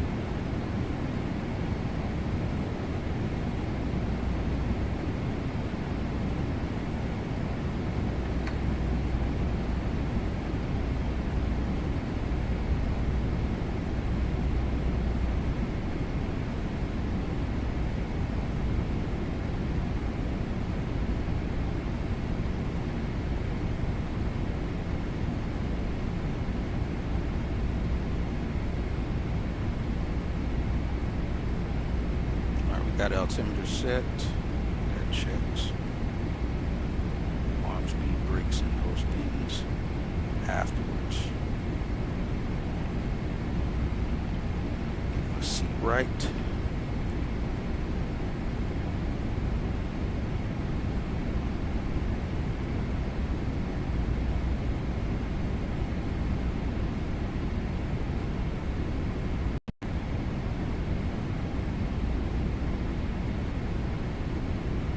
Down to 7,000. I like how they're not steady trying to tell me to step down each waypoint. You don't need to. Gotta get below. Let's get the brakes out some more. Stay on profile.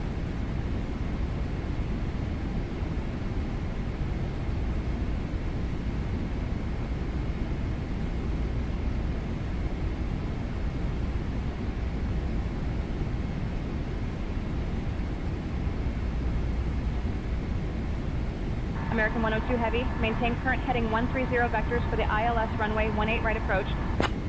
All right. Maintaining heading 130 for the ILS runway 18 right approach. American 102 Heavy. You stopping at 7,000 though?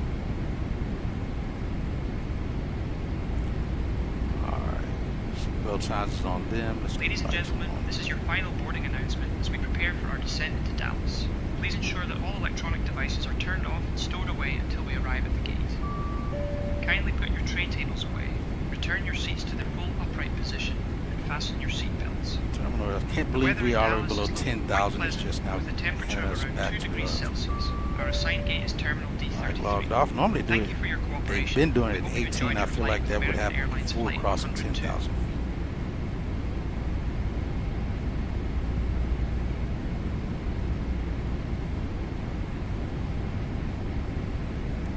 Maintain 240 there.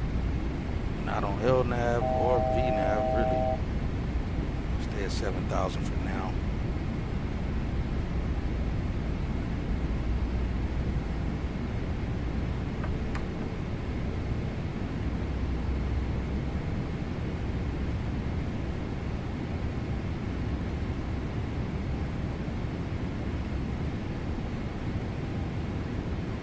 I'm gonna say Yeoman, because that's probably going to be,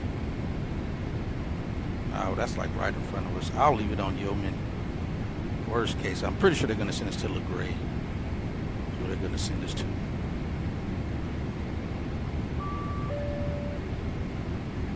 All right, cabin is ready. Sounds good. Yeah, there's absolutely no one landing right now. Actually, somebody did just land. American 791 just landed from Amarillo.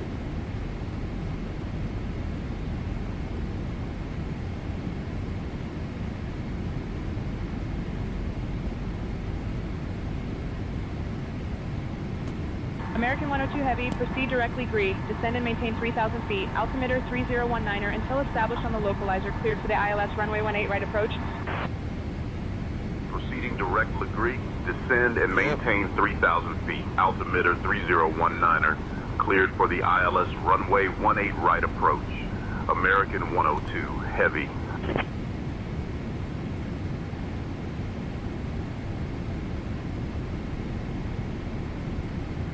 Execute, I did.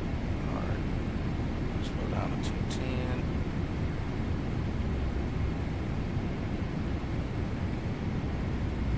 Down to 3,000 and hit the button.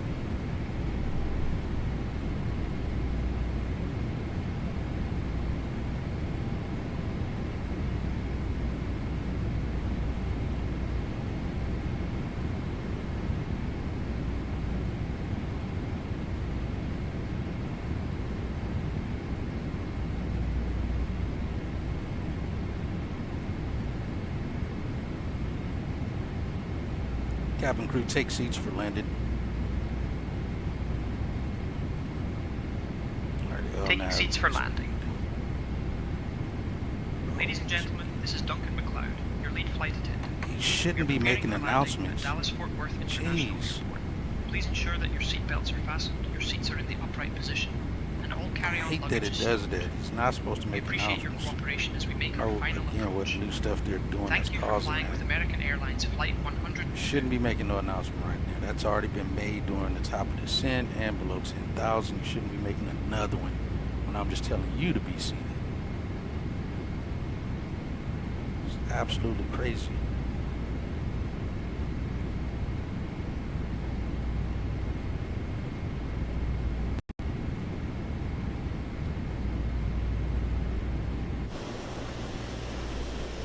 Oh, we got somebody in trail behind us.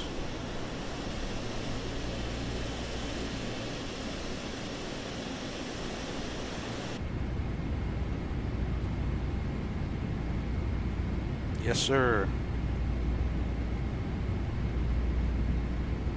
Let's go flaps 1.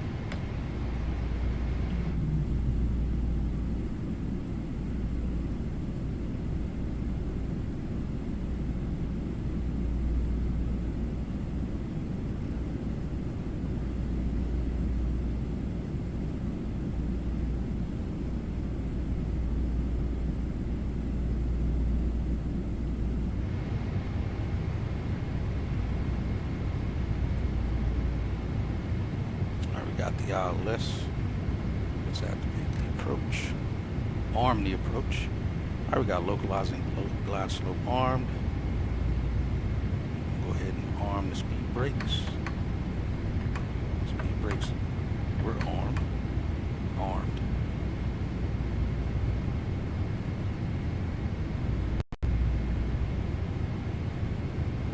Alright, we got the runway in sight there.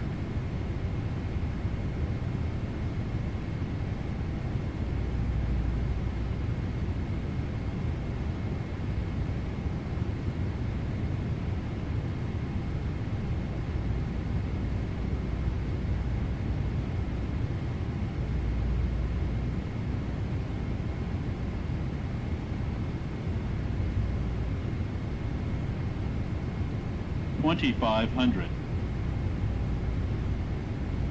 Yep.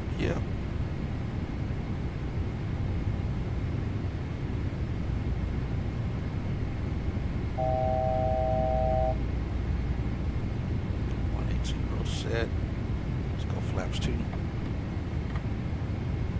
I'm sorry, flaps 5. American 102 Heavy, contact Dallas Tower on 124.15. Whiskey Kilo, hold short 18 right, Whiskey Kilo. 124.15, American 102 Heavy. Got the field in sight there.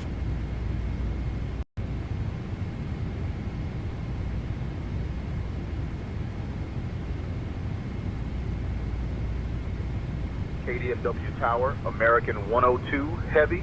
Good evening. Established on the ILS runway 18 Oh, nice. I didn't know that approach. was automatic. It automatically flipped this to the heading. That's what that was. That was American cool. 102 Heavy, KDFW Tower, roger. Flaps 15. American 102 Heavy, winds 180 at 6. Runway 18 right, cleared to land. Slightly left, of course. Runway 18 right, cleared to land. American 102 Heavy. All right, Nettie, we're 1.5 miles out. Let's go gear down. You already gave us our clear to land as well. Taxi light coming on. American 2196, DFW Tower, Arnav to Laren, runway 18 left, clear for takeoff. Arnav to Laren, clear for takeoff, runway 18 left, American 2196. 34.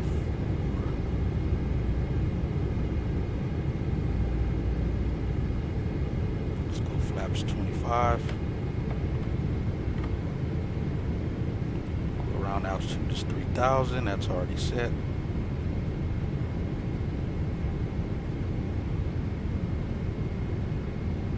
And let's go flaps 30. All right, landing gears down, waiting for flaps 30. Landing.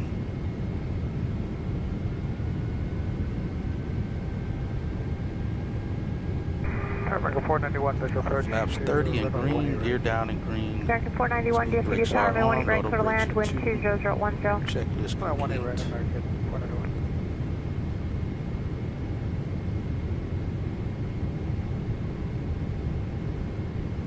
All right, my controls. American Local 905 at Whiskey Kilo, cross runway 18 right and taxi ramp.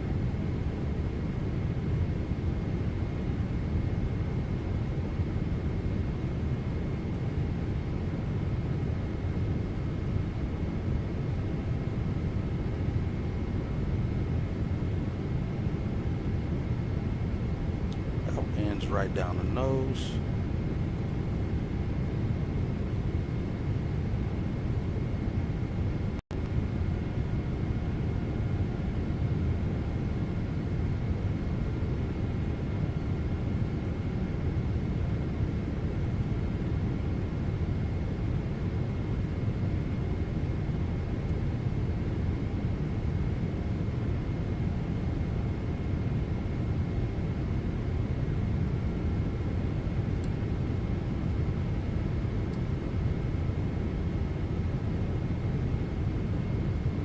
American 2196, connect flex to you.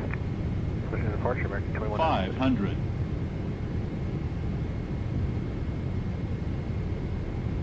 We got 5 knots there on the nose, like shown.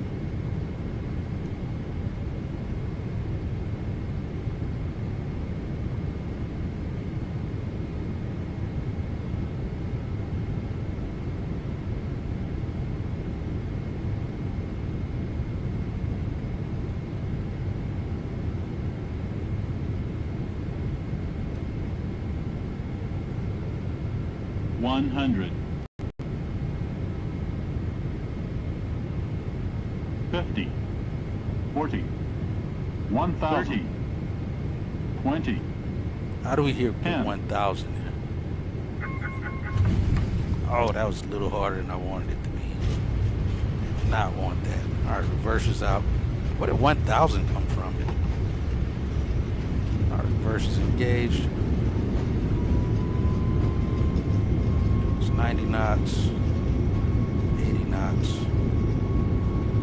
70. Our reverse is out.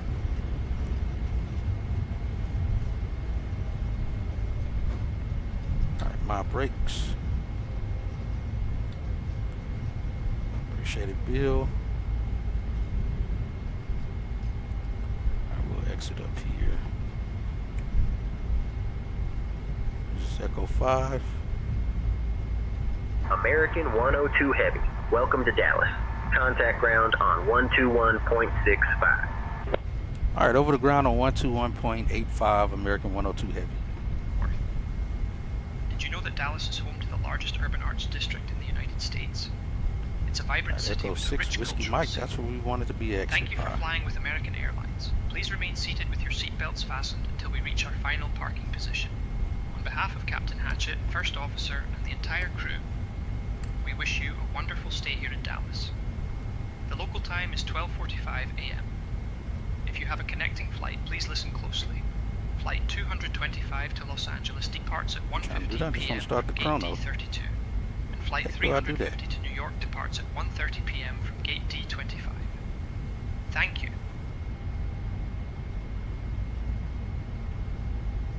Let's go flaps up.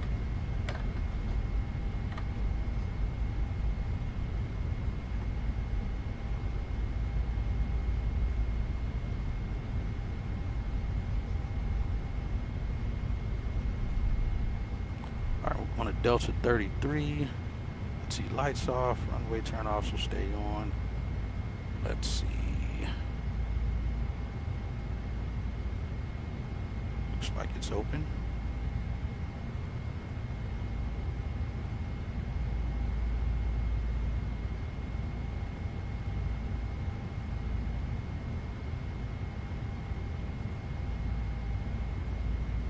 All right, we got flaps up. One more.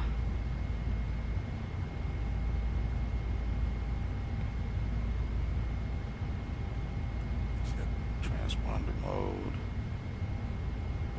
American 491, you park on the other side. That's American 491. American 491, taxi Echo Alpha, hold short of runway 18 left. Alpha, hold short of left. I don't think there's anything taking off right 124. now. So shouldn't be. I think he exited right where I'm exiting right now. And Tower American 102 Heavy, holding short runway 18 left at Whiskey Mike. India, runway 18 left, taxi via Golf, Whiskey Golf. American 102 Heavy, cross runway 18 left.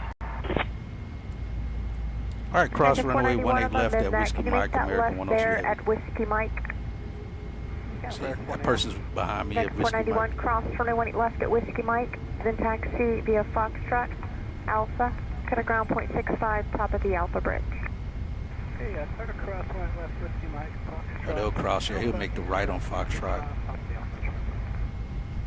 All right, we're clear right.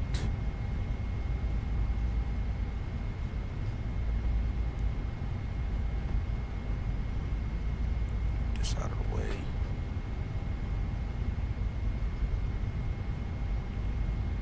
All right, we're ground here.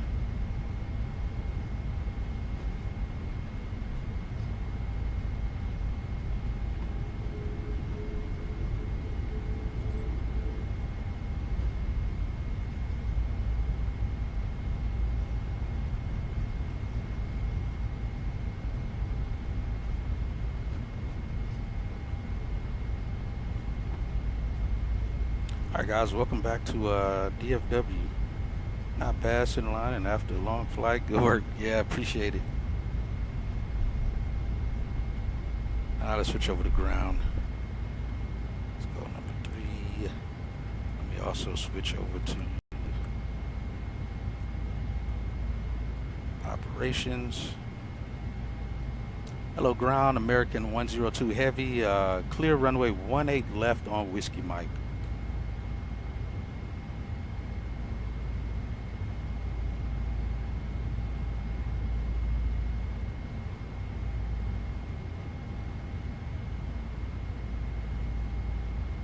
American 102 Heavy, KDFW ground, taxi to Terminal D, gate 33 via Whiskey Mike Golf Bravo. Good day. Yeah, we're not going Bravo, that would be going south. Alright, we'll taxi to gate 33 via Whiskey Mike Golf. Good day, American 102 Heavy. Yeah, I don't know why they would send us that way when our gate's that way.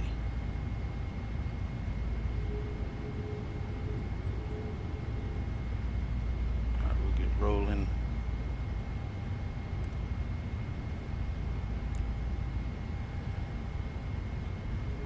Hey, operations American 102 Heavy. We just landed here at DFW. I just want to make sure you guys are aware we're going to need 2 wheelchairs for passengers on deboarding.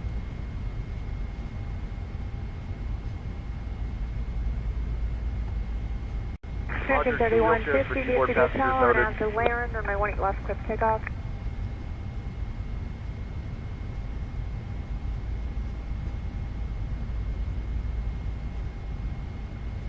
Alright, operations got it. On with ground, and we'll switch over to ramp.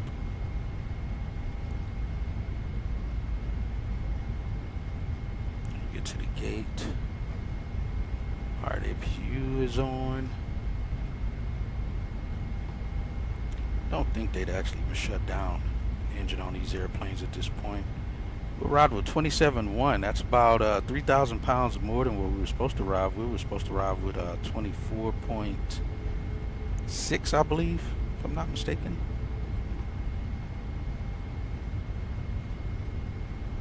It's 6:51 Zulu. We were supposed to be in the blocks almost 10 minutes ago. So again, good timing for us. We'll take it. There's a Spirit, one of the Spirits I said earlier, where they do park over here because they do some international flights.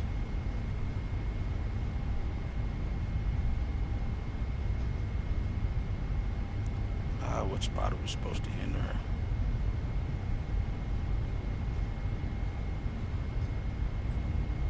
Crap, wrong thing. Click. That's 33. I think we'll enter at 124 if I'm not mistaken. I can't do a shutdown checklist just yet. Oh, let's go here. American 3150, correct departure. Hey, our flight number's still in there. That's good. Normally it disappear by now.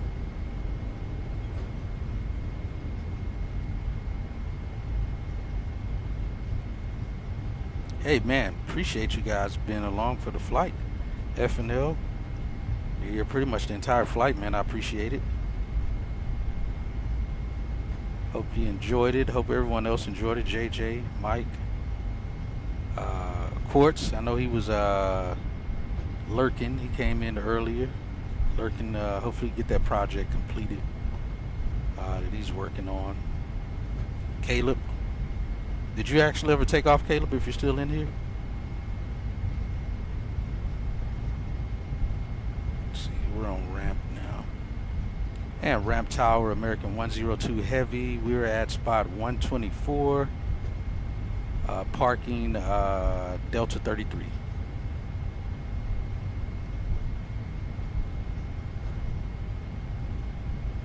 GPU and PTA disconnected. What? Come on.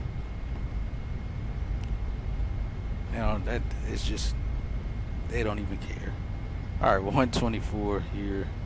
We'll make this turn into the ramp here. Turn off runway, turn off lights.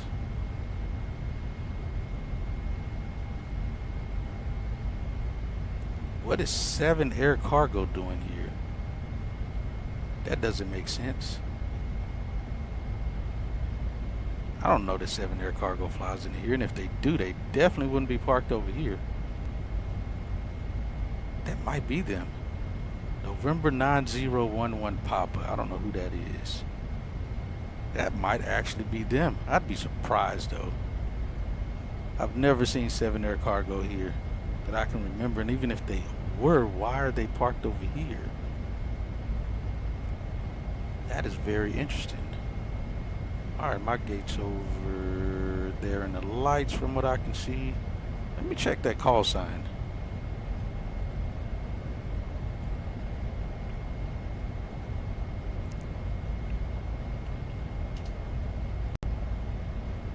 That's an American airplane. How in the world did they mess that up and put a 7 Air Cargo livery on that? Appreciate it, Phnl. Somebody get this stupid cart out the way.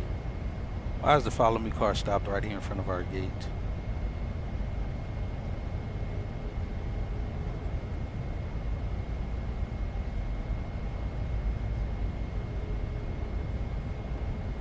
Dude, you gotta go.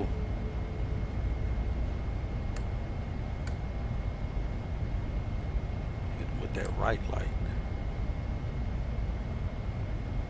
Get the cart out the way, dude. I gotta park here. Thank you. We got him with the light. He's like, oh shit. Alright, there's Delta 33 there. He actually moved and took off. That was cool.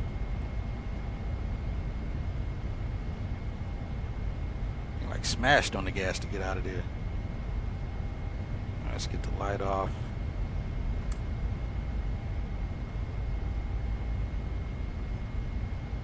Sure we're straight.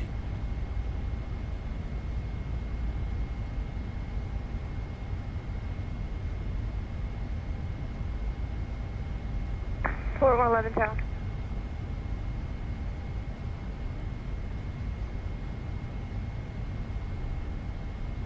Port 111, roger, we'll show runway 18 left close.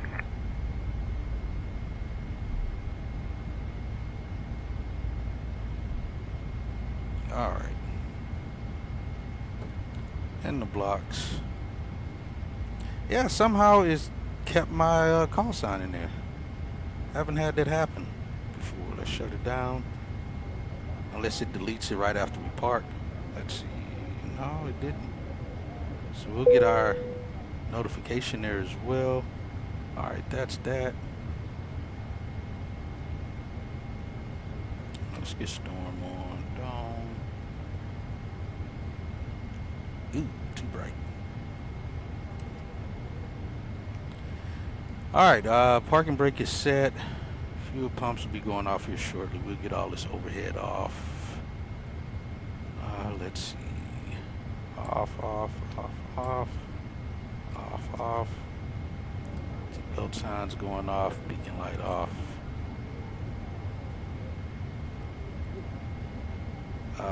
Let's see. Pumps off. Here, off.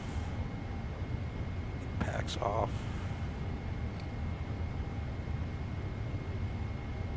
I'm sure this plane's not going anywhere tonight after this. I'll get it fully shut down after the stream. Get the ADIRs off. Alright, we're all squared away there. Oh, let me get the wing light off so they can get deboarded. Oh yeah, there it goes. Let me put that back in there. At least it shuts, it removes it after we land. You know what, it probably deleted it once I turn off the ADIRs is what it is. 102 heavy. Let's put that back in there. We should get a notification for that.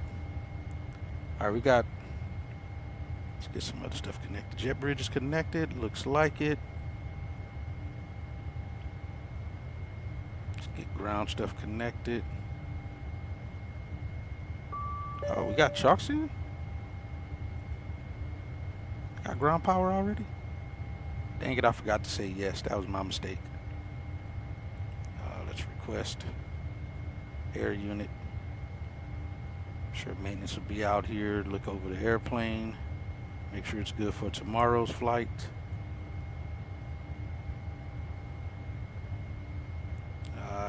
doors. Are they already disarming doors?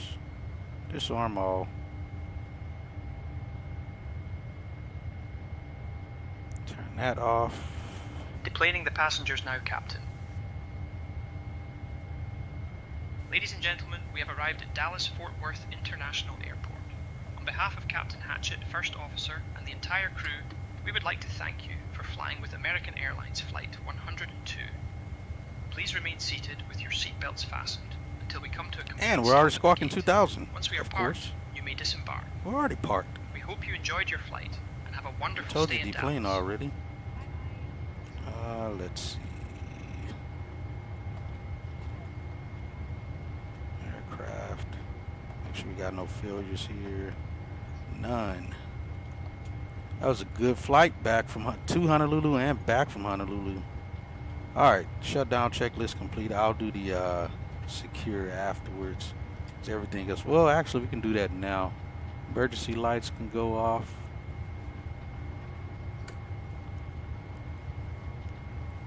And packs are already off, so we'll do that.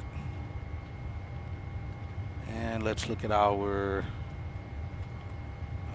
communication for our numbers. Alright, we were out at 2350 in Honolulu. We were off by midnight 16, which is about, what, 20 minutes past the time we were supposed to be in the air. We were on the ground at 6:45 Zulu and in the blocks at 6:57. Fuel used, boarded fuel was 50,000. I think they always put this from real ACARS. They put this in kilograms. So we double that. That's 100,000 pounds of fuel we had. We double that. That's about 80,000 pounds of fuel we used, which is what we were supposed to. And if we double that, we're left with, what, 26.9 is what it says. So that's close. All right, flight time was 7 hours, 7 minutes. Difference of, actually, let's see. Stop that. We had 6 hours. Oh, no, my bad. We had 6:28 is the flight time. That's the block-to-block time. We were close. We were over by, what, 3 minutes. Reset that, and he said 7:07. We got 7:02. Close enough.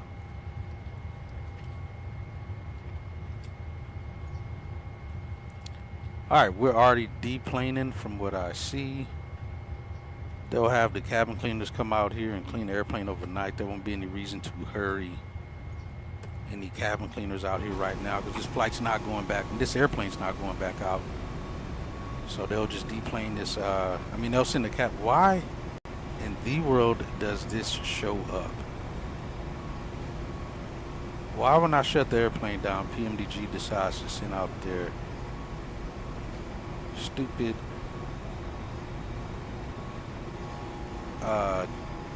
freaking stairs? Since when does that make sense to do? I don't know why GSX has this ignoramus crap on here. It's plumb stupid. I didn't send out no doggone. There's no reason to have them out here. Release. Get out of here. You two, you don't belong here. Just stupid for no reason. Why is that even automatic? Release. It's not even a thing. I don't remember that ever doing that before. After arrival of it, opening that door. I don't know how to. I may need to go in my settings. You know what? I bet you in the settings, it's probably set for default stairs. I think that's what it is instead of default jet bridge. I'll have to check that. Yeah, we made it all the way back to DFW. Very little turbulence. Little to no turbulence, just about.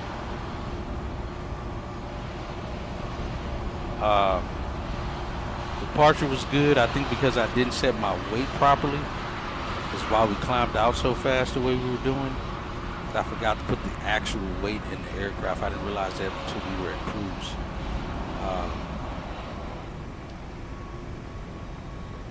Hey, Chad, debrief the flight. Let's see what he says about the flight. Yo, Hatchet, We nailed that landing, bro. Smooth touchdown at the 124 FPM, rated 8 out of 10. We followed the Victory 2 arrival and got cleared for ILS on runway 18 right. Now we're taxiing into Terminal D Gate 33. Winds were chill at 190 at 5 knots, and altimeter was 30.17. All systems were go, and we handled the descent like pros. Great teamwork, man. Yeah, great teamwork with you as well. I'm sure our jump seaters enjoyed chatting with you, since you barely wanted to chat with me when I asked you questions. But hey, maybe we'll fly again someday. Yo, Hatchet, great teamwork, bro. Let's get this bird to the gate. We're at the gate. You see how he ignored that last part I said? He didn't want to acknowledge that he ignored me. He acted like he didn't hear that part. KDFW ground, American 102, heavy. We're clear of the runway and ready to taxi to the gate. This guy. All right, we'll just say everything was perfect. Let me close that out. Ground is like, what? Dude, go home. You're drunk. American 102 heavy. Oh, close.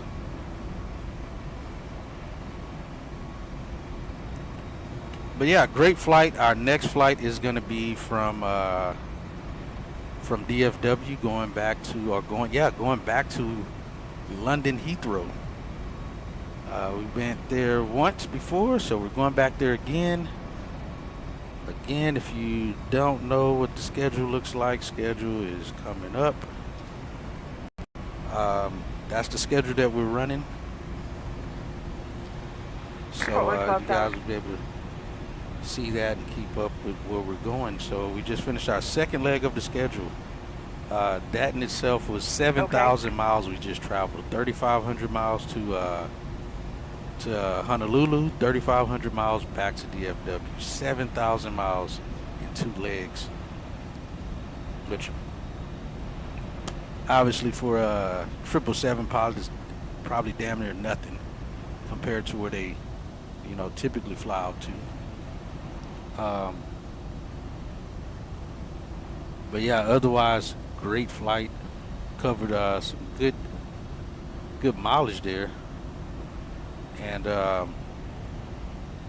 yeah, so we'll be now crossing the Atlantic again, going back to London Heathrow. Like I said, I may do that flight after work Friday night. Not sure. Even in the meantime, I may end up doing some GA flying probably tomorrow. We're not gonna do that. Do the big flight tomorrow. We'll see. We'll see how it goes. If anything, it'll be like tomorrow night, but I don't plan on it. Yeah, other than that, appreciate you guys flying along here with us. And dang, they kind of parked us past the actual stop point. Again, hopefully any builds release that DFW, because I've already said it. If it comes out on 2020, this one will be deleted, uninstalled, and I will definitely be installing the any builds DFW. It looks amazing. Absolutely amazing. I went back and watched the video again. Some people were complaining about it, but when I looked at it again, everything does look just like it does. Somebody was complaining about the jet bridge wheels being too big, and that couldn't be further from the truth. From the cameras, those jet bridge wheels are massive. So I know they're just as massive on the ground, standing next to them. And I have stood next to them. Those things are some massive pieces of machinery. But from what I've seen, the scenery looks fantastic. So again, hate I spent my money on this. If ImagiSim comes out, I'm not ImagiSim, but if any builds come out with theirs, I would definitely be buying it again. It's crazy to buy the same scenery twice, but that scenery definitely looks much better, so I'll definitely be buying it. You said I work with the guys that change the tires on the jet bridges. I never even thought about the jet bridge tires need to be changed out, but clearly they do. They get worn out over time. So yeah, good flight. Let's see. Enjoyed getting to go to Honolulu. The last time we went there was was in P3D. The last time we flew to Honolulu.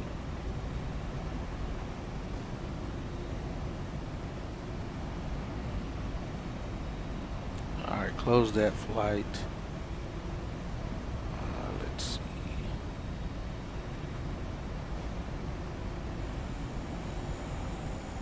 Wow, that is cool, Bill. Very cool. But yeah, this scenery was good enough because it was the only scenery somewhat accurate enough. Oops, we're all into the building. Somewhat accurate enough compared to the default. So cool. Hopefully you'll be streaming it. We'll get to catch it. What you gonna do the flight? Are you gonna be in the 787 or the 777?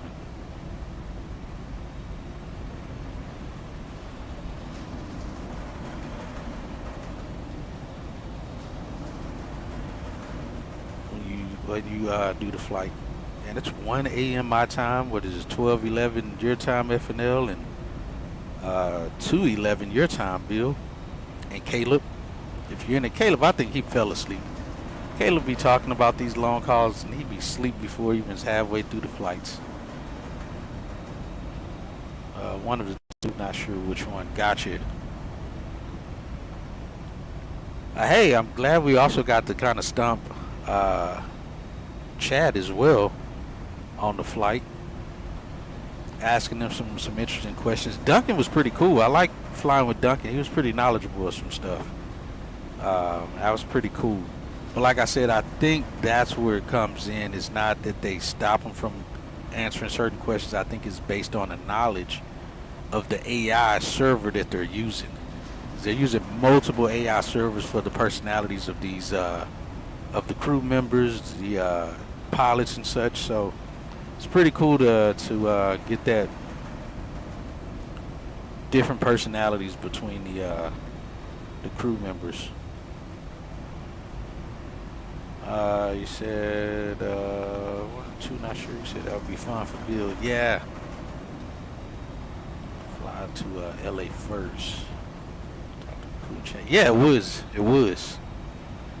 Definitely would. So if you're flying to there first, I take it then you're probably going to be flying a Max or the 321 or something to Hawaii from that point.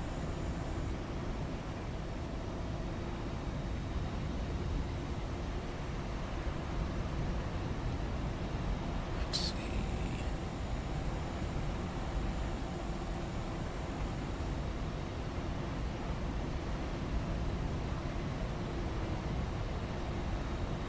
Ah, crap. It didn't get everybody off the airplane.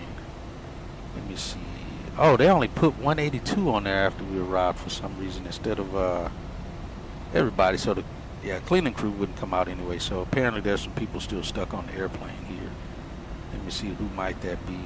Yeah, I got to change some stuff in the FMC for the 777 here because it does some weird stuff. Even like coming here to the front, I swear before, maybe it's the 300, they go to the second door with the catering, I think. Yeah, see, we still got passengers sitting on the airplane. I got to turn the lights up in here. Let's do that.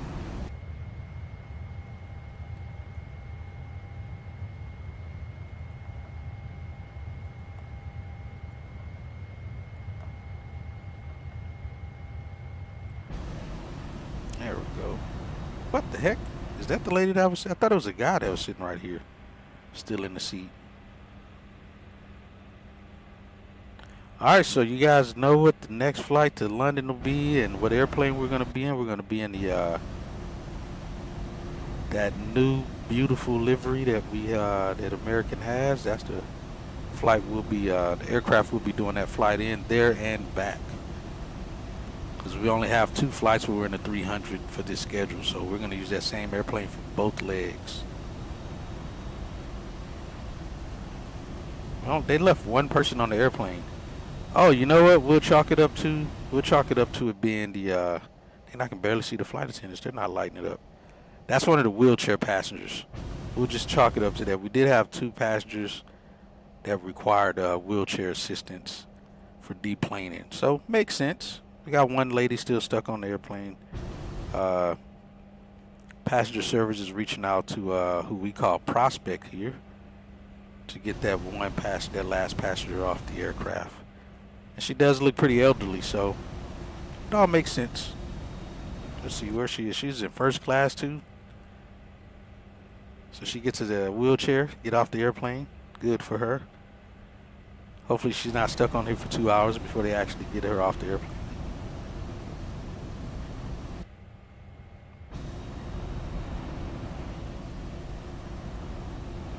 But yeah, that'll do it. They still have 777 from, oh, they do, okay. It just, I don't know. It wouldn't feel right to me to, well, I don't know, I can't say that because we have flown, I think we did the 777 from DFW to LAX.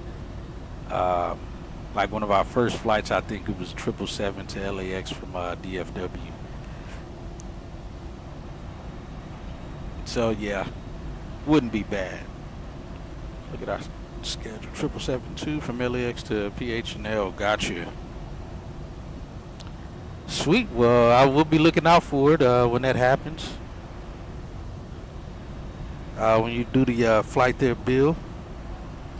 But yeah, hey, everybody, appreciate everybody who stopped by and flew with us today. We got a couple, I think one new follower, I think. Oh, I already closed it. We can't do that anyway. I already shut that down when he started trying to talk. But we did have a new follow tonight from our new subscriber from, what was it? I think it was somebody, Williams, I think it was. Dwight Anderson, that's who it was. Dwight Anderson, appreciate the sub. I don't know if you hung around long enough or anything, but appreciate your sub to the channel. Hopefully you enjoyed what you did see or watch. And as always, appreciate our channel members, Phnl Aviator, Quartz, Bliss Apocalypse, and Bill, our moderator here on the channel. Appreciate you guys again, and anybody else who lurked, stopped by, hung out, appreciate you guys. See you guys on the next flight. Like I said, may end up being a GA flight or something tomorrow, so we still get a flight in. And if not, then I'll see you guys on our flight out of London, out of here going to London Heathrow. But I'll see you guys on the next one later.